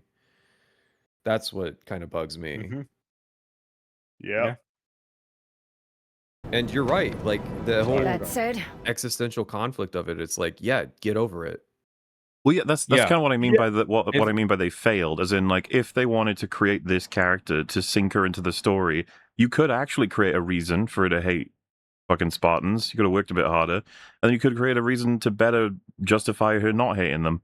They didn't seem to really bother. They just sort of gave up. You had the most generic fucking through line ever. There's like one moment where she says that shit about the being created or whatever, and then doesn't John Halo say like, "Hey, I can't control that." Yes. And then she's like, true, fair, yes. I've never thought of that. It's fucking pathetic. It just seems like it's a really silly grudge to hold on to, I think. Because like it was outlined by Mahler, the conclusion that's reached is like Master Chief ends up saying, like, we can't control what we became, only what we become. Right? It's just like what happened. It's just like now it's up to us to decide what we do with that. And it just feels like a really obvious conclusion to come to. Yeah, like we're bordering on, you were created in a fucking lab. And he's like, but I'm nice though. She's like, oh. Okay. Yeah, I hadn't thought of that. You've given me a lot to think about. That's right. you do have our thanks. It's been rough out here. What? See, I that's can't for being believe nice. they're playing. I can't believe they're playing this music as well. This is the music that plays when Arbiter finds out, you know, that the prophets have betrayed us, and it's when Miranda gets killed. This is the music that plays. Listen. You do have our thanks. It's been rough out here, to say the least. Yeah, exactly. What? They're trying to key into those existing emotional moments so that they can sell that, like, listen, she may be ball-busting Master Chief, but she still thanks them. So why are you mad, Chud? Forward the pleasantries and skip to the part where we get the hell off this ship. Just like the way she talks. Williams, we'll get you out of this foxhole. Music. But we've still got to stop to be before we're done. That works for us. The more losses we can hand these bastards, the better. She's so forced. Holy shit. Dude, everything sucks, man. Everything's just so fucking lame. It's so lame. Oh, God. So just right off the bat, we want this character to die, and we're going to spend about 4 hours with her. Yep. Yes, you've got a while left with her. This is like right at the beginning of mission 2, so you got about 3 hours more. But I mean, we might as well watch the next one, and then we could jump to the last one. Chief, let's get to the bridge. Affirmative. Exit should be this way. Yeah, that was necessary. Both unnecessary lines, yeah. I also don't understand, why is the exit that way? Why isn't it the way you came in? I don't understand this whole side quest that they're on. You got in, you found the people, just turn around and go back out the way you came. More people. That's why. There's more guys they gotta get. Oh, I've completely blanked on that part of the mission. That's right. Yep, we shouldn't listen to you anymore now because you got that wrong. That's not what they say, though. They establish in the cutscene that, like, no, we're going to the bridge. So it's like, why are we going the wrong way? Can't expect attention to detail in this, okay? That's a silly expectation.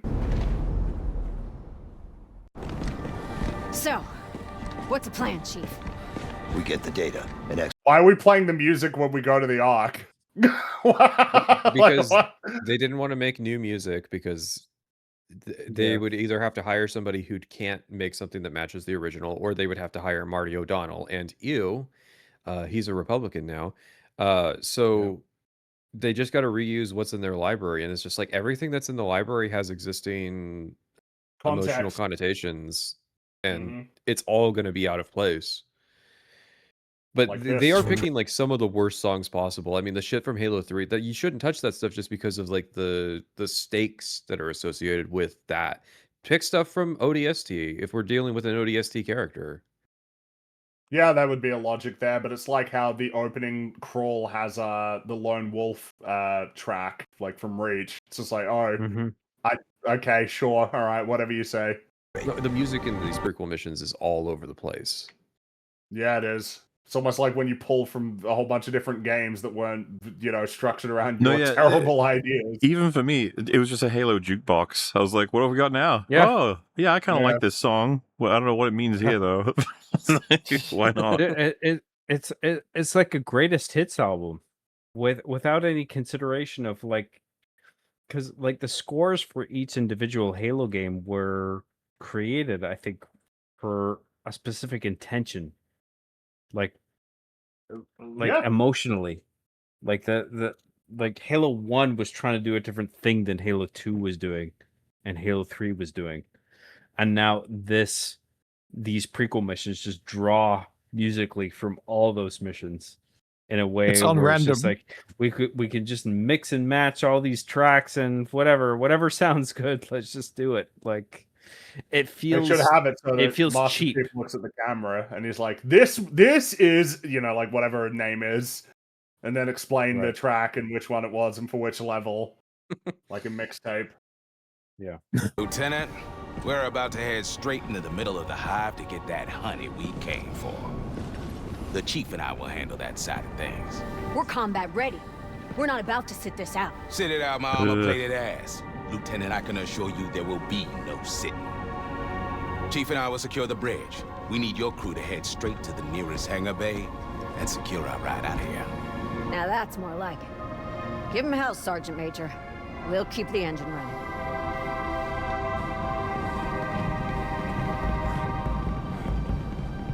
Oh, yes. Let's watch as they slowly walk off. Good stuff. Then, yeah, many of you may have already seen this, but here you go. Now, bear in mind the context for this is that Chief and Johnson think that the ODST and the Marines might be in trouble, and they gotta go and help them. They might be in danger.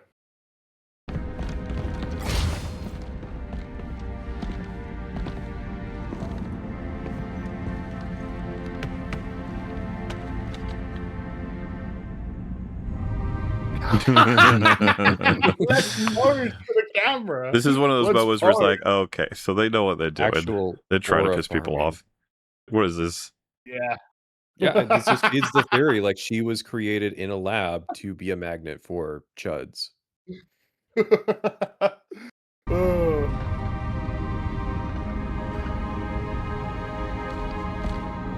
Nice work. Thanks. Spartans aren't the only badasses in the UNSC. This is an embarrassing line. I'm sorry, it's embarrassing. No amount of "but in the books" can overcome the cringe factor of that line. Sorry, that's that simple. Like, you can't talk someone out of a visceral reaction that they have to something. It doesn't work. You need to prompt better reactions from people rather than, oh, and then, what? Actually, in the books. It's just insane. But I say at this point, the existing Halo fan base is much like the current Star Wars fan base. Yeah, exactly. There is a tranche of human beings who actually likes this. Maybe not a big tranche based on the player counts we're getting, but Allegedly, they they do exist. These creatures. We have to study them. Why does every shot have a slow zoom, AI style, uncanny valley, awkward silence? I don't know, Nick. It's crazy. It's actually insane how consistent that is across all of the cutscenes, even when they had homework to copy. AI or retard, call it. Retard, call it. I can't tell. I don't know. I don't What know. about retarded AI? Have we considered this? Yeah, that's a possibility. It's too forced. Like they were just sitting on top of the corpses, waiting for them to come in, just for that beat to occur. Where it's just like, oh, look, they took care of them, and they were more than capable than we thought they were. Guys, grab all those corpses and put them here, because he's going to come in through that door, which I know for some reason. And then we're all just going to wait here. No one move. He's coming. I can hear his footsteps. Well, they probably knew where we were coming from because they heard the massive gunfight we just came from that they didn't help us with. So they knew where we were going. They couldn't help us. They were too busy posing the corpses and making sure they didn't were answer their grabbing radio flicks for the either. gram. Yep. Did you take out the Prophet? Negative. Whatever the Covenant's working on here needs to be stopped before it can go any further. It's just funny because it didn't get stopped because all the other the elites and the jackals did get turned into flume fellas in Halo 4 and 5, so it didn't work. But hey, The Prophet you know what? escaped to continue his research to one day make Jewel and Balance so we could have Halo 4. To create him, but also to make it so the Finally. Arbiter also has flumpy mandibles as well. 15 only years from and we're together. finally almost getting an answer as to what the fuck was happening in Halo 4. Yep. We need to destroy this ship. Chief, DLT's right. We need to blow this entire ship to molecules. We can't let them finish cooking up what's in these labs. Libra Actual, this is Libra 2. I'm breaking radio silence to request immediate assistance. We are green for exfil. Requesting a fire mission against our current location. Libra 2, this is Libra Actual. We are ready for rendezvous. Tactical indicates our ship doesn't have the firepower to penetrate the target's energy shields. If you can find a way to drop their shield strength, even for a few moments, we should be able to take the shot. Copy that. By the way, I had several people in chat asking what is the context for the poll. I am disappointed. I feel it was very self-explanatory. Your options are AI, retard, retarded AI, or retard using AI. And all of these are... You gotta call it, yeah. Keep your weapons hot. We'll be in touch. So, take out the generators.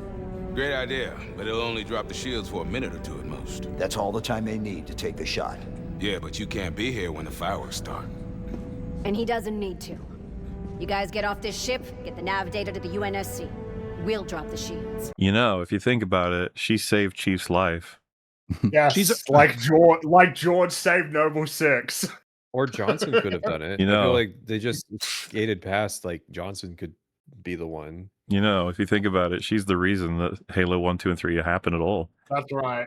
Yes. because the events on this fucking ship were relevant to anything that was going on in Halo. Yeah. Negative, Lieutenant. That's Lieutenant. Oh, fuck. That's a one-way trip. It's been a one-way trip from the beginning for us, Chief. At least now we She's get to go still out on mad our at own him. terms. Yeah, this is what I mean. Like, she's perpetually fucking obnoxious. No matter what her state is, no matter how she feels, she has to treat everything just like a train running into people's faces. That wasn't the mission. Missions changed, Chief. They didn't have the mission to get captured. Now we're giving these Marines a chance to punch back. Damn right. Chief, I gotta do this. It would haunt me every day to know we let this nightmare factory survive. I love how indulgent it is compared Yeah. to George just saying, Reach has been Yeah. good to me, time to return the favor, don't deny me this. Or just even as simple as Noble 6 just saying, negative, I have the gun, good luck, sir. And that's it. Instead, it's like, let me do a little monologue about how fucking awesome I am. She's saying, I gotta do this, and we all know the answer is because both of these characters are in later games, so they can't do it. Yeah. Like, she No, has to that's do right. it for the sake of the continuity. For this mission that they invented, they pulled out of their ass, and then like, the noble sacrifice of Williams, Lieutenant Williams. She was my favorite, dude. Please Her stop. iconic tape, the orange tape. I will say it's something that's, you know, because obviously all of this dialogue is like slop crap that is in a lot of different games, but like the writing in the Halo games is kind of like remarkably punchy a lot of the Yeah. time. That's what I'm saying. I think that the quality of the dialogue is actually kind of surprisingly good in the Bungie Halo games. Very snappy. Lots of lines that make you think. I am a monument to all your sins is a crazy line. I love it. There's nothing in this. Would you believe me if I told you there's nothing in this that makes you think as much as something like that? This entire product exists to help you better appreciate 20-year-old games. That's right. I am reminded again, it was in the developer commentary for Halo 2, I think Jason Jones said that he had 2 lines of dialogue for Halo 2, like when it initially was coming up with ideas. The lines were, I am a monument to all your sins, and the cable, I'm going to cut it. I don't know about that second part, but I enjoy the idea that was one of the lines. But it's so nice, as well as the contrast between, especially in Halo 2, between the way that the humans speak to each other and the Covenant, you know, the elites. They're so elegant, but here it's like, yeah, now we got the chance to hit them hard, and that's what I'm gonna do. That's It would what we haunt have me to every do. day to know we let this nightmare factory survive. And you're just waiting for the fucking building block that they're so desperate to put in, which is like, hey, Chief, you're all right. You're just like, no, I don't As a need chief you're all needs right. approval. John Halo, you're all right. And I'll be damned if I let a Spartan steal the glory on this one. Yep, we got it. It's a bunch of unnecessary That's our extra cue, dialogue. Chief. Time to go. But now we need Chief to really Pleasure think about serving it for a with you, moment. Lieutenant. And of course, Sad this is Cortana just- music. This is just profoundly awkward, because in the Halo games, they never put Chief in a situation. There's only one instance where they put him in a situation where he needs to leave. But the reason why he needs to leave is because there's an urgent problem that needs solving immediately. Not like, you need to leave so that you can, like, live, you know? Like, You're too go on. expensive to die here. Because the only example is in Halo 2 when he has to leave Cortana behind. But the reason why is because she's telling him, you need to go get on that ship and stop Truth. And I need to stay here. As opposed to, oh, you gotta vaguely live to fight another day or something. Because it's just kind of out of character. That Chief would be like, you know what? That on that equation, that's correct. I need to live. Your life doesn't matter as much as mine. Go and blow this ship up. And I'm gonna go on a vacation after this. No good. Sometimes you just really want Chief from maybe someone's show here to be in the scene instead. You know, that version. to talk to her. John Halo, so he can emotionally freak Oh, out. not and no. What's going on? I'm talking about Arby the Chief. Like that chief would fuck up here. It would be great. Arby and the Chief would just ask her to show him his tits. In my version, we don't see his bare ass. So there's that. And that's a mistake you're still paying for. He's naked in every scene. Let's move out, Marines.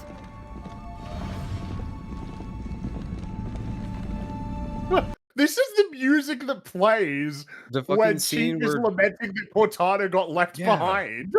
No, it's the I'm sad about her music. That woman. it's vaguely sad music, so we're gonna play that now. Well, I remember thinking, like, what is this being symbolic of? Like where they're grabbing the module off of the brute, Lost. Where genetic experiments like me, and I have lingering resentment over that. Yeah, I feel like this device, in terms of how it's being applied to the brutes, is suppressing rage. So it's just like, is this symbolic of how the ODSTs have rage towards the Spartans?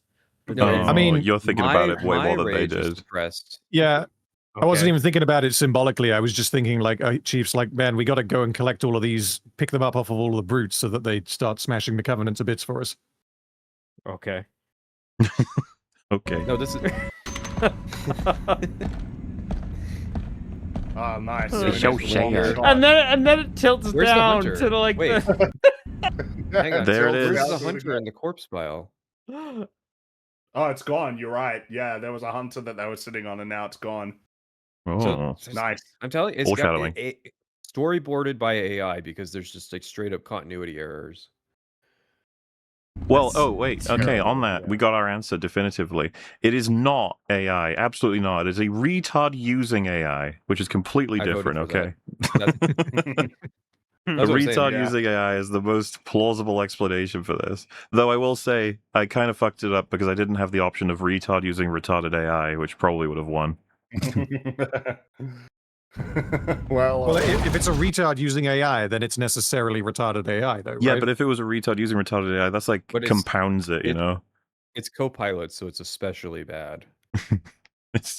Do you guys think I'm reading too much into it, where I think like that's supposed to be symbolic of like the ODST holding this grudge against the Spartans? I can see. I think it's more Master Chief has an emotional connection with like the program itself, where it's like he's feeling like he's repressed as a person, and we are alike, brutes and I. Yeah, without being the subject of experiments.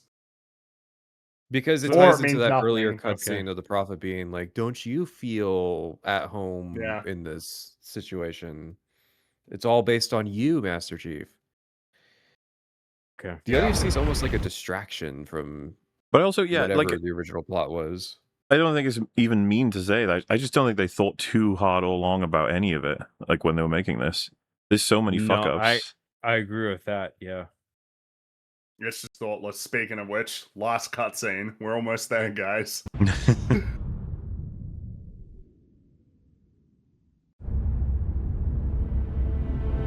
The music. How dare you? Dude, this mission was so fucking awful. Yes. End of an action sequence and we're playing like somber emotional music. Surely you would end with action music and then it's like, oh wait, there's a loss here. This is somber. Loss here. This is Libra 2. We're ready for pickup. Period. We've also got You gotta say it like the Prophet. submit for posthumous commendations. Acknowledged. Welcome aboard.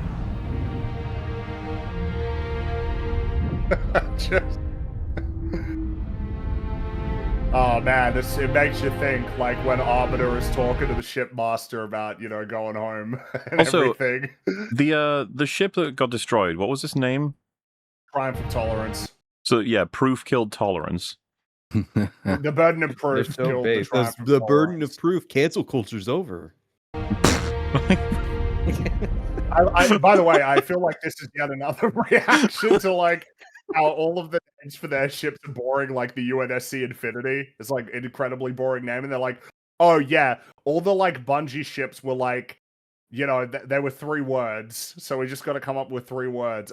Burden of proof. Yeah, that's a thing. It's like, yeah, but the whole point is they're kind of weird configurations of words. Like in amber clad, the fuck does that mean? You know, it's like that's like a very much Pillar of Autumn. Pillar The of Autumn fuck is is- awesome. Yeah. Shadow of Forward Intent, Unto Dawn. That's like the Forward Unto Dawn is probably the most direct name. probably. Yeah, because like in amber clad is particularly esoteric in a way that I love. Burden of Proof is a Helldivers ship name. I wonder if Yeah, you can guess yes, it what. is. That's right. Wonder if you can guess what ship name got in my head. What, the Indulgence of Conviction? Yeah, I'm kind of fascinated by the concept of conviction anyway, because a bunch of stories that I'm like favorited off with it, but I've never heard the combination of words indulgence of conviction. It's like, that is very interesting. Like over convicted. It's like, ooh.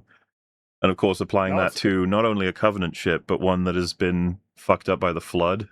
Like there's lots of things to think about that. Yeah.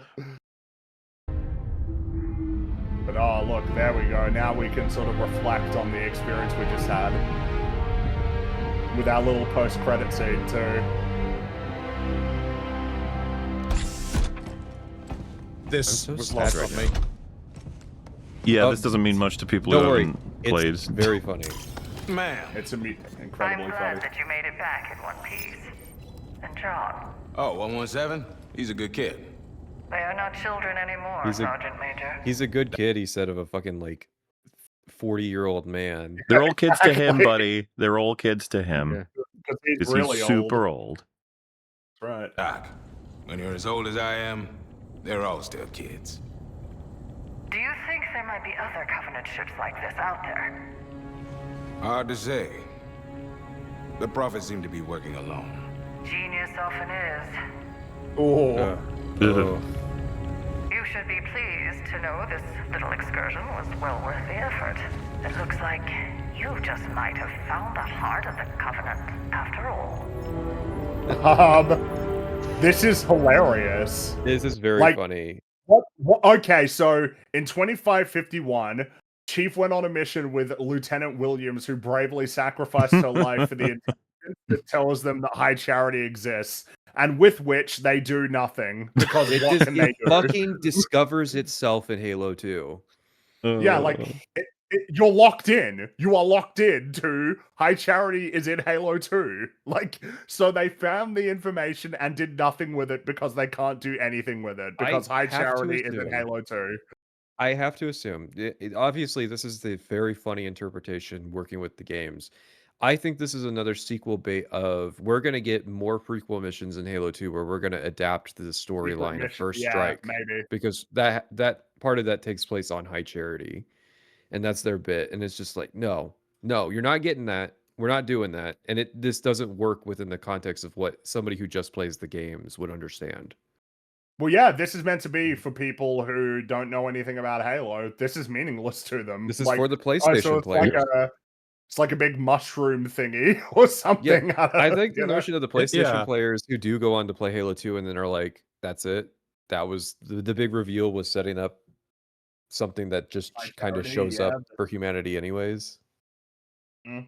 Yeah, so pretty well, hey, that's exciting, isn't it? That's it though. That's the end. Yeah, man. That's your exciting reveal. Lieutenant Williams, who died, didn't get to say her last words for nothing. No, that's funny. That's she got denied that. But tragic. Man, like, I mean, what more is to be said about this game? Yeah, I suppose it's not like we covered every single thing possible, but we did a lot. We've covered a lot, you could say. We certainly did. And I'm realizing that I might save some of these great tweets that I found of the things that people have said about the conversation surrounding this game for next week. Well, yeah, because this is not over, technically. No, this is the adventure's not over because we've talked about what we think. Now we're going to see what a bunch of people think, including just a really funny video that I think will be worth watching that was released by Halo Studios themselves when they were pitching their new studio and Unreal Engine and how it was going to solve everything. I'd say it aged like milk, but anybody sensible should have realized that it was always going to. We got I did more, have a question though, which is what did Halo Studios actually do on this game? I think 'Cause- that remains to be seen as the It is a the mystery. truth. We don't know Like, the extent of what we'll get the contractors work Schreier on. article at some point. There'll be some article at some point that talks about how something that I saw, but I don't know how valid it was about like that there was massive crunch, that porting everything over to Unreal Engine was not as easy as they thought it was going to be. But I figure we might as well wait for the inevitable article about how much of a disaster it was. Only else because I was trying to work it out by watching the credits, which incidentally, on my version anyway, the fuckery didn't end with the end of the game because the credits were rolling and then the screen just started eating itself. It's just the amount of screen tear on the end credits was quite impressive. But I was looking through, just like thinking, where the fuck are all the Halo Studios employees? Because every single thing is an outsourced contractor.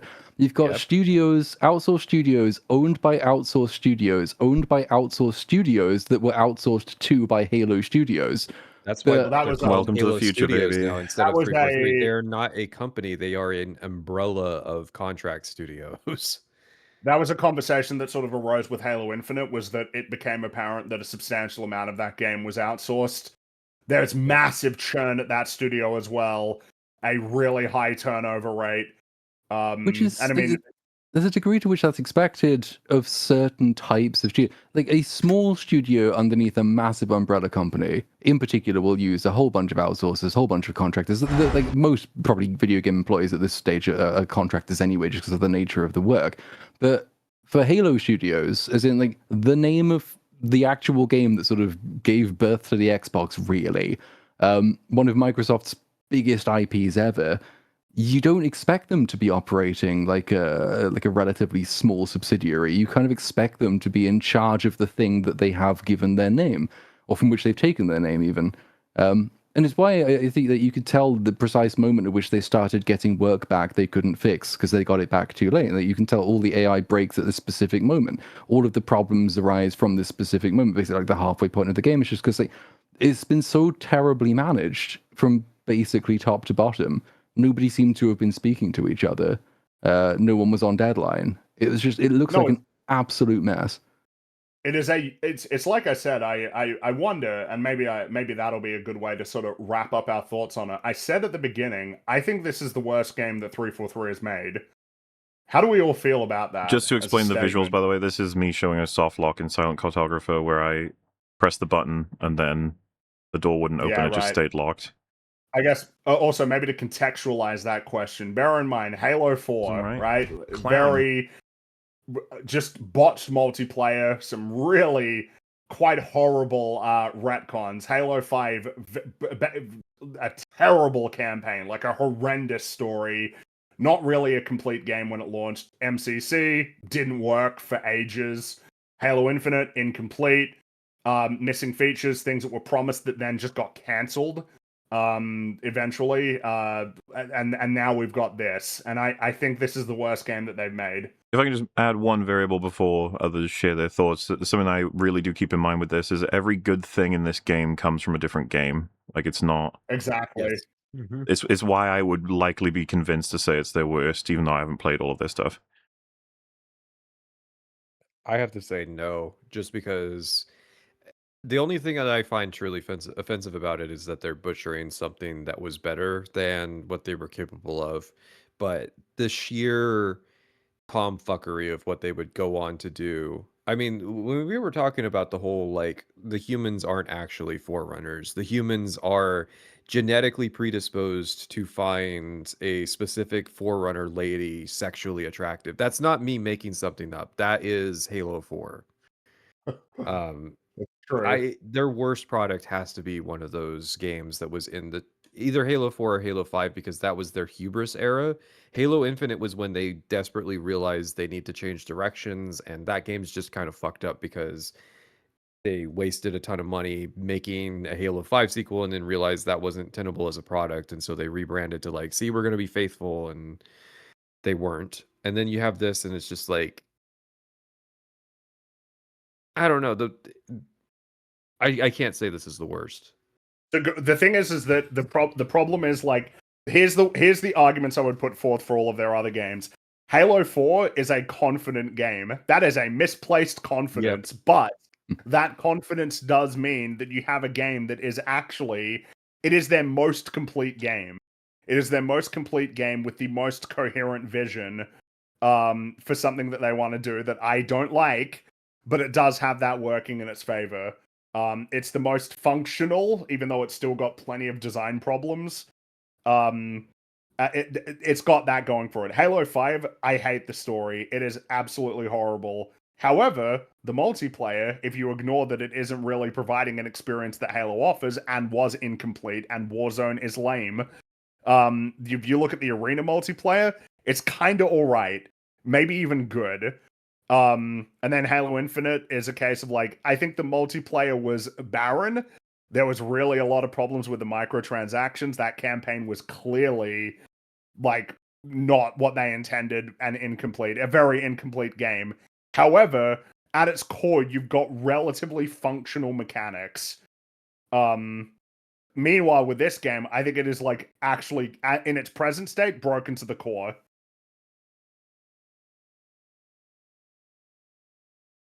Who else It can just even doesn't work. speak to this I question in terms of recuse. having played it? Yes, that's true. I would assume Oh John. shit, yeah, that's right. There's only like 3 of us, I think, that can answer this question. Yeah, that's right. Not even I can actually, because I haven't played 4 or 5, so I can't say anything about that. Yeah, right. Yeah, I mean, I don't like 4 or 5, but like at least they were trying to do something different with that. Now it's like they're trying to trace over something that was like held in very high regard, and they still fucked it up. I will I take don't a believe bad in the trace new job levels, over huh? the sheer contempt that Halo 4 and 5 feel for this franchise. That's Halo 4 look, was that a game that was made by people who they themselves hate admitted Halo. hated Halo. Frank That's true. O'Connor said in an interview they hired people to make Halo 4 who hated Halo. Why? Why would they? Because it was 2012 and everybody was really. That's why it was 2012. It was prior to the era that we're in now, where people thought that they could say these kinds of things and there'd be no consequences. Like, you could say stuff like, it feels yeah, well, analogous to some other franchises where the choice is between redoing stuff you're familiar with horribly or adding on to the stuff horribly. It's like, because when they eventually remake the original trilogy for Star Wars, the question will come, is this worse or is the sequel trilogy worse? It'll be like, be a tough one. Bear in mind, though, as well, something that's worth remembering is that they had a lot of smoke blown up their ass. There were a lot of people, a lot of the game journos that said that Halo 4 was the best Halo game ever. I have a distinct memory.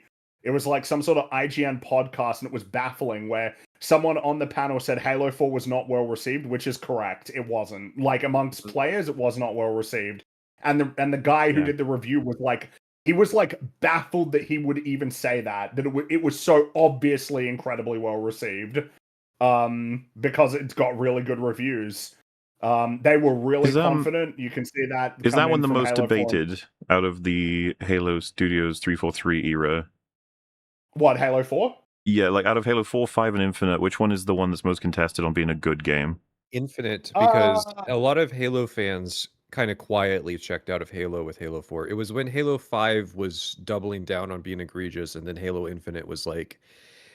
Halo Infinite was wish-washing because it was still bad as far as the old Halo fans were concerned, but now the new Halo fans who actually liked 4 and 5 were disappointed that all their favorite characters got off-screened and that they were abandoning that style. So I would argue Infinite was probably the most divisive in the Halo community. Halo, like, I guess the thing is, it's also different perspectives as well. Halo 4 multiplayer was like universally panned.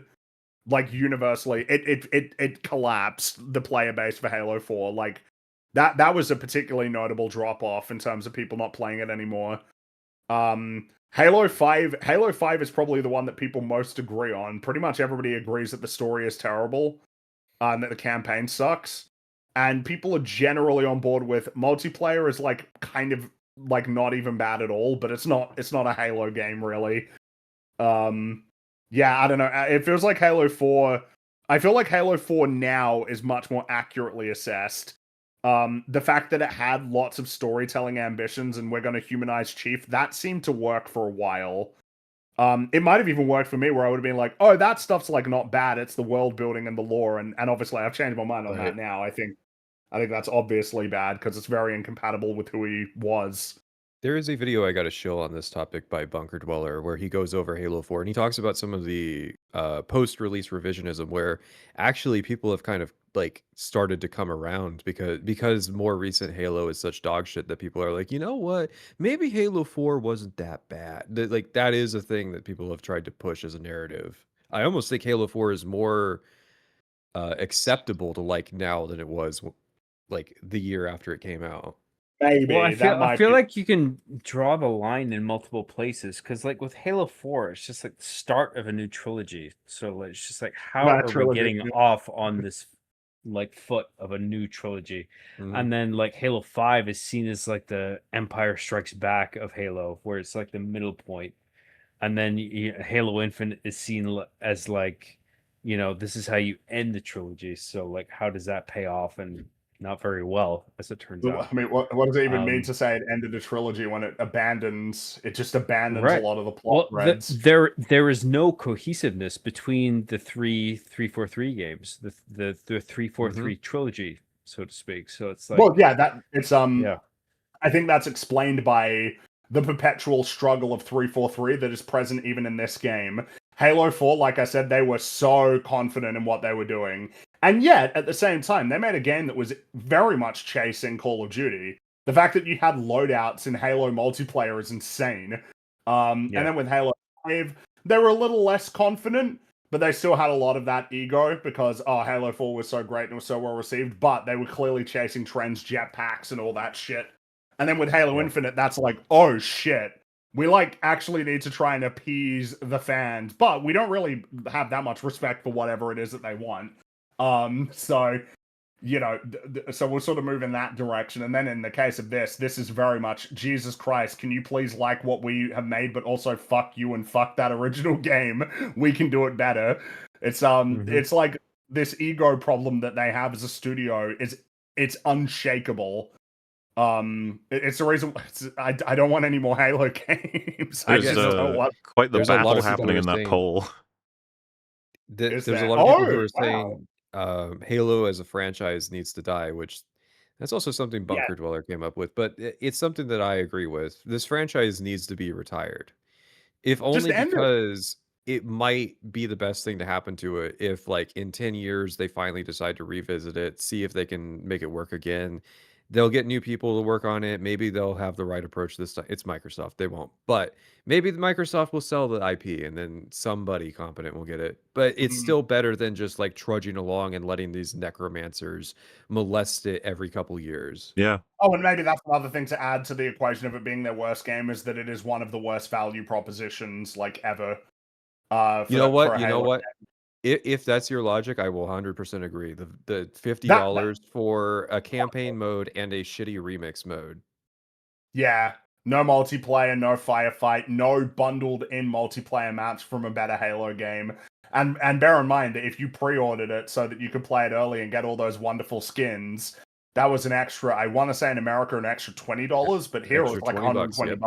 Well, like, I do want to emphasize, it's just nuts to me. The whole game you're playing in this game is a game that they copied from another game that was complete and great, and they couldn't get it right. Also, they copied parts from Halo Reach and Halo 3, and somehow messed up a lot of that when they copying someone else's homework, and you fucked it up. How did you fuck up so hard? Immense incompetence. Understand what the answers of the homework was, and so like they don't know the form of. It's kind of like there's a Futurama scene where he's copying the monkey's homework and he draws a banana. And he like Fry doesn't even understand why the monkey was doodling a banana. He just thinks that's the answer. Yeah. And also something that's probably worth noting in terms of another thing that's working against this game for me is that we have in the prequel levels Halo Studios as a new studio making a statement on the kind of new content that you can expect from them. And it is dire. It is unbelievably bad. Yeah. Well, and if you, it's not even a new statement. That's exactly how they make all of their like linear levels. It's exactly that way in Halo Infinite, in 5 and 4. It shouldn't surprise anybody that they are dog shit at making new content. Imagine being someone who had zero context and came in to simply campaign evolved, that's all you played, and you'd be like, I mean, this is somewhat applicable to Platoon, actually. You're like, oh, wow, a space section with all kinds of ships and mechanics, and I'm playing it for what, 20 minutes? And that's it? Yeah, I wish we had somebody on this panel who we endeavored to try to get them to do that, to just have only played Campaign Evolved to get their input, because I am fascinated what someone who experienced it that way thinks of this franchise. Because like, it is an insane choice in any video game. You'd think, like, shouldn't there be like a whole space level, or a space, like 2 space levels, and then a space combat like mode where you can mess around? And you'd be like, no, because the first thought I had when it was in it was like, so where's this taken from then? Like, where did they snatch this from? Because there's no way they made this just to have a 20-minute sequence. Verbatim. That you can fly, you can mod Reach to fly that vehicle that's in that mode. To be clear, though, I am quite happy we did not get any more space combat in this game. It was so shit. I have played all the Rogue Squadron games. They're a lot of fun. We know how to do this, and this game doesn't. Reach doesn't have a terrible sequence, but it is definitely contentious. That Long Night of Solace sequence where you fly around. This is a terrible, terrible imitation of what was already a contentious idea. Yeah, I enjoy on screen, because we didn't even talk about this, how they changed the taking down the pulse generators from walking into it and then losing the field to just destroying 3 little things on the outside.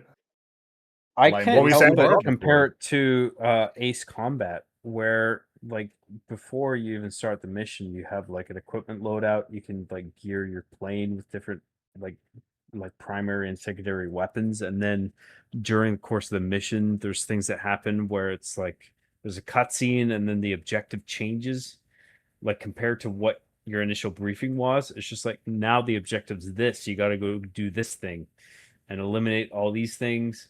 And then there's like weather, like there's things with weather that like change what your initial idea of the mission was gonna be. And then it's just like, if you go into the clouds, it starts like raining and stuff, and then you got to get out of the clouds to get out of it. Like, there's none of that in this. All it is just like, now, like you see the initial threat. I mean, the initial minutes of like of this mission in this game was just like, okay, I like the scale and the 360-degree nature of this, but then that quickly dissipates, and then it becomes really boring.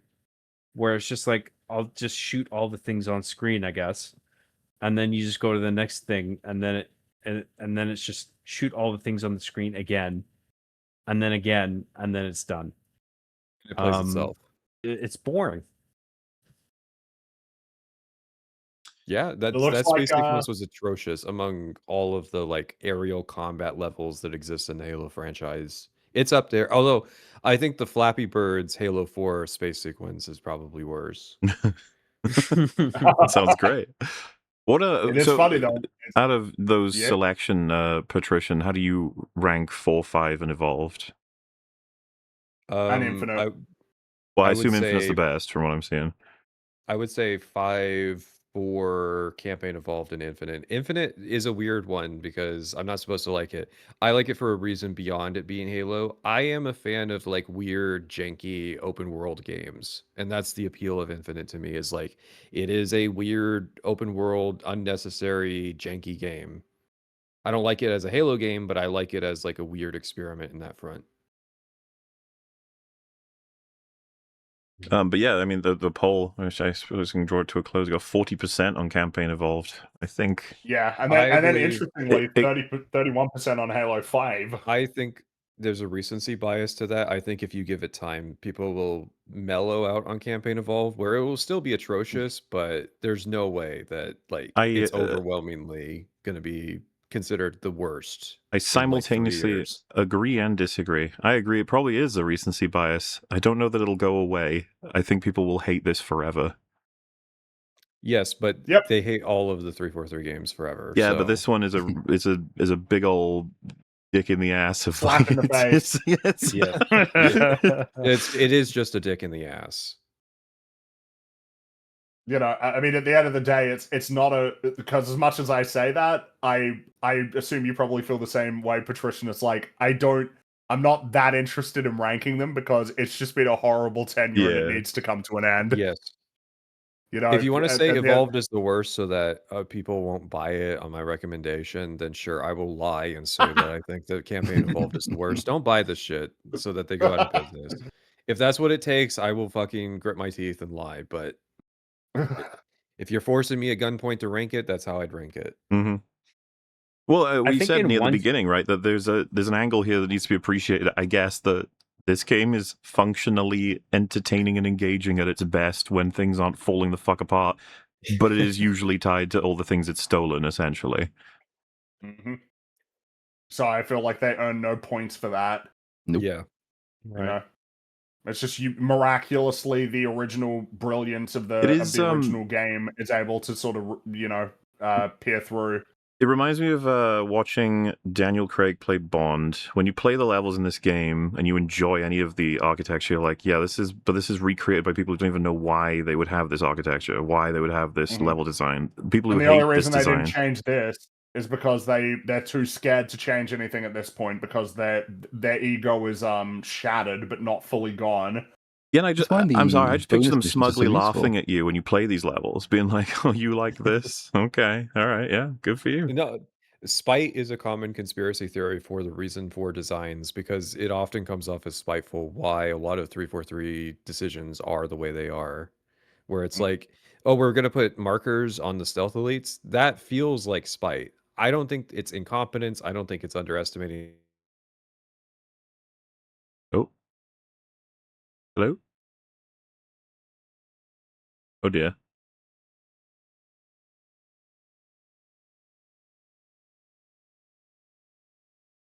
I mean, it must be me if everyone else is quiet. Is it Discord? Chat, are we still live? It looks like we're still live. You can still hear me. They got him. I think they got me, chat. How's that? Oh, hello. We're back? Well, Yeah, I think we're back. I think Discord got dropped. Oh, okay. Yeah. Yeah. No, I think that's fair. That the whole thing of like it feels like a lot of it is spite, which again, it's just. I will say it's been because there's been talk of layoffs happening, and it's like, oh man, that's like tragic, and it's like, I mean, these games are just horrible. Like, it's a fucking video game equivalent of food poisoning. So why do I care? You can't cook. Yeah, like, but you need to feel bad that they're going to lose their jobs. They're incredibly well paid jobs in in this delivering this product that they don't even seem to like much, or the people who enjoy it. Like, I don't know. I mean, yeah, we could pay people who actually like Halo to make Halo games, and then that way there's still game devs that are employed. We don't have to pay these people. Yeah. Like, it's just, like, if there was some poor guy who really wanted to make a great Halo game, but like whoever was in charge or, the key decision makers made that impossible, and this is a dude who absolutely knows what's up. He knows what makes these games great. He could deliver something awesome, but the ecosystem doesn't allow it. That is really unfortunate. But like, this can't continue.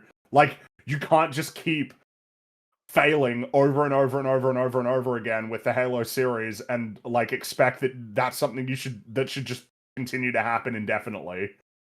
I think it's over now that Phil Spencer and Sarah Bond and Matt Booty are kind of out of the company and someone else is in charge. I think that the era of the welfare for devs of you can get 25,000 concurrent players on Steam and that's considered a success. I think that time period is over. I mean, it has to be. Like, at this point, the amount of money that Microsoft spends for the limited impact that I've seen, by the way, it looks like the numbers for Gears of War is like, I don't know what good numbers would be considered, but I think it's at like 15,000 players right now for the beta. I don't know about that. That's not great, is it? I assume that's not how great. Accessible the beta is. Is it an open I think you get it thing from a where, pre-order, and that's on It's all a pre-order, platforms. which maybe that influences things. So Maybe, maybe yeah. I'm not speaking to its quality, by the way. That's a pretty bad sign because that sounds like it's hitting the 30K curse that all this straight to Game Pass games get hit with. Well, yeah, and then there's that as well. But yeah, like However, the thing is that unfortunately, my expectation is that Halo Studios 343 Industries will never end.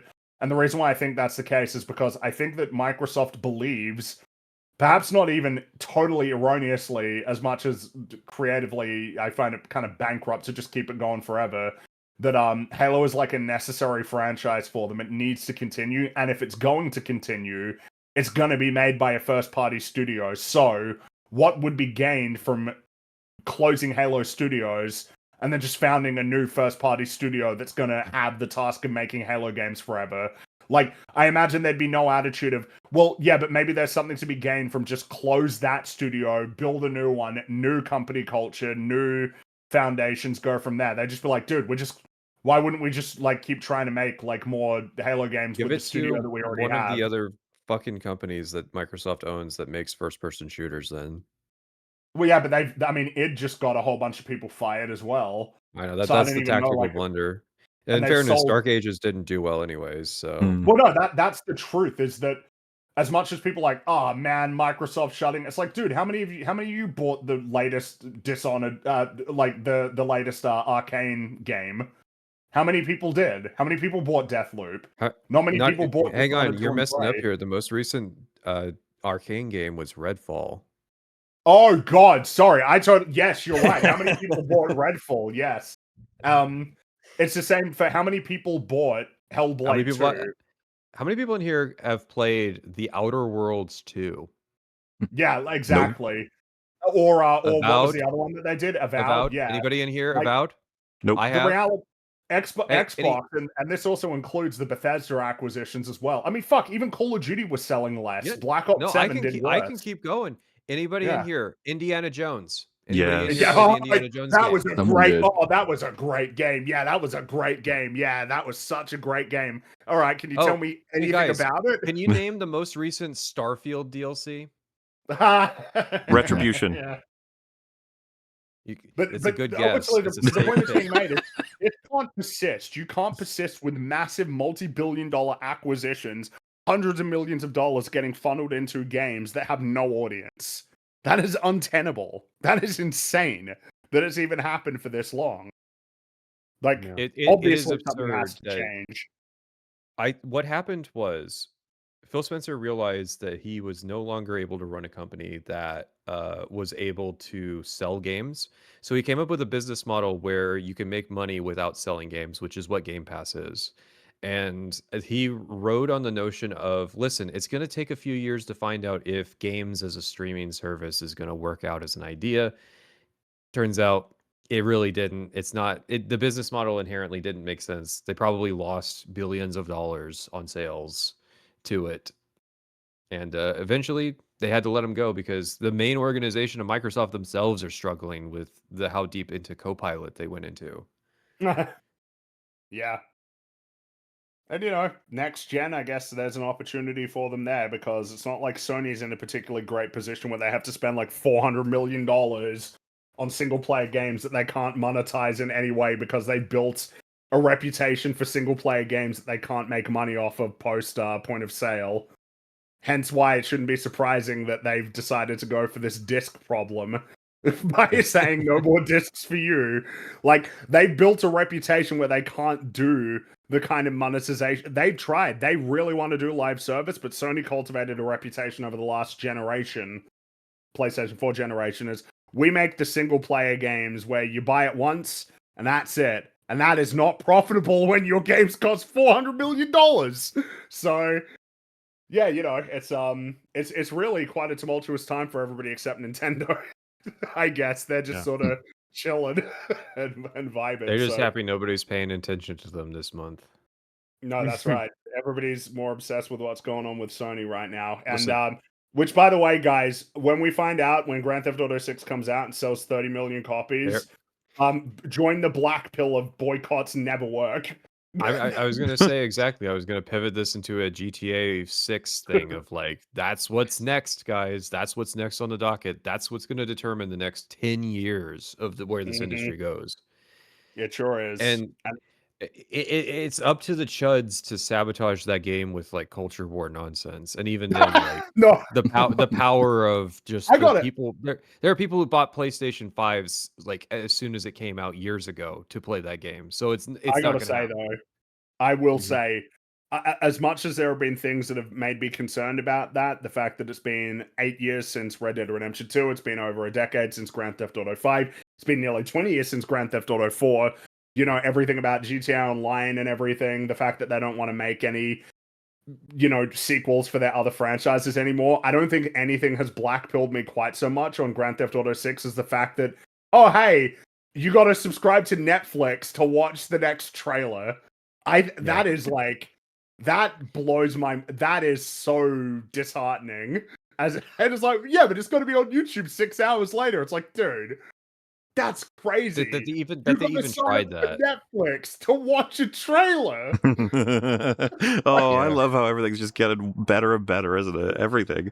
I Oh, saw you someone in guys don't chat know saying about like, that. You just guys you don't wait know. until 1, you don't know that AI is in everything, and 2, it's just going to be spamming with ads, like AI integration that just has sponsorships that are like sort of slipped in subtly. You know, like the shit with when an AI is convincing some poor fucker to kill himself, it'll also be like, use this brand knife, and be like, oh wow, it's just It looks like a few of you guys don't know about that. So the extended look at Grand Theft Auto 6 is happening at the end of the month, and that is releasing first on Netflix for 6 hours ahead of a So- release on YouTube. Okay, that's not as bad. I was expecting like 90-second trailer. Is it, so it's going to be like a No, demonstration? this is going to be like a first look at gameplay. I expect it's going to be like Okay. at least 20 minutes, Okay, like a it's featurette. not. It is It's not as absolutely. dystopic as I believed. I think it's dystopian No, enough. That's the kind of thing that would be released on YouTube for free, but they're expecting that people are going to sign up for Netflix to watch it, and they will. Yeah. Well, It's sure, but I mean, if they do that, that's kind of the. I'm going to declare an interest because Take-Two pays part of my salary, but it's still like there is a reason to hope. This is the insanely optimistic take. GTA makes a fuck ton of money. It's only because GTA makes a fuck ton of money that a lot of other studios are able to experiment with things that are not GTA. So there is an argument that if you want to see more, maybe more smaller budget games or new games, new franchises, you do actually need these big tentpole staple things to be successful, because where else is the money coming from? It's why Microsoft being in a really parlor state is not good for the industry. As satisfying as it is to see Halo fail, it's not good because you're probably going to get fewer and worse games than you would otherwise have got. So Make it's fewer not. games. That's potentially the way forward. Well, the way forward is there's a AA sector already that's growing, and it's going to be independent of the modern publisher paradigm. But it's like these companies got way too greedy in the 2010s, and now they're reaping what they've sown by like disinteresting gamers to the point that like people would rather just like get addicted to porn and gambling than play video games. There used to be porn and gambling in my video games. They had it all in their hands. And Although I will say, this is a sidebar. I appreciate you saying that you have a conflict of interest. I was supposed to call you out over a sponsorship you had because I was watching someone else's video that had the same sponsor. So Oh, I neat. feel like you've solved that for me. Cool. Oh no, I have many other conflicts of interest too, but you know. I will say, because it to me the Grand Theft Auto thing, I think it is just it's almost like just run it down a little bit, or almost like boil it down to what's happening, which is there was so much hype for Grand Theft Auto 6 that releasing a trailer exclusively on Netflix for even 6 hours will be a boon to Netflix as a platform. Like for a trailer that under every normal circumstance ever would be released on YouTube for free because it's a fucking ad. Like whatever this is going to be, it's an ad for the game. World. That's Netflix just being the Microsoft of the streaming world in terms of like they're retards. They'll benefit from it. Yeah. So you know, well, they're capitalizing on things that people haven't seen before, and people haven't seen gameplay of GTA 6 yet, and this is what they're unveiling. This is the big reveal. It's like we're gonna see first gameplay of this. I think they've confirmed that too. That's not just me hypothesizing. Yeah. Yep. And there will be many. I say this because of because someone would be like, well, everybody's got Netflix. It's like, well, yes, but also no. Not everybody does have Netflix. They will after this. I have not had Yeah. access to it in over a decade. How It else just are you seems going to see the pointless. trailer, bro? What do people do after they've watched it? Oh, we've signed up for Netflix for 30 seconds. So maybe they'll And watch. then- Oh, Outer Stranger Banks, Things season 5. Outer You could Banks, watch that. Cancel their subscription. But yeah, you know, it's yeah, grim times is sort of the point that's sort of the overarching point here. But hey, Wolverine is the next major new game release, if I'm not mistaken, right? What's funny though is like foreshadowing for next week. All of the shit we've just gone through over the course of these 8.5 hours, and we're going to be fighting people who joyously slip the big old peen of this game. Love it. I'm while excited. also I'm throwing surprised we didn't see them. A lot of shade at fans of Halo. I'm not sure there's enough of those people left to overpower the number of people that you have watching these. I'm not kidding when I say that your programming is probably more popular than Halo at this point. No, Halo's dead. It is a dead series. Whatever footprint it had. You know, it used to be one of the biggest things ever. Halo 3 was the biggest entertainment launch of all time until Grand Theft Auto 4 came out a few months later, but still. It was huge too at this point. To say that it's like subcultural is not even correct. It is an increasingly shrinking and insular fan base that is detached, you know, with every passing year becomes more and more detached from whatever, you know, Halo was as a sort of a cultural phenomenon. No way GTA 4 beat Halo 3. It absolutely did. It made more money. Of course it did. It's fucking Grand Theft Auto. Grand Theft Auto 4 was the biggest entertainment launch in history at the time that it came out, and then it was Halo. Then it was Grand Theft Auto 5, and then it's forever been Rockstar since then. When's Wolverine again? Wolverine is the 15th of September, so it's about a month away. And then October. It's just in time for my birthday. I can't wait. October 1st is the early release for Gears of War. Gears of War is, yeah, and then that's. Then nothing basically. Well, no, Call of Duty I think comes out in October as well. Modern Warfare 4. Wow. Maybe they won't have a bad year this year. Maybe, I'm not sure. And then yeah, it's Grand Theft Auto, and then everything starts up again next year. God of War La Fey is in February, right? Oh man. Yeah, written by Alana Bass. Call of Duty. Call of Duty is a fucking Roach franchise that refuses to die. This is not the first time that they have like escaped death. Yeah, I mean, Infinite Warfare, they sort of managed to pull through, and Black Ops 7 will not be the end Cold either. War. Yeah. Except this one you have to pay for. This one is an on-game pass because they learned their lesson, which is they lost hundreds of millions of dollars from. I legitimately wonder how much money that like stuff like Starfield lost to Game Pass. I think it's safe to say millions for sure. At least no, millions for sure. I have seen like projections that are in the hundreds of millions of range. I could believe it. God. I just love how so many people in charge make such wonderfully, brilliantly catastrophic decisions that no one could possibly have seen coming. And that so many of them still have jobs. Well, because there was such a strong element of gaslighting in 2023 surrounding it. I mean, the Game Pass cope at that time was just insane. And so, like, you could call it out. Nobody was listening. There was a time period when people were willing to give Starfield the benefit of the doubt and, like, defended against Mark Kern when he said, like, the main menu is a sign that the game's going to be rushed. Everybody was fucking defending Starfield at that point.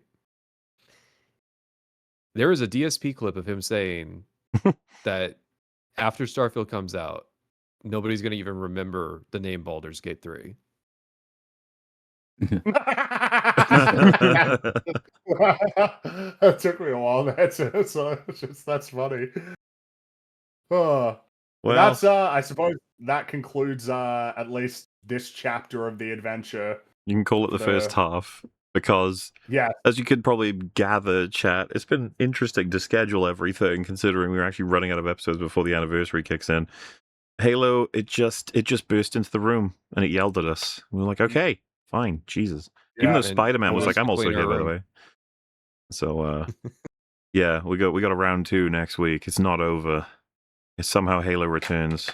But I think that's a good stream for now. 8.5 hours, nice and short. It's nice and sweet. So, It sure but is. before we go, of course, thank you so much for joining us, our wonderful cast guests, all the panel and the chat, of course.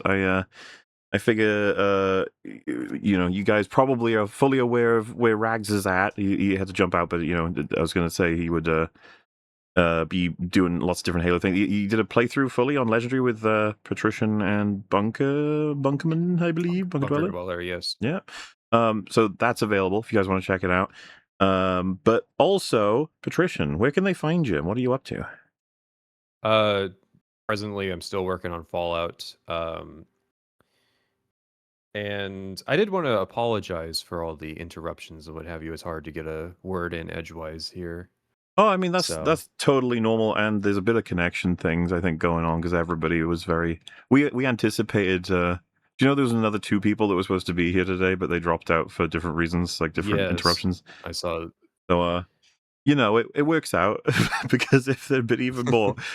we wanted to get everybody who would have shit tons to say about this, but then, obviously, that means that there's going to be interruptions. That's totally fine and totally normal. It's all good.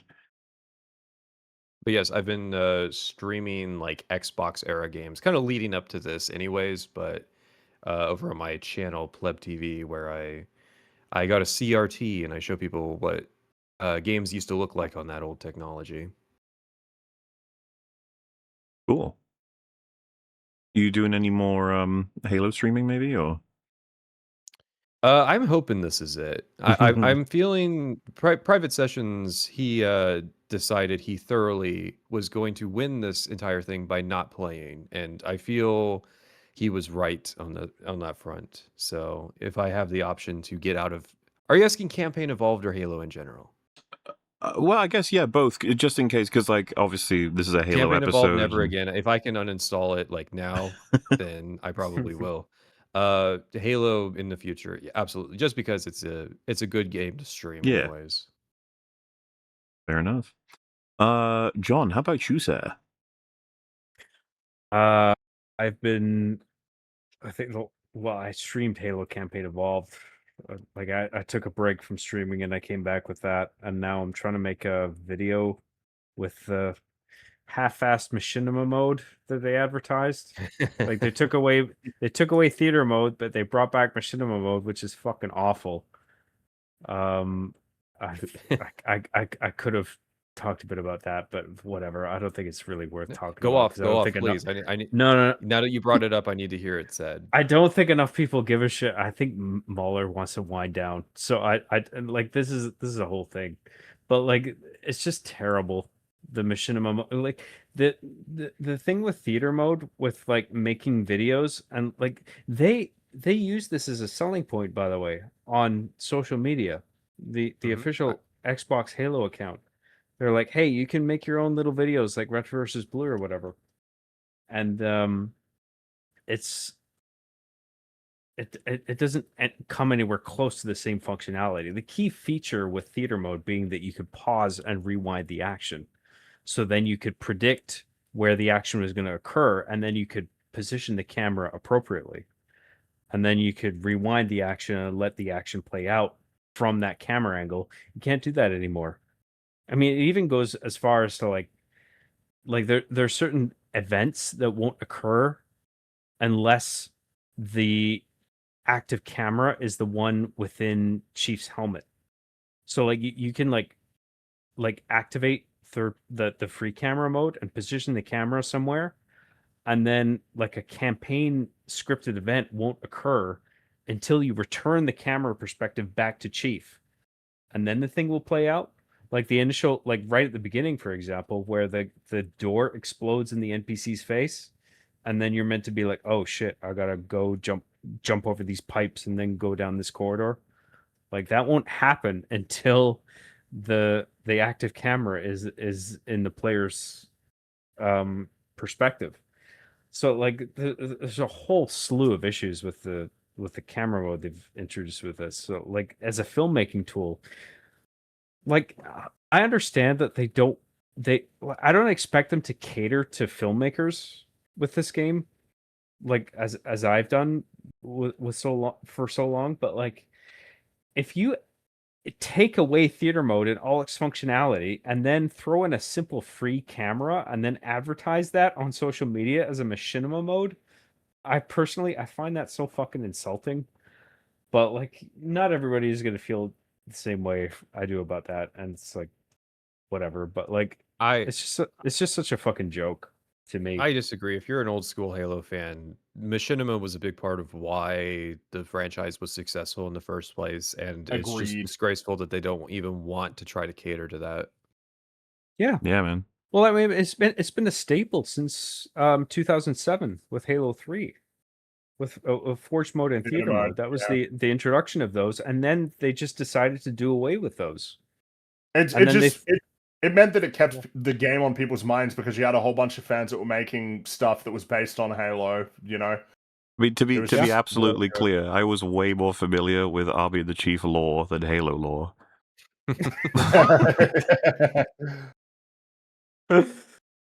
I've had some people tell me that I understand Halo better than fucking the creators of the Halo show did, and I get it. And it's like, what really makes me sad is that like the introduction of theater mode was such a great thing to introduce for amateur filmmakers or people who were just interested in filmmaking, but didn't want to like take the full step into like creating an actual live action production with a crew. Like they could do it in video games, like the Halo systems in regard to theater mode. Like that was such an accessible way of playing around with that. And now they've taken away that entirely and thrown in a simple free camera, which is the most basic fucking thing that you can throw into a video game in terms of game design. Like a free roaming camera is one of the most basic units of game design. It's hilarious, right? Because you got to implement that like early on to be able to fly around and look at what it is you're building. And given what they've taken away, and like that very simple thing they've introduced, and calling that a method of making films is just like it's so ridiculous to me. I don't know what else to say. A tragedy. I don't want to go on about it. Yeah. Well, they can find you, on your channel. Yeah. Talking about some of these things. Find me. I'm trying to make a terrible video with it. I mean, the filmmaking system is so fucking awful. So I was just like, okay, well, I guess I'll just make an awful video with it. And I'm trying to make a video with like, because one of the things I found that they allowed you to do was you can play back the cutscenes with the dialogue and the music mixed to 0. So you can just get the cutscenes with like just sound design and that's it. And I'm using that to make a very crude video. And I'm going to splice that with what I can accomplish using the free camera mode. And I'm going to try and make a spoof of like the original Halo story, basically, in a very stupid way. So that's what I'm working on. And yeah, I don't know what else to say. That's what I'm working on, and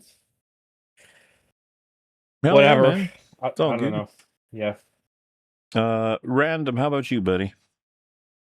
Hello.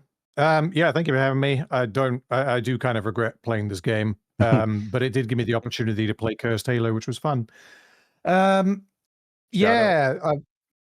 Next Friday, or this coming Friday now, I guess, 6 days time, I'm releasing my video on Has Been Hotel Season 2.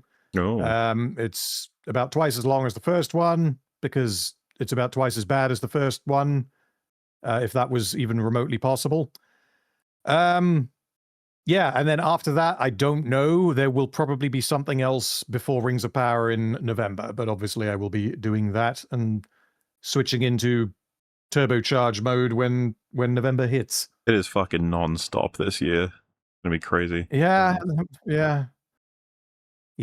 Maybe I'll just take a month off. I don't know. I don't think I will, but I might. Well, Thanks, of course, for coming. Platoon, Fringy, how about you fellas? The month off sounds really amazing, but that's not going to happen for the next 2 years. So, next, the Odyssey part, whatever the fuck, is due out at some point this week, maybe, probably, yes. Spider-Man, that'll follow. It'll actually be longer than Maulers, which will be...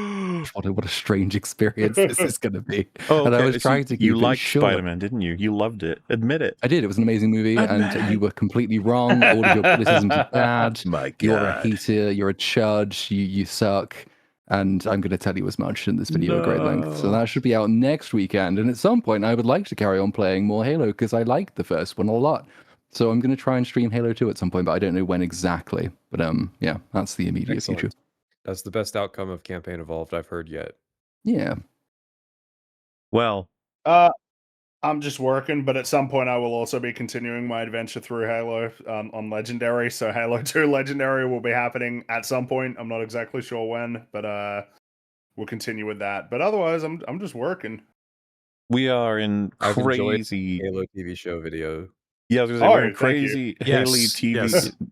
Halo TV show mode. Not Halo. God damn it, we're in crazy Halo mode, is what I'm trying to say. Eventually, right. I think I might be melted at this point. You've got the Halo TV episode for episode 4, which is the Fall of Reach, which is the highest rated episode of the show on IMDb. It's got a higher rating on IMDb than I think Saving Private Ryan. So I'm not going to look that up. I'll just believe you. So to be clear, right, of everyone that you've seen talking about Halo today, all of them I believe have like full playthroughs of I could say campaign and probably combat available, and some of them on Legendary fully available. Now you can check them all out. There will be a supercut coming. But in the meantime, you obviously have this episode that was fucking nearly 9 hours.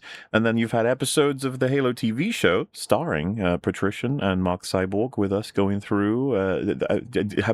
Were you surprised that it's now they're coming out compared to when we... I was a bit. I was like, holy shit, I recorded this like 2 years ago. 2 years ago. It's a blast from the past. But yes, beautifully edited by Fringy. Check them out. They're all available.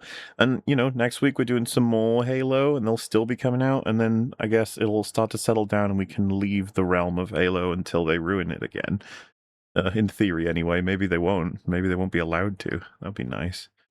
I am confident. I'm trusting the plan here. The Halo TV show, against all odds, was able to be canceled. That tells me that anything is possible. True. You just have to believe. True, Yeah. true. And yeah, I did. Good job, Pringy. Hell yes. I put out a Spider-Man video, if you didn't know, chat. It's about enjoyed 40 that one, minutes. Nice and short. I just didn't think it was very good. So I had a few criticisms. Plenty of praise in that video too, so don't worry. Very balanced. That's what I've heard. Not enough. Need a bit more praise, but More. and then yeah, just everything you would expect, all the usual. My PC is alive compared to the last time. Obviously this episode functioned, as far as I can tell, pretty much perfectly. I don't want to jinx it since we're right at the end compared to what happened with Spider-Man. But it just means that, for example, I'm not streaming at 60 FPS anymore, which I think is, of all things to have happen, that's okay. Nor is it 4K. We're bringing the stats down. We're going to get past the anniversary, which is the 22nd, and I need to be more definitive about that now because like that's coming. If you want to make time to be available and listen in for the whole thing, it's coming Saturday, 22nd. I'm spending all my days It's not prepping it now. OK or 4K. Mm-hmm.